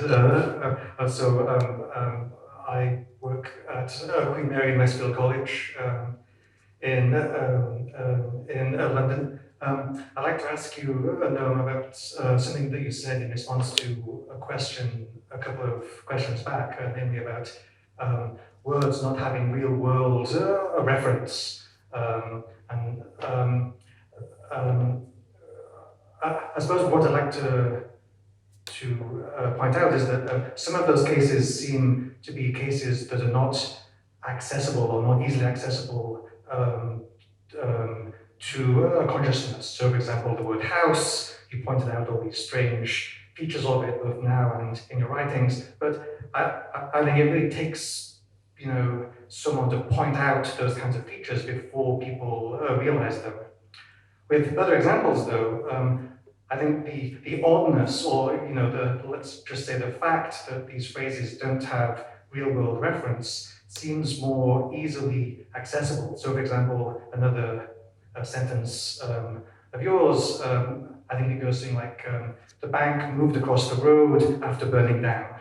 Yeah. Which seems at first like a perfectly straightforward sentence. In English, we can all more or less reconstruct the train of events, but then when you reflect on it for just a second, you think, that's funny, there can be nothing, no real object can have A, burned down and then moved across the road, which is the point of the example. So my question is, at least for the latter kind of examples, how is it that we are able to use those sentences so easily to convey truths? Because it seems on first inspection at least that, if a sentence either asserts or presupposes the existence of an object that does not exist, and indeed in many of these cases, an object that could not exist, it seems on first inspection like they should either just come out false, or that they should come out as, presupposition failures. Actually, I should mention that Paul is the only person who writes on semantics who takes any of this seriously, so it's unique. But I think what it means is just that most of what we do is unreflective. It's kind of like seeing a rigid object in motion or seeing the moon illusion, or understanding other people. We have the slightest idea how we do it. We can't introspect into our own behavior any more than we can introspect into falling bodies. I mean, it's just intuitively obvious that if you have two objects of different mass, the one with a larger mass is going to fall faster.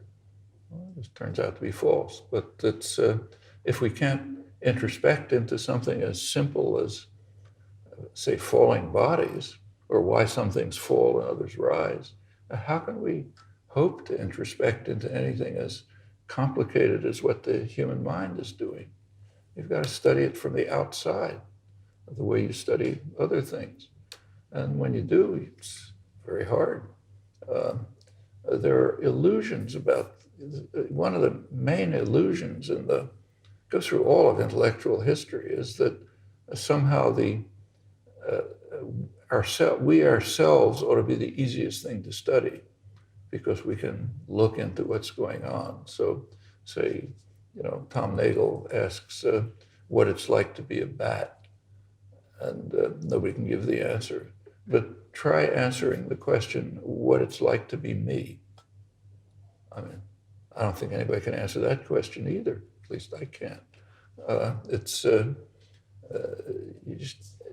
You can't pose questions like that. They don't mean anything.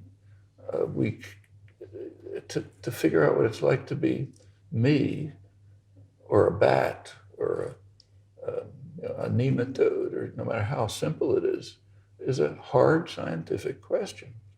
And to ask what it's like to be a person, even yourself, is maybe one of the hardest questions.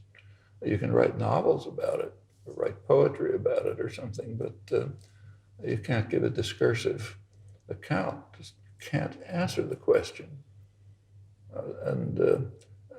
I think we can't hope to answer the kinds of questions that you're talking about just by introspection. Somehow when people use the word bank, let's say, they automatically understand what you just brought out. And they don't find it confusing unless you point out to them, look, this technically doesn't make any sense. And then you get things like, say, Kripke's puzzles. But the puzzles arise because you're trying to present in a rational form that's somehow objective things that are handled by people in a totally different way. If I may ask sure. Yeah, go ahead. So I guess he gets a special dispensation. No, he takes this seriously. Paul gets special dispensation. So I guess my worry is that does this commit us to the existence of two systems that are capable of analyzing sentences like that? There's I guess the normal semantic interpretation system, which is indeed inaccessible to consciousness, as you say, but then there's this other faculty by which we come along and say, that's funny. Yeah. But it seems that this other faculty is itself doing some kind of semantic analysis of those sentences. And so we seem to be left with a kind of, what words from the on the face of it look like a slightly ontologically costly system, whereby we have two systems that can do some kind of semantic analysis. Well, I think we have to set up two different systems. There's our many different systems. In fact, I think there's probably a high level of modularity in the mind. One of our capacities, we call it a science-forming capacity, which every has in some fashion, is to try to make sense of our experience in a coherent way. I mean, Russell once pointed out that the only thing we're really confident about is our own immediate experience. And the rest of inquiry, including all of science, is to try to give some coherent account of what this experience is. And I think that's basically right. This science-forming capacity, which children use to make sense of the world, the primitive tribes use and so on, is just a different one. It's also trying to make sense of the use of language. So for example, when you, a child, let's say, if present you in a Piagetian type experiment where something moves and something else moves, the child will automatically set up an invisible contact between them.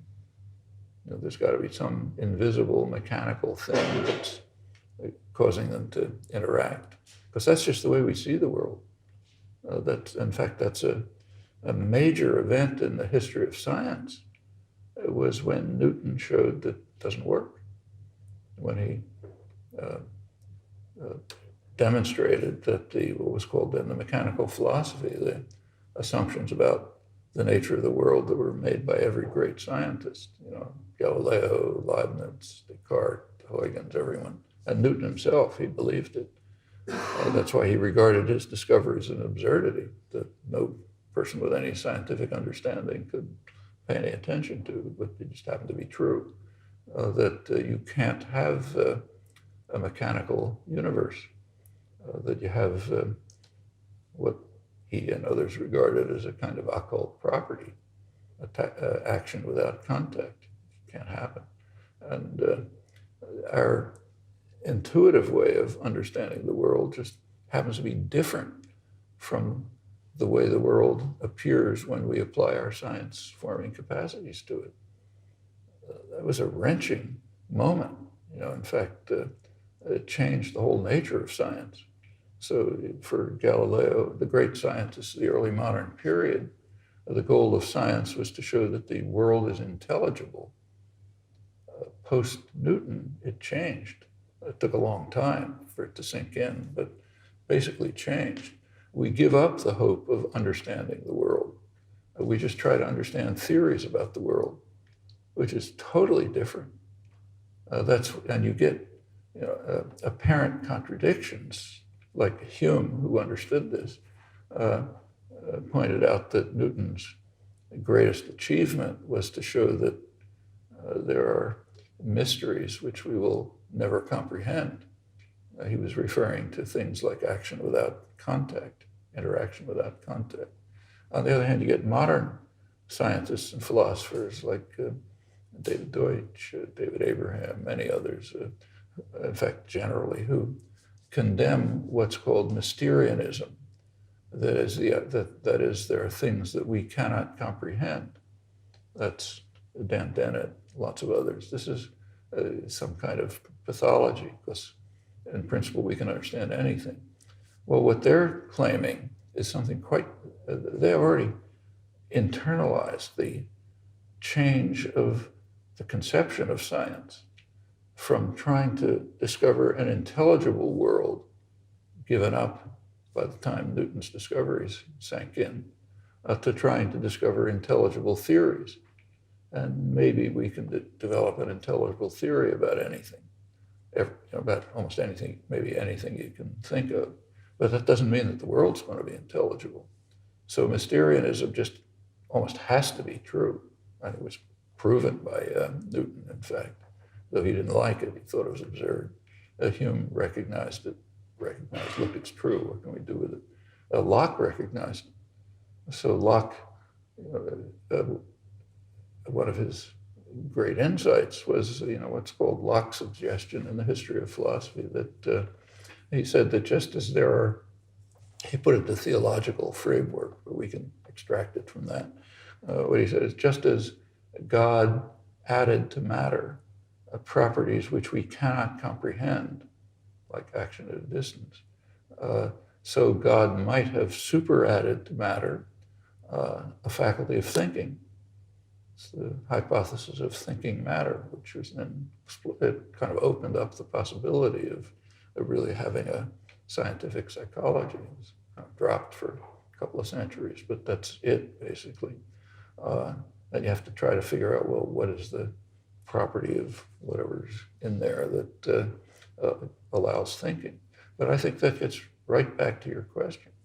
We can, with our scientific capacities, we can look at this and say, hey, there's something really wrong here. We have to have another system for describing it, which doesn't have these internal contradictions. And that's just a different system than what we call common sense, or ordinary ways of looking at things. And within that system, you can develop, in fact, you try to develop a notion of reference. So in, say, physics or linguistics or any other kind of organized inquiry, you hope that the entities that you construct, mental entities that you construct, symbolic entities, you hope that they actually pick out something that exists in the world. So if scientists think they found the Higgs boson, they would like to believe that there is a Higgs boson out there, you know. And if linguists talk about phonemes, they'd like to say, yeah, there's something real that's a phoneme. But that's a totally different notion from the ones in our ordinary language.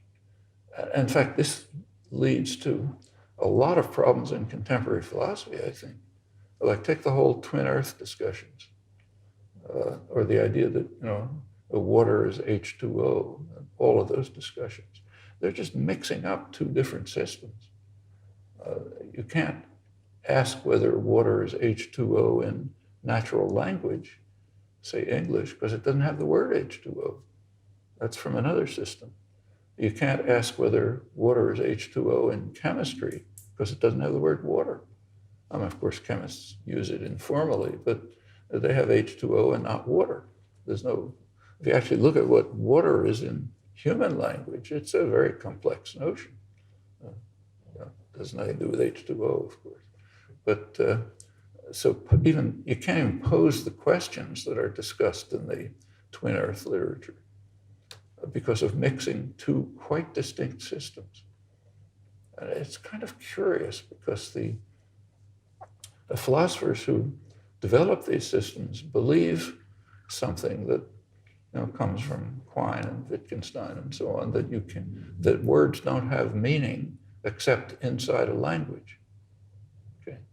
Well, if you believe that, then if you mix up two languages, it's going to be incoherent. You know? And so you'll get what looks like a sentence, water is H2O, but water is getting its meaning from English, and H2O is getting its meaning from chemistry. And chemistry is a system which at least strives to have reference. That's the whole point of science. And English is a system that doesn't strive to do anything. It's just like walking. It's what it is. You know? And it doesn't happen to have reference. Well, the title that was supposed to be announced, I don't know if it was, added a personal perspective. And yes, it's a personal perspective because not only is there no consensus about what I'm going to talk about, but actually it's a distinctly minority view in the whole range of fields that kind of converge around these topics. There is consensus on one matter. From the second half of the 20th century, there's been a huge explosion of inquiry into language by any measure you take, scale, character, depth, anything. Far more penetrating work is going on into a vastly greater array of theoretical issues, conceptual issues, and just typologically varied languages, far beyond anything before. Many new topics have been opened. The questions that students are working on today could not even be formulated or even imagined half a century ago, or for that matter, much more recently. And new problems and puzzles are coming into view actually more rapidly than old ones are being at least partially resolved. Now, these are all very positive signs of a lively, exciting array of interlinked disciplines. I've got my own reservations about them, to which I'll allude as I continue. I think it's fair to trace this sharp and unmistakable change in large part to new options that became available in the mid-20th century. Options for considering more seriously the most fundamental question about language, namely, what is it? By that time, advances in the formal sciences had enabled a clear formulation and understanding of what we ought to recognize to be the most basic property of language. I'll refer to it from now on as just the basic property, namely that each language provides an unbounded array of hierarchically structured expressions that receive interpretations both internally and externally. Externally through the sensory motor system, internally some rather obscure system of thought that we know is there but don't know much about it. Conceptual, intentional interface, sometimes called, for mental processing. That allows the ability to formulate this for the first time, really, allows a substantive formulation of a classical dictum, goes back at least to Aristotle, that language is sound with meaning. Before that, you could say it, but you didn't exactly know what it meant, especially if the word with was obscure. What does it mean to have sound with meaning? Work of recent years, as I'm sure you all know, shows that sound is much too narrow, but I'll keep to it for simplicity. And I think there's pretty good reason, I'll return to it, to suggest that the classic formulation is misleading in important ways and ought to be revised. Well, just given that much, follows that each language incorporates a computational procedure which satisfies the basic property, the one I just mentioned. And therefore, by definition, a theory of each language is what's called a generative grammar, and each language is what's been called an I language. I here stands for internal to an individual, internal, individual, and intentional. Intentional here with an S means you're interested in discovering the actual computational procedure, not some set of objects that it enumerates. Technically, that would be what it strongly generates. There are other notions, like weak generative capacity and what some people, not me, call e-language. Whatever that is, these are derivative notions. I have to apologize for that term. It's actually my term, but it's not used the way I would have ever used, and I don't understand how it's used, frankly. It seems to be used to mean something like corpus or something like that, but that's not a coherent notion. I don't know if weak generative capacity and the e-language or whatever it is are even definable for natural language. These are questions that were discussed quite a lot about in the 1950s, though a lot seems to have been forgotten, judging by the literature. Well, correspondingly, every approach to language, no matter what it is, sociolinguistic, whatever, should recognize at least one perfectly obvious fact. Each language is a property of an individual. It's internal to that individual, mostly to the mind, the brain. That's what's sometimes now called the biolinguistic framework, but it really should be a truism.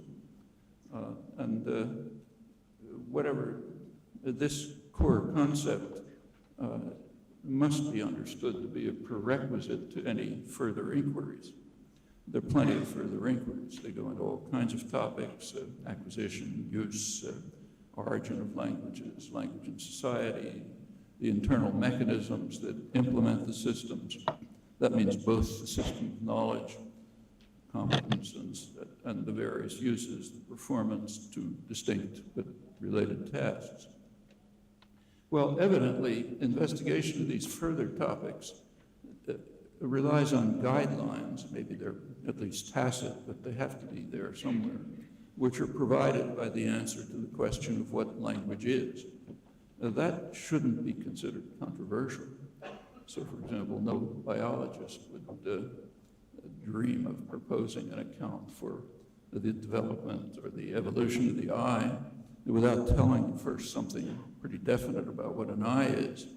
And the same truism, and of course it's truism, should hold of inquiries into language. Regrettably, it doesn't, but it should.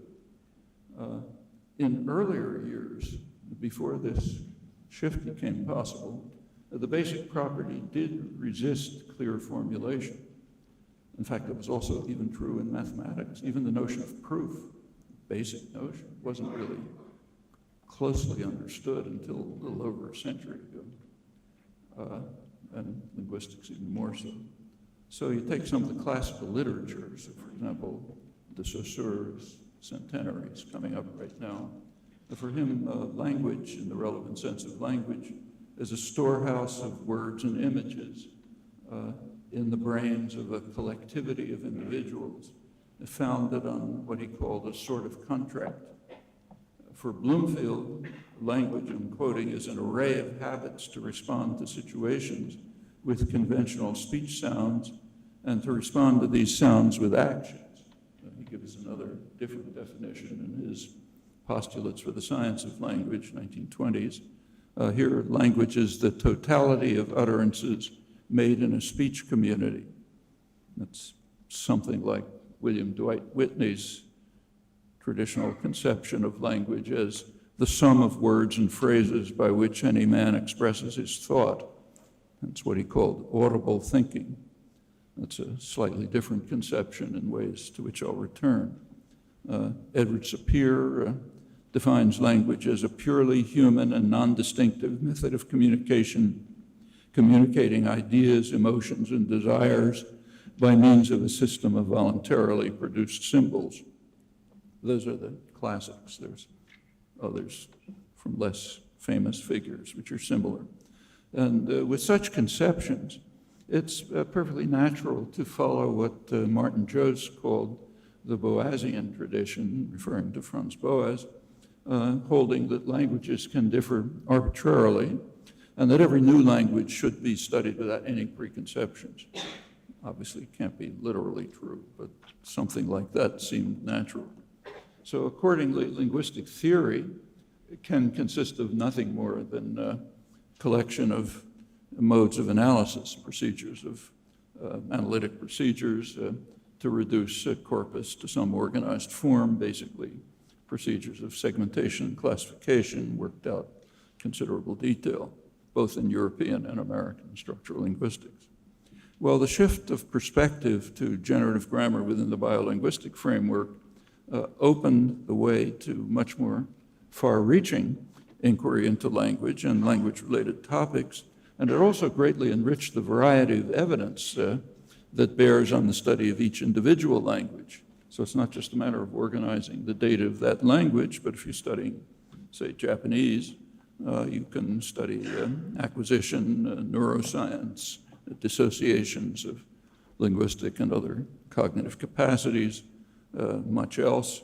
And you can also, if you're studying Japanese, learn from what's discovered in the study of Walbury or any other language. That's all on the basis of a pretty obvious and quite well-confirmed assumption that the capacity for language relies on shared biological properties. As far as we know, virtually totally shared, no known group differences. That's the topic of UG, Universal Grammar, contemporary adaptation of a traditional phrase, doesn't mean what it meant traditionally. Well, in earlier years, it was understandable that the question, what is language, it received only such indefinite answers as the ones I've just alluded to, ignoring completely the basic property. It's, however, I think, kind of surprising to find that similar answers remain current in contemporary cognitive science. Not untypical is a study in a current journal, Frontiers of Psychology, study of evolution of language.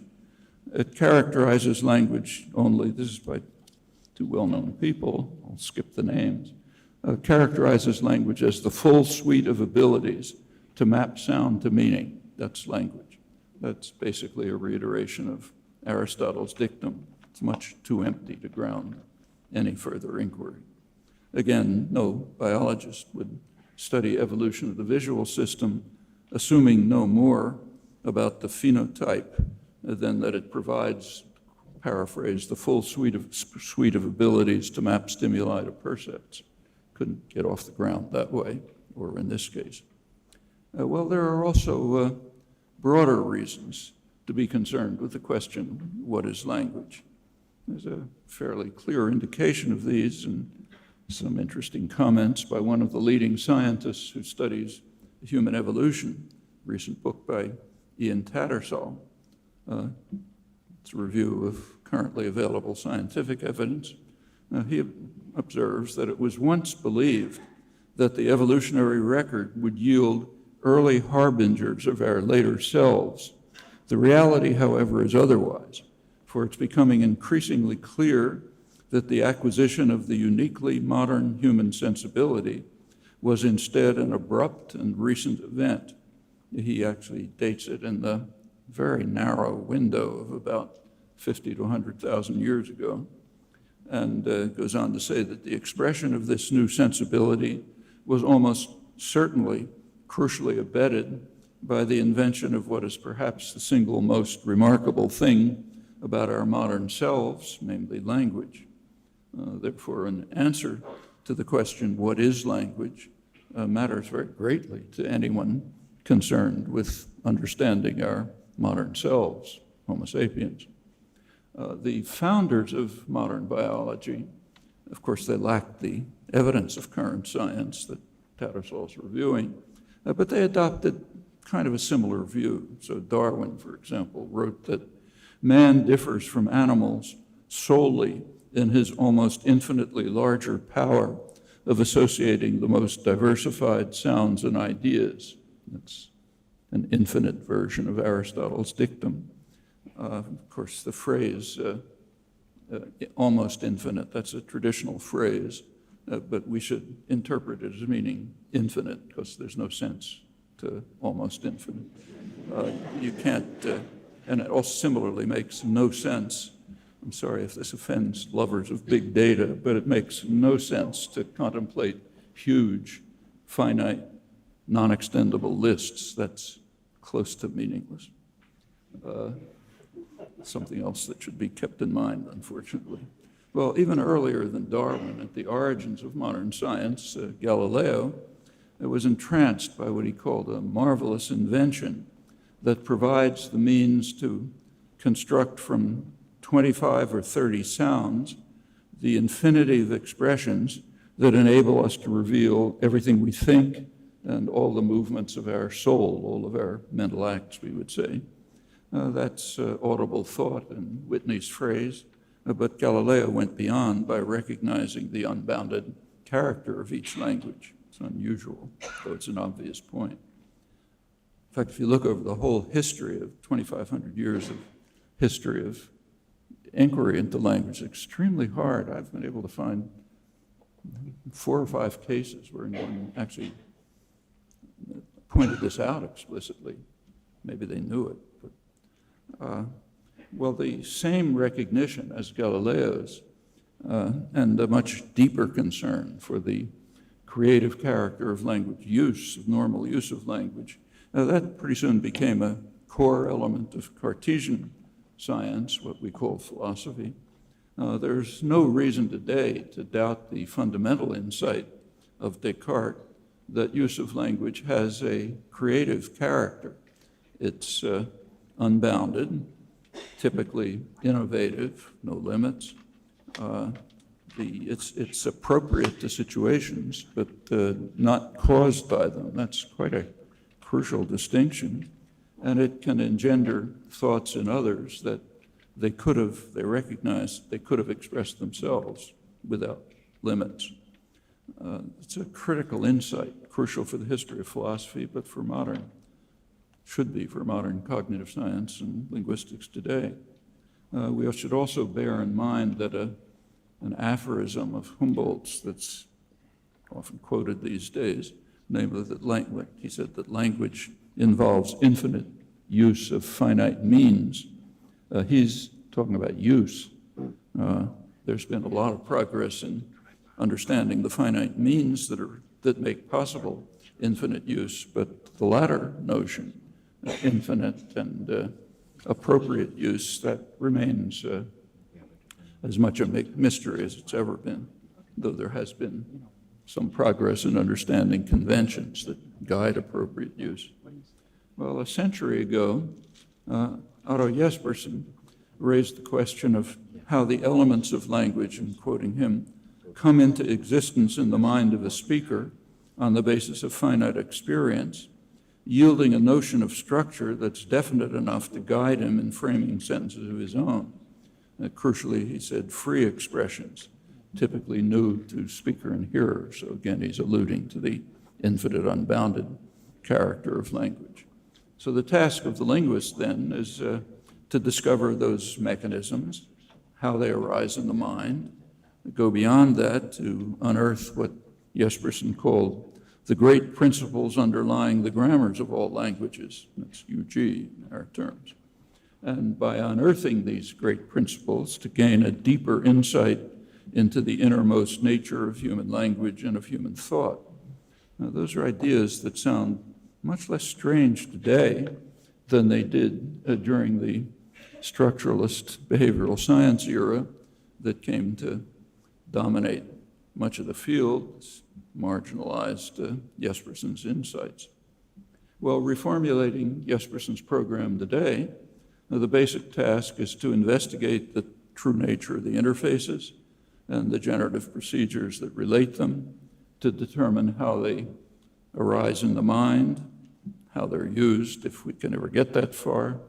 The primary focus of concern, of course, being free expressions.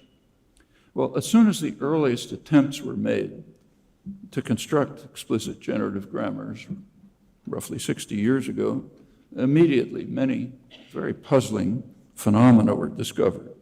They'd never really been noticed as long as the basic property was not clearly formulated and addressed. And there was syntax, of course, but it was considered just use of words determined by convention and analogy, which gets you nowhere. Actually, you go back 60 years ago, it's kind of reminiscent of the very earliest days of modern science, around 1600. For millennia, the greatest scientists had been satisfied with simple explanations for familiar phenomena. So, for example, rocks fall and steam rises because they're seeking their natural place. Objects interact because of what were called sympathies and antipathies. We perceive a triangle because its shape floats through the air, literally, and implants itself in our brain, and so on. Those were the received answers in the sciences. As soon as Galileo and others allowed themselves to be puzzled about these facts, modern science began. And it was quickly discovered that our beliefs are all senseless and our intuitions are mostly wrong.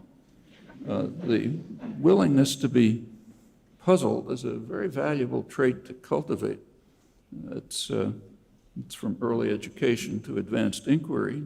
Now, unfortunately, that's much too little recognized in the human sciences. In the physical sciences, by now, it's routine. But it wasn't not very long ago.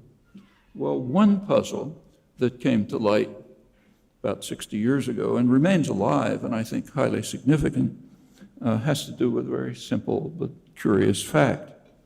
So consider the sentence, eagles that fly swim. Simple enough, so I don't have to write it on the non-existent blackboard over there. And then put a word in front of it, say the word instinctively. Instinctively, eagles that fly swim, or the word can. Can eagles that fly swim? Well, there's an evident fact about that. The words instinctively and can, they link to a verb, but they link to swim, not to fly. So the thought, take the sentence, can eagles that fly swim? There's a thought that it can't express, with can being associated with fly, and that's pretty difficult to formulate. It's a fine thought, but try to formulate it, even with circumlocution. Pretty hard, that impedes communication, one of many such cases, but it's somehow part of the design of language. Well, what's puzzling about this is that the association of the clause initial element, instinctively or can, to the verb is remote and based on structural properties, not proximal and based on linear properties. Linear procedures are far easier to compute. So language makes use of a property of minimal structural distance. It never uses the much simpler operation of minimal linear distance. That's sometimes called structure dependence of rules.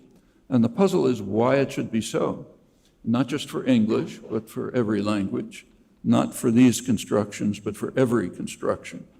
And even where data for the child's learning the language is ludicrously small, or in the case of instinctively non-existent totally. Never any errors, no alternatives. This is just reflexive. So why? Well, there is a very simple explanation for it. Namely, the child reflexively knows the right answer in these cases, in all the cases, because even though the evidence is slim or non-existent, and the reason is that linear order is simply not available to the language learner who's confronted with such examples.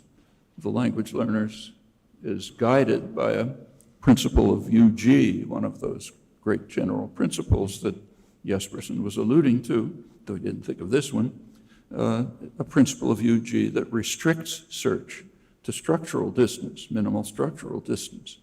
That's a plausible explanation, and as far as I know, it's unique. I don't know of any other proposed explanation.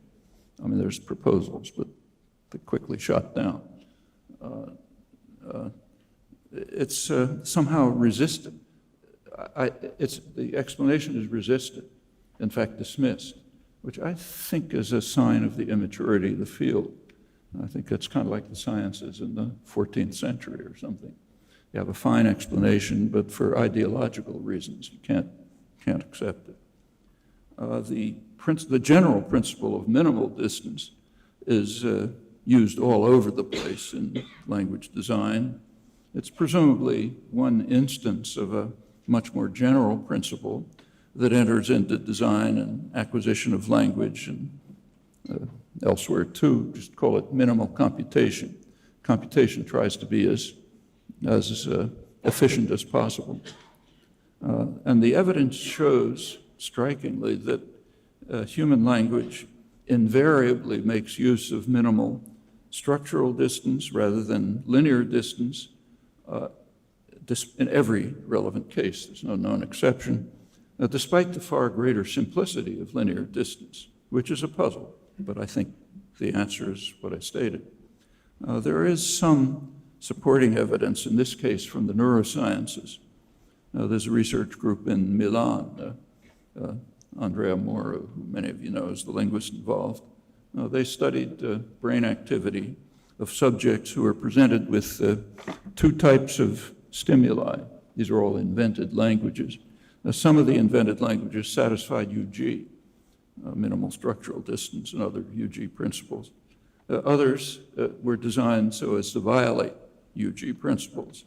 So, for example, a rule of negation that places the negative element after the third word, say linear distance, very simple computation, much simpler than the ones in natural language. Well, what they found is that in the case of conformity to UG, there's normal activation in the standard language areas, but when linear order is used, it's just diffuse activation over the large parts of the brain. In that case, the task is apparently being treated, it can be solved, but treated as a non-linguistic puzzle. There's analogous work by Neil Smith and Ianthi Maria Simply, his colleague, who work, as many of you know, with a cognitively impaired but linguistically fluent subject, and similar experiments reached the same conclusion. Actually, there's a small industry in computational cognitive science trying to show that these properties of language can be learned by statistical analysis of massive data. Large number of papers on this. Every attempt that's clear enough to investigate has been shown to fail irremediably. Can't do anything with them, but it really doesn't matter because the efforts are beside the point in the first place. Suppose they were to succeed, which happens to be a virtual impossibility, but suppose they were, that would leave entirely untouched the only question, namely, why does language invariably use the complex computational property of minimal structural distance, and why does it never employ the far simpler option of minimal linear distance. Actually, that question somehow can't be seen. That's, I think, a good illustration of the unwillingness to be puzzled that I mentioned earlier. It's the first step in serious scientific inquiry. It was recognized in the hard sciences since Galileo, and until it penetrates the cognitive sciences, they're never going to get off the ground. I think that's pretty evident. Well, a broader thesis still is that linear order is never available for computation. Not just this kind of case, but never, at least in the parts of language that involve syntax and semantics, so-called semantics, the core parts. So why do you have linear order? Well, there's an obvious reason for it. The sensory motor system requires it. You can't talk in parallel, so you talk linearly. So that requires somehow that whatever's going on in the mind be sent through some kind of a filter that makes it come out with linear order. That's the sensory motor system, which is not specifically adapted to language, but are the parts that are essential for externalization of language and perception. They appear to have been in place hundreds of thousands of years before language emerged. In fact, chimpanzees have apparently pretty close to the same auditory system that humans do. They even pick out pretty much the same phonological features, but it's just noise as far as they're concerned. Well, the matter isn't settled, but there's very considerable evidence that this broader thesis may in fact be correct. So if so, the basic property is not the way I formulated it before, and the way it's formulated in the technical literature, my papers too. Rather, the basic property should be the generation of an unbounded array of hierarchically structured expressions that map to the conceptual intentional interface, to the mental system of thought. And the rest is kind of ancillary, tacked on. Well, if that's correct, and it seems to be, there's a good reason to return to a traditional conception of language as an instrument of thought. It's to revise Aristotle's dictum accordingly. Language is not sound with meaning, but meaning occasionally with sound. More generally, some form of externalization. Typically sound, though by now pretty clear that it's modality independent. And in fact, externalization is rarely used. If you think about it, by far, overwhelmingly, the most use of language is never externalized. It's what's sometimes called internal dialogue. There's very limited research into that, though it could be studied. I think the reasons there's limited research is, again, kind of ideological, not intellectual. It's an interesting topic. So most of the research is basically introspection. Yours is as good as anyone else's. At least my introspection, you can think about it yourself, is that what reaches consciousness in internal dialogue, just walking along thinking or something, what reaches consciousness is just fragments, tiny fragments. And then as soon as the fragments come, a fully formed expression can be formed in your mind. Usually isn't, but you can do it. Complicated, fully formed expression, and it's instant. It's far too quick for articulators to be involved, or probably even instructions to articulators. And it's often not produced, even internally, so it's all going on somewhere inaccessible to consciousness. Now, that's an interesting topic, and it could be studied, could be explored. You can think of ways of doing it, but basically hasn't been. Little, but not much.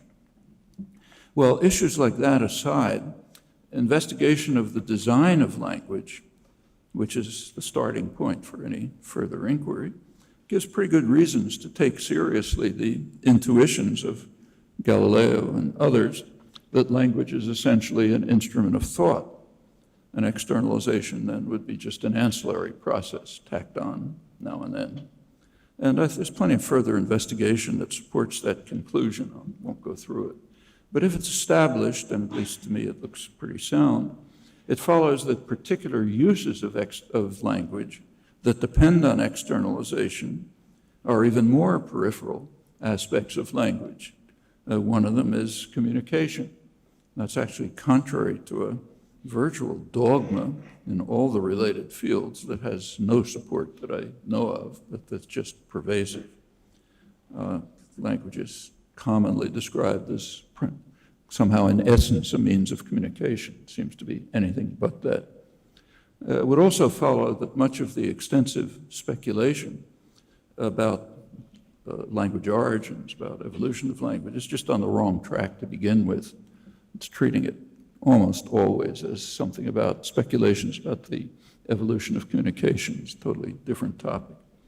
Well, this matter hasn't been studied either, though it could be, but I suspect that the modern doctrine that holds that communication is somehow the essential form of language, function of language, it probably derives from the powerful influence of associationist and behaviorist assumptions.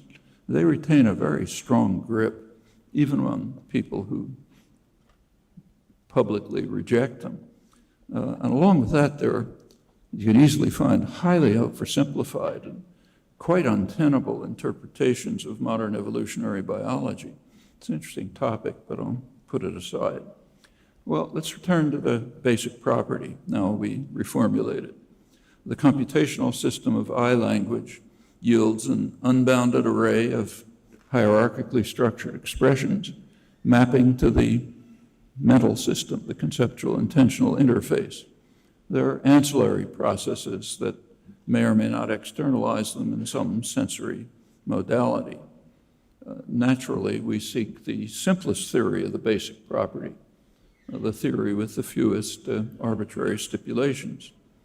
Any such stipulation, apart from being unwanted, just on normal methodological grounds, is also a barrier to some eventual account of origin of language, and I stress eventual because we're not even close. This is standard scientific method. We ask how far will that carry us? The simplest of all computational operations.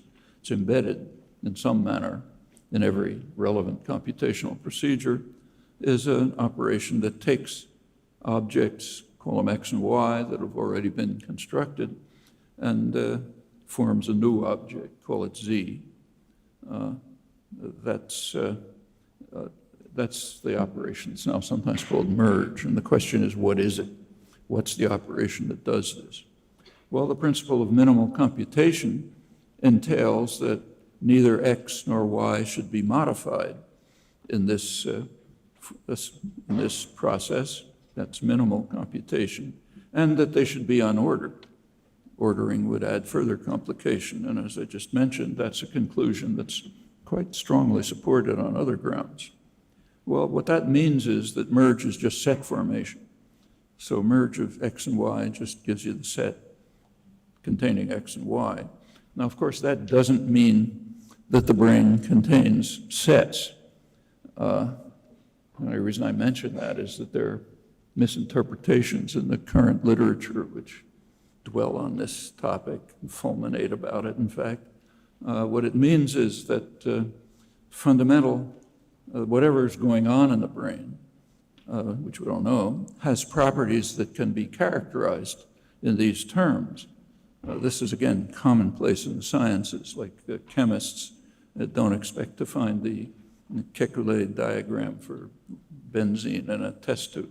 They're not confused about that. Only linguists are confused about such things.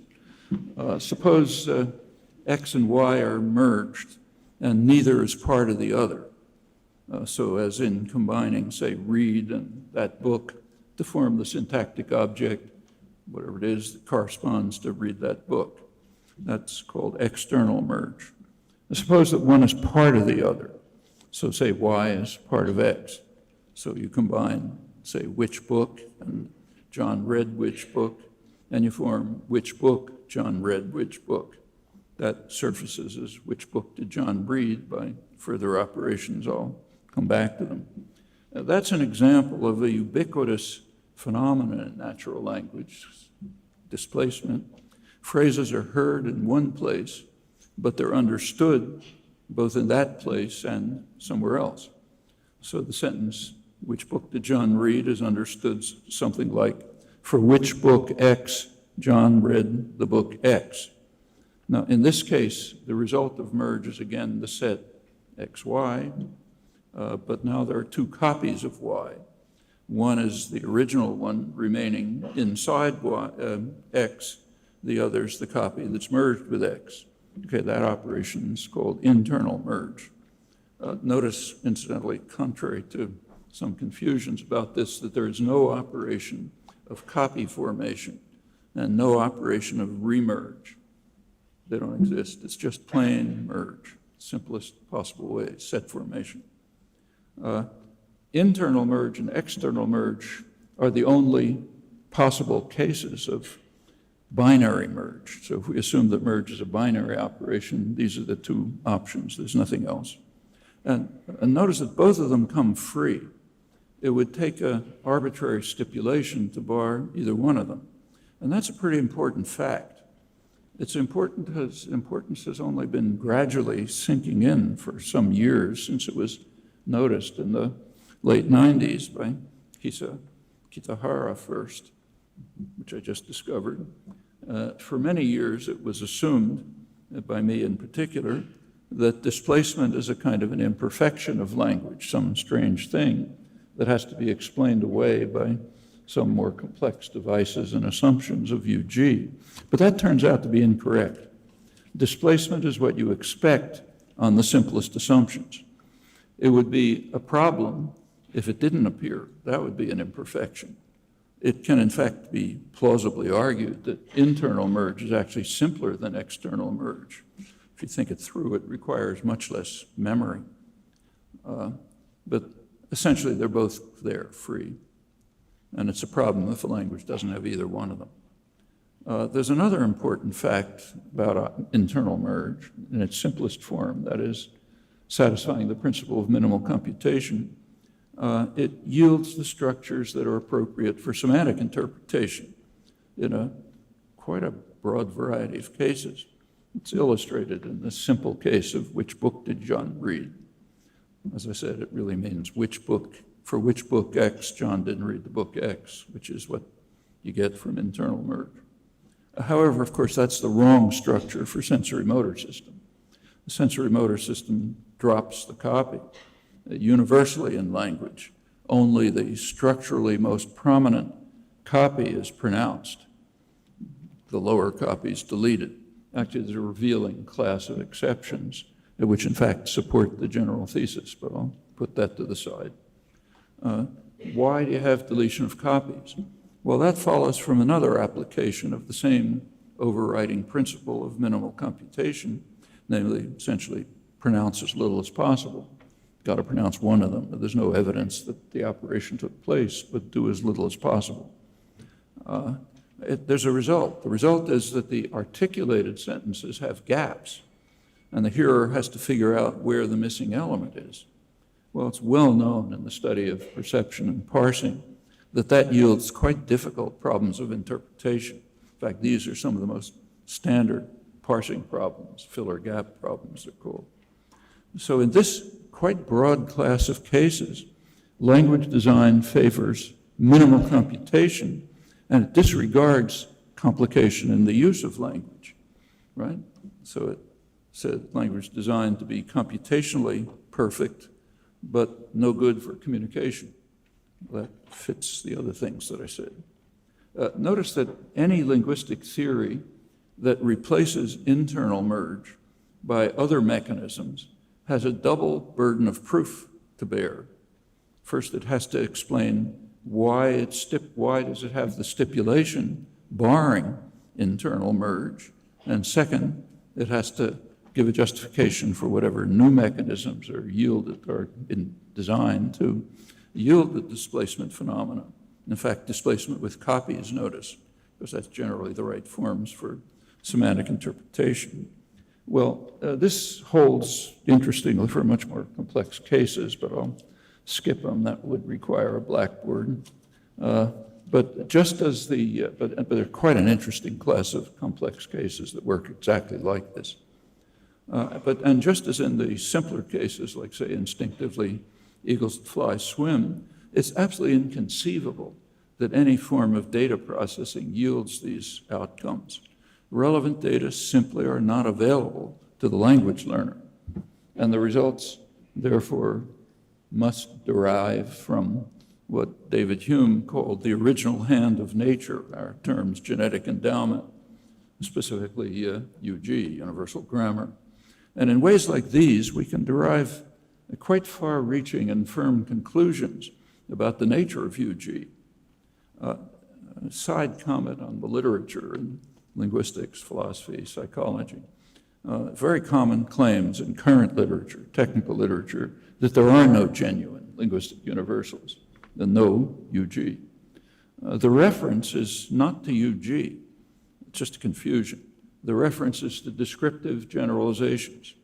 So, for example, Joseph Greenberg's famous universals, which are quite interesting, but they're generalizations. And generalizations are quite likely to have exceptions. That's the nature of generalizations. So, for example, the generalization I mentioned about deleting copies, it has some exceptions, quite interesting ones, which strengthen the principle behind it. And that's all over the sciences. In the standard sciences, that's understood. So, for example, 19th century, take a famous case, there was discovery of perturbations in the orbit of Uranus. If that had been linguistics, not astronomy, it would have led to the conclusion, okay, let's throw out physics, because there's a generalization and there's a problem about the perturbations that shouldn't be there. Well, since this is science and not linguistics, scientists went on to try to figure out why. And sooner or later, they found Neptune and explained the perturbations. And exceptions to largely valid generalizations played a similar role all over the place in the sciences and repeatedly in the study of language too. But there's a strange, curious, pre-scientific belief that if you find exceptions to generally valid generalizations, it means you've got to throw out everything. You can find plenty of that in the literature. Well, putting those, I think, perversions aside, you can conclude, I think, that if language is optimally designed, it's going to provide structures that are appropriate for semantic interpretation, but that yield difficulties for perception, hence for communication. And there are many other kinds of examples that illustrate the same conclusion. Structural ambiguities, for example, or garden path sentences. A particularly interesting case is islands. They're not too well understood, but partially understood. So it takes what are called ECP constructions. So take the sentence, they asked if the mechanics fixed the cars. You can ask how many cars, and you can ask how many mechanics. The sentences are how many cars did the mechanics fix? How many mechanics, let's say, how many cars did they ask if the mechanics fixed? How many cars did they ask, how many mechanics did they ask if fixed the cars? They're different, strikingly different. That's an ECP violation. The one that you can't say is a fine thought, but you have to express it through some kind of circumlocution. Again, that impedes communication. All islands are like that. Plenty of similar cases. They're partially understood. It's a big task to study them completely, but insofar as they're understood, these structures follow from the simplest free application of the simplest rules, yields difficulties for perception. And quite generally, to repeat, where there are conflicts between communicative efficiency and computational efficiency, in every known case, communicative efficiency is simply disregarded, sacrificed. And that lends further support to the revision of the common sense Aristotelian dictum and support for the view of, for rejection of that, and support for the alternative traditional view of language as an instrument of thought, with communication and other uses being side properties, ancillary properties. Actually, that conclusion fits pretty well with the very limited evidence we have about the emergence of language. As Tattersall pointed out, it's apparently quite sudden and very recent in the evolutionary time scale. That's a fair guess just looking at that. And we know quite confidently that there's been no change, no evolutionary change, no detectable change ever since humans began to scatter around the earth. That's 50, 60,000 years ago. A few left Africa and quickly we're all over the place. There's no detectable change since then. So what you seem to have is no detectable change in maybe 50, 60, 70,000 years, and nothing around maybe 20 or 30,000 years before that. You can change the numbers a little if you like, but it doesn't matter much. That's a very narrow window in evolutionary time. And a pretty fair guess, and that's about all we know about evolution of language, I should say. Huge literature based on absolutely nothing. These are the only things that are known. The rest is fantasy. It's an interesting kind of pathology in the field. Well, I think a fair guess is that some slight rewiring of the brain in an individual, of course, yielded merge, unbounded merge, that provided the basis for unbounded and creative thought, sometimes called the Great Leap Forward, which archaeologists find in the archaeological record, and the very remarkable differences that separate humans from their predecessors and from the rest of the animal kingdom, as far as we know. It is, just as the Cartesians recognized, an extremely sharp divide.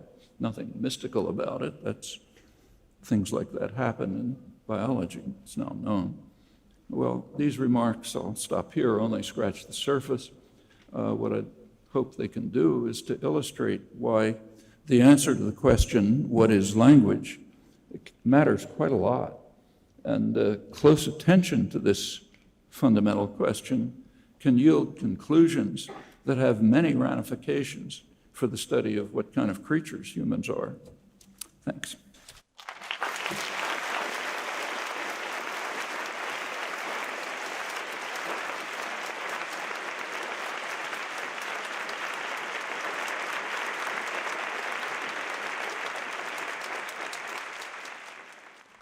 Okay, so we have about 30 minutes for question and answer.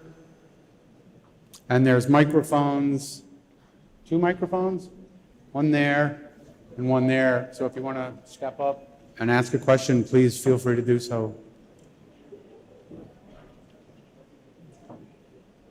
Hi, I'd like to ask about how would you like to see the surrounding fields interact with linguistics? Given that formal linguistics has become quite technical, a lot of philosophy looks very exotic to a lot of linguists, a lot of people are content to work on their own very specific technical work. How would you like to see philosophy, psychology, other cognitive sciences link in with linguistics? Well, all of these are philosophical issues. In fact, they go back centuries. Descartes is called a philosopher. Hume is called a philosopher. Locke was a philosopher. They dealt with these problems in interesting ways. And modern philosophy may not deal with them, but if so, that's a comment about modern philosophy, not about philosophy. There are obviously psychological questions. As far as I can see, linguistics just is part of psychology. So can't ask what the relation is. It's like asking, how does perception relate to psychology? So I don't see a question. These are psychological problems by definition.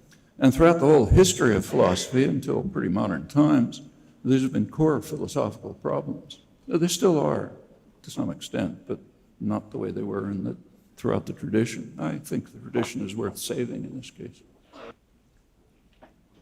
Hi. First, thank you very much for your talk this evening. And my question is about the third factor principles you proposed in recent papers. And in those papers, you hold that the third factor principles include principles of efficient computational efficiency and principles of natural law. So I'd like to hear your thoughts on organism-independent principles of natural law that are likely to So what principles of condition natural the- law would apply to language? Yeah. Well, I mentioned one, which I suspect is a general principle of wrong topic, some other talk. That's why I have two sides of the brain. So the principle of minimal computation, it probably is all over the least organic world, maybe the entire world, with different kinds of application. And I assume there are others. After all, language is just, it's kind of like an organ of the body. It's a subsystem of the organism which develops out of the normal ways and is subject to whatever laws hold of organisms. Not too much is known, even in general biology, about this. General biology is pretty much a descriptive field. It's not a field that has a lot of theory or laws because it's too complicated. But principles like this probably do apply. Maybe others. If you can find some, that's great. Thank you.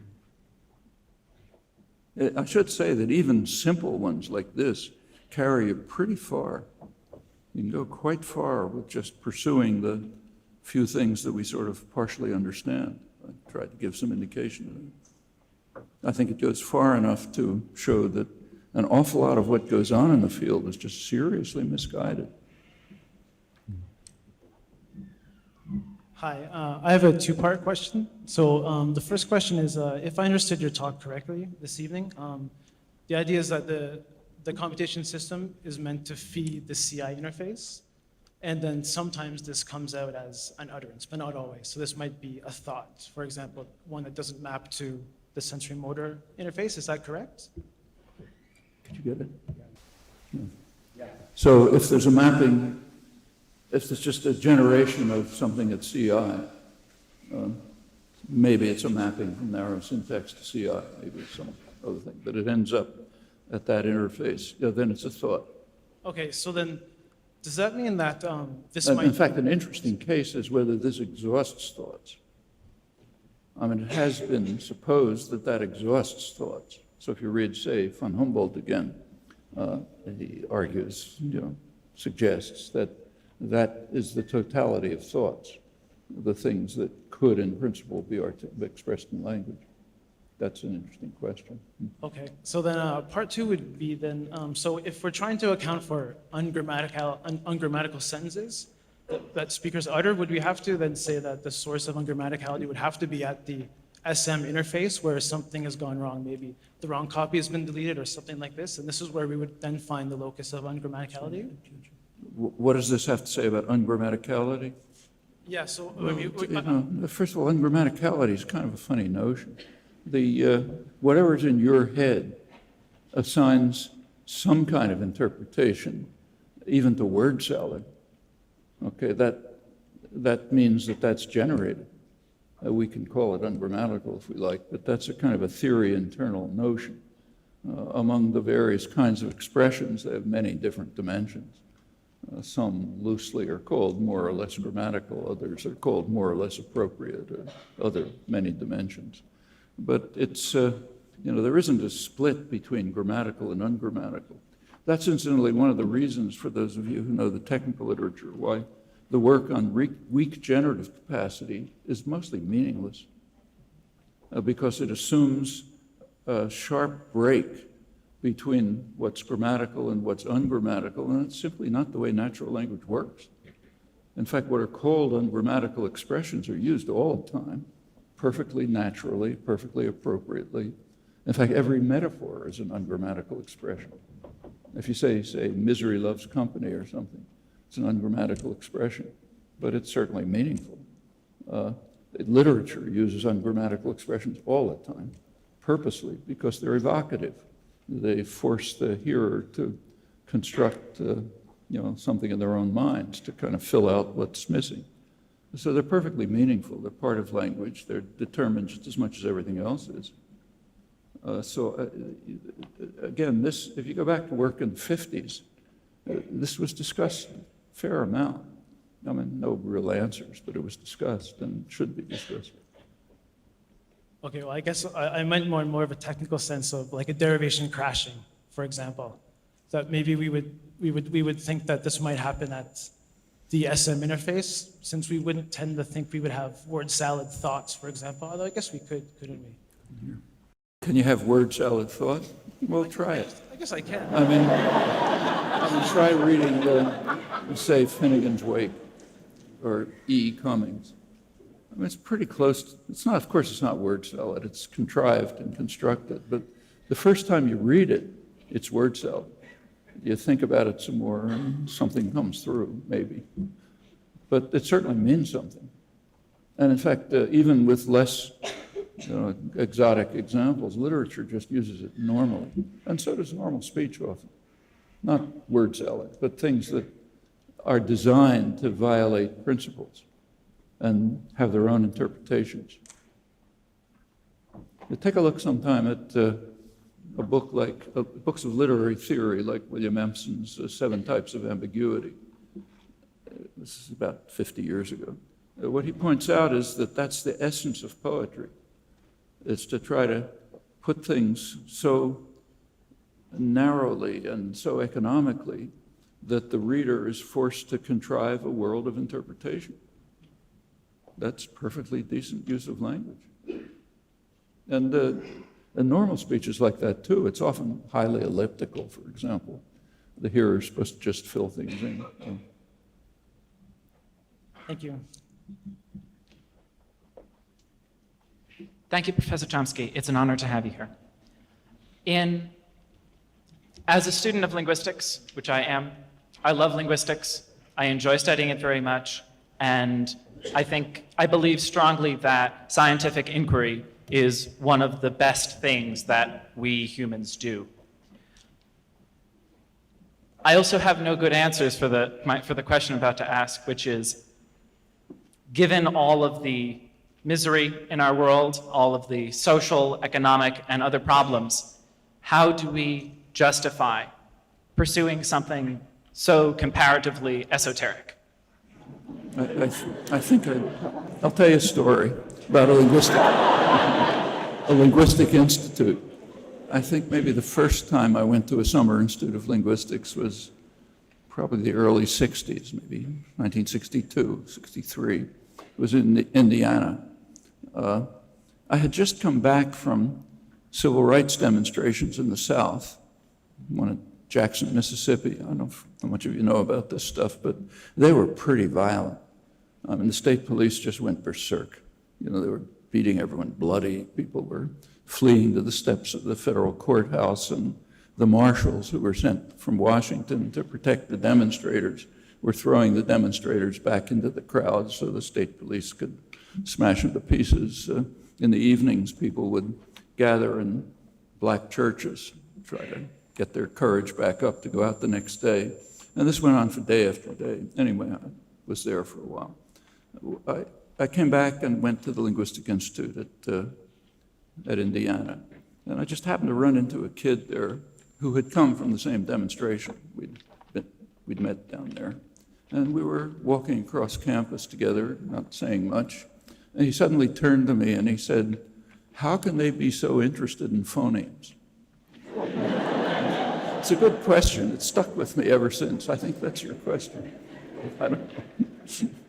I think you can be. I mean, I think you can both be concerned with the problems of the world and with problems of intellectual importance, which tell us, in this case, tell us something about something not directly related to problems of the world, but about as close as you can come in the sciences. What's the nature of human beings? Okay, I don't think that's an answer to your question. It's the kind of question you have to answer for yourself. Thank you. I was afraid of that.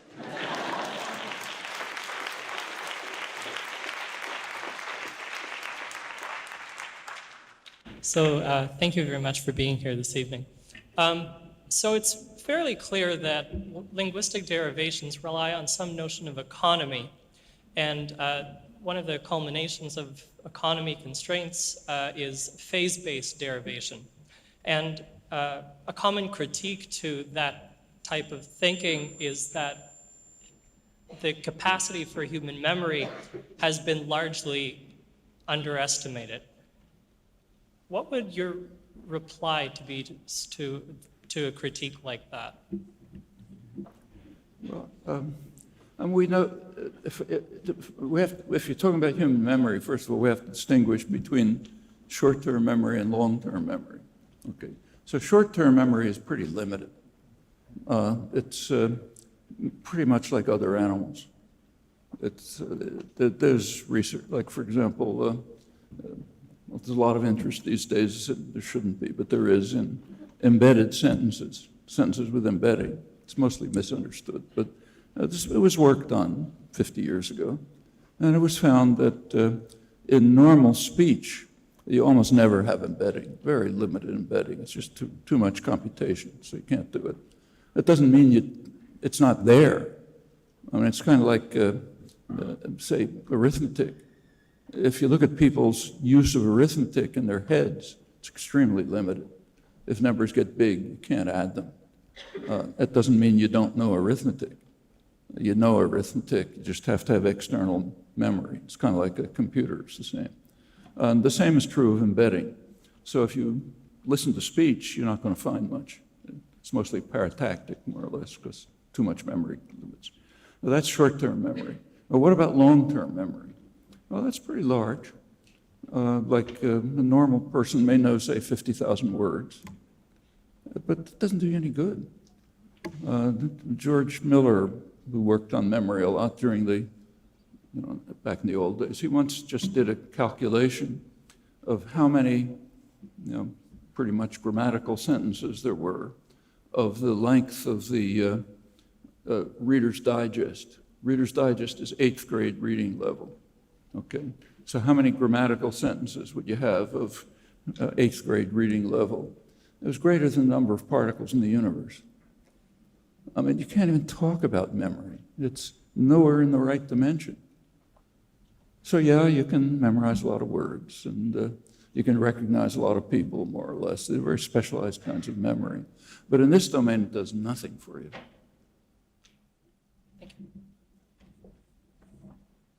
Thank you very much for this wonderful lecture.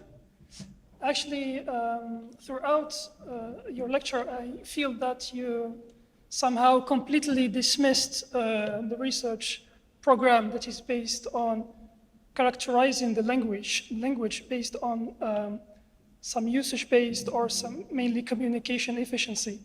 And I find it quite unfair because I think nobody nowadays denies that there is some genetic basis for language. And even if we accept the hypothesis that language is optimized for computation rather than communication, not all the grammars that are allowed by UG, for example, are actually implemented. So there could be some limitation or some constraint that could be imposed by the necessity of the communication. So I'd like to have your thoughts on this. Yeah, I understand. So I've dismissed communication and usage-based studies. Yes. If you want to carry them out, it's okay. I mean, I don't dismiss them. I think it's extremely unlikely that anything will be learned from them. Just as if, say, physicists started, say, taking videotapes of things happening outside my office window, leaves flying around and stuff like that. They could get a lot of data. In fact, they could get a pretty good prediction of what's going to happen next. In fact, they do way better than the physics department does. But try to get a thesis for that. Well, in the sciences, you can't, because they're not interested in something, in some kind of rough generalization that you can pick up by looking at a lot of data. They're interested in understanding things, okay?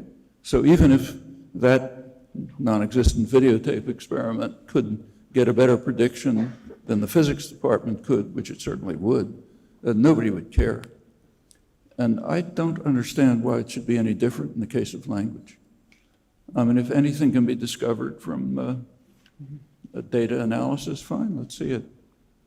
It doesn't look very likely. It hasn't happened in other fields. But if so, okay. As far as communication is concerned, it's an activity.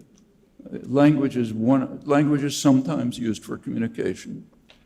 It's only one of the many means of communication. I mean, everything we do is a means of communication. How you comb your hair, what clothes you wear. Just about everything you do is some kind of presentation of yourself. It's saying something. And language is one of the ways of communicating. It's not the main thing in language, but it's part of it. And you can study communication. In fact, you can study evolution of communication. So, for example, Mark Hauser has a book called Evolution of Communication. He actually has a chapter on language at the beginning and a chapter on language at the end, but that's kind of to sell the book. It's really about, bats and echolocation and stuff like that. And every organism from bacteria on up has means of communication. Humans do too, lots of them. So you can study, you can't find out anything much because evolution's a hard topic, but you can at least look at, I think there's a reason why people like to look at it. In the case of evolution of communication, you can kind of imagine some kind of continuity from bacteria to humans. And that makes, if you kind of like this idea of, evolution taking place in tiny pieces, it doesn't happen that way. But if you like that idea, it can make you feel good. But that's because every organism has communication systems. But only one organism has language. And like Tattersall said, and if you're interested in language, it just doesn't tell you anything. Except, yeah, sure, like everything else, this is one of the means of communication. I mean, I'm kind of exaggerating. There are some things you can get. So, for example, there's interesting work on, say, a technical question on what are called Neo-Gricean conventions. There's quite interesting work on that. What are the proper conventions for discourse? And there is quite interesting work that goes on that. That's not what people are studying when they do massive data analysis and try to find something out about communication, but it bears on communication. Thank you. Starting many years ago, and often on your authority or with an appeal to your authority, I was told that competence, not performance, was the key problem of linguistics. Now, listening to your talk today, I hear you putting far more emphasis on performance. I wonder if you could clarify. Well, I didn't. Performance and competence? Yes. If I did, I wasn't aware of it. I didn't intend to. I mean, this is all about competence. I mean, there is, of course, we use, this is considered to be a controversial distinction. I haven't the slightest idea why. It's a very simple conceptual distinction. There's a distinction between what you know and what you do, okay? Nothing controversial about that. Like arithmetic. We could study what is it that you know. Maybe what you know in your head somewhere is Peano's axioms or something like that, who knows. We can study what you do with arithmetic. Like what happens if you're given, you're asked to multiply two big numbers. How do you do it? We could ask about that. The second question is not a very interesting one. Because too many factors enter into it, like say short-term memory, too many things to separate out. An interesting question is what's your knowledge of arithmetic? And we could ask the same question about any other cognitive system. In the case of language, that's competence and performance. Everything I've talked about today, at least as I understand it, is basically about what you know, about competence. How's language designed? There are other questions about how you use the language. And as I just mentioned here, what you use is a very small part of what you know. Okay, like for example, take say embedded sentences. You can embed sentences indefinitely. If you have enough memory, time, space, and so on, you go on indefinitely, easy to show that. So it's infinite. But what you use is very narrow because you just have too little memory. I heard you referring a great deal during your talk today about what at least I interpreted as performance. But I may have misinterpreted. Well, I didn't think I was, but maybe I was. Yeah. Well, I'm afraid that my question might sound a little bit too elementary, but I'd like to see why, well, the minimalist framework assumes that a sentence is constructed from bottom to top, right, through the cyclic merge. But at the same time, we pronounce and understand the sentence from top to bottom because the minimalist framework assumes that all human language show more or less a right branching nature, right? So I'd like to see why human language shows such a mirror pattern. You know, it's not, I mean, how we process is very much debated. For example, there are analysis through synthesis models that argue that you process top-down. We, of course, process linearly, because that's the way we hear it. You're stuck with that. Just as you're forced to produce through the articulatory apparatus, whatever's going on in your head. Like, for example, it appears, I was trying to argue, I think, that just don't have linear order in the competent system.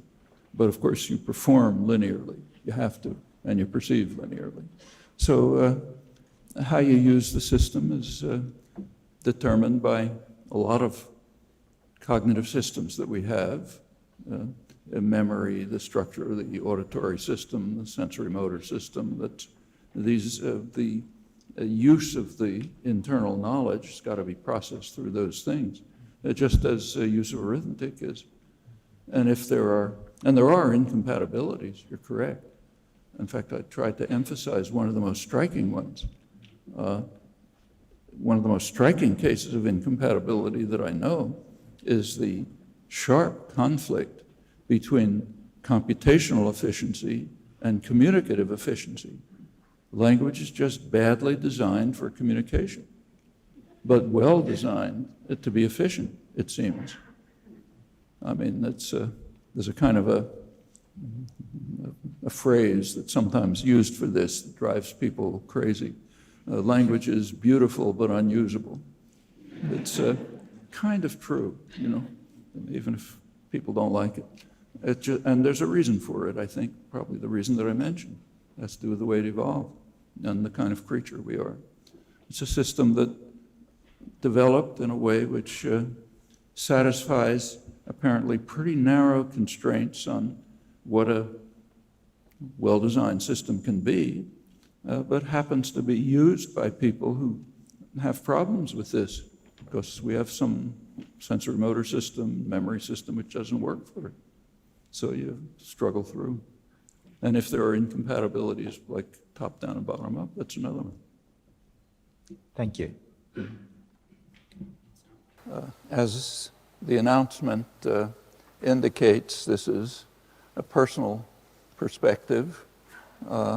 There's no consensus on the topics that I'm going to talk about, and I presume my own view is a minority view in the whole range of related fields that intersect more or less in this area.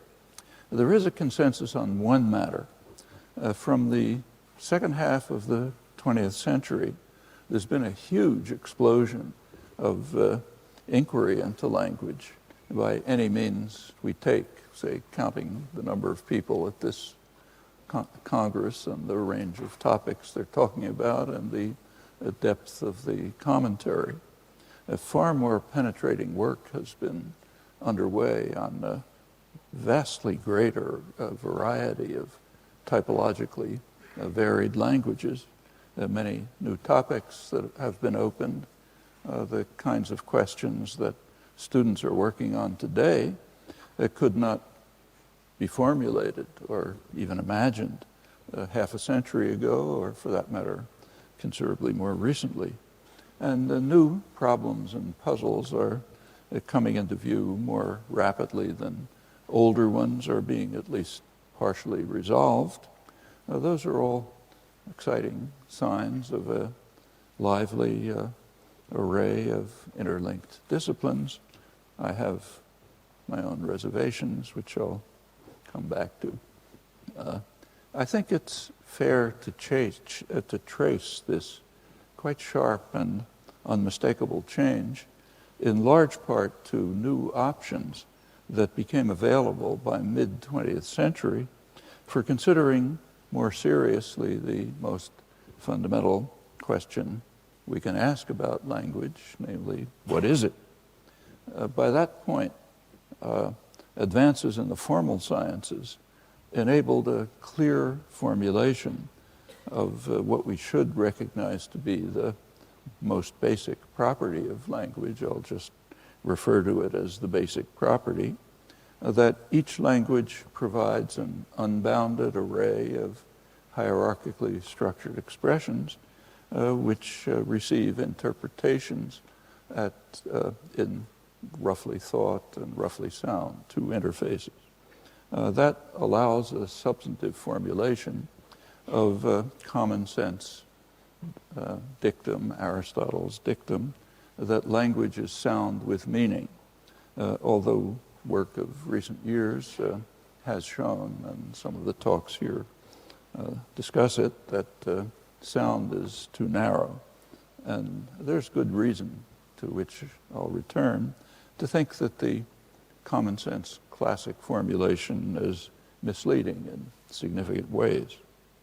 At the very least, each language incorporates a computational procedure satisfying the basic property. Therefore, every theory of a particular language is by definition what's called a generative grammar, and each language is at least what has come to be called an I language. I here stands for individual, internal, and intentional. Intentional, that's with an S for the technically minded among you. We're interested in discovering the actual computational procedure, not some set of objects that it enumerates, what in technical terms, what it strongly generates. There are other notions, weak generation, and what some people, not me, call e-language, whatever they are, maybe nothing. Those are derivative notions at best, if they're even definable for natural language. Probably not, in my opinion, but these are topics discussed extensively 50, 60 years ago, and they seem to have been often forgotten. Among the various approaches to language and questions of language, each should recognize at least that language is a property of an individual person, internal mostly to the mind, brain. It's what's now called the biolinguistic framework. This framework should be uncontroversial and recognized to be a prerequisite to other inquiries, numerous other questions that can be raised, questions of the kind that are discussed in the talks here, questions about acquisition, use of language, language in society, internal mechanisms that implement the system, both the system of knowledge itself and the system and the various uses of it, different but related questions.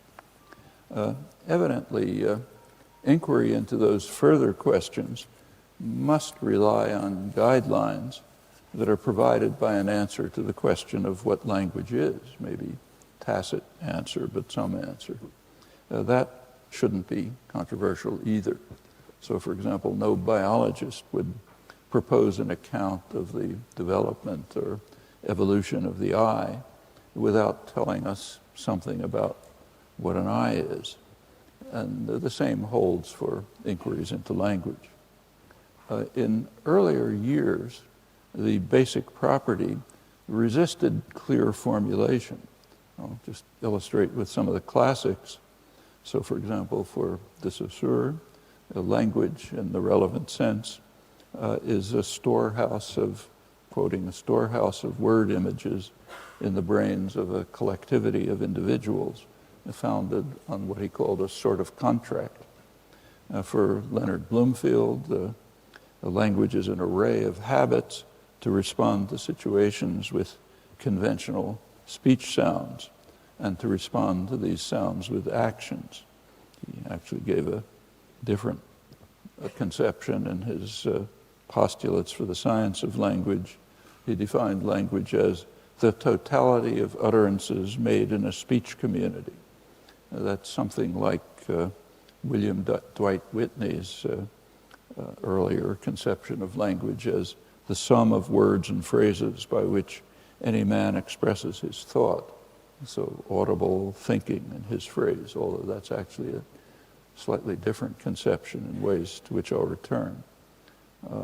The other grand old man of American linguistics, Edward Sapir, defines language as a purely human and non-distinctive method of communicating ideas, emotions, and desires by means of a system of voluntarily produced symbols.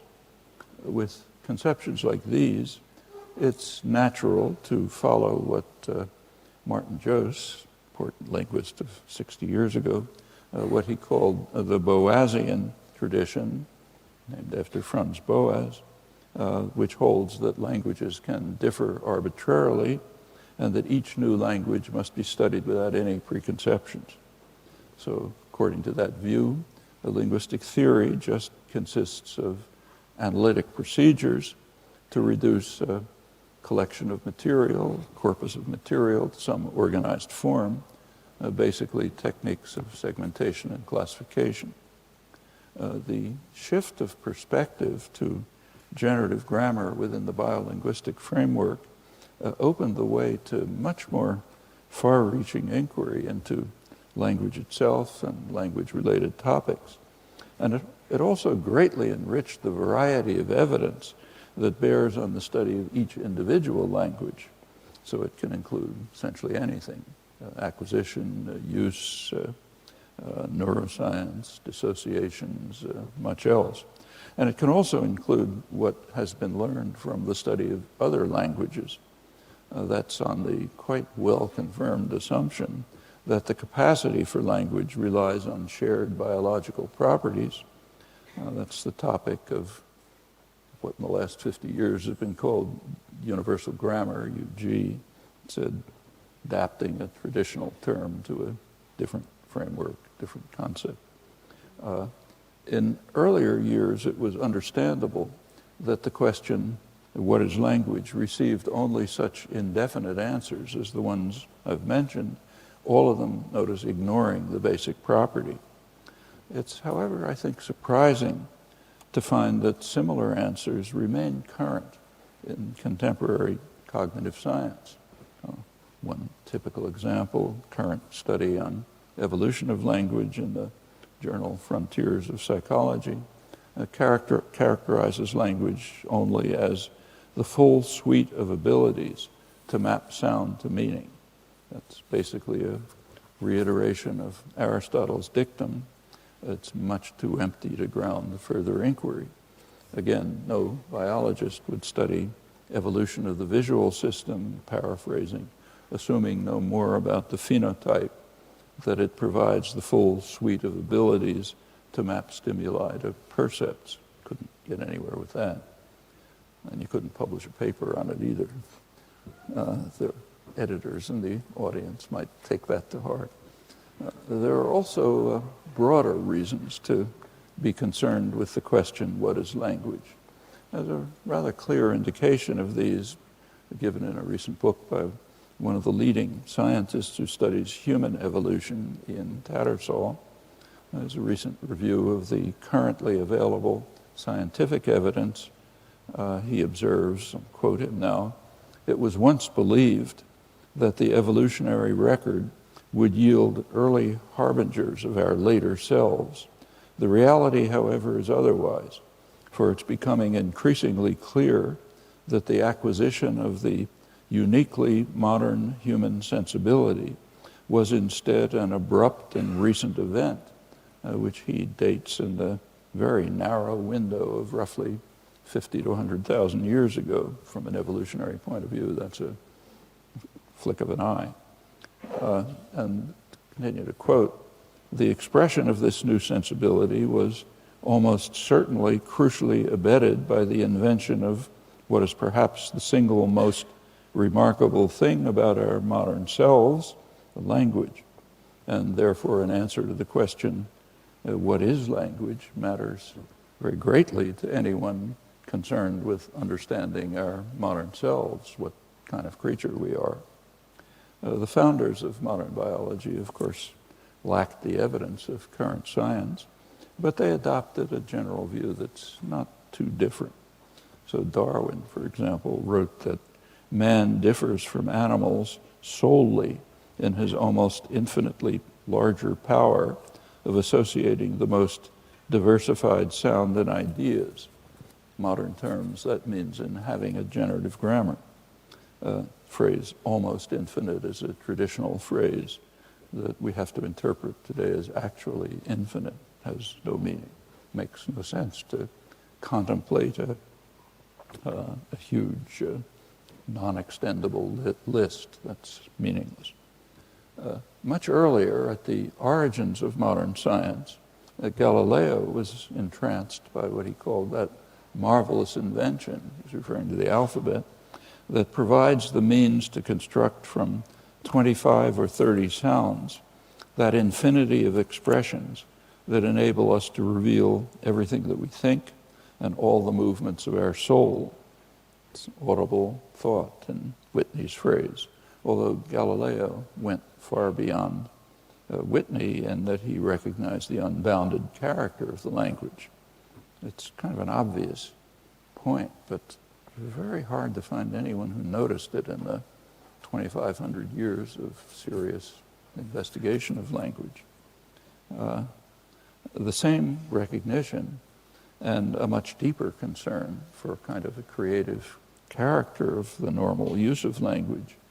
Shortly after, a little after Galileo, that was to become a core element of Cartesian science, what's nowadays called philosophy, same thing as science in those days. There's no reason today to doubt the fundamental insight of Descartes that use of language, normal use of language, is indeed a creative activity. It is typically innovative, without bounds, so in principle infinite. It's appropriate to circumstances, but not caused by circumstances. It's a crucial distinction. And it can engender thoughts in others that they recognize they could have expressed themselves. That's normal use. And the observation appears to be correct as far as we know. There is an aphorism of Wilhelm von Humboldt that's commonly quoted, pointing out that language involves infinite use of finite means. But it's worth bearing in mind that he's talking about use. It's infinite use of finite means. More fully, he described the unending and truly boundless domain of language as the essence of all that can be thought. That places him in the tradition of Galileo and others who associated language closely with thought. He actually went beyond to assert the identity of language and thought. It's a much stronger claim, while recognizing that, still quoting, language must make infinite employment of finite means in confronting its boundless domain. There has been great progress in understanding the finite means that make possible infinite use, but the infinite use itself remains pretty much a mystery, despite significant progress in some particular areas, like understanding some of the conventions that guide appropriate use. But the basic problem remains as mysterious as it was for Descartes and the Cartesians. A century ago, another great linguist, Otto Jespersen, raised the question of how the elements of language come into existence in the mind of a speaker on the basis of finite experience. Another mystery, yielding, he said, a notion of structure that's definite enough to guide him in framing sentences of his own, crucially free expressions, typically new to speaker and hearer over an unbounded range, hence infinite range. And then the task of the linguist, which he said, is to discover these mechanisms and how they arise in the mind, and to gain, I'm quoting him, a deeper insight into the innermost nature of human language and of human thought. Those ideas sound much less strange today than they did during the structuralist behavioral science era that came to dominate much of the field, marginalizing Jesperson's insights. So, for example, when I was a student in the late 1940s, nobody ever heard of him. I found his work when wandering around the Harvard Library. Well, reformulating Jesperson's program, the basic task is to investigate the true nature of the interfaces and the generative procedures that relate them to determine how they arise in the mind and how they're used, with the primary focus of concern naturally being free expressions, the typically innovative, creative behavior. As soon as the earliest attempts were made, roughly 60 years ago, to deal with these questions, to construct explicit generative grammars, many puzzling phenomena were discovered, which hadn't been noticed, although they're kind of obvious when you think about them. They hadn't been noticed as long as the basic property was not clearly formulated and addressed, and syntax was just considered use of words, often use of words following the sequence of thoughts. Diderot famously argued that French would be the language of science, and German and English would be the language of poetry, because in French the words follow exactly the order of thoughts, whereas in the other languages it's kind of mixed up a bit, so it's better for fancy. You can determine how well that followed. All of this is somewhat reminiscent of the earliest stages of modern science, early 17th century. So for millennia, scientists had been satisfied with very simple explanations for quite familiar phenomena. So rocks fall, steam rises, because they're seeking their natural place. Objects interact because of what were called sympathies and antipathies, which bring them together, push them apart. We perceive a triangle because the shape of the triangle literally flits through the air and imprints itself on our brain, and so on. Lots of simple explanations. When Galileo and others allowed themselves to be puzzled about these facts, modern science began. And it was quickly discovered that our beliefs are mostly senseless and our intuitions are all wrong. And it's worth remembering that the willingness to be puzzled is a very valuable trait to cultivate. It's from early education to the most advanced inquiry. One puzzle about language that came to light 60 years ago and remains alive, and I think is highly significant in its import, has to do with a very simple but curious fact that we ought to find puzzling. So take, say, the sentence, instinctively eagles that fly swim.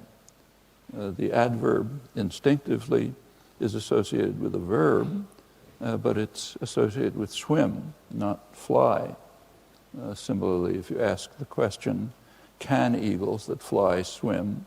That's about ability to swim, not ability to fly. There is a thought that the sentence fails to express, and it's quite difficult to formulate without circumlocution, as you can determine by trying. That impedes communication, one of many such cases. What's puzzling is that the association of the clause initial element, instinctively or can, to the verb, is remote and based on structural properties, not proximate and based on linear properties. It's a far simpler computational operation, but never used. Language makes use of a property of a minimal structural distance, never uses the much simpler property of minimal linear distance. And the puzzle is why this should be so, and not just for English, but for every language, not just for these constructions, but for every relevant construction. And children acquire it. They never make mistakes about it. They acquire it reflexively, even if they have no data or very limited data. There is a very simple and plausible explanation for the fact that a child reflexively knows the right answer in these cases, even though evidence is slim or in fact non-existent often. The explanation is that linear order is simply not available to the language learner. It's one of those great principles that Jespersen was talking about. It's not available to the learner, to the child, so it never picks it. The child is guided by a principle of universal grammar that restricts search to minimal structural distance, the more complex notion. Actually, that's the only explanation I know. There's no other explanation that's ever been proposed. Many have been suggested, but that obviously don't work. This principle of minimal distance is quite extensively employed in design of language and nature of language. It's presumably one case of a much more general principle that enters into that enters also into design and acquisition of language in other forms, not restricted to language, may actually be a law of nature. Call it minimal computation. And the evidence shows overwhelmingly, in fact, without exception, that invariably languages use the property of minimal structural rather than linear distance every relevant case, even though, again, the one that's not used is computationally far simpler. There's actually some supporting evidence in this case from neuroscience. There's a research group in Milan, Andrea Moro, who many of you know is the linguist in the group. They studied brain activity of subjects who are presented with two types of stimuli. These are invented systems conforming to UG and others not conforming to UG. So in the latter case, for example, invented language that puts the negative particle after the third word of a sentence in order to negate it. That's a rule which is far simpler than the one that's computationally than the one used in every language that's known. What they found is that in the cases of conformity to UG, the language areas, normal language areas of the brain are activated, not other parts. But when linear order is used, like in that rule for negation I suggested, that they suggested, I repeated, when the linear order is used, there's kind of diffuse activation in the brain, suggesting that the people are treating it as a kind of a puzzle, and not as language. And there's other work by Neil Smith and Ianthi Maria Simpli with a cognitively impaired but linguistically fluent subject who they've worked with, and they reach pretty much the same conclusion. Actually, there is a small industry in computational cognitive science that's attempted to show that these properties of language can be acquired by statistical analysis of massive data. Actually, that's about the only topic that's been investigated beyond superficialities. Every attempt that's clear enough to be investigated has been shown to fail irremediably, but it really doesn't matter because the efforts are beside the point in the first place. Suppose they worked, which is virtually impossible. That would still leave untouched the only serious question. Why does language invariably use the complex computational property of minimal structural distance while never employing or even entertaining the far simpler option of minimal linear distance? That industry is a good illustration of the unwillingness to be puzzled that I mentioned earlier. And again, the willingness to be puzzled is the first step in serious scientific inquiry, as has been recognized in the hard sciences since Galileo. A broader thesis is that linear order is never available for computation in the core parts of language that involve syntax and semantics. Of course, there is linear order, but the thesis would be that it's a peripheral part of language, kind of tacked on. It's a reflex of properties of the sensory motor system. The sensory motor system doesn't allow us to speak in parallel or to produce structures. We have to get it through the sensory motor system, we have to put things in a linear order. So the order could just be a reflex of the fact that whatever's going on in the mind has to pass through this filter to get externalized, but has nothing special to do with language. And the sensory motor system itself is not specially adapted for language, except maybe in peripheral aspects. The parts that are essential for externalization and also perception appear to have been in place hundreds of thousands, in part millions of years before language emerged. They're just kind of there. Well, the matter's not settled. This is one of the topics that is open, but I think there's quite substantial evidence to show that the broader thesis may in fact be correct. So if that's true, as I suspect it is, then the basic property has to be reformulated. Not the way it's been in recent literature, including papers of my own. Rather, the basic property would be generation of an unbounded array of hierarchically structured expressions, mapping to the CI, the conceptual intentional interface, basically the system of thought. Well, if that turns out to be true, as I think evidence is pointing us to, then there's good reason to return to a traditional conception of language as an instrument of thought and to revise the common sense dictum accordingly. Language is not sound with meaning, but meaning with sound. More generally, some form of externalization, typically sound, though it appears to be modality independent. In fact, externalization is rarely even used. And by far the most use of language never is externalized. It's called internal dialogue or inner speech. That's 99.9% of your use of language. It's virtually impossible to, it takes a tremendous act of will not to talk to yourself when you're awake, when you're asleep, walking down the street, whatever it may be. It's just going on all the time. Now, there isn't much research on this topic, unfortunately. There's some. It goes back to Vygotsky. There's been little research.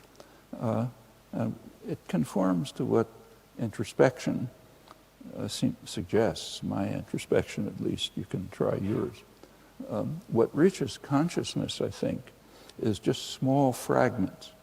And then fully formed expressions can be instantly produced internally, but usually aren't, and produced far too quickly for articulators to be involved, or even instructions to articulators. And they're often not produced, even internally. It's quite an interesting topic, which, as I say, has been barely explored, could be subjected to inquiry. I think the reason it's not explored is that there's kind of a prejudice against studying mental actions that don't reach consciousness, which is probably where almost everything is. But a lot of dogmas about how you shouldn't study that. You should, actually. Well, putting aside this issue and just looking at what we know about the way language is designed and constructed, like the examples I gave, that gives good reason to take seriously the intuitions of Galileo, many others, that language is essentially an instrument of thought. It would then follow that externalization is an ancillary process, just a reflex of properties of the sensory motor system, which have nothing special to do with language. And there is further investigation that I think supports this conclusion. Now, if it's established a lot of things follow. One thing that follows is that particular uses of language that depend on externalization, among them communication, which is one, not the only one, are even more peripheral aspects of language. Now that's contrary to virtual dogma in the various fields, dogma that, however, has no serious support. It would also follow that much of the extensive speculation about language evolution, language origins, is just on the wrong track to begin with. Because if you look at it, most of it is about speculations about evolution of communication, which is looks like some peripheral aspect of language. Well, this matter has not been studied, but I suspect that the modern doctrine, I think dogma, that holds that communication is somehow the essential function of language, I suspect that that derives from the influence of associationist and behaviorist assumptions, which retain quite a strong grip, even among those who reject them, along with highly oversimplified and quite untenable interpretations of modern evolutionary theory, evolutionary biology. That's an interesting question. I'll put it aside here. Well, let's return to the basic property, now reformulated. The computational system of I language yields an unbounded array of hierarchically structured expressions, mapping to the system of thought, the conceptual intentional interface, all, of course, unconscious and inaccessible to consciousness. There are then ancillary processes which may or may not externalize these internal objects in some sensory modality. And there are analogous observations about perception. Naturally, we seek the simplest property of the simplest theory of the basic property, the theory with the fewest arbitrary stipulations. Each stipulation is, of course, a barrier to some eventual account, if attainable, of the origin of language. And I stress eventual. I think we're very far from it. That's standard scientific method, so nothing to say about it. But we can ask how far this resort to elementary scientific method will take us. Well, so we ask, look into the nature of computational operations. Well, there is a simple computational operation which is embedded in some manner in every relevant computational procedure. It's an operation that takes two objects, call them X and Y, that have already been formed, and constructs a new object, call it Z. Let's call this operation merge. That's how it's called now. We now resort to the principle of minimal computation, overriding principle. Now, that dictates that neither X nor Y is modified in the course of the operation merge. It also follows that they're unordered, because that would be a further complication. And that's a conclusion that's quite plausible for language on other grounds, the kind I indicated. Well, that means that merge of XY, merge XY, that just gives the set containing X and Y.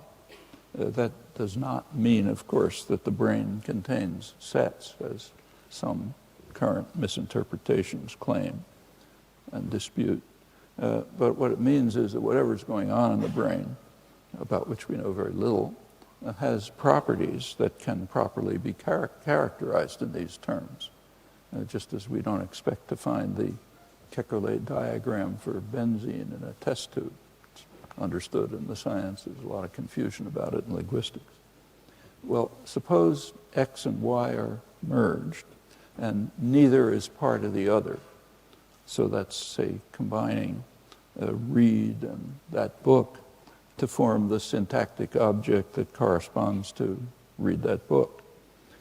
Name for that is external merge, two things separate from one another. Suppose that one of them is a part of the other. say y is part of x. So as in combining which book and John read which book, taking which book's contained in John read which book, you merge it, you get which book John read which book. That surfaces as which book did John read by further operations that I'll come back to. That's an example of a ubiquitous property of language, ubiquitous phenomenon called displacement.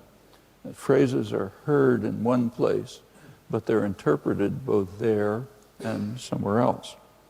And the sentence in this case is understood as, for which book X John read the book X. That's interpreting which book John read which book. Okay, that goes straight to the thought system, comes out the right way. Well, in this case, the result of merge of X and Y is again the set containing X and Y, but now it has two copies of Y. One of them is the original one remaining in place. The other is the copy that's merged with the whole thing. That's called internal merge, sometimes called the copy theory of movement, but it's the minimal theory, the optimal theory, comes for free. External and internal merge are the only two possible cases of binary merge, and there's pretty good evidence that these operations are binary. And it's important to bear in mind that both of them come free. It would be a complication if you had only one and not the other, whichever way it went. It would require a stipulation of some kind to bar one of them because they're free. And that's an important fact. Its importance has gradually sunk in since it was noticed about 15 years ago. For many years it was assumed, by me as well, that displacement, this ubiquitous phenomenon, is a kind of an imperfection of language, kind of a strange fact that has to be explained away by some more complex devices, complex assumptions about universal grammar. But that turns out to be incorrect.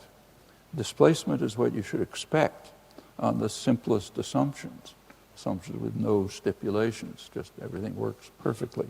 Language forms kind of like the way a snowflake does, just the simplest possible way. It would be an imperfection if displacement were lacking. That's significant. And another important fact is that internal merge in its simplest form, satisfying the overarching principle of minimal computation, yields the structure that's appropriate for semantic interpretation. It's just illustrated in the simple case of which book did John read.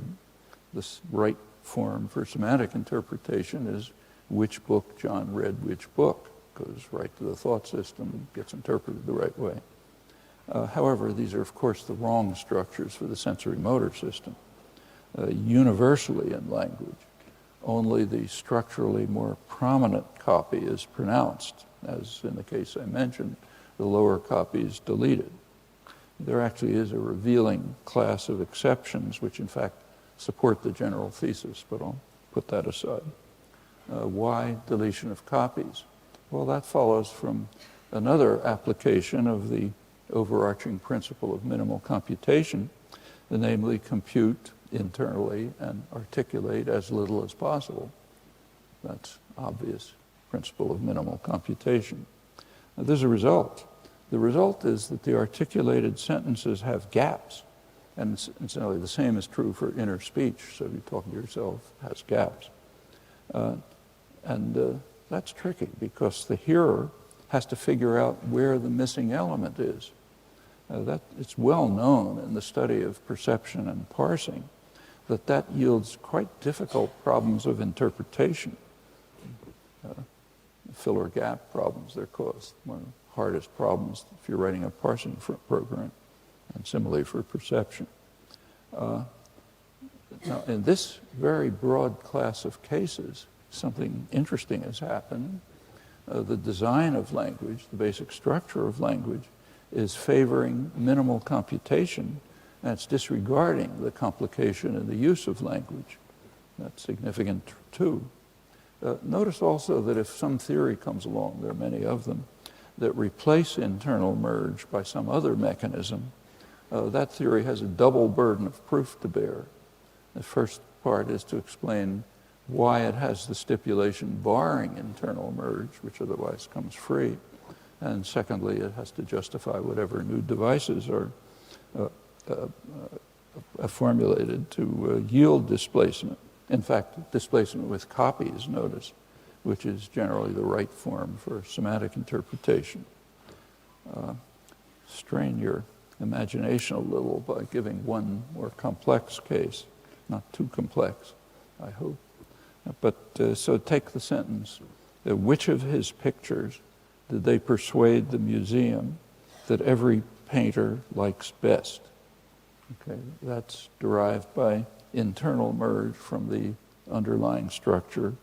Which of his pictures did they persuade the museum that every painter likes which of his pictures best? It's derived by deletion of copies from that. Now that one is formed directly by internal merge with displacement and two copies. So same as which book did John read which book? In this case, which of his pictures did they persuade the museum that every painter likes which of his pictures best? The phrase which of his pictures is understood to be the object of likes, where the gap is in pronunciation. It's quite analogous to one of his pictures in they persuaded the museum that every painter likes one of his pictures best. You get the same interpretation even if there's a gap. And that's just what the underlying structure with two copies provides. And that has further consequences. There's a quantifier variable relationship between every and his, and that carries over. So which of his pictures, suppose you say, which of his pictures did they persuade the museum that every painter likes best? The answer can be his first one. That's different for every painter. It's exactly the same as one of the interpretations of they persuaded the museum that every painter likes one of his pictures best. Now, in contrast, no such answer is possible for the structurally similar expression, which of his pictures persuaded the museum that every painter likes flowers. Structurally the same, but you don't get the quantifier variable interpretation. In that case, his pictures doesn't fall within the scope of every painter. Well, evidently, it's the unpronounced copy that provides the structure that's required for quantifier variable binding. And the results follow directly from the simplest form of merge, internal merge, and copy deletion, also required by minimal computation, very much as in the simpler case that I mentioned. And if you go on, there are many much more intricate cases. Well, in all of these cases, just like instinctively eagles that fly swim, it's inconceivable that some form of data processing yields these outcomes. There's no point even trying. No conceivable way that could be. Relevant data simply are not available to the language learner. The results must therefore derive from what David Hume called the original hand of nature. In our terms, that means genetic endowment, specifically UG, universal grammar. And in ways like this, we can derive quite far-reaching and quite firm conclusions about the nature of UG, solving some strange puzzles. Well, there are many claims in the literature that there are no genuine linguistic universals, hence no UG. The linguists among you are familiar with this. However, the reference is, if it's not just confusion, the reference is presumably not to UG, to universal grammar, but rather to descriptive generalizations, Joseph Greenberg's famous universals, for example. But generalizations are quite likely to have exceptions. That's the nature of generalizations. And these are very valuable as a stimulus to inquiry. Exceptions to deletions of copies, for example, which I mentioned, and in fact reinforce the main principle when you look at them closely. That's quite standard in the sciences. So take one famous case, discovery of perturbations in the orbit of Uranus did not lead to the abandonment of Newton's principles and Kepler's laws, or to the broader conclusion that there are no physical laws, kind of thing that happens in linguistics and cognitive science, but in the sciences it didn't lead to that. And what it led to was inquiry, postulation, later discovery of another planet, Neptune. Then turned out everything worked. Exceptions to largely valid generalizations play a similar role quite generally in the sciences and have done so repeatedly in the study of language. Another point to bear in mind. Well, what we conclude, I think, is that if language is optimally designed, it will provide structures which are appropriate for semantic interpretation, but that yield difficulties for perception, hence for communication. There are many other examples that lead to the same conclusion. So structural ambiguities, garden path sentences. One case of particular interest is what's called islands, as illustrated in so-called ECP constructions, sentences constructed from the underlying expression. They asked if the mechanics fixed the cars. You can ask how many cars, you can ask how many mechanics. That gives respectively how many cars did they ask if the mechanics fixed, how many mechanics did they ask if fixed the cars. They're quite different in status. How many mechanics did they ask if fixed the cars is a perfectly fine thought, but you can't say it that way. You have to say it with some circumlocution, again, impeding communication. And there are plenty of similar cases. A lot of them aren't understood, but to the extent that they're understood, invariably, I think the examples, the structures result from free functioning of the simplest possible rules, yielding difficulties for perception, hence communication. Where there are, if you look hard, you can find quite a few conflicts between communicative efficiency and computational efficiency, like the kind I just illustrated. And in every known case, communicative efficiency is sacrificed. It's never considered. Just go for computational efficiency, meaning, again, that language looks as if it's designed the way a snowflake is. That's just the way the principles of nature work. And if it impedes communication, too bad, as it often does.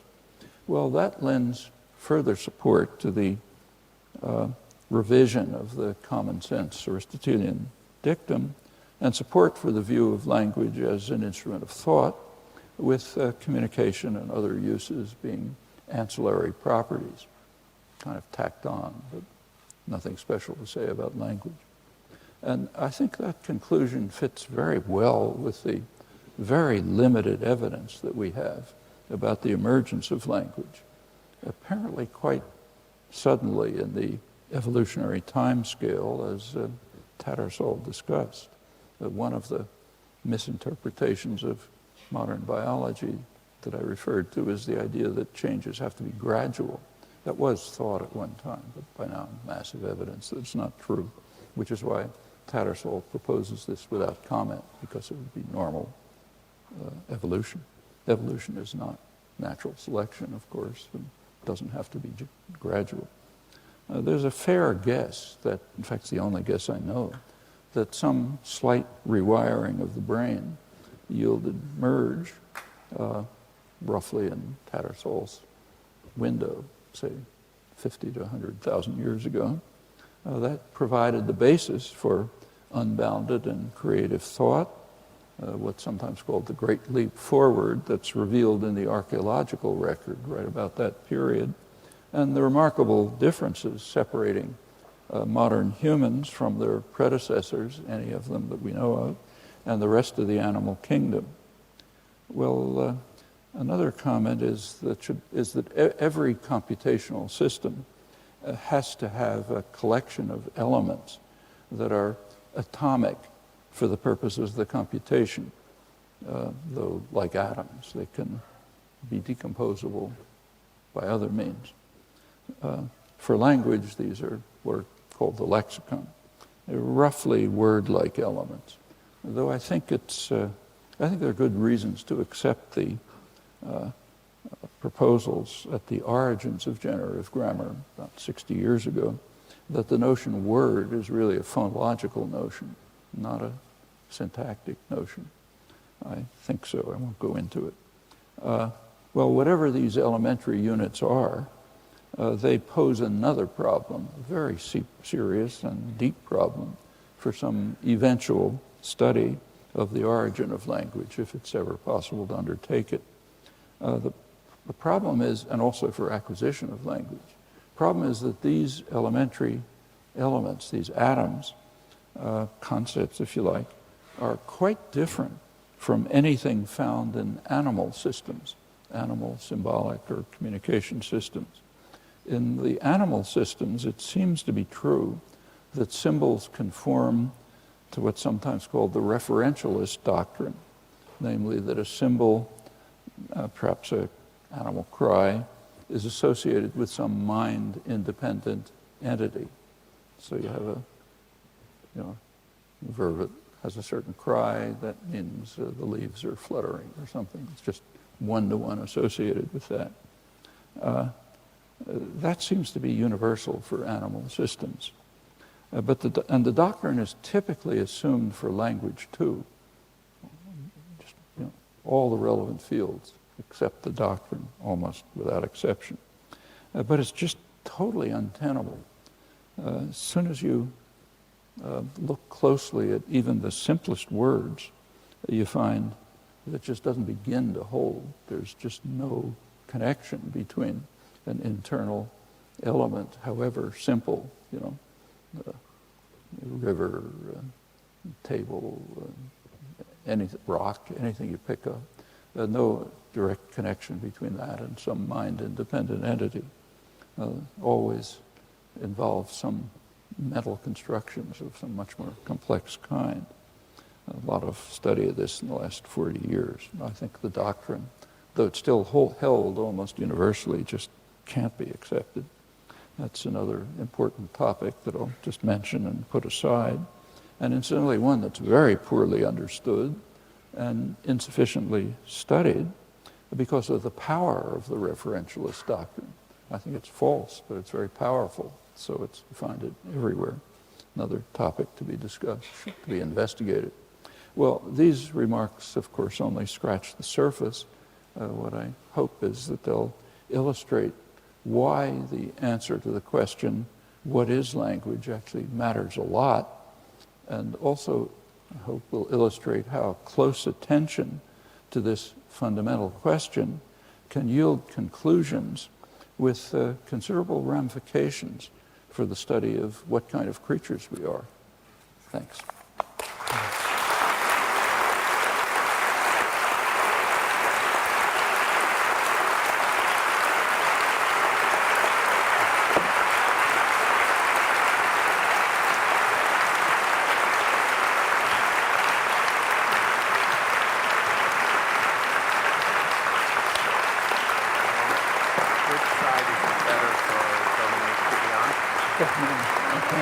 Either side is okay? Either side That's is fine. Okay. Both sides equally bad. I apologize if I will only speak in English. We have a little over 20 minutes for discussion. I will be aided in this activity by assistants with microphones who will, and I'll ask you to pose your questions to the microphone. I'll also be added by my youngster colleague over here, Dominique Sportiche, whose ears are very good, who will help make sure that your questions get through to Professor Chomsky. I will also ask you to follow some ground rules in order to make best use of the time we have. First, I'll ask you to keep your questions to issues raised by his remarks here rather than to broader range of topics. I'll also ask you to keep your questions short because they'll have to be repeated. And finally, I'll ask you to keep your questions rather than statements. I'll do my best to, there are lights up there that are in my eyes, which may make it a little hard for me to keep track, but I'll do my best to distribute questions around the room, but please don't be upset if you're trying very hard and somehow you don't get my attention. Okay, so... Questions can be in French. I'm sorry? Questions can be in French. Oh, yes, right. Also, because Professor Sportish is here to assist, questions can be in French, but they have to be short and to the point, too. But, of course, we know they will follow the natural logic of thought. Okay, so, surprisingly, I don't see any hands up. There's a hand. All right. Could we have the microphone over here, please?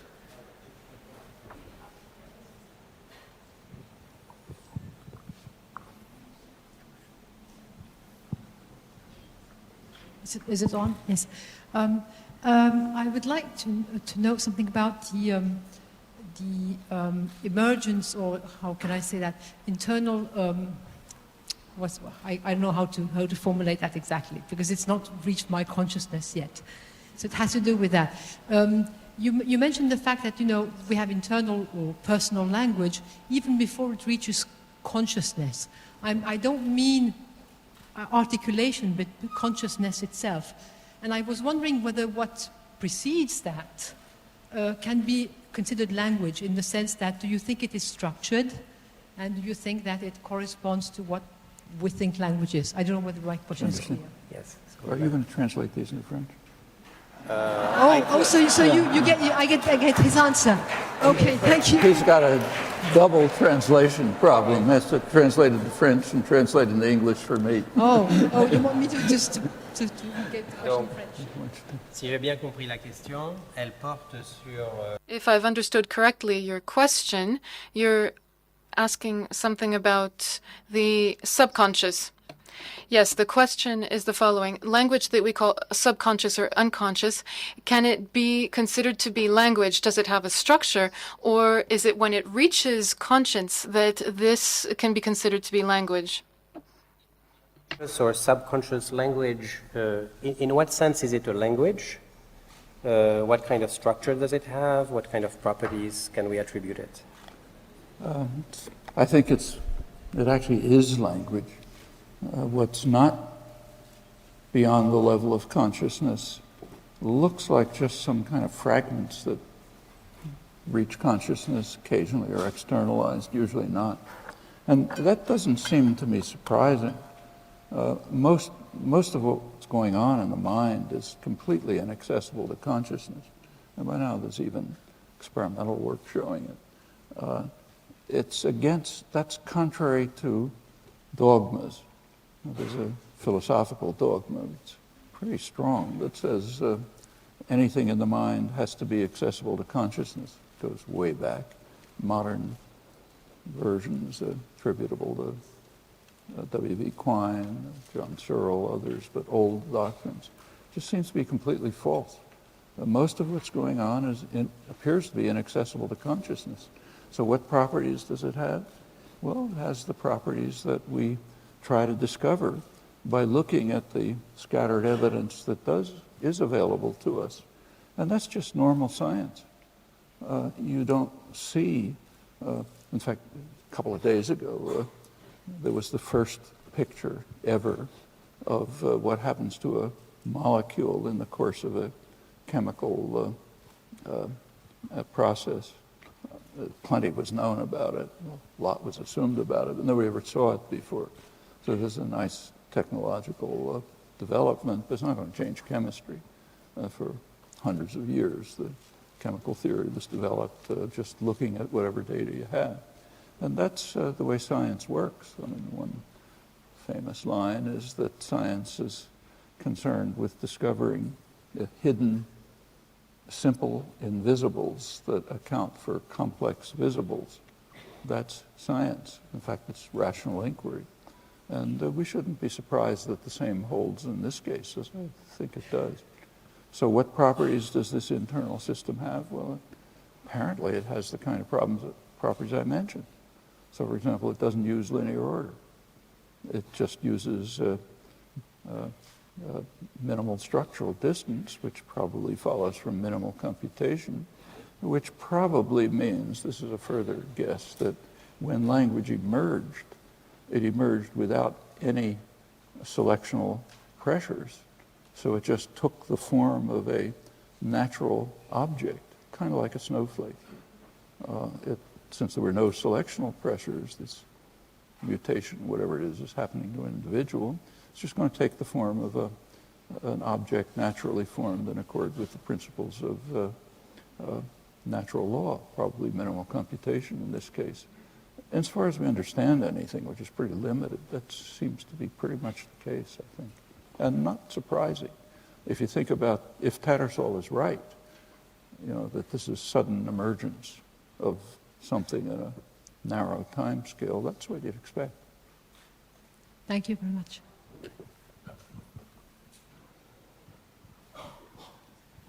Thanks very much for a very interesting lecture.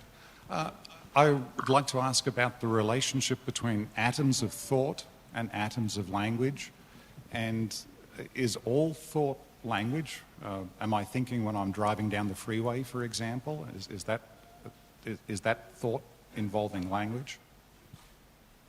Donc, quelle est la relation entre les atomes de la pensée et les atomes du langage? Et en particulier, je n'ai pas compris la suite. Quand on conduit sur l'autoroute. Exactly. So is all thought language? And est-ce que toute pensée est langage ou non? So what's the relation between the atoms of language and the atoms of thought? Okay. That's funny. And is any kind of thought language or not? Well, we have very little information about what thought is. In fact, it's not even very clear how you could have such information. But a lot of the mass of our information about thought is what we get by looking at language. So that yields the suggestion that, say, Humboldt took to an extreme, that they're the same. But again, you can introspect if you like. It's the only kind of evidence we have. It doesn't look as if they're the same. There seems to be lots of kinds of thought that just never can get articulated. And I don't see any reason to doubt that some kind of thought is going on with organisms that don't have language. There is, in computational cognitive science, there's a big enterprise, which in my view is a total waste of time, which goes back to a misreading of a very short paper by Alan Turing. Back in 1950, Alan Turing's great mathematician, and founder of modern computational science and so on. He had a paper called something like Do Machines Think? And that's led to, and he devised a test. It's now called the Turing test. He called it an imitation game. And there's been a lot of effort to try to, and what he argued is or what he's been interpreted as arguing, he didn't say it, is that if a machine means program, not a physical computer, but a program, if a program can pass this test, that'll show that it thinks. And if you're an employee of IBM, you get paid to construct Watson and other huge programs that are supposed to pass the test. They defeat people in chess or Jeopardy or something. And you can get $100,000 if you pass if you construct such a program. There's one line in Turing's paper which seems to have been ignored. What he said is, the question whether machines think is too meaningless to deserve discussion. Okay, and he's right. The question whether machines think is like asking whether submarines swim, let's say. If you want to call that swimming, yeah, they swim. If you don't want to call it swimming, they don't. But it's not a factual question. It's do humans fly? I think in Japanese they do, somebody told me, but in English they don't. But these are not factual questions. They're questions about how we want to use the word.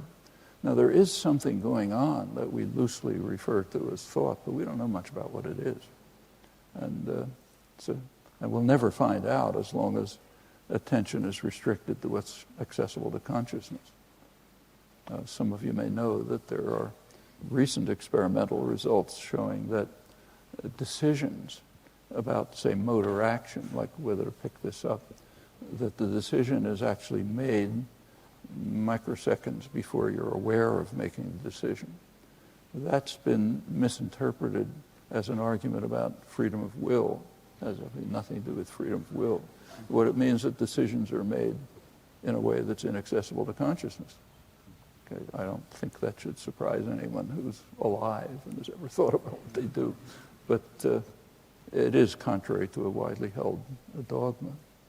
And I think that dogma has to collapse if we're going to learn about these things.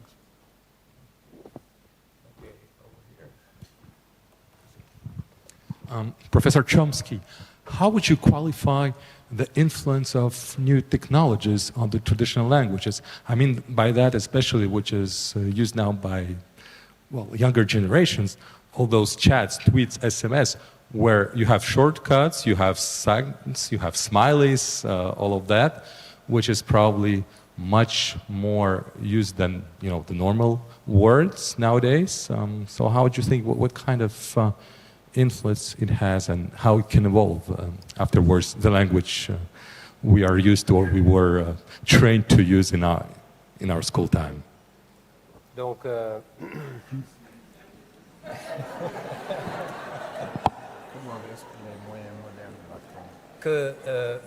pensez-vous qu'il y a une influence des technologies modernes de communication comme les textos, le chat, etc., sur le langage?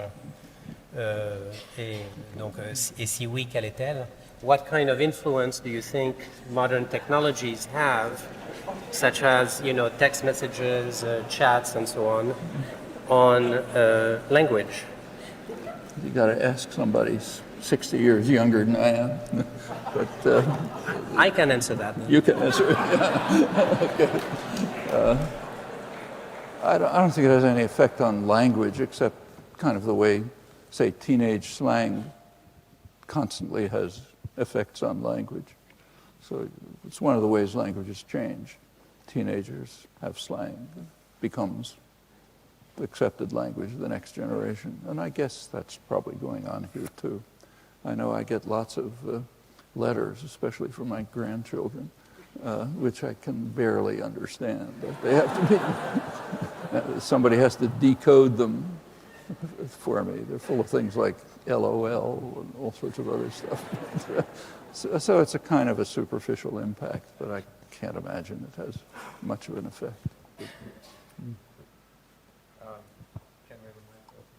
Down here in the middle.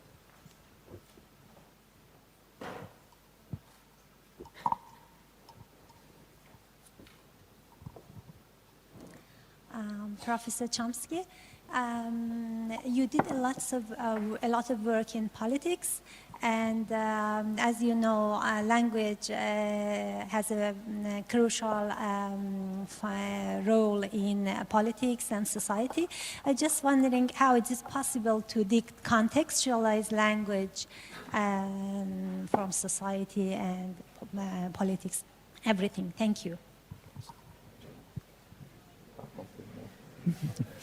So we missed a crucial piece of your question. You're talking about the relationship between language and politics, right? And society. So je vais traduire. La relation qu'il existe entre le langage, la politique et la société, n'est-ce pas?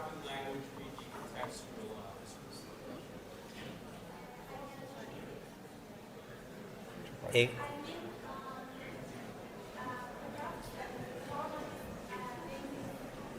I can't hear you. There's too much noise.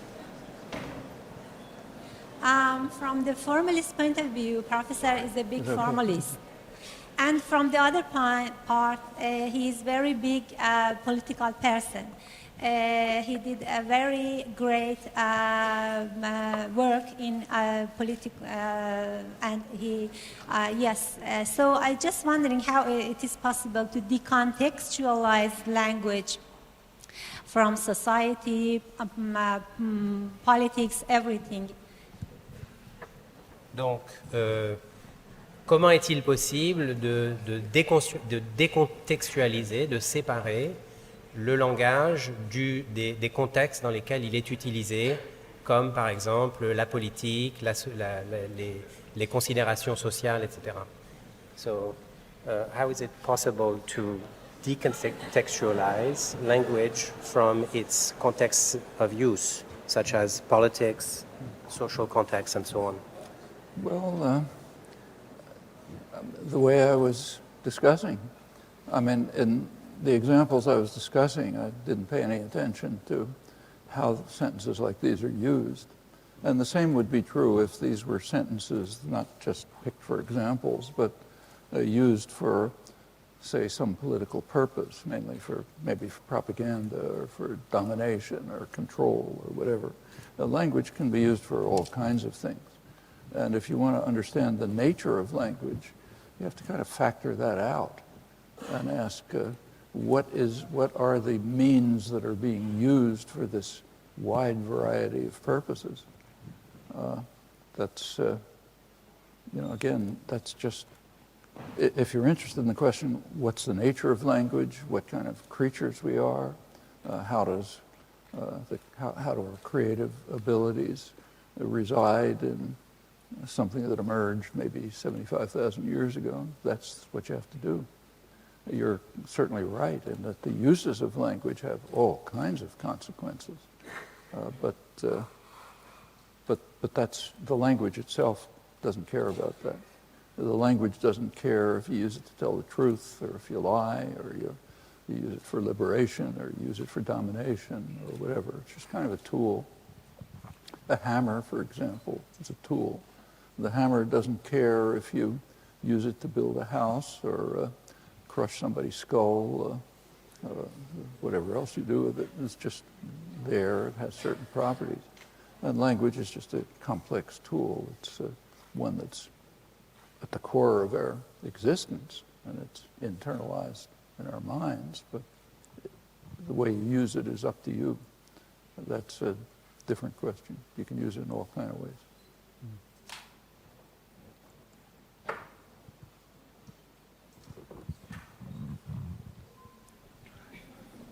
My question is, why is language so efficient? And are there perhaps alien life forms who are more unfortunate and have more complex operations than merge? Donc, pourquoi le langage est-il si efficace, si performant? Et existe-t-il d'autres formes de vie qui possèdent des systèmes qui sont... Are there aliens with more complex operations? Peut-on imaginer l'existence d'extraterrestres avec des systèmes plus complexes que merge? So, why is language so efficient? And can we imagine extraterrestrial beings or aliens with more powerful systems? Well, actually, language is not efficient. I gave examples to show that the actual design of language is such that its use is often highly inefficient. It impedes communication. So take, say, filler gap problems or use of structural versus linear distance. This all makes language hard to use. Actually, there's a sentence that I wrote once about 20 years ago which scandalized lots of people, so maybe I'll repeat it, including it says there's a certain sense in which language looks like it's beautiful but unusable.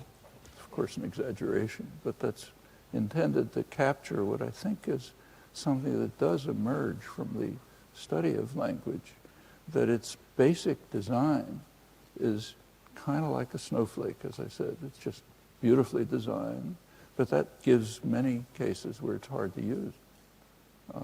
Gave some examples, there are plenty of others. I mean, ambiguous ends, for example. And structural ambiguities, not verbal ambiguities, they're not interesting. But we use it of all the possibilities of using it, you use the ones that are easy to comprehend. I mean, you just don't use the others. They're hard for you to produce. They're hard for other people to understand. But that doesn't tell you what the design of language is. To find out what it is, you have to do the kind of inquiry that I was talking about. We really only have time for one more question. Here there is a question. Yes. About 10 years ago, there was a study published in Science with a comparison of the genome of the chimp and humans. And it was found that some of the main differences was in the proteins in the genes involved in hearing. So that chimps may actually not understand words because they don't hear the words. So I wonder whether you could speculate to what extent you think that the ability to hear has contributed to the ability to attribute meaning to sounds and to develop thought. Et je peux traduire qu'il y a 10 ans, il y avait une étude parue sur Science qui a montré, comparé le génome de chimpanzés et des humains et a montré que parmi les différences les plus marquantes, c'était des gènes impliqués dans l'ouïe. Et donc, je demande si je pense que l'habilité d'entendre certains sons, certains bruits, ont contribué à la possibilité d'attribuer un significat et donc de développer la pensée. Well, if I understand, the question is about the very close overlap between the genes of humans and chimps. Actually, there's pretty close overlap between the genes of humans and yeast. The reason is that is now increasingly coming to be understood, there's just not a lot of variation in organisms. At the time when Martin Jost, the person I quoted, gave the Boasian tradition that languages can vary in arbitrary ways and each one has to be studied independently, it was also believed by leading biologists that the same is true of organisms. You look at the variety of organisms, it just looks endless. So it was proposed that organisms can differ in every possible way, and every one you study has to be studied on its own. By now, that's been chipped away very significantly, a lot of it by leading French scientists like François Jacob, Jacques Monod, and others who discovered regulatory genes, genes that control the operation of other genes. And it's since then been discovered that there's a very high degree of conservation in genetic structure. In fact, it's even been proposed by an American molecular biologist, and it's taken seriously. Maybe people don't agree, but it's not considered absurd that there's only one animal, just minor variations of it. All the animals, in fact plants that we know, came around the Cambrian explosion, and a form was established, and after that you get minor variations. It doesn't look absurd, and serious biologists take it seriously. And that's, so the overlap between chimps and humans in the number of genes just doesn't mean anything. You get very small differences in, say, the operation of timing of regulatory mechanisms, which give you totally different organisms. Jacob's proposal, I think it was maybe 40 years ago, is that slight changes in timing and organization of regulatory mechanisms could give you the difference between a fly and an elephant, let's say. And that's something like that seems to be true. So there are slight that would look like slight differences between humans and chimps, or humans and mice, and humans and yeast, but those slight differences make quite a difference phenomenally.